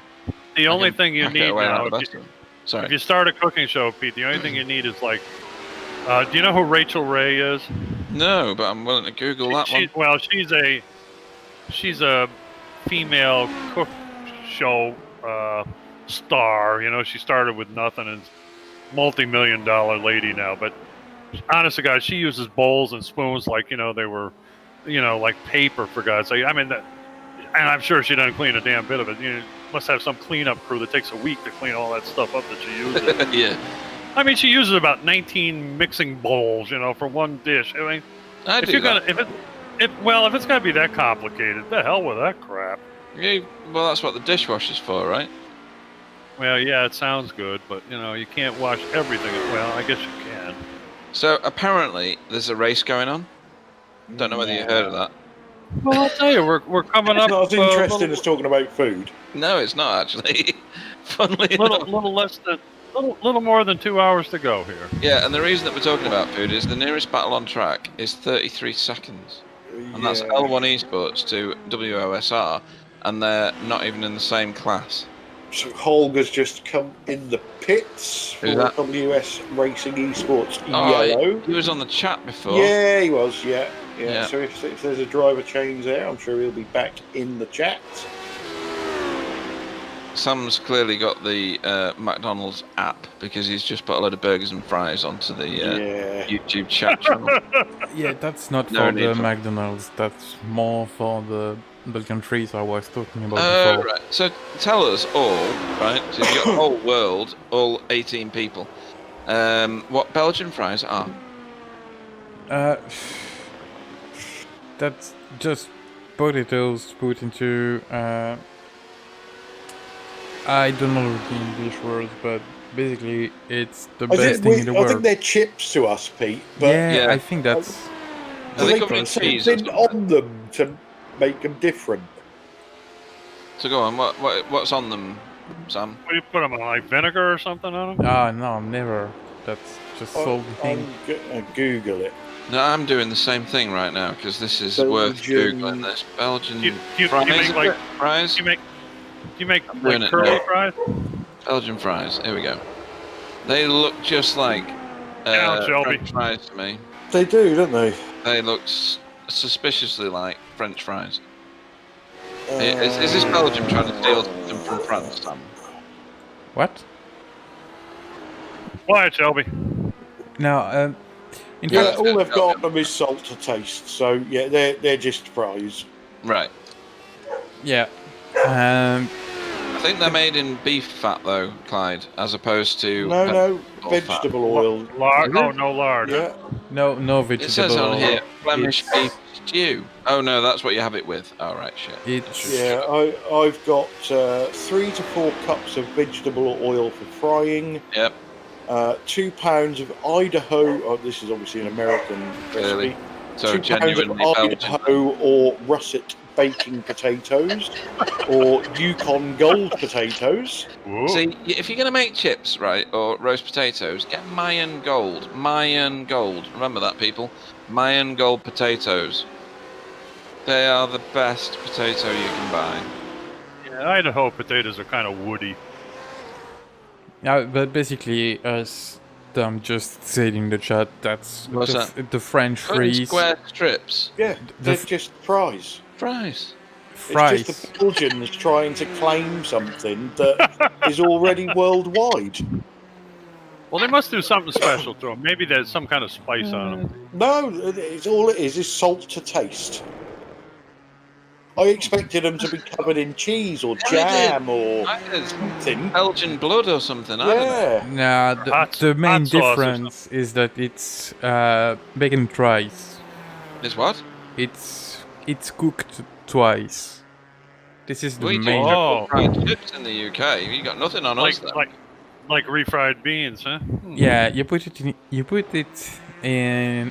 the first time in the free thing.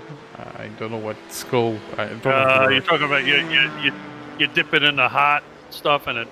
Yeah, exactly. You dip it in Fries, the hot right? stuff. Yeah. as Put it in said. the chip pan and then put it in the At, oven. Don't ever stick your hand in there either. By the way, it's very hot. yeah, at 140 degrees Celsius, more or less, the first time for 5-6 minutes, and then you release them. You put them on the side for at least 30 minutes. You wait at least 30 minutes, and then you throw them back into the hot thing for 5 minutes at 170 degrees.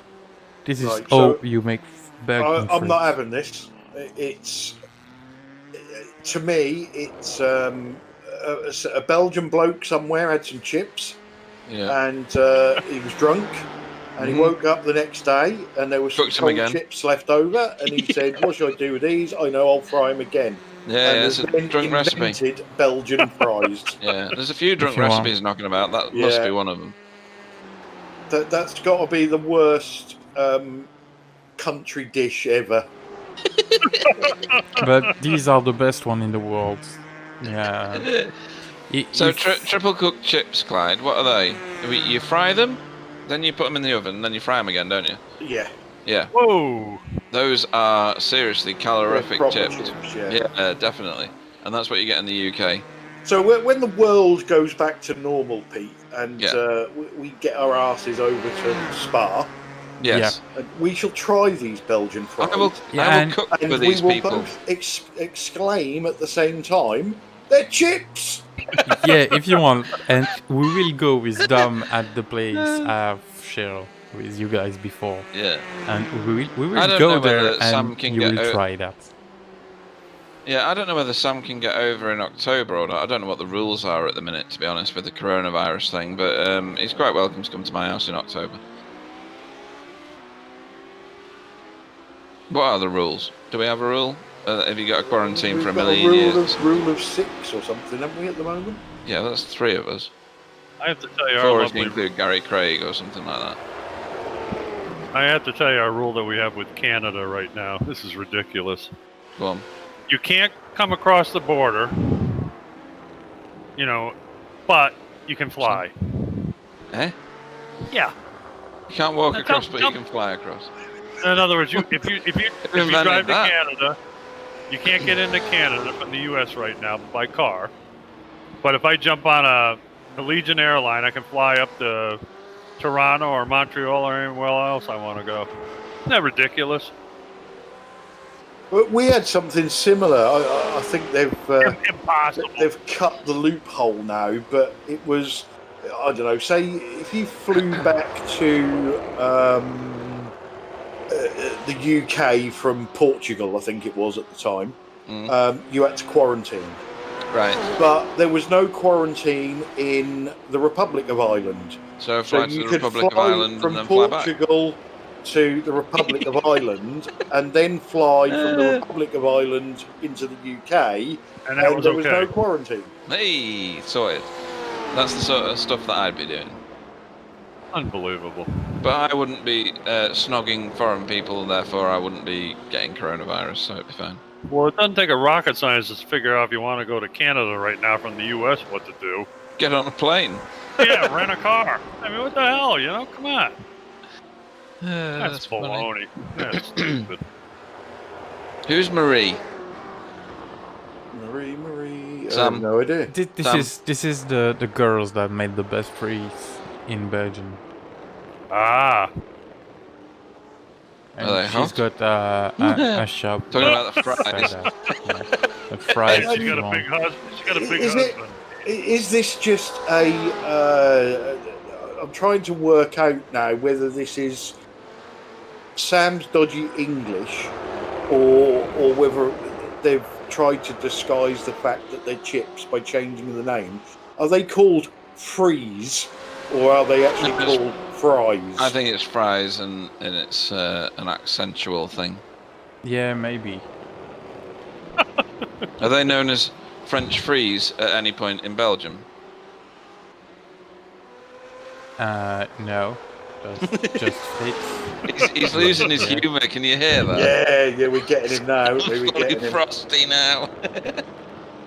So Guys, your okay. girlfriend Guys, is French, isn't she, Yeah, Sam? what's your girlfriend called, Sam? What? What's your girlfriend called? What's your wife called? Yeah, it doesn't matter. There's Oh, French yeah, fries and yeah. there's Belgian ones, and they are different. And the Belgian ones She's are better. French, isn't she? Yeah. The point is, she's French, isn't she? And therefore you must have had French fries. Sam, don't tell him. Let him beat it out of you. So Dom is saying they're frites. They're what? Frites. He's saying they're frites. Frites, That's yeah, fries frites, in yeah. French. Exactly. So yeah, I ain't having that. It's refried chips that they've changed the name. I think so, yeah. Although Sam got very, very defensive when we mentioned his girlfriend.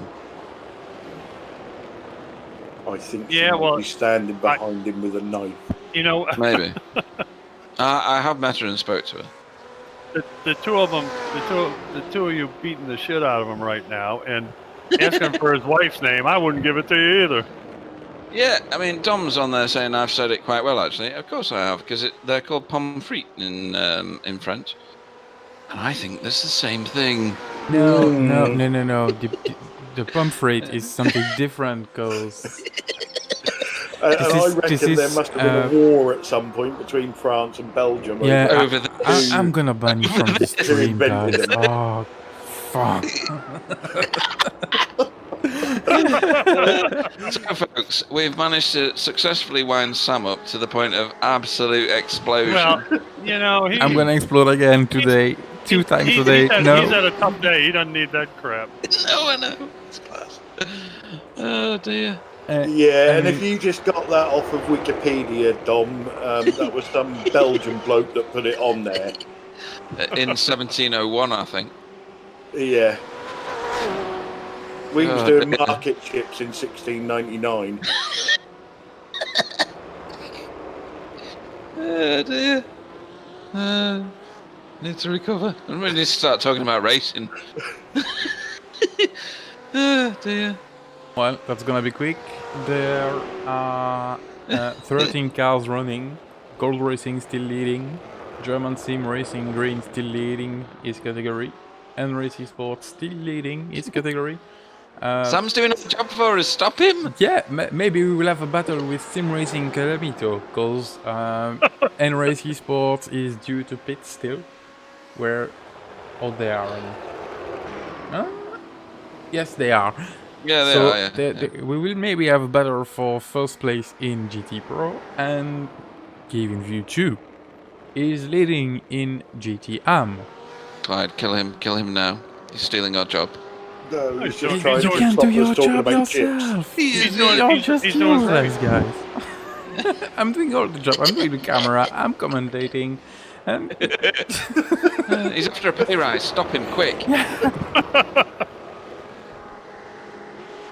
Oh, Oh dear, that's funny. Cake now. That's it. I'm going for I need coffee. sleep. I've laughed too much. Vutu's back on track, Clyde. Yeah, I know. I'm Yeah. watching him. Oh dear, that was funny. I think he's Nothing to do with likely racing, but it was hilarious. Sorry, to go on. catch and pass the P2s and then the P1s by the end of the race. Is that right? Yeah. Just Vutu on his own, yeah? Yeah. Yeah, of course, yeah. Why would I think any different, you know?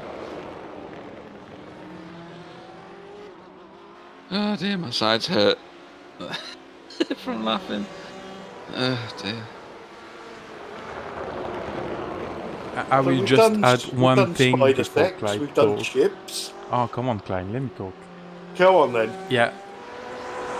I will just say one thing, and the best one are the Belgian fries. Or Oh, we're chips. back on this It's, again, Sam. Yeah, Oh, let it there's go. old news, Let Sam. it go. Unless you're going to say they're going to throw bacon at it, there's no point. Which is what they do in America. Yes, they do. Yeah, Loaded fries. yeah, loaded. With cheese as Bacon well, and cheese, sometimes. yeah. Oh, hello. Sorry, what were you saying, Sam? I think he's going No, I'm done. You can do your job now. Okay. Let's go. So, Go ahead. in first place, is Marius Danhausen in GRT LMP1.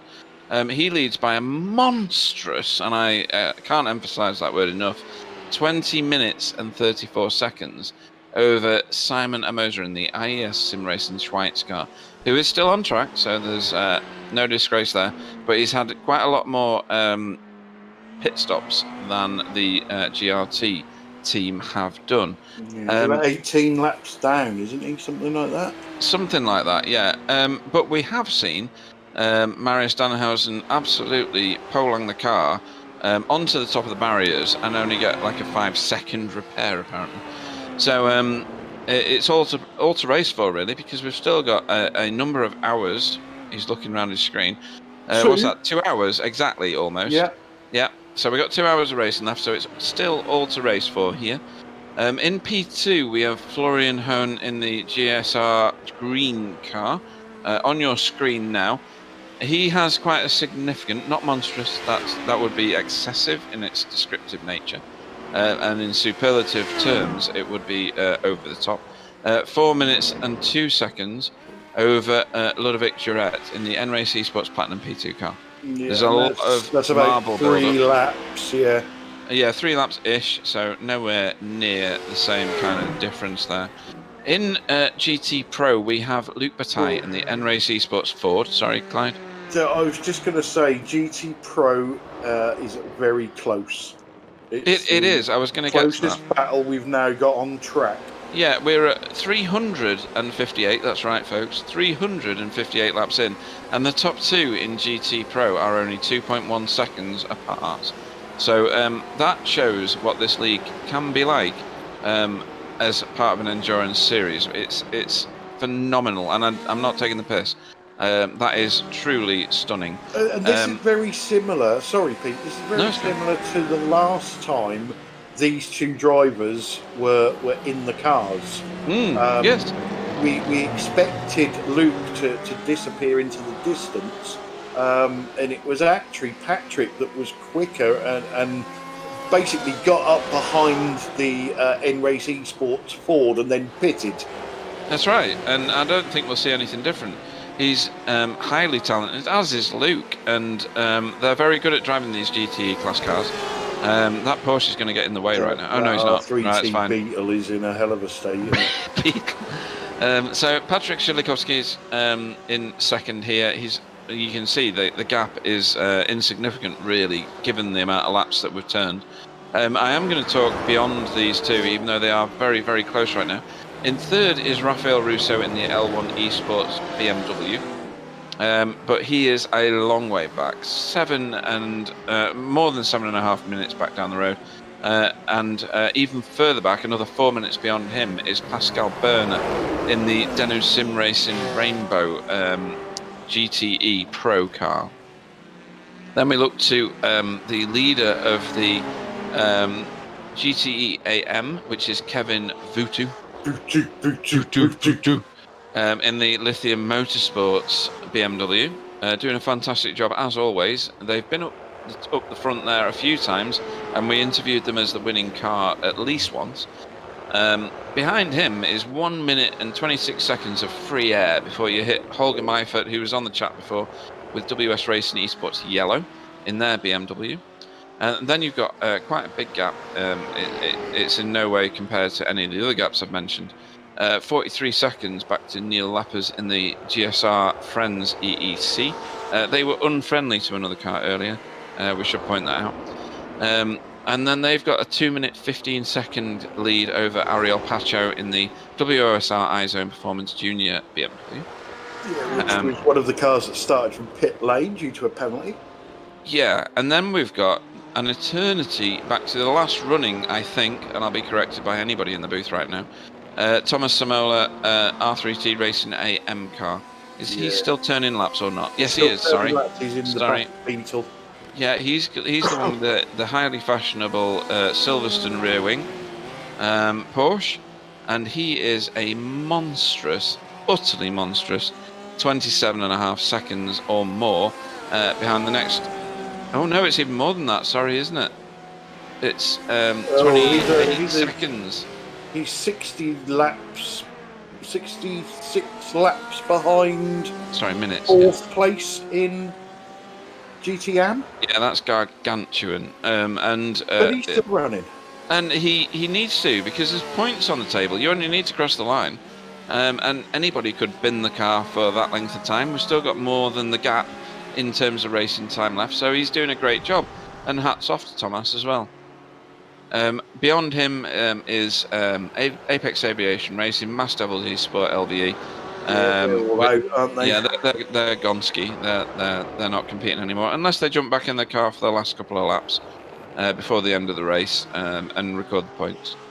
So will Dave be getting back in the Denso Simracing car at any point in the last 2 hours, or is his driving day over? I'll have a look at his contribution. Who have we got? Christopher Reitz, 148 laps. Jürgen on 97 laps. Pascal on 61 laps. And Matthias on 48 laps. So not exactly balanced, but I think everybody's done the minimum by a long, long way. They needed to do 28 laps each. Yeah, there's someone flashing his lights in the Denso Sim Racing Rainbow, so... So he's listening. It's Dave. Right, okay. Maybe he's doing the same as Ben Cullen. So, Dave, if it's you, blink once again. I didn't actually look then, but yes. He'll be blinking when we're going around that corner there. Yeah, where we can't see it. There he goes. Oh, we don't know, but we think it's Pascal.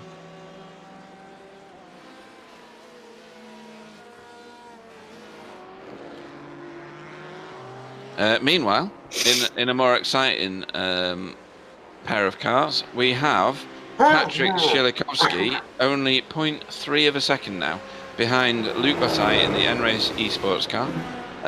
It's a Ford versus a BMW, and I don't know because my iRacing has crashed. Sam won't know because his iRacing has crashed. So Clyde may know better how many pit stops these two cars have done. So they have. They've both done 7. Right.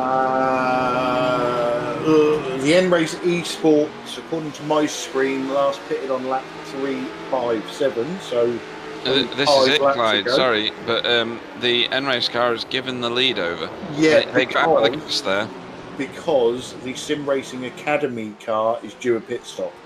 Right. They last pitted on. Well, I say due. They're not going to be too long. They last pitted on lap 334. I've got this detail, and N-Race... no, hang on. Right, yes, and N-Race did 357. Yeah.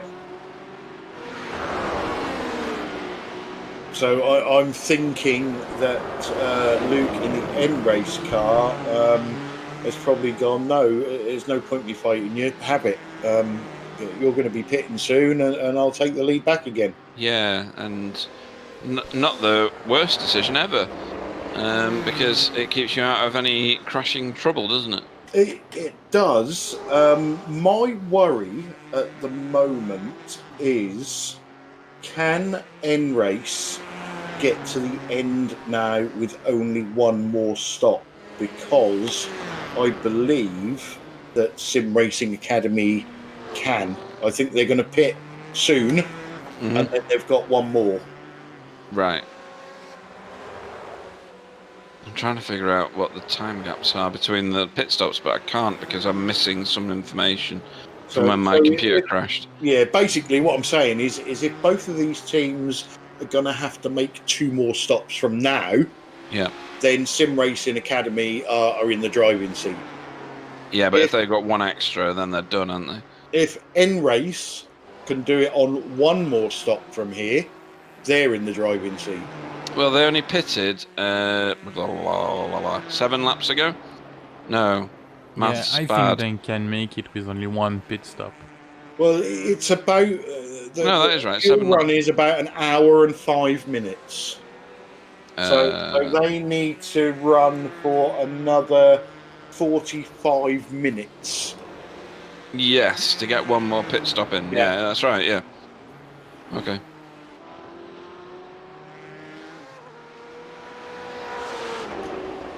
You see, we're back to racing, huh? Yeah, we suddenly got all professional there, didn't we? That's not Yeah, good. what's going on there? Let's talk about chips. I just left that conversation. No, let's not. Bill's clearly eating something. What are you eating? I bet he's eating cake. I bet he's eating pomme frites. No, cookies. Cookies. Hmm? Oh, that makes me want to eat cookies. I'm going to go and get some cookies. Back in a minute. And coffee.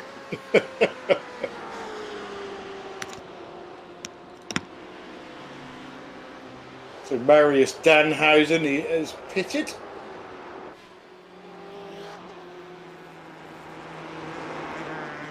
I'm still blown away by their pit stop after that big crash. Boy, Yes. it was pretty amazing.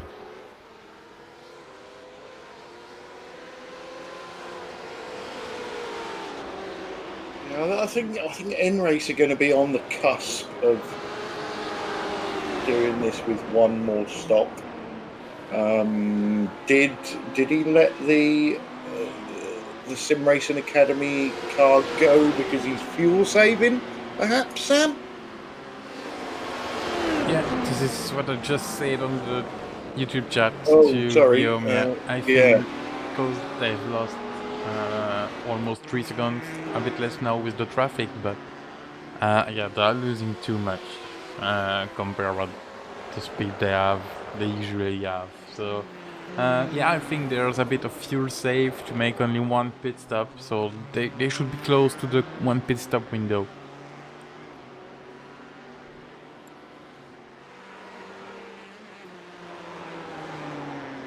Which is, if they do it on one more pit stop, that gives them, in effect, a one, so let's say a 1 minute 30 lead, minus whatever they are behind the Sim Racing Academy. So Sim Racing Academy, it just needs to keep going like the clappers. You know, that battle looks like it won't shake down until after the last pit stop. You know, it really this story sounds familiar. We've been involved with N-Race Esports GT before with the same situation, trying to do one less pit stop than everybody else. Very interesting. And it always amazes us, doesn't it? How normally they're 6-hour races, but this is a 10-hour race, and everything. Well, in this battle anyway, in this category, is boiling down to the final pit stop. Yep. So it's not going to be until the final hour when everything shakes out and we know where people stand correctly. Yeah, it almost seems like the same thing, only more time involved.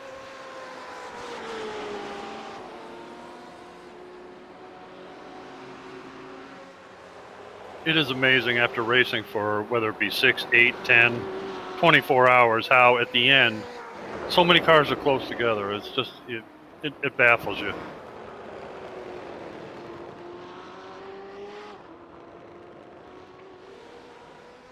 So I wonder if we did a 1 hour race with a 10% fuel limit, whether we'd get the same.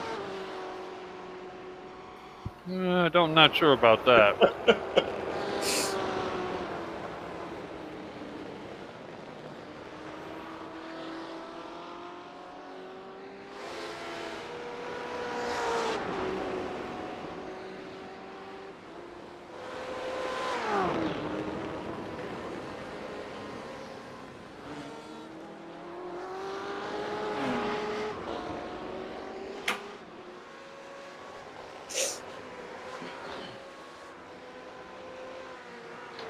Fatty back with his cookies.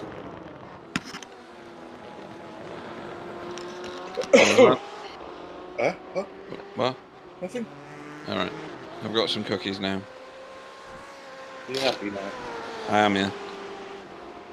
I've got a selection box of Border biscuits. Do you remember them? Are they like shortbreads? Amongst other things, yeah. Yeah. No, Each I'm not a one's lover got a of them. gazillion calories. I'm not a lover of them shortbread biscuits. My nan used to force them on you when I was a kid, and they always smelt like sick to me. I really like them. We can hear. So that's a box of like a variety of different kinds of chocolate coated and tubes and all that other kind of stuff. Over fashion, I'll take a picture and send it to you, Bill. See, that's why I like Pete. He always shows me what kind of food he's having and stuff. I like that. Yeah, that's just another excuse for him to send a nude. He didn't say he was going to lay the biscuits in his crotch, though, did he? Well, I hope he doesn't. I hope he doesn't do that. No. The little biscuit in the middle with chocolate on isn't a biscuit.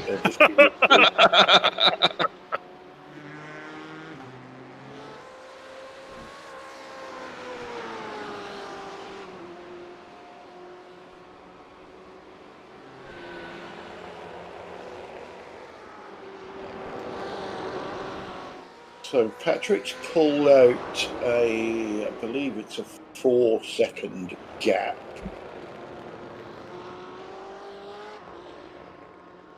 Just watching Luke's numbers on his laps, and he seems to be around the 119 dead mark. So I'm wondering if he's now, if we're right and he is fuel saving to turn this into a one stopper, if he's just running to a lap time. He did an 18. A 19.07. He's just done an 18.95. So his lap times are very consistent.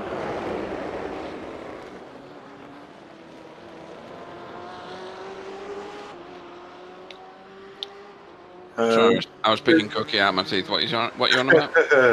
Well, we're sort of guessing that N-Race are fuel saving to try and get to that magic 8 hour 55 minute mark where they can make it home on one stop.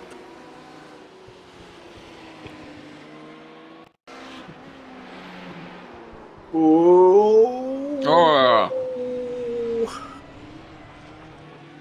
He actually did well there. Well, those are nice looking cookies, Pete. Yeah. Very stylish. There's only one better cookie in the UK, and they're made by a company called Grandma Wild. That's a porn site. No, it's not. It really isn't. It's definitely cookies, but I think they put cocaine in them because they're very addictive. Are they? What are they? Just a regular cookie or chocolate chip, or what are they? There's a variety. So I can't believe I'm doing this. So there's ones with butterscotch in them. There's ones with sultana in them. There's a golden oat crumble, which is my particular favourite. Then there's a chocolate chip cookie. And then there's a Viennese whirl, which is also to die for, but they are 1 gazillion calories per biscuit. I don't like sultanas and currants and things like that. My dad used to tell me when I was a kid they were dead flies.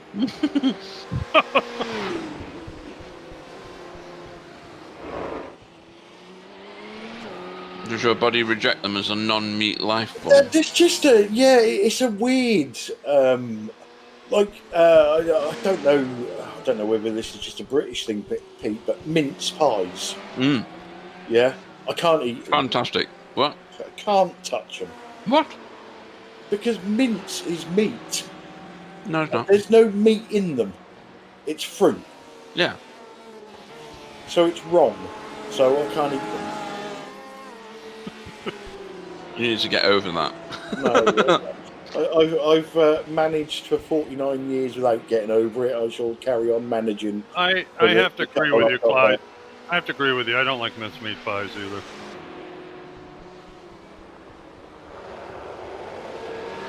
Now give me a Boston cream pie. Oh, as well as apple crumble. Make mincemeat pies when Clyde comes to visit.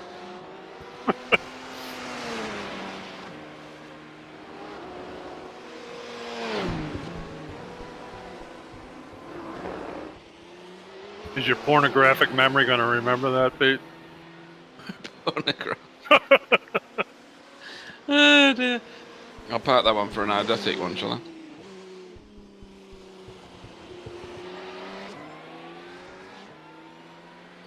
Pornographic memory. Yeah, Luke is in the end race car. Is definitely driving to the numbers. Purposefully losing time to save fuel. His lap times are pretty much within 0.2 of a second every lap. See, I always hate people that can do that because that means that they can control the amount of time they take to do a lap. Whereas I just race as fast as I can and do really random time laps. I hate more the person that worked out what the time was that you need to do. How do you even go there?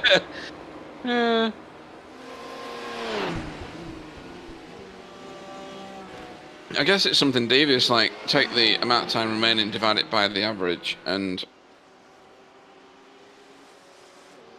work out what the difference is. No, you would. I guess you would take the seconds remaining in the race, divide that by the What? the time. No. You see, you come unstuck now, How don't many you? laps you think? Oh, yeah, and that's it. It's an estimation. Yeah. Yeah. But you're not doing it for the rest of the race, are you? You're doing it to that when you think the earliest point you can come in and still make it to the end. See, if you were proper posh, you would work out how many minutes there were or seconds there were to the end of the race. Work out where you were on track. Work out where your nearest competitor was on track. Work out where you wanted to finish. If you missed the pit stop, which takes X amount of time, and then apply that to the lap times that you were putting in.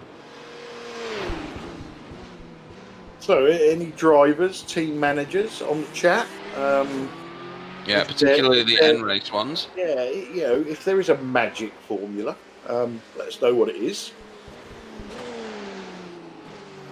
Simracing Schweiz in P1 need more than a formula. They need some sort of answer to all the world's problems in order to get back 20 minutes, 38 seconds. I think they need a rocket launcher. Yeah, they need an afterburning. I'd love to see that on an onboard replay. Yeah, that looked proper tasty. That, although it's exactly the same as that avoid he had earlier. Yeah. I don't think Bill saw that. Did you, Bill? Where they missed the back of German Simracing Green's P2 car by like literally a millimetre. I'm not sure. I saw one where Ruslan, or whatever his name is, tried to pull out and pass it, and he spun him a little bit. He just barely touched him, I think. And yeah, that's the one. I saw that, yeah. But the braking capability of Ramkolov was so impressive. It was unreal. Absolutely phenomenal. Tell me, just think about in real life how difficult that would be to get used to. To go that deep into a corner before you have to brake. Just ridiculous, honestly. Skills that I don't possess, I know that much.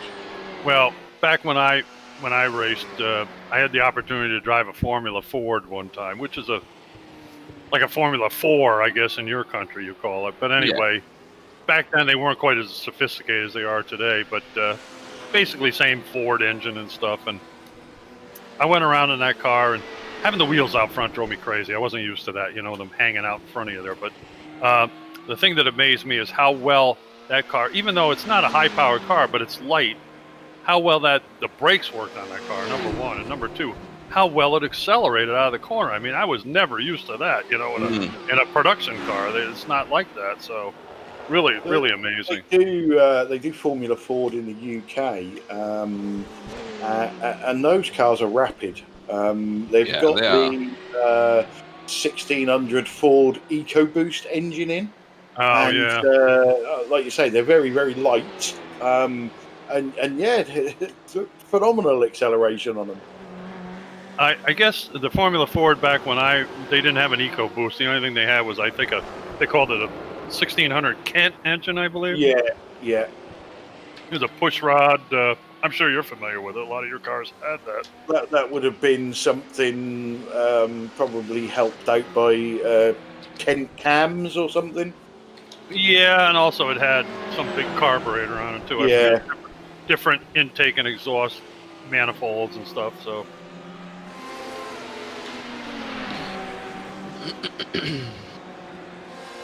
I didn't like the feel of a Formula car, though. I just didn't. First of all, I'm too big to be in one of those. It's very difficult to squeeze in there. And yeah, like you're 7'4", aren't you? Something well, not quite, but pretty close. And and I'm just a big guy to begin with, and to try to go in there, I said, "Where the hell's the pedals?" Well, they're right. God, I mean, my feet were crammed up into that nose cone. I'm going, this would be great. I better be careful not to hit anything. Yeah. The thing that always makes me giggle at a racetrack with them sort of cars is they drive past you at slow speed and they sound like they got a gearbox full of nails. Yeah.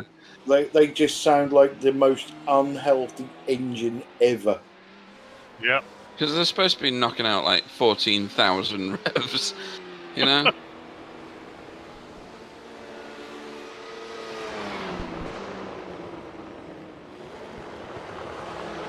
Or you get one of some of these cars, some of these sport racing cars. I don't know what to call them today, but they'd have like a Hewland differential and rear axle in it as a combination, and the thing you would go around would be cruising around slowly. The thing would whine and make it sounded like I had a bearing problem. It sounded like a bearing was burning up or something in there. It was unbelievable the noise those things would make. But they worked pretty well. And that's usually the secret, isn't it? If it works, don't fix it. That's right.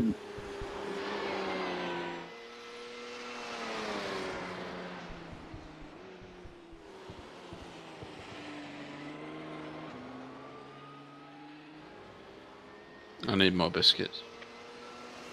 You don't. Go for it. I really do. It's part. It's part of my minimum quota of calories.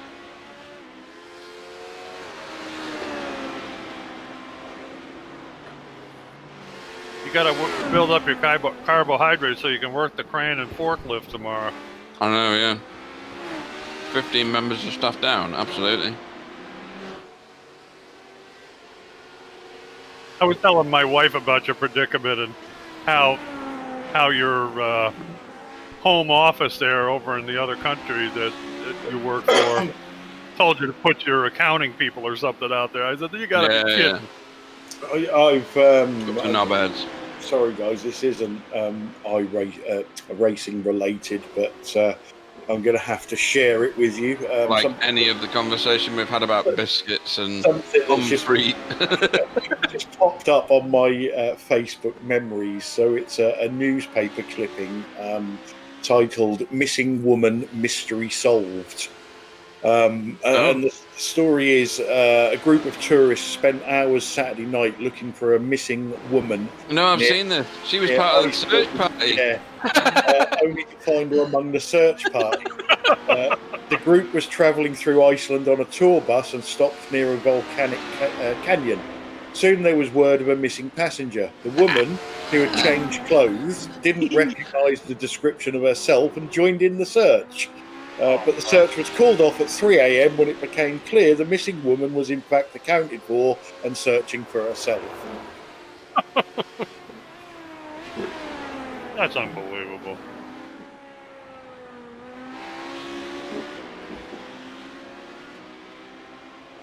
Hi to Corny on the chat and Andre.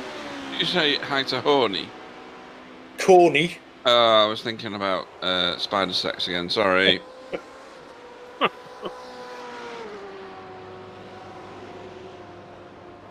Looks like R3T Racing AM is in the pits. They've spent a lot of time there, but they're still going. They have. They've I had a think. tough day. Yeah. Hopefully they're not paying rent per minute because they're broke now.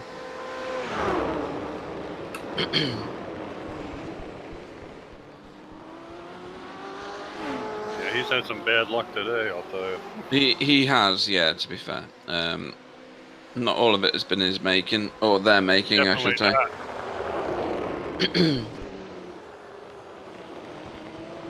Of course, So when what I are we see- expecting to happen here at the top end of GT Pro, Clyde or Bill? We've got Patrick Shilikowski. He's 6.4 seconds ahead of Luke Bataille in the N-Race Esports car. Are they?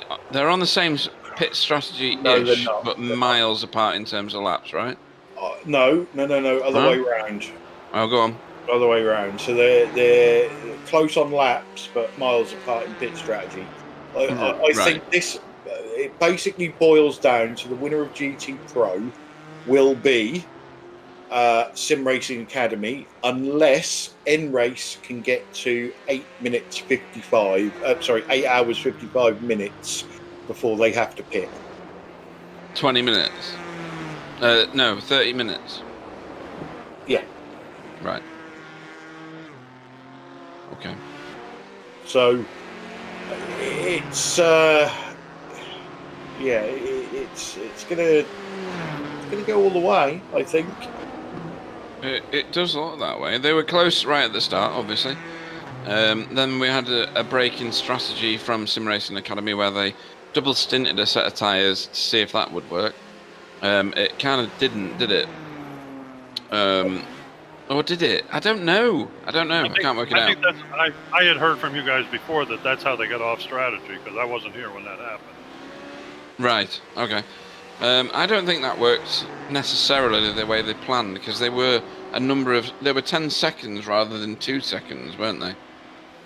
Well, I think Clyde mentioned, or maybe it was Sam, I don't know, that they tried that double stint with the tires and it didn't work, so they had to pit a little bit early. That's how they got off strategy, I believe. Yeah, that sounds right. Oh, hang on. What's this? Oh, that's wide. Oh, that's a good catch.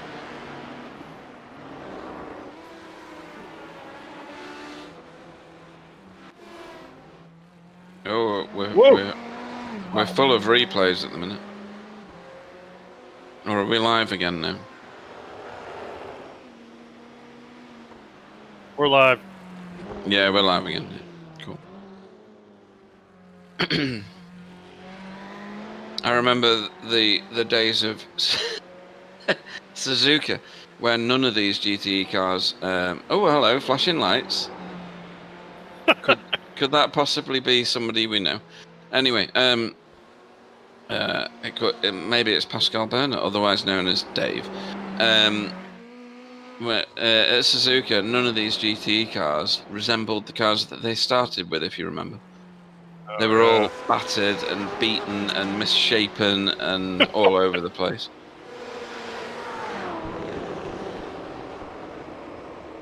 You know, I've told this story before, and I hope that you're not tired of hearing it, but every time I see this HPD car reminds me of when they were popular in the States and they were racing them in, I forget what series it was, but I was a corner worker or a marshal, whatever you want to call it, at Mid-Ohio. And Gilles de Ferran was driving one of those. And this is where I began hating flashy lights. He would be on the back straightaway at Mid-Ohio with those things going from the time he got off the corner to the time he got down to turn 7, to get everybody out of his way. I thought, good thing I don't have a pair of wire cutters, know where that damn car is. I cut them suckers right off, I'll tell you. Yeah, totally right. Get rid of them straight away. Oh, it used to drive me mad.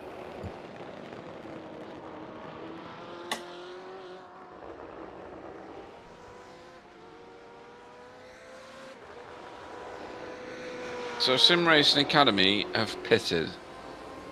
So Rene Siderman is in pit lane currently. This will be a scheduled stop. This is what we were expecting though, wasn't it, Clyde/Bill? That wasn't an instruction, by the way. I don't want Clyde to go and slash Bill. Oh, hang on. Ludovic, what are you doing, son? Get out of the way. Whoa. That was close. He's back running though, so that's fine. Oh, hang on. That's his closest competitor. He says in inverted commas, is his only competitor. Oh dear. Right, okay. Oh, sorry. Going back to Rene Siderman. Ooh. Yeah, that's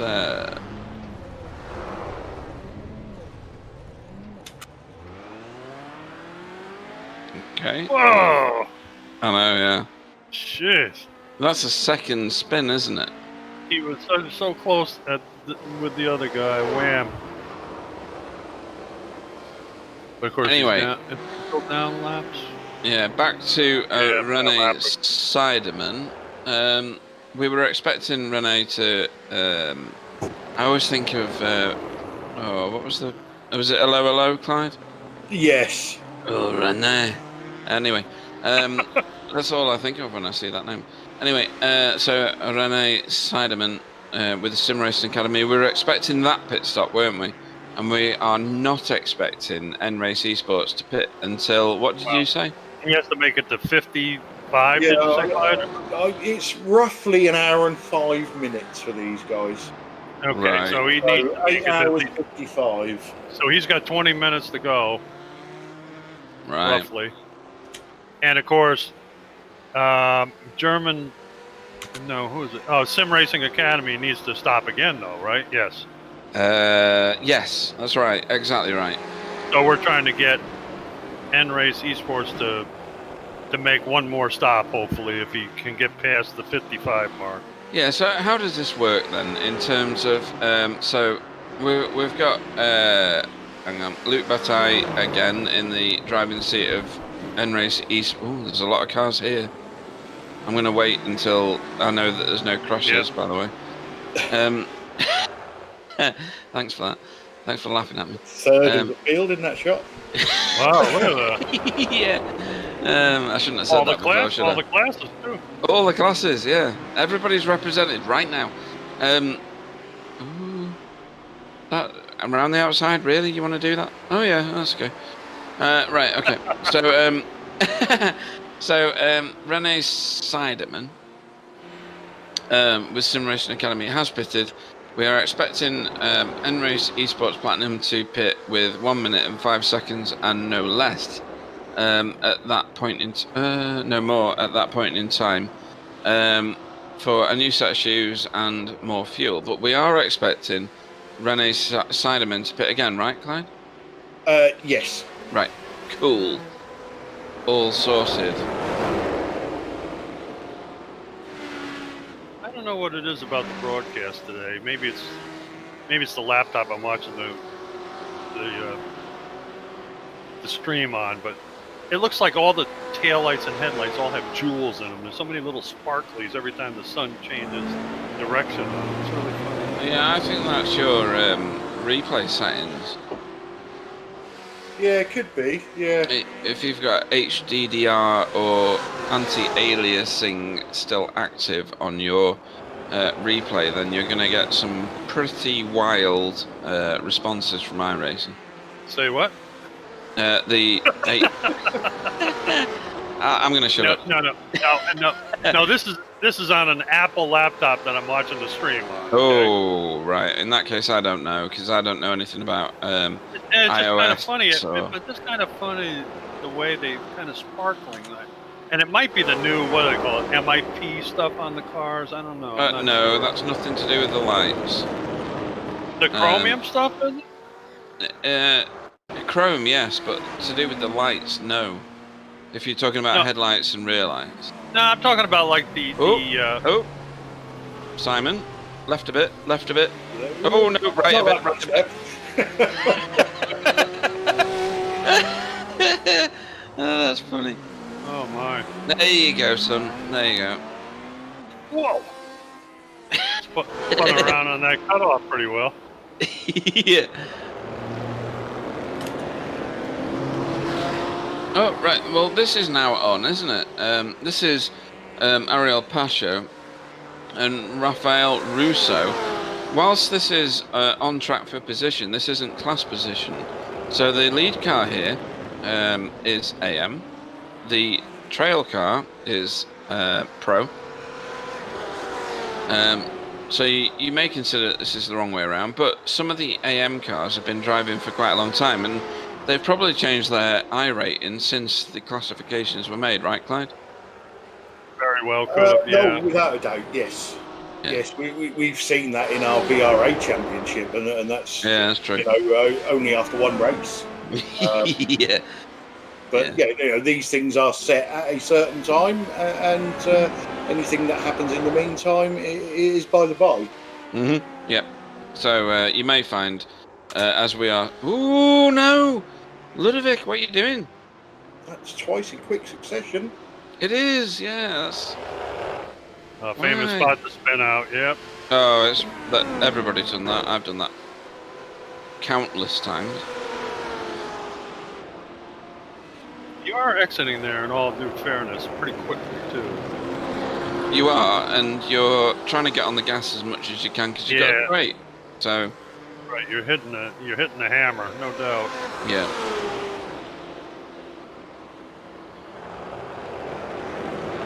That's a nice little tussle between the AM and the Pro car there.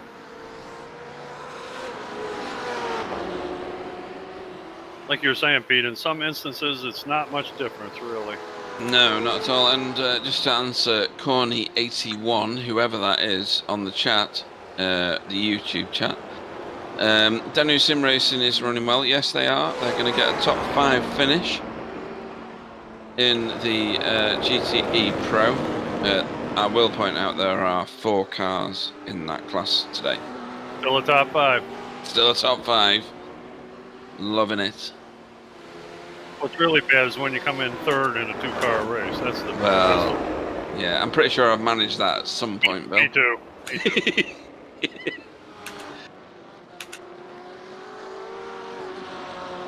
Are you stapling post or something, Clyde, or are you No, typing so, messages? I'm typing Right. to Tony. Oh, right, okay. You're telling him about Johnny last night or not? I don't know. Obviously didn't see you resign, did you? No, I Yep. was surprised by that, but there you go.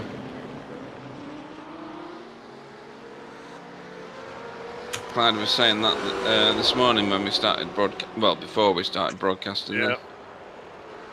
I don't know whether that'll stick for very long. I don't know. Well, one of the first people on that was Johnny to apologize and tell him we say things in the heat of the moment, which we do. Yeah. But you couldn't have your microphone on, period. Yeah, and you can't afford Or to you be don't- 5-year-old, can you? And You you don't say it in respond. you don't say it in an interview either. No, you don't. That's I mean, I'm pretty a poor. dork. I'm a doof. I can get away with it, but not somebody like Johnny. No. I mean, you don't say stuff like that though, Bill. That's the difference. That's right. So Vutu has pitted the Lithium Motorsports car. He's only got another 28 seconds to get out the pits before the lead is given up to WS Racing Esports Yellow. I don't know how long. Sorry, go on, Bill. I don't mean to interrupt you. I was going to say they've gone back and forth a few times like that. On pit They stop. have, yeah. It's going on and on this. So Holger Meifert has. Oh, they're out of the pits now. And they've maintained a 27.5-ish second lead over Holger Meifert in the WS Racing Esports yellow car. We need to remember, though, that WS Racing car was quite low down, or a bit lower down, I should say, than it is currently. Not massively, but the Lithium Motorsports car has moved forward a couple of places since the start of the race. Finally, a little battle between Mr. Russo and Mr. Pacho has resolved itself. The pro car has moved into the lead between the two. Yeah, because the AM guy ran a little wide in the chicane, and he was done opening for Mr. Russo. Yeah, and the WOSR, if I can get it right. Well, he might have gone to the pits. No, don't think so. But he has gained 5 positions since the start of the race. He's doing reasonably well, to be honest. Yeah. And doing good laps at the same time. He should be able to stay with Rafael Russo in the L1 Esports BMW for a while. And that'll pull him forward towards Neil Leppers in the GSR Friends car, which is also a BMW.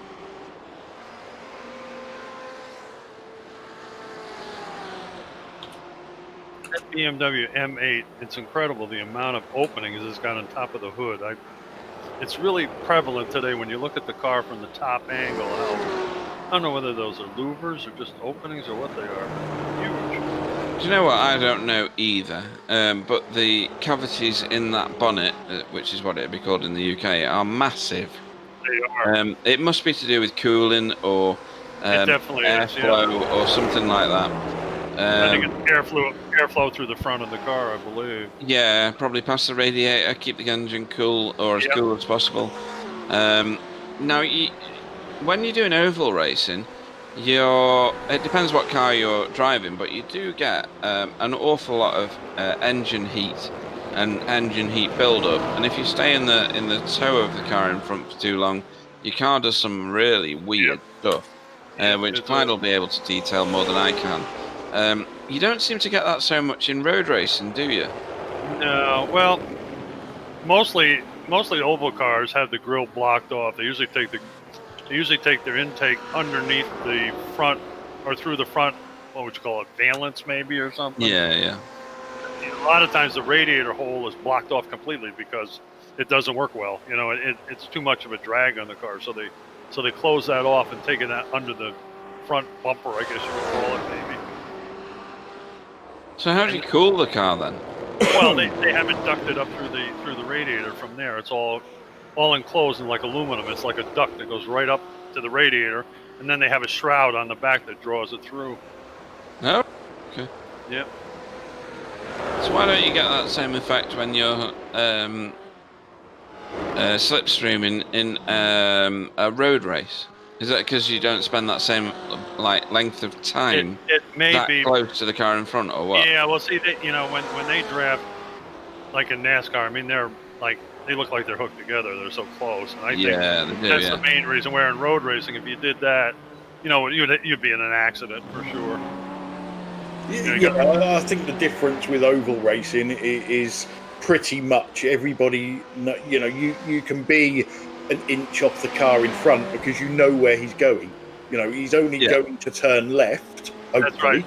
That's right. And you pretty much know what line he's going to take. Whereas in road racing, multiple lines. Wow, everything going on right now. And this is what we were talking about earlier. You go through periods of everybody being separated, and then you end up with this. And the other thing in NASCAR as well, they cover that front grille in tape because it Right. adds downforce to the front of the car and makes the car turn better. Yeah, I don't get that. They put like I a would- Rizzler on the front of the car, and they're like, "Well, the engine's going to heat up, or it's going to get too much downforce." I And was, you're like, I was, tiny little It's- bit of tape. a tiny little bit, but the physics behind it is basically there's X amount of air going through that radiator grill, we'll call it. And if you block that air off, the only place it can go is up and over the car, which is pushing the car down onto the track. yeah, That's crazy. when they qualify, Pete, they close it off totally. Yeah, the Really? downside is obviously there's no less air going into the engine to cool it, so it's always a trade-off with downforce and engine temperature. Right. And you know you'll see the opposite as well. You'll see a car go out with a couple of bits of tape on or 3 bits of tape, Yeah. and the driver complains that it's too loose, so they'll take tape off of it. You know, to try and tighten it up again. Yeah, because Right. I'm always amazed by the poor sod who has to either apply or remove the tape, because he's the one that gets run over. run Yeah, over by it's a funny job, and if you watch it closely, you know, I watch all the NASCAR races. It's Yeah. quite funny the amount of times they actually miss, and they whack a lump of tape on, and it's nowhere near the grill opening. Yeah. Oh, that's class. That's funny. Well, Clyde, I don't know if you heard me before, but I told Pete, you know, the regular grill opening on all those cars that you see is blocked off. They usually take it in through the front air dam, you know, is where the intake Yeah, is that's for the right. radiator. Yeah, that's the actual grill that looks like it's on a road car. That's right. It's superficial. It's a facsimile. That's Yeah, right. yeah. There's a little square below that with holes in it. That's right. And they'll also usually put the air ducts in that front thing too. For now on a super speedway, they don't even use the air ducts. But when you go to some place like Martinsville or some short track, they're wide open. They put big calipers on the car, whereas super speedway they put tiny little ones on there. And I wonder if, you know, I wonder if it's a rule in like endurance racing, because, you know, these cars have air going into them. How come we never see a GTE car with a lump of tape over the radiator grill or something for some extra downforce? Who knows? I Yeah. don't know. I mean, you think if it's good for one, it's good for another, right? Yeah, or you know, it's either against the rules, or perhaps these cars are set up so fine that you know they've got just enough air going in to keep the engine cool. I don't know. That's probably more like it, I would say. Yeah. So this is Luke Bataille in the N-Race Esports Ford. He currently leads by a whopping. It's not monstrous. I'm gonna coin that phrase only for the biggest gaps. A huge 1 minute 16 seconds, nearly 17 seconds. So he's well on the way to a victory, providing nothing goes wrong. But we have to consider this car. So this is Luke Bataille in the N-Race Esports Ford.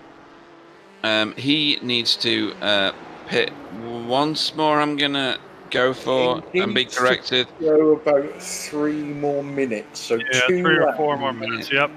So it really is hanging on this. It may look like there's a massive gap between these two cars, folks, but it's not. So Well, the pit strategy is everything, right, Clyde? Well, the way I see it, it goes back to what we said probably an hour ago. If this N-Race car makes it to the 8 hours 55 minutes, he pits and he does his last pit. Yeah. I think the Simracing Academy car is going to need a splash and dash. Right, so he's going to pit again for a full normal pit stop and then need something else. Yeah, they pitted 13 minutes ago. Right. 13 laps ago. So they are not going to make it to the end. So as things stand, No. both cars have got to stop once more. If they stopped 13 minutes ago, that means that they were... 13 laps ago. 13 laps. 13 laps. 13 plus 13 of those is... 4. Right, okay. So yes, they're going to need. They're going to need more fuel, definitely. Just So thought I'd confirm that mathematically in my head. Just to balance that out a little bit, the N race car has got a 1 minute 17 lead at the moment. Now, assuming both of these cars need to stop again, which I know they do, the N race car is going to need to fill the tanks. So they're going to have the longest stop possible. Yes, the definitely. Sim Racing Academy car is possibly going to. I know I'm crap at working out fuel, but they're not going to need a full tank. No, you're not. So this lead is 1 minute 17 seconds minus whatever Sim Racing Academy save in their pit stop. Yeah, makes sense. Which is going to get them. I don't know how close, but it's certainly going to be closer than what it is at the present moment. Yeah, I can't believe you're offering up a weakness in terms of calculating fuel. I've never seen that. So, what was I going to say just then? I don't know, I'm confused now. Nope. See, Clyde threw you up. I admit he was wrong. Honestly, that's proper curveball territory. That's coming from left field. I have no idea what to do now.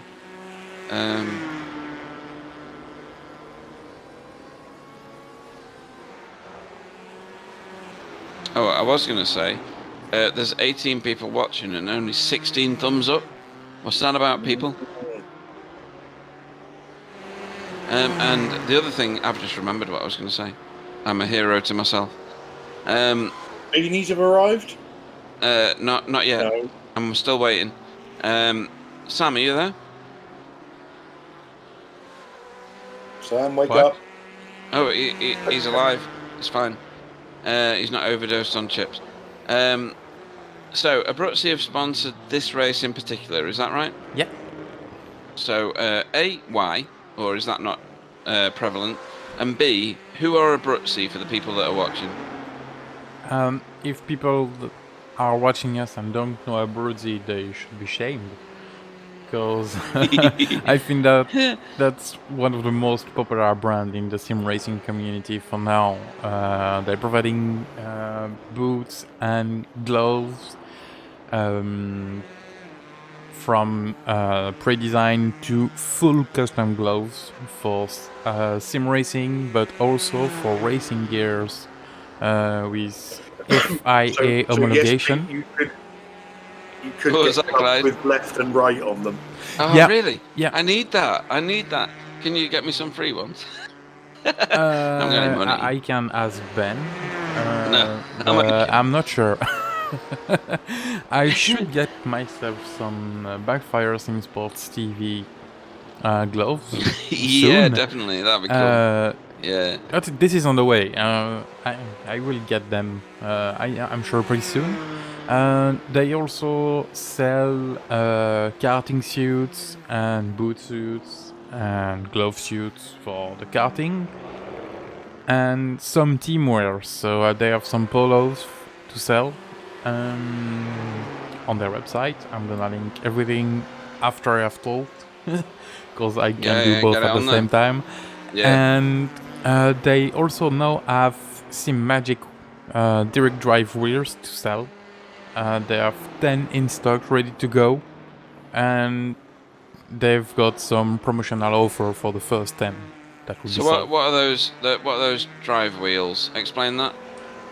That's basically direct drive wheels. I think there's 10 Newton meters force for the wheels, and you've got the wheelbase and the wheel attached to it, so you don't have to buy a wheel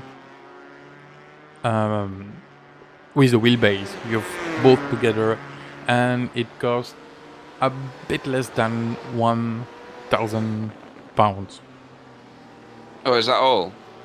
for all. I'll For the buy wheel two. and the wheelbase. Now, where is that? Is that located in England, Sam? You can buy it from England, UK. I mean, where is it? Where is Abruzzi located? The main Abruzzi is in the UK. Yeah. Okay. That's useful. So post those links because I'm pretty sure that someone will want to make use of them. We have 20 people watching now and only 17 likes, so we gained 1 by me saying that before. There's 3 of you out there not clicking the like button. I'm gonna get upset by that. I'm not gonna lie. So unless you want to hear a grown man cry, I would click that like button. That's what those 2 or 3 people are waiting for, Pete. Yeah. Dave's just said the last hour is rolling in. It's not just rolling in; it's storming its way in. Dave. It's almost here. It's a matter of N race have made it to bingo lap, bingo time. I was going to Yes, say they're still circulating out there. Oh, they have. What's going on here? No, they haven't yet, have they? They haven't stopped yet. No. No, but they haven't reached the time, have they? Yeah. We're on nearly 8:58 now. Yeah. Oh right, okay. So these boys could pit their car, glug in a full tank of fuel. I gotta believe it'll be pretty soon. Yeah, and then get going again and not have to pit again. Clyde figures they can go an hour and 5 minutes or so, roughly. Yeah, Dave thinks they've got 6 laps to go, and well, that's optimistic, isn't it? Oh. Well, I don't know. I think they've been fuel saving for the whole stint. So I don't know how much they can save. They're a hell of a lot better than I would be at fuel saving. I can't understand. I'm the slowest guy on the track, and I still use the most fuel. What's with that? That's because you cook with it in the pits. There you go. I didn't think about that. Gas-fired grill. Yeah, there you go.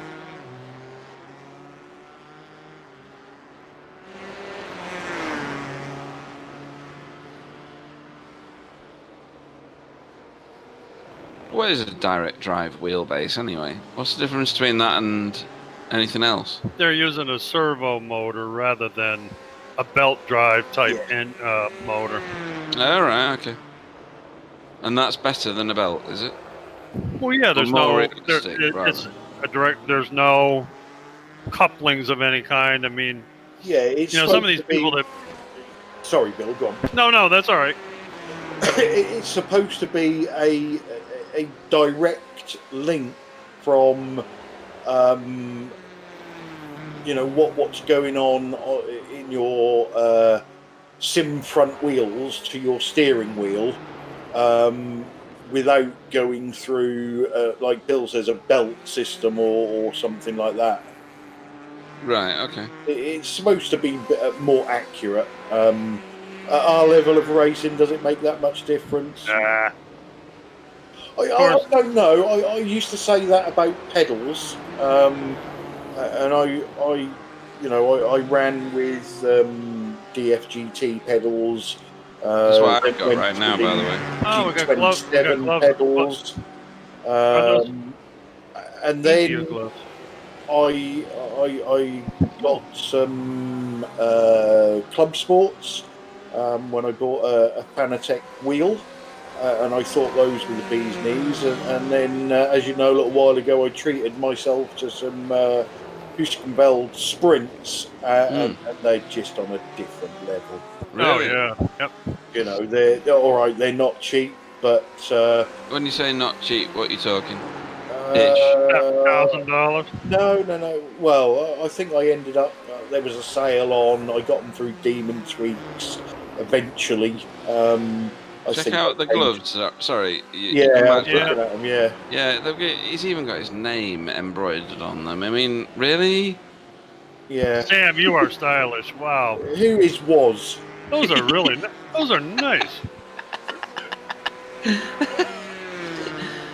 Sounds like my career. That was just to showcase what you can do with Abruzzi. This is basically me that have made the design, and I've sent the design to Abruzzi, and they've printed it on the gloves. Wow. Yep. That's impressive. Can you get them with just the middle finger? Oh, the middle finger missing. Let's do a compromise. Would be better without the middle finger, so you could really show it to them. That's class. Sorry, go on, Clyde. So yeah, I think in the end I paid about 500 quid for 3 pedals and a base plate. That's a good deal. Yeah, and Holger's saying on there that the pedals make the biggest difference, and I want a decent set of pedals. I have a bit of cash at the minute, and I don't know what to do with it. Go for What- hydraulic What? pedals. Say that again, Sam. Hydraulic pedals. Hydraulic? Yeah, that's the best. Really? Yeah. These Wow, load they were cells. making Citroen cars with hydraulic suspension years ago, and everybody laughed at them. Yeah, these load cell things are just crap, man. You Right. don't get any real feeling. With the hydraulics pedals, you get the real feeling of a real brake car. Okay, I like the sound of that. Yeah, but that's not cheap. But if you compare to the using Valve Pro pedals that are about £1 grand, you can have hydro Right. pedal for the same price. So I have nothing against using Valve. I've tasted them, and I would never exchange my hydro pedals for using Valve pedals. You'll have to send me some links on hydro pedals. I then. will. Thank you. What were you going to say, Clyde? I was just going to say the feel in my brake pedal now is I've got it set up. It feels exactly like the brake pedal in my road car. Right. It's And that's what I'm amazing. after, funnily enough. Yeah. But you don't use a clutch either in this, do you? Like I don't. I'm not really a clutcher, no. No. And I think there's a lot of people that are probably frowning right now as if to I say, bought one. dirty. You can buy these sprints. You can just buy the brake and the accelerator. Yeah. To make it cheaper. But no, I bought all 3. And yeah, I don't know. I've never tried hydraulic pedals. I might try a set of them and fall in love with them and think they're better than what I've got at the moment. But these sprints, especially for what I paid for them, I've just got so much more control over my braking now. It's braking to me used to be an on-off thing. And that's what I've got going on, funnily enough. Now I can modulate it. I change the pressure on the pedal, and it changes the pressure going into the car. And yeah, just a totally different experience. Yeah, Gary Craig's been on to me about load cell pedals, funnily enough, and how it improves from what I've currently got. And I can only agree with him because I don't know any different. I've got a G920 at the minute, which everybody's just kicked into fits of hysterics on, because they are not expensive. They're only £200 for the wheel, the pedals, and everything that goes with it. And I do get around the track reasonably well with it. I'm not going to win a race. Pedals are important, and Gary Craig's mentioned that many times. He's got some decent pedals. I don't know where they're from. I'll ask him later. But I'd like to be better, and at the minute, because I'm modulating based on the distance of the pedal travelled, I'm working on memory, if that makes sense. I remember. Yeah, I remember where. Let me tell you something. For Go on. Logitech G920, they have so many conversions for either a load cell or using rubber donuts or whatever to get the feel.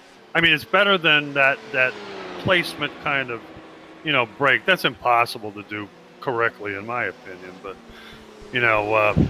I had originally had a G27.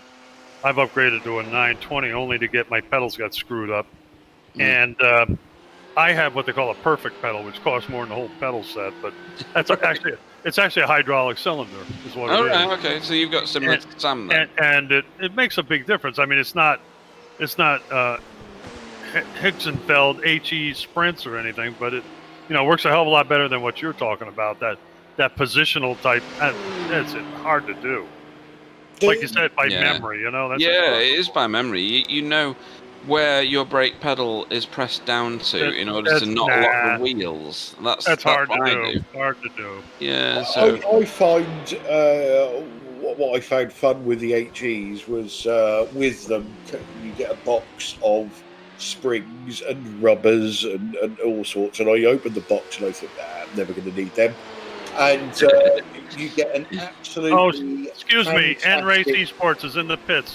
what? Oh Sorry. yeah, Sorry. this is Excuse it, me. Clyde. This is it. Yeah, that's their last pit stop. Didn't mean to Sorry. interrupt you, Clyde. No, No, it's no, right. it's the right thing to do. We're gonna have to watch and see when they come out. So keep talking until they exit Well, the pit line. like I say, Simracing Academy, I think, has still got a pit again. So it just depends on what this gap is and how they can shorten their pit stop. But yeah, so I got this box of springs and rubbers and things like that. Thought I'm never going to use them, so put them away. And they come with an absolutely fantastic setup program where you can change so many parameters. It's mind-boggling. So, I raced with them a few times, thought these are really good. And then as you get used to them, you think, it could do with being a little bit stiffer. So I changed the spring here and I changed the rubber there. And no, sorry, I did it in the setup program. So, I changed braking curves and things like that.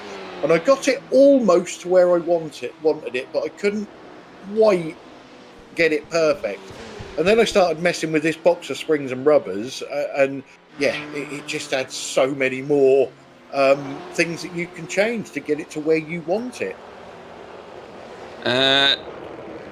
Right, I'm going to talk about that again in a minute because N-Race Esports have come out just 2.82 seconds ahead of Simracing Academy. Yeah, and I think that's the race for them done and dusted. Yeah, it has to be, doesn't it? Because Simracing Academy have to box again. I think so.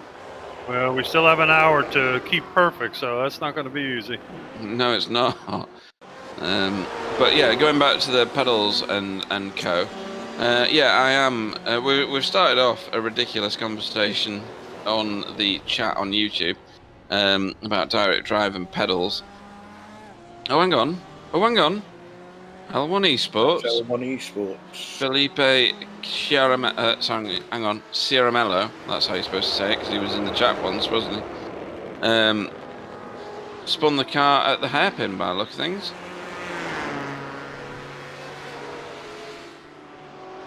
You did a near perfect 180. Yeah. The gap between Simracing Academy and N-Race Esports is coming down. But of course, if there's another pit stop involved in this, which we expect there to be, it's kind of irrelevant, isn't it? It is, yes. The only thing he's got to kind of be careful of, correct me if I'm wrong, Clyde, is if Simracing Academy gets by him and gets too big of a lead, then he's got a problem.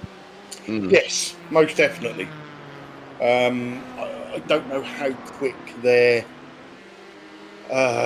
pit stop is going to be.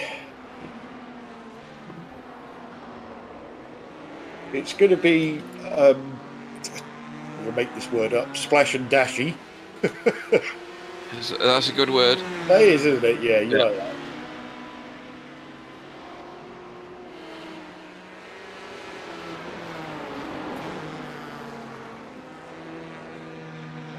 The N-Race Esports Formula driving going on here. Oh yeah, he's right behind him. Another thing, I would think that the N-Race Esports GT car can't be too heavy on the hammer either. I mean, I don't think he has to do massive fuel save, but he's got to be careful a little bit. I don't think. I think they've done a perfect race. To be honest, they don't need to do anything daft here. They don't even need to stay in front. No, they can let Simracing Academy go. Just as long as you don't let them get away, that's all. Right, I'm just going to go and grab myself another drink, guys, because I'm out. I'll be back in a second. Yep, Refill no problem. time. Yep. I'm going to look at the link that Sam sent me about hydraulic pedals and see what you'll know from my reaction how expensive they are. Oh, hang on. Oh, so it's not Sam, it's Clyde that sent me the Husky ones. Sprint pedals. That's not too expensive. What's it show? How many pounds? Hang on, I'll have to do a euro conversion. Give me a minute. What's it in euros? 700 euros. You can sure 700. Oh, that's close enough. Okay. Yeah. That's not horrible. I mean, it's more than I paid for my race pedals in my car back when, but that was a long time ago. Right. Oh, and Sam's just done. I'm getting inundated with pedal suggestions now, so we'll have a look at the racework ones. They look similar.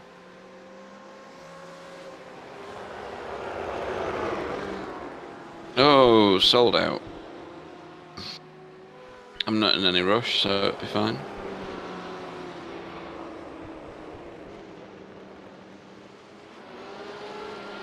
So I don't know how much the pricing on those is at the minute. Pete, you know another thing that could help those G29s too is to get a.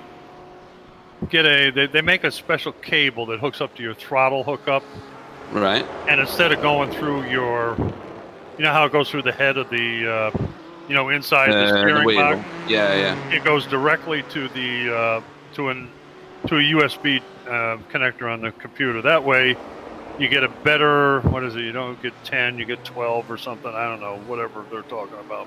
But it works a hell of a lot better. It's better responsive. It's not mushy or anything. Works Right. well. Yeah, Okay. I mean the cable's a little pricey, but I got one of those. I'm glad I did that too. Yeah, Dave's pushing the fact on the chat that he was right at 700. Whoa! What are you watching? Sim Academy just spun. Where the heck were they? They're We're back gonna going watch again. this They're again, back I'm going guessing, again. because it is on the event tracker. Here we go. Oh, well, they carried an enormous amount of speed into that corner. Sure did. I think they've done a Bingham and thought they were on a different corner. Oh, that's the chicane. Okay. I'll tell you, they recovered pretty well considering. Yeah. Saw that. That certainly didn't help their cause. No, not You at sound all. like you're a million miles away, but we did hear you. Do you know why? Because you are a million miles away. Because he's not I'm sitting a down million yet. miles away from my microphone. That's why. And hopefully that's a lot better. There you go. All right. I don't know how you say that name. Shilly, I'm going to go with. Titan pedals are nice. I'm happy for you to send me a link to nice pedals. Can they send me a set? Yeah, there is that as well. Want me to test them out for about 5 or 6 years? I'll be glad to. I have sent you a link to mine. Tilton pedals, sorry. Yes. Oh, just yeah, looked at that while you were away. Max 700 Tilton. quid.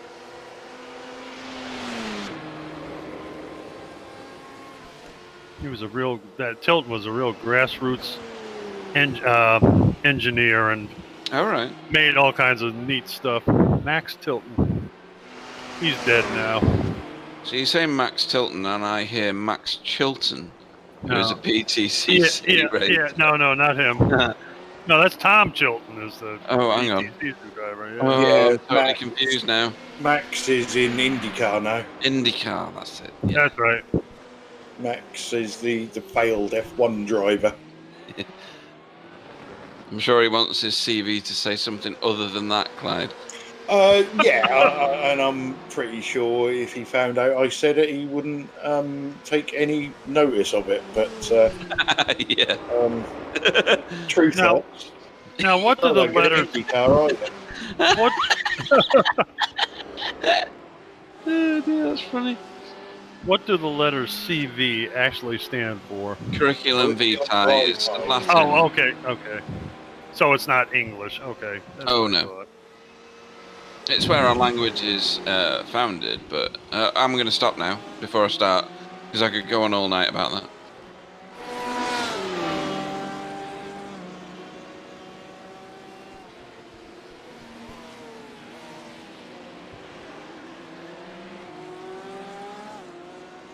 Oh, and the added bonus with HE pedals is you get some nice stickers. Oh, stickers! Right, I'm buying. Can't beat a sticker. You know what else? They're out of I've stock, by the heard. way. Sorry? I've heard they have the absolute best customer service too. I mean, you need something, and you get it right away. Usually, All right. no cost. Oh, Tony Klusman was having trouble with his or something. He said in 2 days he had a whole new set in his house. wow. Whole new set. I mean, can you imagine? No, I really can't. It That's sounds too taking, good that's to be taking true. care of the problem, all right. Yeah. And you know, They must have known who he is, though. And Just they'll on look at my customer- name and go, who the hell is he? on He ain't getting customer no service, Fanatec, Hmm. you know, people slate their customer service. Well, I many years ago I bought their Porsche Club Sport. GTR3 2s pedal and wheel set. I loved it to bits, but you know, it was a total step up from my DFGT stuff that I started with. And one of the what do you call them, load cells Yes. went. No, not a load cell, a potentiometer. So it had load cell brake and potentiometer, accelerator and clutch.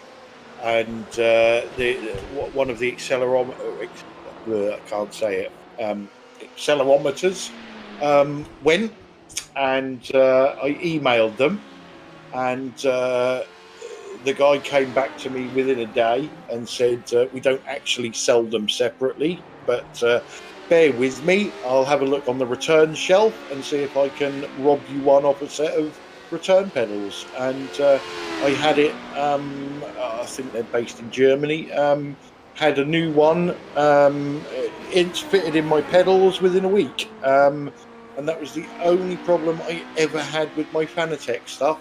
And their customer service for me anyway was fantastic. You know, I This is think the worst Clyde, customer service you can ever have. They are the worst thing in the world. What's that, Fanatec? Yeah, this is just crap. This is the worst shit you can ever have. Yeah, and to me, I totally disagree.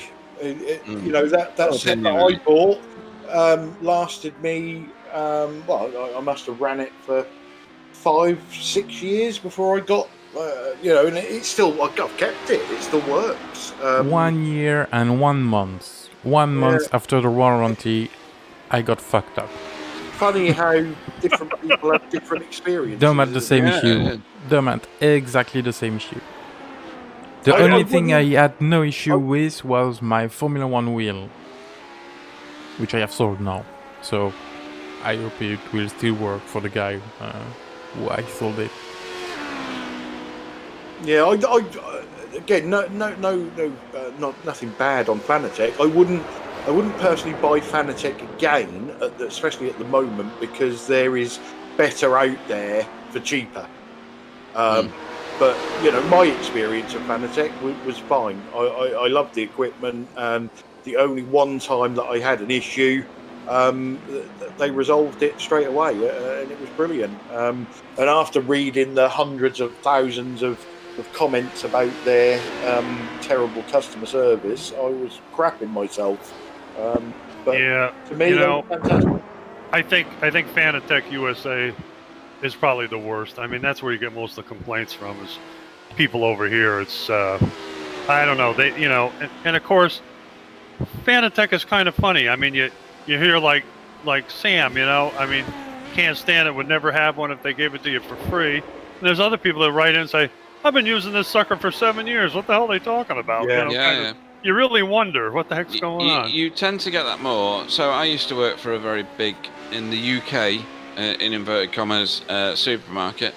And because they have more customers than everyone else, they have more complaints than everyone else. Oh, yeah. Because people have an understanding that they will react in a certain time frame to a certain degree with a certain amount of begging, and curtsying and all the other stuff that goes with being apologetic. And when they don't get it, they complain. So the bigger the company and the more famous the company, in inverted commas, the worse the reputation generally, I find. It's difficult to maintain a reputation when you've got a massive customer base.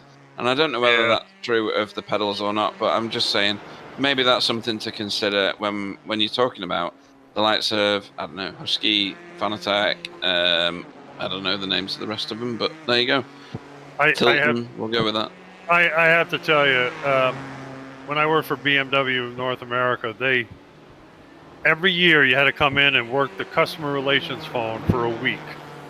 And let me tell you, what an education that was. I thought we were driving the biggest piece of iron on the highway. I'm telling you, the phone calls you get just incredible. I mean, I don't know how people can man that phone day in and day out. I mean, no, good education. To be fair, Bill. It really was. It really was. There's nothing like being on the front line of customer services and hearing what your customer base thinks of your company, because it is enlightening to say the least. And of course, it's a small sampling, but just the same, that's all you're hearing, and you go, "Oh my God, what have I got myself involved in? Who am I working for?" Yeah, I mean, it's just amazing. Yeah. And they're right none of the time. Well, I used to get frustrated as a service representative to go out there, and people would be cheating the system and abusing the car and all that stuff, and they'd come down to it, and BMW's answer was, "Fix it and get rid of them," kind of stuff. Yeah. I mean, hang on, Bill. That's okay. Nils Lepers.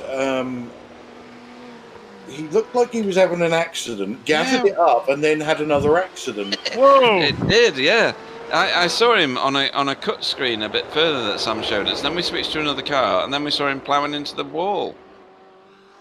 Here we go.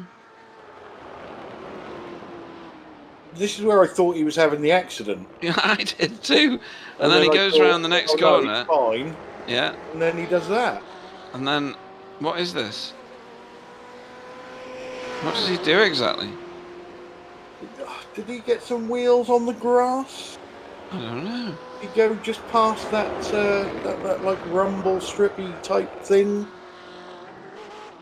I don't know.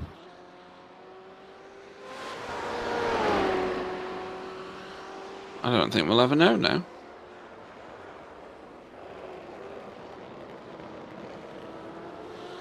I mean, this is Mikhail Matusek. Yeah, so guys, you want to see something back again? I have some false registration issue. You want to see Nils' accident again? Yeah, please. Yeah. There we go. So yeah, this is where I thought he was having the accident, because he goes over to the right. Yeah, and it wasn't. It was here. Yeah, I think he's got wheels on the grass there. Did he take too much of that curb, which threw him out a bit further to the right than he wanted to go? Here we go again. Curb on the left. Yeah. Yeah, I think that's fine. No, it's the one on the right.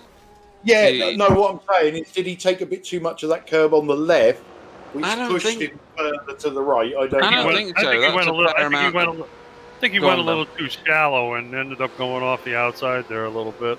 I do as well. With his rear wheel, yeah. I think he should have taken more of the curb on the left in order to stop himself going wide on the right. Or a little bit later, yeah. Yeah. Exactly.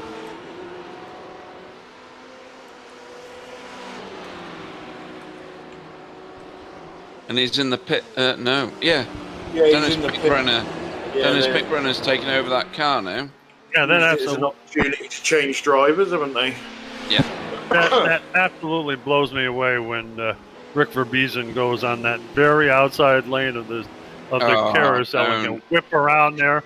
I mean, that's no man's zone for a regular car. Yeah, totally.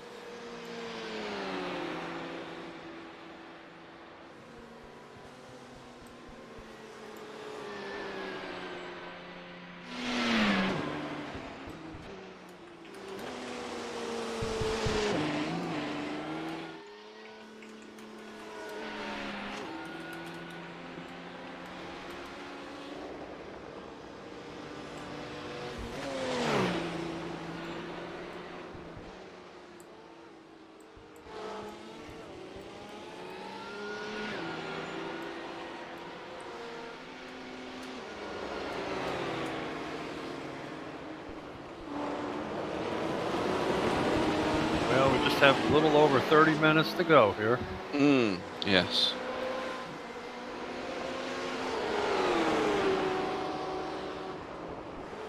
Doesn't feel that long since we started, to be honest. No. We've covered a lot of subjects today. Anything but racing we've covered today. Oh, That's funny. It's true. we've had 2 meltdowns from Sam. 2? Well, Yeah, How much? well, 2? No. He had one. Oh, the about chips. race, one about the chips. Oh, we are cruel. he was just tired of getting your BS there, Clyde, I think. I think so, yeah, but it was funny. Sam's Now, expense. the other one was an administrative breakdown, which... He's not used to that by now. He never will be. It's true. well, I can understand the administrative breakdown. I don't know what the rules are with Sam being able to like get over from France in October, but it'd be funny if he did. What's happened, guys? What? He's awake. He's awake. Sam's awake. Everybody. Yeah, I'm sorry. Just to recap quickly something. We've got one driver that has been registered as a AM driver with 0 I rating. And 0. yeah, 0. yeah, you Come can on. you can know be, something No. close to that. Now we've got some that We've been were. following him for months. He's got Let like me a talk, 1. boy. We've got some. He went up to 2. We've got. 2, is it? Right. Oh, for fuck's Sorry, sake. we'll shut up now. Go on, Sam. Yeah, we've got some registered with 0 I rating, which is fine. When you're a rookie, you've got 0. Yeah. But this one was 2,750 more or less, and he's racing in a AM car. Right. And he's still racing as a potential AM driver, which is not, and which he shouldn't have been since they've registered a driver. So Right. yeah, we're trying to clear that out with Dam, and we will continue after the race. But I have all the footage needed to just penalize the team that registered this driver with Right. 0 I Which rating. team is it? Go on, share us the team if nothing else. It's team 479. Oh, right, Oh, okay. baby. Yeah, that's close. Oh, my Oh. goodness. Talk about controversy. Yeah, And definitely. what is the likely penalty for that, Sam? Is it a disqualification?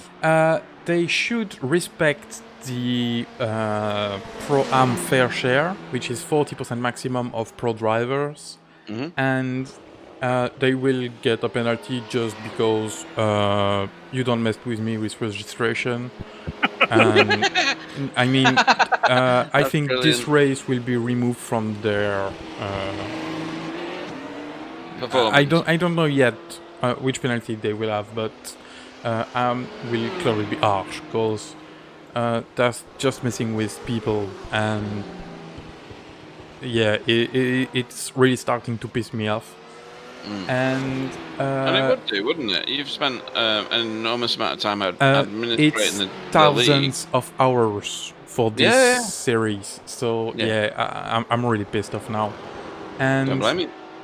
to add with that, I'm gonna go through all the results of this team and see if the driver has competed in the races this season, and if he had, check if they are in the AM fair share rules or not. And Right. if they aren't, I will apply the penalty. So the penalty is if they drove within 10% more than the allowed lap, they will get half the points. And if they drove more than the authorized percentage, they've got all the points removed. And if they will have to end with minus 50, 70, or I don't know what points they will get, then it will be like that. You register a driver, you know the rules, you should have read the rules. You register with 0, he should have been a pro driver, he has been an AM driver since the beginning. That's just missing with us, so yeah, penalty has to come down. Don't blame you. And we'll be after the race, of course, because, yeah, there's only 30 yeah. minutes left now, unless they do something stupid because they're listening to me now. But, yeah, I mean, that's just silly.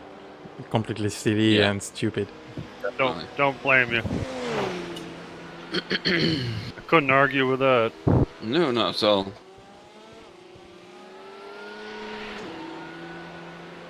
Now, Pete and I could register a 0 and get away with it. Yeah, I might be deceiving everybody. Dave says, why didn't we talk about penguins? All right. They're cold. Yeah. Are you talking Pittsburgh or something more developed than that?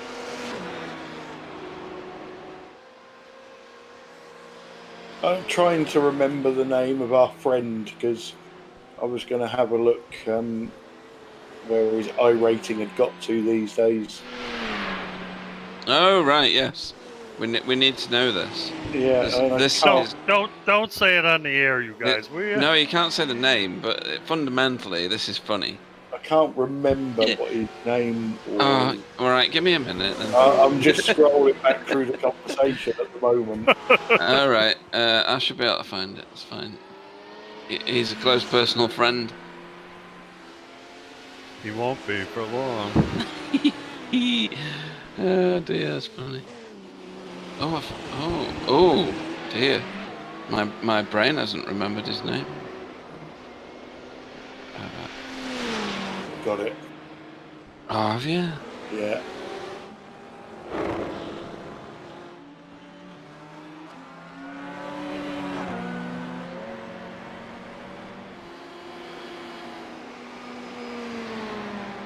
Let's have a look what he's rocking at now.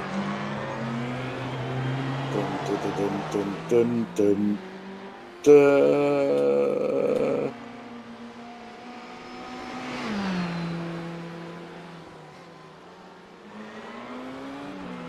Oh, here comes he's Simracing Academy Black into the pits. He's still at the dizzy heights of 2. Is he? Yeah. Is his name something like... Oh, I can't say it, can I? Is the word Manuel in it? Yes. Oh, right, okay. And Al. Oh, yes. Sorry, I've got it now. 2. That's brilliant. Oh, dear. Nope, just a fuel stop for Simracing Academy. Yeah, that's what I thought, Bill. It was going to be a quick... Yep, he wasn't there too long. He's back out. I still think he's quite a way behind, though. 45 seconds at the minute. Yeah. That's a lot to make up if and we got Guillaume doesn't have to stop again. We got 25 minutes to go. Yeah, I think that, hats off to the guys at Simracing Academy for trying that double stint on the tyres, but I think ultimately that's probably what's stopped them being in with a chance of winning. Do you think that's it, do you? Well, the fact that they had to stop an extra time, I think, hurt them. Yeah, that's more the point, isn't it? That they've got an extra pit stop, or is that what you're meaning? Yeah, that's right. They've got an extra pit stop because they on the double stint, the second stint. Sorry. I mean, he's got 2 minutes and 38 seconds, but Julian Ogen has spun the car. He's having to wait to rejoin sensibly. That's taking a while. It'll be interesting to see how long it takes him. He's done now. He's back on. Sorry, Clyde. Yeah, I was saying that they double stinted the tyres, and the second part of the double, there was a spin, and they pitted early. Yes, there was. Yeah. So, and that added another one into the mix, didn't it? Yeah, that's but just an extra pit stop. Yep. This time also they're on older tires, though, aren't they? Too. They didn't change tires this time. Although they've only got 42 minutes to go. So 42? yeah, No, not less even than 40, that, 20, isn't it? sorry. Yeah, 20. That's true. Not too long this time. Exactly. So Danu Simracing Rainbow, who are watching at the moment with Matthias Eggert at the wheel. Our fourth, you could also describe that in another way, in class, in the GT Pro. Well, no, R3T are AM, aren't they? Yeah. Yeah. And they are back on track, but they've been in the pits twice for very, very long pit stops. And they've also been warned for blocking under blues. Yeah, but they're currently running 5th in class, and depending on what happens to WS Racing Esports Yellow and this registration, we'll just call it. He could end up in 4th. Yeah. Could end up in 4th place. So, Yeah, yeah. totally right. you know that proves the the theory about however bad it's happening. Get it repaired, get out again. Yeah, he has soldiered on. Yep. He's going to have that team will have a rotten race, but come away with some big points. Yeah, absolutely. Well, it depends whether any of the final three in the positions in AM rejoin the race at any point and finish to claim points. And of course, they'll get their copyright money for the Silverstone wing. Yeah. Yeah. Sponsorship. Yep, there you go.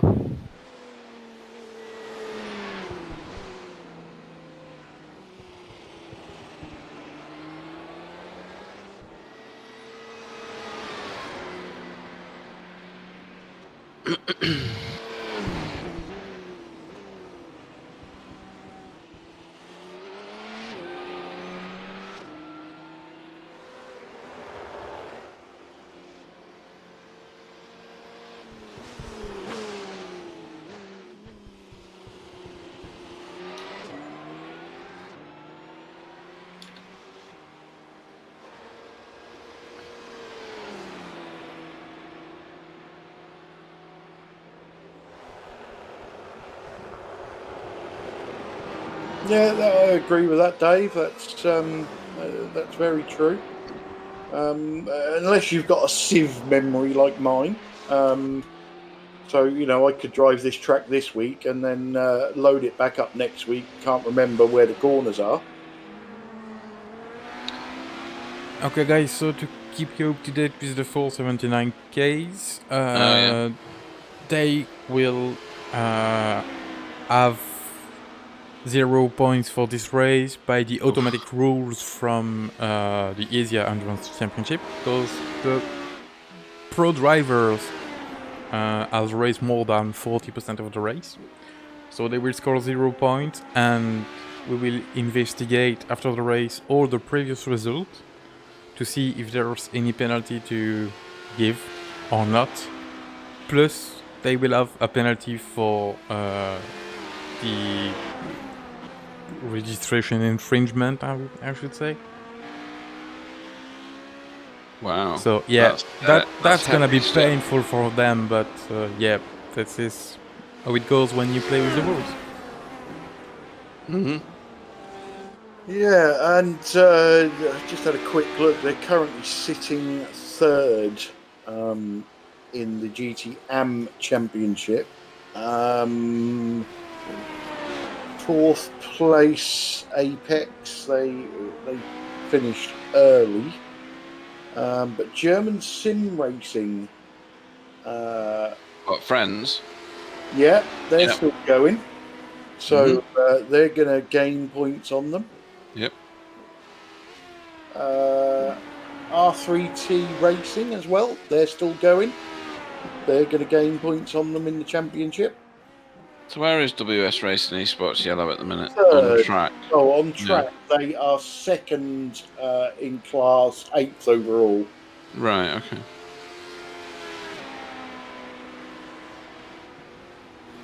Yeah, Lithium Motorsports is leading that division, the AM division.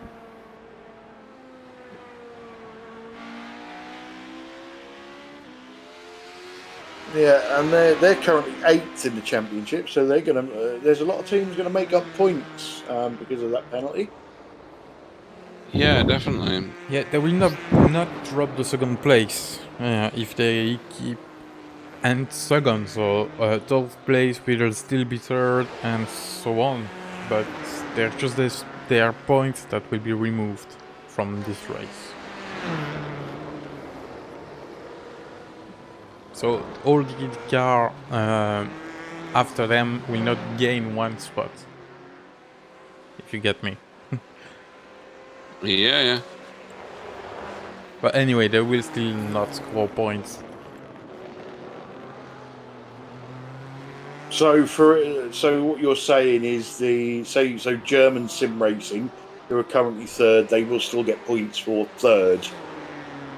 Yeah, They exactly. won't get Yeah, second yeah, position. yeah. Yeah, fair enough.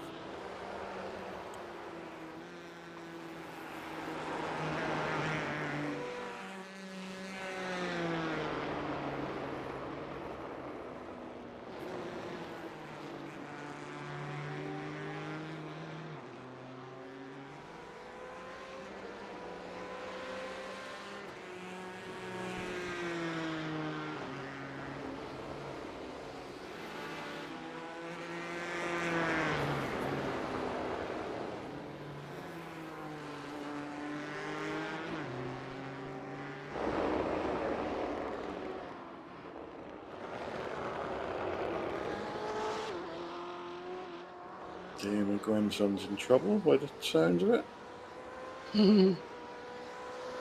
Kid has fallen over outside, and Arthur's in hysterics. Laughter, I guess.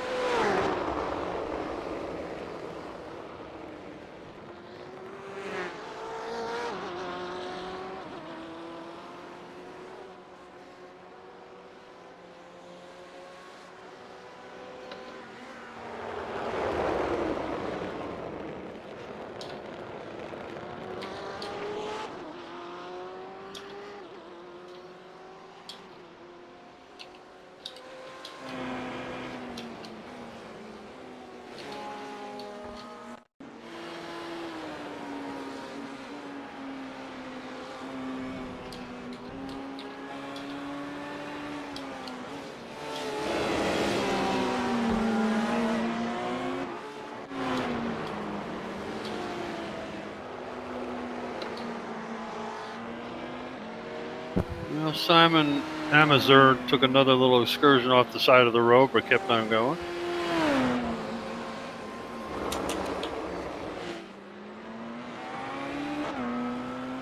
Simon seems to have some off-road experience. He's pretty good when he gets out in the grass. Yeah, he's good at doing a bit of correcting the bird. Exactly. Yeah, he doesn't overcorrect and stuff. He does a great job.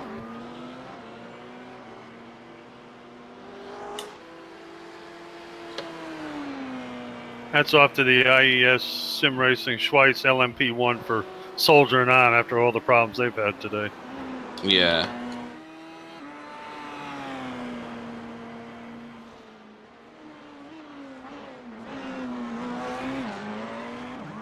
And as Pete would say, you pulled out a second. Way to go.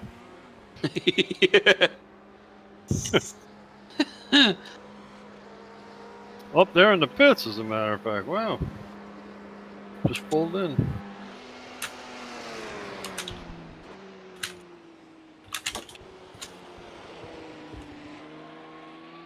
Don't let me down. You only got 14 minutes to go. Get back out there.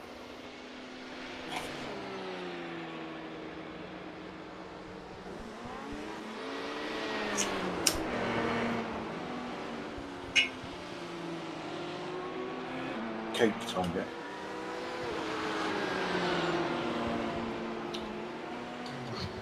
Are you really fencing for cake again? Yeah. I've got Terry's chocolate orange cake. I don't even know what that is. It's homemade. Oh, right, okay, that's fine. Not an apple in sight. Casey's a feeder then, is she? Yeah, without a doubt. Right, okay. So we're about to see the two, or maybe we're not, the two P1 cars on the same bit of track, but I don't think Sam Nemos has necessarily got the speed to catch. I think he's been overtaken. Cake you can have at any time of the day, Dave. Sorry. Hey? Oh, you mean, I thought you were talking to your dog.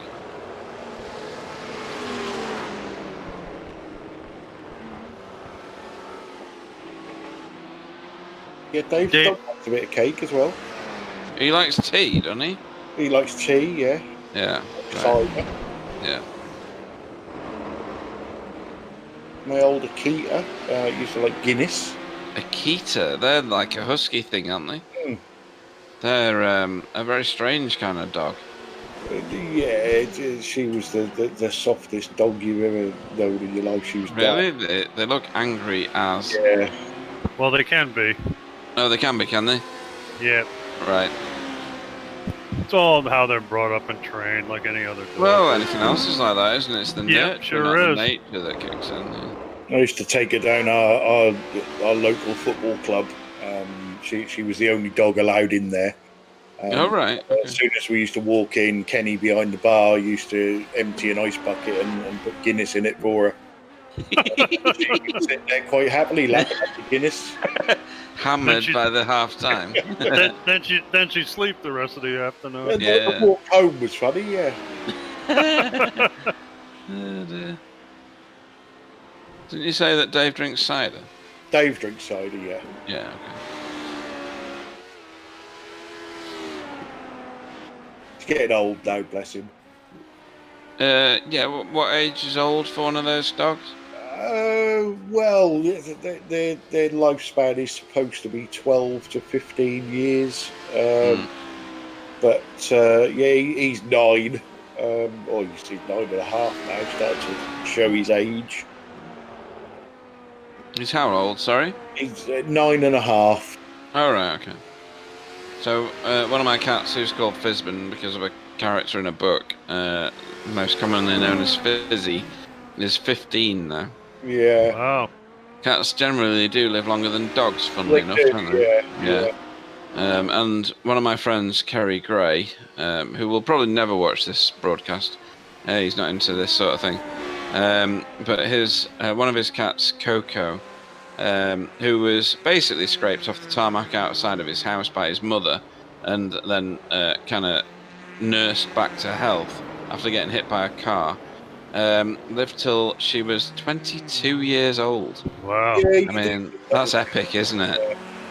Sorry, Clyde? You do see that with cats. Yes, you do, yeah.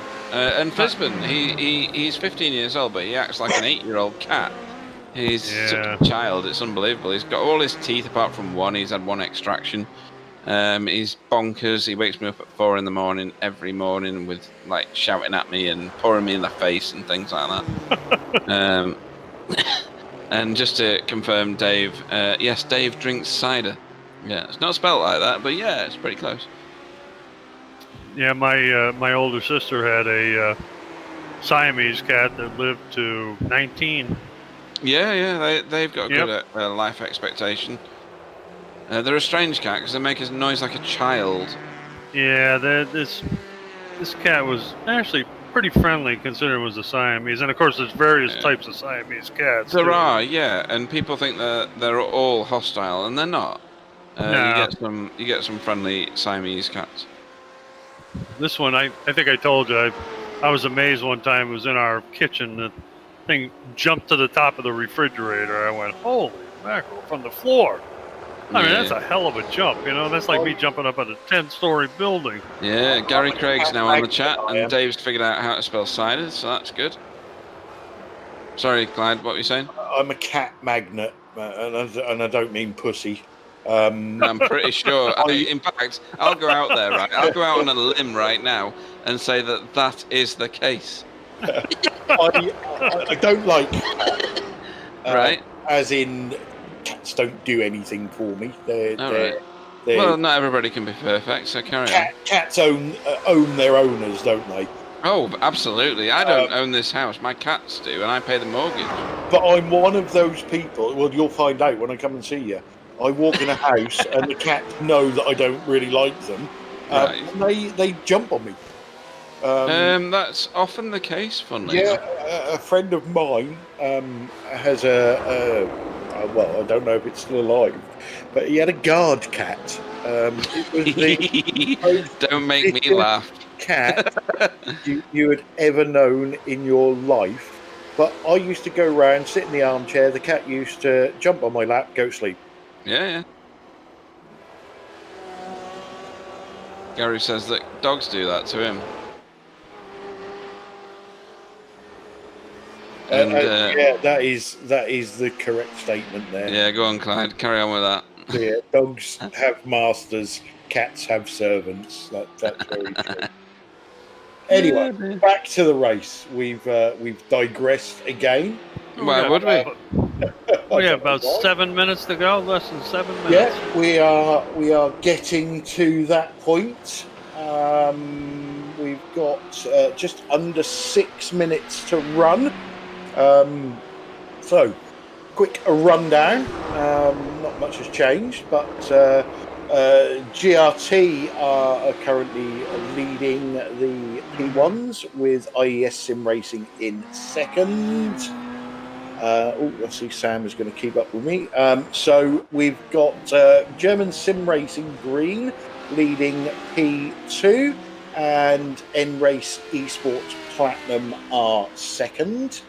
In GT Pro, we've got N-Race Esports. Come on the board.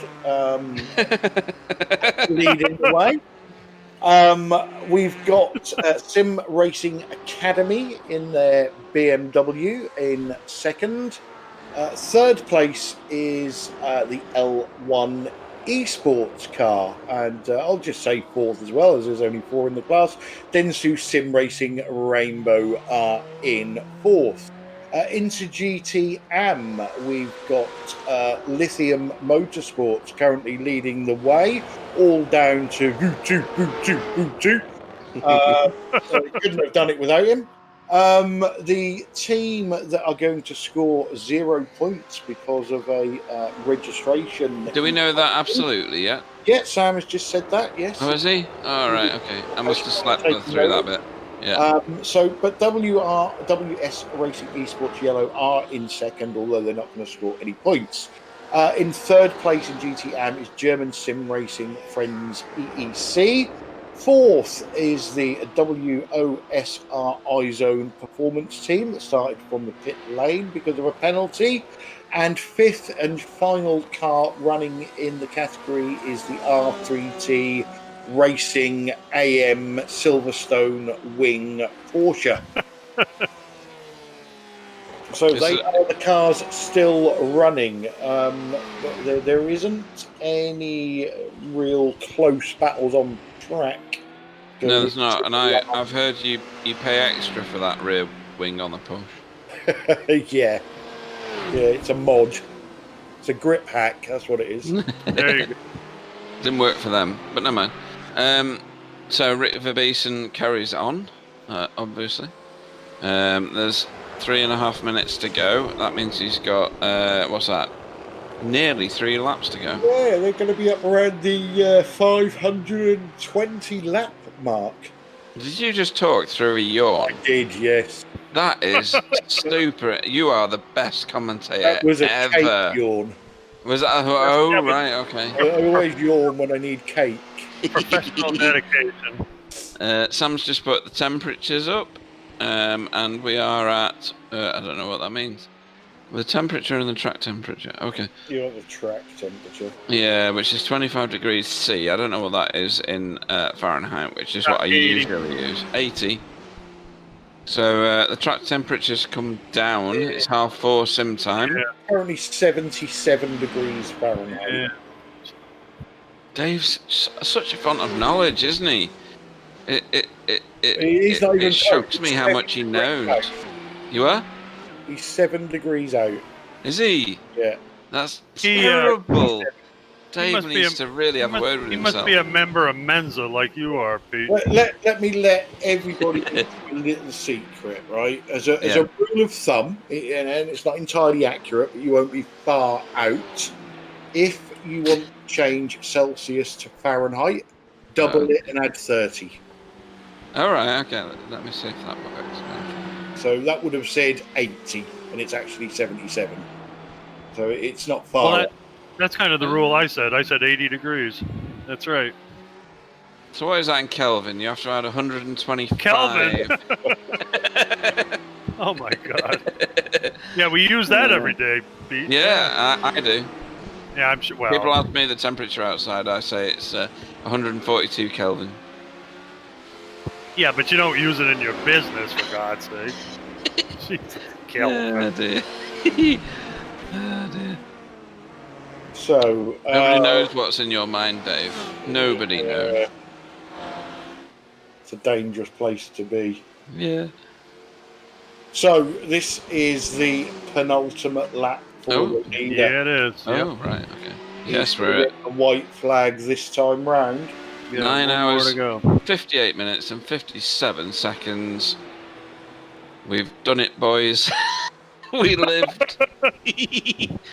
Oh, dear.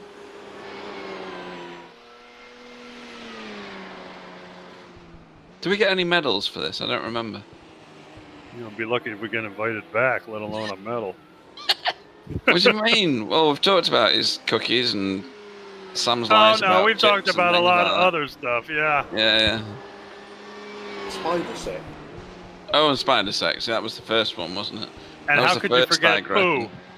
Pooh? Well, we always talk about poo, so that's not a real new thing, is it?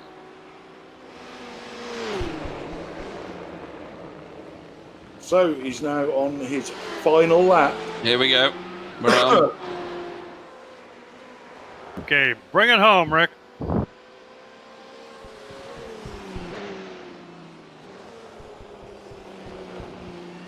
Still like to know how you fixed your car so fast. I know, that was a miracle, wasn't it?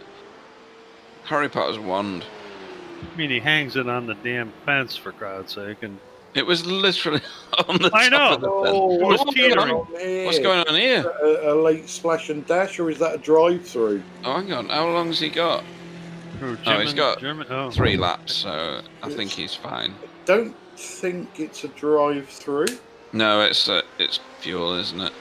There we go. So Rick Verbeesen wins Checkered flag. Well done, Rick. by a monster 21 minutes Well and done, 11 yep. seconds. Yeah, it was a fantastic drive, wasn't it, from that team? One mistake in 10 hours, Yeah. really. Here Pretty much, comes, yeah. Sorry. It's okay. Let's see. We got Is it N-Race Guillaume? Esports. Yeah, it's Guillaume Jobard. He's going to bring back the GT Pro car in first place. He's only got 1 corner to go. He can't possibly bin this, can he? Sure. Be quiet. There we go. Some flashing No. lights, a bit of swerving. Very well done, Guillaume and his team. Yes, indeed. That team being N-Race Well Esports. done, guys. We now focus upon lithium with Mikhail Matusek. Sim Racing Academy's coming across the line. Good battle, and there comes Mikhail Matusik. He takes the last corner. No flashing lights, Mikhail. What's going on there then? A little wiggle. Yeah, he got a wiggle in. That's fair enough. And Julien Ogen in the German Sim Racing Green, GSR Green, crosses the line in first place for the P2 class. Okay, we're still waiting for German. Oh, here it comes. German Sim Racing. No, German Sim Racing Green. Sorry. Big lockup. Rick Verbeesen, he doesn't care about that. He's finished. Rick Verbeesen decides to do some donuts, as does Julien Ogen. That's what these cars were designed for, boys. Keep going round look at in that, little perfect. mini circles like that. That's fine. What a pivot. That's what the boost button's for, Rick. Keep going with your... Oh, that's not very stylish at all. But never mind. When have you ever done donuts apart from when you've gone off track? I've never had the opportunity to do donuts, right? I mean, behave. He's real funny. Yeah. He's about as funny as a funeral, for God's sake. Have we got any interviewees? Let's have a look, shall we? No. Not yet. Not No. yet. I reckon we should get Dom in from race control. He's another angry Belgian. I know, it'd be funny, wouldn't it? We've already had like one angry Belgian on the chat today, and that's Sam.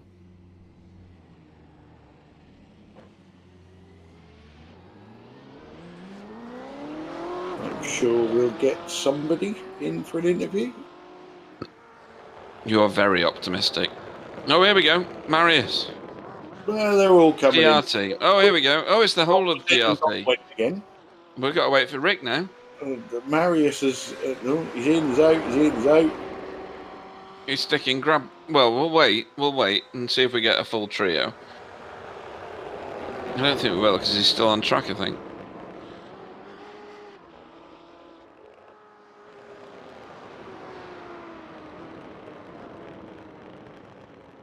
Mikhail Matusek's still racing like he's on a lead lap. Yeah, he's Fit in the car now. back. He's in now. Oh, right. We've got the full 102 team, so do you want to bring them all in? Okay, so let's start dragging... Dom's entered the interview. That's genius. Yeah, bring them all in anyway. Going in there anyway. So let's bring in the gold racing team for you, Pete. There you go. Marius, Rick, Ruslan, welcome to the interview booth. How are you doing? Thank you. It's all right. Fine, a bit tired, but Yeah. fine. Why would you be tired? It's only a 10-hour race. Are only. you weak in some way? Shit. I mean, well, I don't know why the other guys are tired, but I did quite a few laps. Yeah, you did. Did you do more than everybody else? I don't know. I'm Yeah, going to go and have a look 4 now and stints see in a how row. much you're lying to me. Yeah. Hang on, what are you, GRT? There we go. So you did, Rick. You did 216 laps. Yeah. That's starter level, really, isn't it? And then you've got you're right. Marius. You did 187 laps. So you need to try harder. Ruslan, 120 laps. What's that about? Are you just starting out in iRacing or something? What's that? Yeah, see, you know? the thing is, it didn't really go according to plan because Simon here, he did 5 hours back to back, and we weren't Whoa. expecting that. So Right, Simon okay. from the other team. So that's why we extended my stint so much because we were like, well, we're gonna make these tires work longer. Yeah. So that are you was talking really good. about Simon Omoza? Yeah. Ah, right. Okay. All right. I get it now. 5 hours. His first stint was 5 hours long, and he did four stints on the tires. 422 laps to be precise, but Exactly. who's counting them? You know, that's dead easy. Yeah. So tell us about your race. So you've won by a country mile. It has to be said. It's a commanding result. Tell us about your race, because last time out, did you talk to us at the end of the last race or not? I think the last time, not really, but No, yeah, you should have done, because for the last 2 races we've been saying last race you didn't need to be out there for the full length of the race, but you did it nonetheless. You showed your devotion to either A, the car, or B, the racing community, and did the full race, and you didn't even have to. You were the only car in the race. So I'm going to salute you again for that, because that deserves recognition. So tell us about your race tonight. Totally agree with that, Pete. Can I just ask the guys a question? No, you can't. Sorry, bye. Let's go back to basics first. All right, okay. He's going to carry on, apparently. A 9.9 for parking the car on top of the wall. who was that? That was On top Marius. of the roof, yeah, that was right, me. Okay. Yeah. And the second thing that came up from that is, how the hell did the car that was that wrecked get repaired that quickly? 6 We have minutes, no 20 idea. seconds. What's that about? We thought you was going to be in the pit for an hour. The plan was to have you guys have to talk about something. Oh, sucking up. That's terrible. Yeah, I That told was the him, real like, hack that you used. I told him do a barrel roll, and then he I actually did. obliged. Yep. Man. Oh, dear. So that, yeah, it was a bit scary there. There was Yeah. a comment on the chat, that something about despite the crash, he nailed the landing. So Exactly. Yeah. It The was, thing is, we just had Sorry. upgrades. We Sorry. didn't have any required repairs. That's I don't know 10 out of why, 10. but yeah. yeah, that Oh, part was dear. solid. But yeah, sorry, Pete. Go on, carry on. No, that's fine, mate. That's funny. So you've won again. It's getting boring now, boys. Can you come second at least once? Well, no, it's not that easy for the first 6 hours of the race because you guys saw it, so we had to put some work in. Yeah. You've done a fantastic job. I don't remember too many incidents. You've done a very good job of keeping the car clean. You had one incident towards the beginning of the race where you rear-ended. Oh, did you rear-end? I don't know. Another car and spun it off, but you carried on. But that was my humble race control opinion, their fault because they were off the racing line and being weird. I don't know who was in the car. Was that you, Rick? No, It was me. that was It Marius. was you, Marius. You Yes. seem to be involved in all of the actions. To be fair, Yes, we yeah. fully we fully expected a penalty there. We were like, oh yeah, Right. that's probably on us, like we Yep. had space on the right, but the problem really is that Marius also has just a single screen, so we couldn't see that. So he thought he was boxed in, and Yes. then There he was a came car on to the the right, left. but he did give me space eventually. So Yeah, I was trying to not pull out that much, but I could not see at all that he gave me the space. And the GTE stayed on the left, which is not the racing line, but it's still my fault. No, so I need to manage to not hit them. So I take credit for that, of course. Yeah, and that's that was early on in the race, and Clyde also said he probably didn't know that he had so much room to the right, which is what you I just said. could so. not see it. Just one monitor, that's all. And I got the message from the spotter, of course. But yeah, But still Well, my fault. all the spotter says is you got a car to the right. Exactly, yeah. Doesn't say you've got a car 6 miles to the right. Exactly, yep. not Yeah. really. It doesn't say that. So I just did So- not steer out enough. That's the thing. Yeah, and from the onboard and from the overhead, you'll watch the replay, no doubt, because you've got clearly got like 12 hours to spare in your lives to Yep. watch what you've just done again. I'm not saying that sarcastically at all. Do watch the broadcast if you want to know all about spider sex. Oh yeah, there was a whole conversation about this. Sounds Also about interesting. cookies and help me out here, Bill. What else did we talk about? Dirt racing. Dirt racing and If you want to listen to Sam have a meltdown over Belgian fries. Oh, that was a classic. Yeah, wow. we didn't That let sounds him know really we were interesting. winding him up at all, but he's totally bit, if you know what I mean. He took the hook so much it was hanging out of his arse. Don't speak about that did. again. Stop that. But anyway, I hope we were able to give you a bit of action this time, because after that little touch, we had a few repairs, and then they got in front of us again.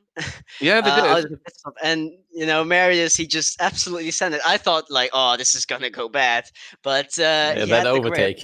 Yeah, it was. So what we're saying really is Marius is associated with all the risky moves that the car ever did. Today he throughout was. 10 Yeah. hours of racing. Is that right? Today he definitely Outside was. that, We yeah. were like, he's Right, gonna okay. do the crazy moves. Yeah. I'll tell you, it's all Marius's fault. We were just commending you guys for very seldom not making a wheel go wrong. And what do we see? Flying through the air up on the top of the wall.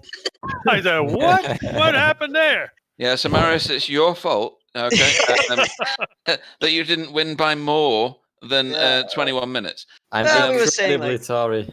We were saying try like, harder well, next not time. quite a we were saying like, oh, not quite a spotless win then today. But oh well. Totally right. So, Um, between the three of you, who have you got to thank? We'll start with Marius, because you did the most damage to the car. Yes. iRacing for not having the right damage model. Yeah, right. Yeah, of course, because that's to blame. Nah, thanking to my teammates, That's of genius. course. Yeah, just remember that, Clyde. That's our excuse for the next time we crash. Yeah, we'll put that one Right. in the Okay. book. Yeah. Okay. Carry on, Marius. Sorry. Yeah, thanking to my teammates, of course. They did a bit better job than me today. Yeah, they crashed less than you. Yes, I'll just point that exactly. out to the viewers. Yeah. Yeah. Thank you guys for broadcasting again. And thank you for all the guys that raced today in the series. It's getting a bit thin, sadly, but we want to go ahead with a good example and get the other people to race. And otherwise, just thanks to my team. No, that's awesome. Thank you, Marius. Rick, you're up next. All right. Well, I want to thank the other, the competition today as well. They put up a good fight sadly they own only the half of the race, but that was just incredible what Simon did. He pushed us onto another strategy because we were only planning to do like 2 stints each time and then changing drivers, but I had to do a long one because of that, and that was really fun to see how he passed me again, and well, yeah, it was all good. So No, good. I mean, you're right to call out Simon's racing because it was extraordinary. And he's joined you in the race, and it's a 2-car race. So hats off to Simon, excellent, and to the rest of the IES Simracing Schweiz team. We need to see more cars in the league in order to make it a proper race, really, don't we? Otherwise, it's what you had the last time out, which is a tour of the track, as it were. Thank you guys for the sorry, broadcast. Yeah, just real quick, I want to thank you guys for the broadcast. It looked really good. I couldn't watch a lot of it, but I will certainly watch it back. And yeah, thanks. Learn something about spider sex. You'll learn everything about spider sex. We're going to get so many views because of that. Oh shit! Oh dear, that's funny. Right, anybody else, Rick? Yeah, thanks to the team, because they're there for me and driving with me. So yeah, really nice. These guys don't have wives or girlfriends, Clyde. Have you noticed a theme Yeah, here? I know. Yeah, Yeah, it's terrible. Who runs the team? Yeah, who's the team leader? Well, in terms of LMP1, it's our boy Marius here, actually. Really? Yeah. He's the one that does the most damage to the car. What's that about? Well, just for now. If he owns it, he can do it then. I guess. Oh, that's true. Yeah, there's no cost involved. But for the whole team, it's Matthias and John Gordon, Matthias Golddigger and John Gordon. So yeah, Okay. want to thank them as well. Yeah, they don't drive, so they're not really relevant, are they? Really? Ruslan, how are you doing? Who have you got to thank? Yeah, I want to thank Marius and Rick for. I had a lot of fun. Yeah, don't forget your wife or your girlfriend, mate. Especially after what I just said about them. Yeah. Yeah, I want to thank IRS Simracing Schweiz as well for the competition today, because we honestly thought that Simon would drive like 10 hours with like 2-hour break. Yeah. So yeah, I want to really thank Samuel for the championship and you guys in the booth as well. That's But it. no girlfriend or wife. That's fine. No, I don't have any. Not at the moment. No. Yep. After this race, certainly. They're too Smart busy man, doing yeah. 10-hour races. That's why. Yeah, he doesn't have time for anything like that. Yeah, really. Thank you very much to the GRT P1 team, masterfully victorious once again. You guys did a terrific job today. Thank You so did. much. Thank you. Yeah, Thank you. splendid job. Apart from Marius, who crashed it a lot. Yep. Okay. Good play then. Thank you, guys. I'll see you next time. Okay. Bye bye. See you next time. Bye. Bye. One more. He's done a good job and he hasn't flushed himself. Right. So next, we're going to get in a name that I'm going to murder, and I'm not. In fact, I'm not even going to murder it. I'm going to say, how do you say your name? Guillaume Jobard. But Right. I've been saying for weeks, Clyde. Guillaume, that'll do. Guillaume, if you want, you can call me William. Well, that'll do. Yeah, that's even better. Oh, William, you've I given like him that. a way I out, like that. Guillaume. What are you doing?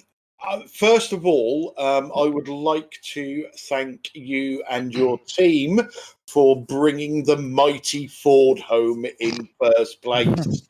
The commentary team usually try and wind me up as to how ugly the Ford is, just as Sam shows a rear view of it. And I don't care. It might be ugly, but it's fast and it's a winner. So you had a fantastic battle with the Simracing Academy team. And I'm sure we'll get it confirmed at some point. But we think what made it or what really gave you the win without a proper fight in the end was the fact that they tried to double stint a set of tyres near the start of the race and got basically halfway through the second stint, had a spin and decided to change strategies. But it kept us guessing until the end of the race. So you must be over the moon with taking that win.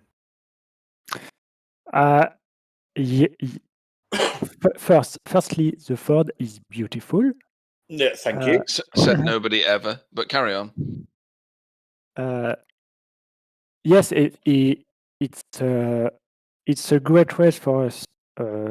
We are very happy, me and the team, because of the second win for us of the chip. Thank you to Luc, who drive with me.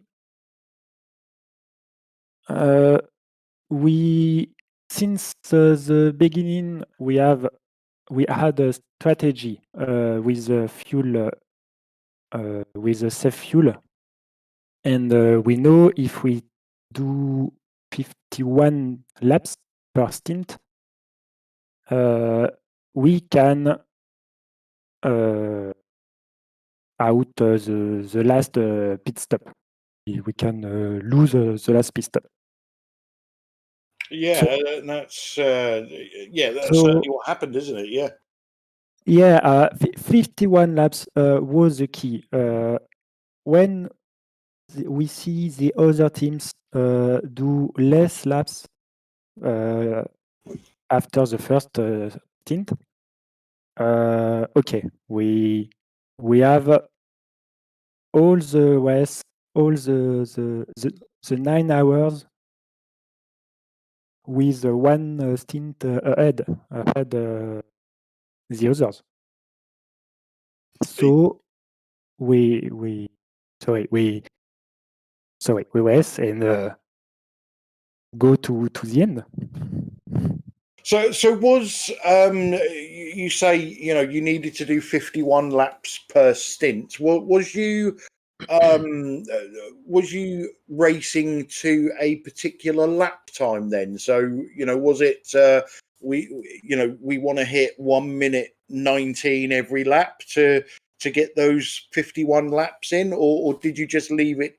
Did you work it out as you went along per driver? We're just working on the safe fuel. The lap time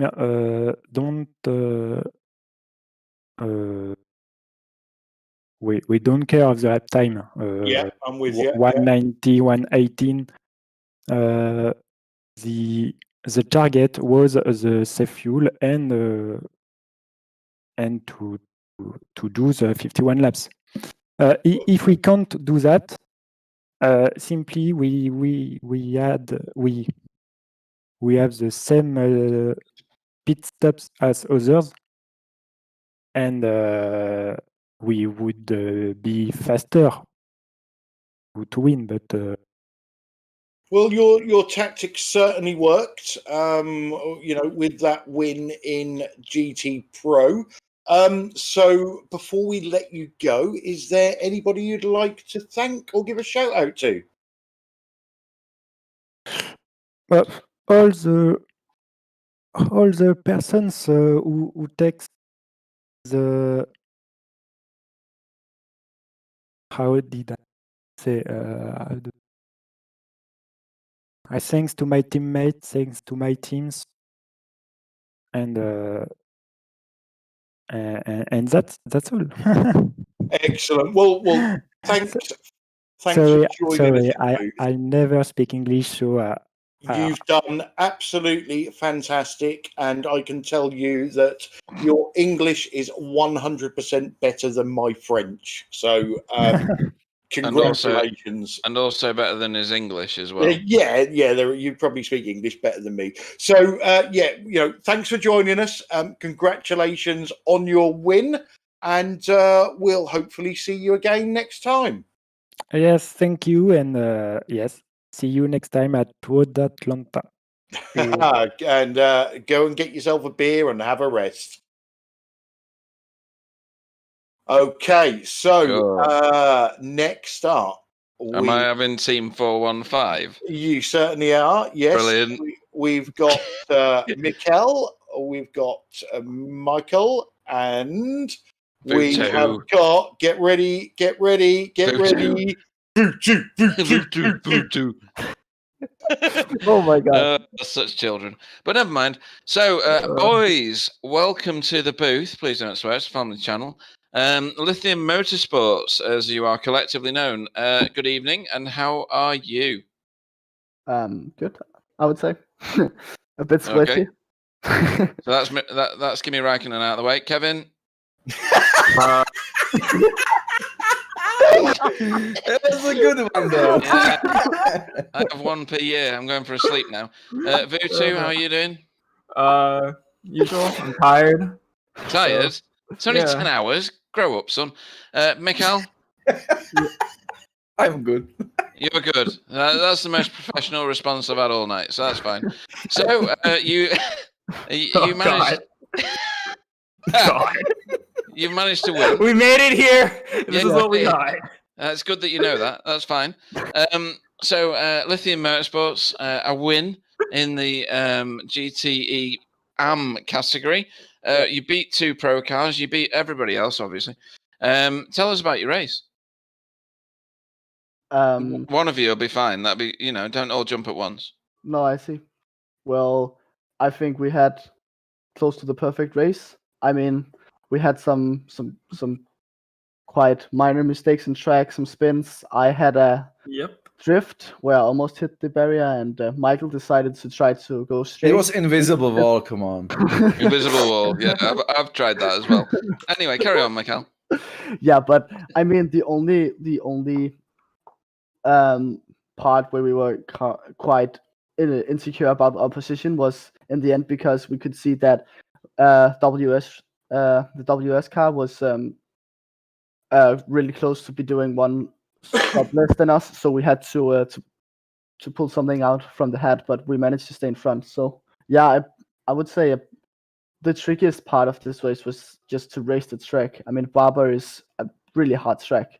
We were saying at the start that Barber's one of those tracks where it doesn't matter how many other cars there are on the track. It can bite you because you're driving it, and it doesn't matter about the rest of the cars.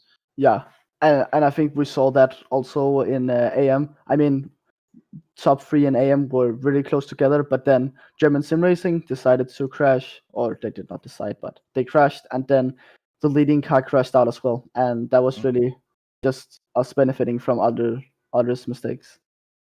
Yeah, a lot of things fell into your lap. And Kevin, you joined later on in the race. After the others had done all the hard work, you decided to, get out of bed or something. I don't really know. Yeah, it's a bit lazy, really. What you did. I got a nap. Woke up, had a coffee, and was like, a bit like "Oh, Clyde does, well, yeah." No, I did a Clyde. Yeah. And then you kind of nursed it around and then left it to Mikhail to actually get the car home. Is that right? Well, I had to drift it. Well, no, of course, yeah. I mean, I know you guys saw that. We saw everything, by the way. We laughed at every point that we could do. To be fair, good. That was what I was going for. Yeah. You achieved it, by the way. How do you find Barber? So it's just a very concentration heavy place. So like, I had to focus a lot, and that's hard because I have like no attention span. So You do surprise me. Sounds like you and me. Sounds like you and me, Pete. Absolutely, Yeah, dude. Will. We By don't the have way, to for admit the- that, though. By the way, for the record, I figure out halfway through the race that Barber is actually not in lead in the UK, but Yeah, in Alabama. this is- So, yeah, he had to figure that out. I had to explain that to him while driving because he thought it was the UK. He was like, "Why are all these spiders here?" I was like, "This is Alabama." And he had then like it says a also huge Birmingham. I brain was like, moment. "Fuck you! It's confusing for someone from Central Europe." It took him a minute. I was just like, "This is like my home," and you If you thought it was not from my home. Yeah, if you say Spider loud enough, Clyde will quit the session because he's a big girl and he's frightened. So Mikhail, what's your opinion of Barber? Well, it's really nice translocated somewhere in Great Britain, I would say. Yeah. And no, actually, I really Yeah, enjoyed the track. To be a bit more serious, when I started practicing, because I never drove around there, and not even in other sims. Never done Barber before. No. I thought Really? Oh, I never did Yeah. Barber before this. Yeah, Oh actually, my I thought God! Are it's you this like 5 stupid- years old or something? No, 4 now. Oh, I'm new to Um, iRacing. right, Sorry. that's right. And I thought it's the stupidest track, but once you find the line, once you find the rhythm, it was really nice. I must say, Yeah. this is not the most favorite track, but I mean, top 10. Yeah, I like it, for example, more than Road America. Yeah, you It don't have to be killed me. right about everything. It's fine. Yeah, Road America's #1. I don't know. So what's Y'all Clyde out trying there to say? saying I was just going to say, I had a very, very similar experience the first time I drove it. It was like the first 10 laps of practice was like, is this really a track? What's going on here? But Yeah. once you get a rhythm, you sort of come to appreciate it. Yeah. And when I started it, I thought it's changing every now and then. Like the corner wasn't there before, now it is. Now it leads a different way. So yeah, but you find the rhythm, you find the groove, and you can stick to it. Yeah, I've had some good races around here. I managed to win an official race. I think I was the only car in the race. Oh, he just had to drop that in. He was like, "Yeah, I won here." Yeah, it's Out. true. I've only said it 6 times tonight. It's fine. 10 hours is a long time. You can get it in at least once an hour. And I had a 2-hour break or a 3-hour break. I can't remember. But I had that V8 race with Nicole Foggy where Johnny Brandon said Nicole had a shit setup. If you remember that, Clyde. Yes. That was funny, wasn't it? I laughed. Not.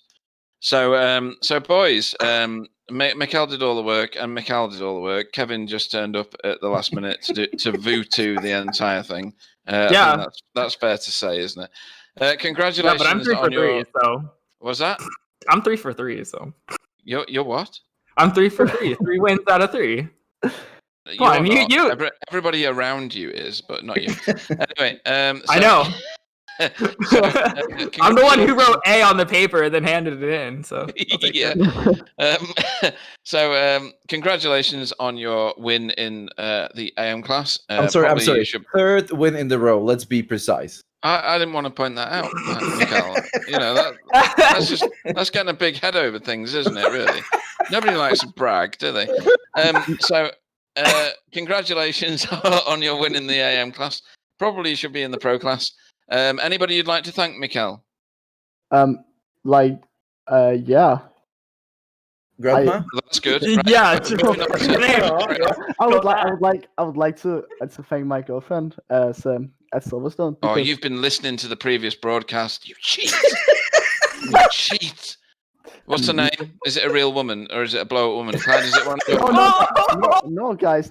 It's still Natasha. It's still Natasha. All right. Oh no, we've had this before. We've That's had right. this conversation, Yeah. yes. Sorry. Yeah. But- So that means he's not lying, Clyde, because he said the same name twice. Yeah. Oh, So I thought he was lying. yeah, it might have been. Mikhail, who you got to thank? Well, I will thank just my team members for the good work, for the hard work, for the good practice. I want to try to be funny this time. Oh, that's new. What is it? Did you just welcome us in here so you could murder us? Is this Yeah, what's pretty going on much. here? This is why we invite people in, isn't it, Clyde? That is, yeah. Oh, we right, like to okay, get that's fine. As long as controversy. as long as I've got the right script. Kevin, you've been out here for 10 hours. We're trying to loosen you up, okay? Yeah. Kevin, you don't want to thank anybody, do you? Because there's nobody to thank, is there? You've not got any people in your life, really. Apart from no. McCann, who just won the race for you. He needs to thank Clyde. Go on, Bill. Clyde was his cheerleader the whole time he was out there. So you I need to thank am- Clyde, otherwise he'll be. Yeah, I am the official fan club. Did you come up with anything creative this time? Yeah. You need to watch the broadcast though. Okay, I'll do that. I'll make sure. Clyde's got I'll pictures. tune in.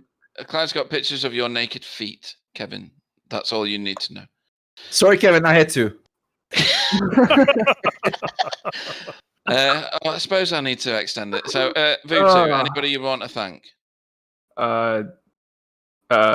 Yeah. Let's go. Are you sure about this? Do you want to phone a friend? No? Okay, get on with it. I mean, you for keeping me sane. What, me? Yeah. You gotta be kidding. No. All right, carry on. Got him fooled, Pete. Yeah, totally. He doesn't know what's going on at all, does he? He's really not with it.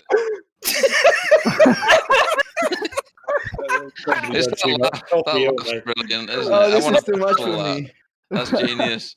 So try again, Kevin. Go on. I mean, I want to shout out the internet company for not turning off my internet during a race. So Yeah, that happened to us a few times today, believe it yeah, or not. I'll thank the internet company for doing that. California for slightly being on fire, but not in the place where I am. So take it. Other than that, not really anyone other than the team and He's you going to guys. thank his mother in a minute, isn't he, Clyde? My mom doesn't know what YouTube is. Anyway, She knows Google and she thinks that's like universal. Like she knows Google like is that's universal. We've got our own No, but, Google like, on the she YouTube thinks chat, that, right? like- There's a guy called Dave. He's called New5, and he knows everything. He's coming in for a chat next. He's not. He is. I've just seen it. That's class. No, but like the Okay. thing is like We my need to mom get is rid like of Kevin. Dave's in the chat. Dave's in the chat. You need to go. You need to go. oh, I need to go. Ow. Yeah. Okay. So get your thanks over with. Is your mother in the thanks? Yeah, of course. All right, that's good then. Yeah. So and the pops too. Team 415. You certainly need to thank your dad for not pulling out. Yeah, totally. Anyway, Team 415, Lithium You'll Motorsports. get it later. You will just think about it for a very long time. That's terrible. It is. You won the GTE IM class of that thing that I've just been talking about. I'm totally tied up in the same sentence now. Congratulations. Thank you very much. And we'll see you next time out. Yeah. See you around. Yeah, and thanks for joining us in the booth, guys. It's always a pleasure. You're always a good laugh. Cheers, guys. Thanks. Cheers. Bye. Bye. And they all flushed themselves. That was good. Oh, did they? That's good. Right. That's clever. Yeah. So next up, and for our last interview, we're going to bring in Dave, aka Google, aka Pascal. Welcome to the booth, Dave. Greetings. How are you doing? We're good. We're good. How are you? And how did your race go? I'm fine. I'm completely fine. We could go another 10 hours. Yeah. all these wimps that are moaning about a 10-hour race. What's the matter with them? I'm sweaty. Yeah. I drove 200 laps. Me. And where did your team come? Let's just find you. Fourth in the GT Pro, aka last. Nobody needs to know that.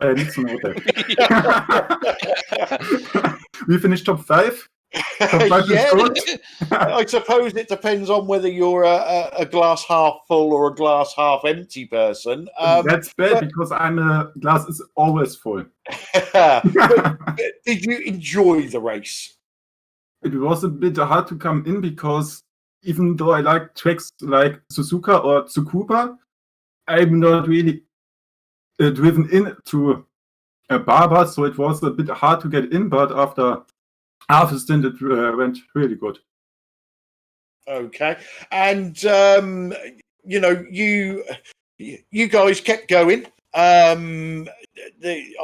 can remember. I can't remember who else drove the car. I know Matthias did because I can see Exactly. him on the screen. Was it? It wasn't just you two, was it? There was No, more than two of you. Christopher started the race with 3 stints, and then Jürgen. Right. Okay.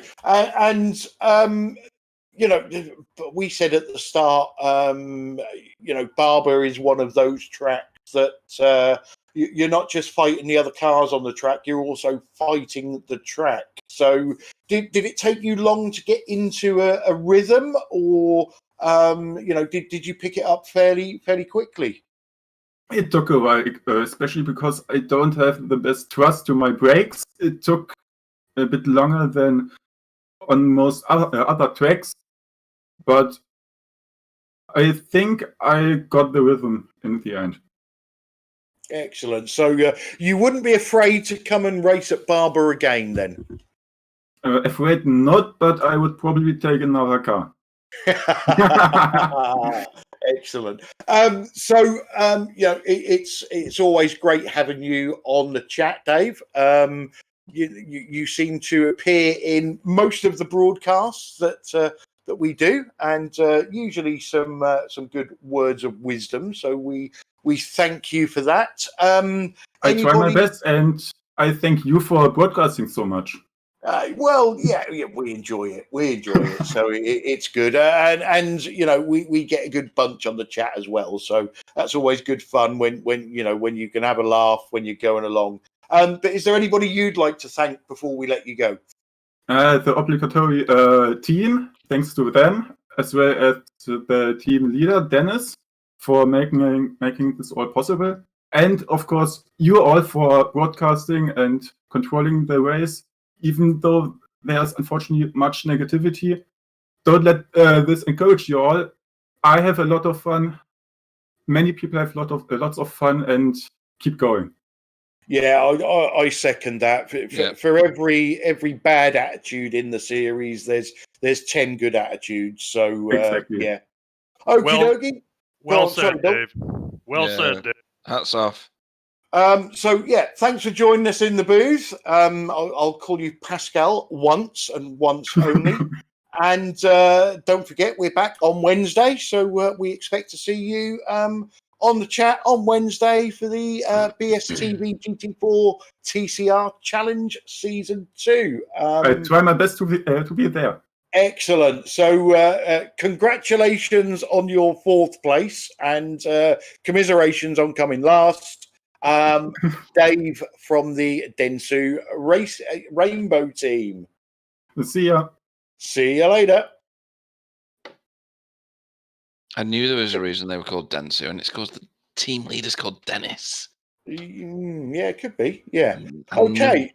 So last but not least, we now have 2 angry Belgians in the booth. I'm leaving. We have Mr. Dom Sori from Race Control. Good evening, Dom. Hello, good evening. How the devil are you? This was quite a long one for everyone, I think. And first, thanks for your great job. It was entertaining, to say the least. Did you learn much about spider sex? Yeah, lots of things.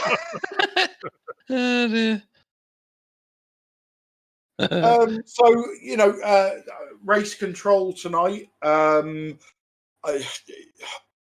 Where do I start?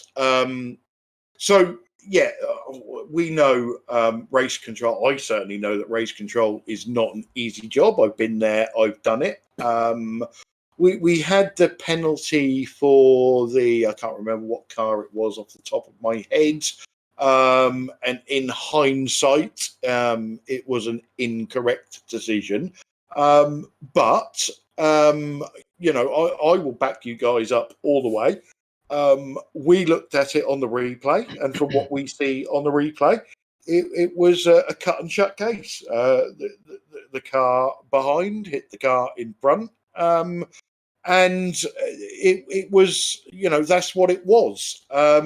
So, you know, I certainly won't apportion any blame for a wrong decision because You're limited on what you can see. Is that what happened in your opinion, Dom? Yeah, at the first glance I had at it, the incident, it looked like it was really clear. And unfortunately, it's really after a while when the discussion opened that we noticed that the other car was slowing down at a strange place on the track, and the other could not avoid. So it was not obvious at all at first, but yeah, maybe I was too quick on judging, or Yeah. Well, no, I don't think so. I think that it was said on the chat. If you think that the decision is wrong, race control is a joke or anything along those lines is obviously not helpful. I know that didn't happen today. But what you do is immediately send a message to race control and they will suspend the penalty and have a deeper look into the incident. Yeah, this already happened in the past. Unfortunately, this time the message about the joke, as you say, was in another channel. That when we saw it, basically the penalty was already served, so it was too late to go back. Yeah, and I can't unpenalize the car after the fact. Exactly. So we're hoping that teams learn from this. Their penalties are not cut and shut. The race control, if you want them to look at it again, they will.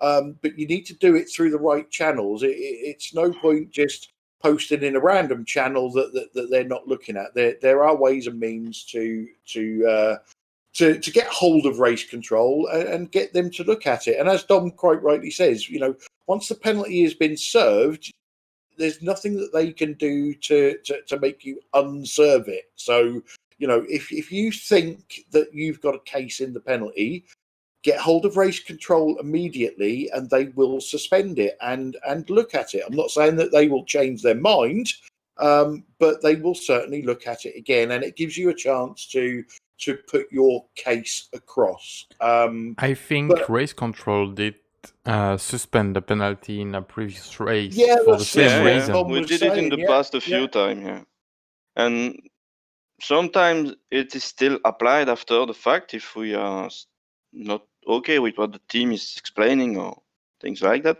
But it happened, I think, once or twice that we really removed the penalty when the explanation was bringing more information to us and things we did not see first was bring upon our mind, and it's the best way to do it.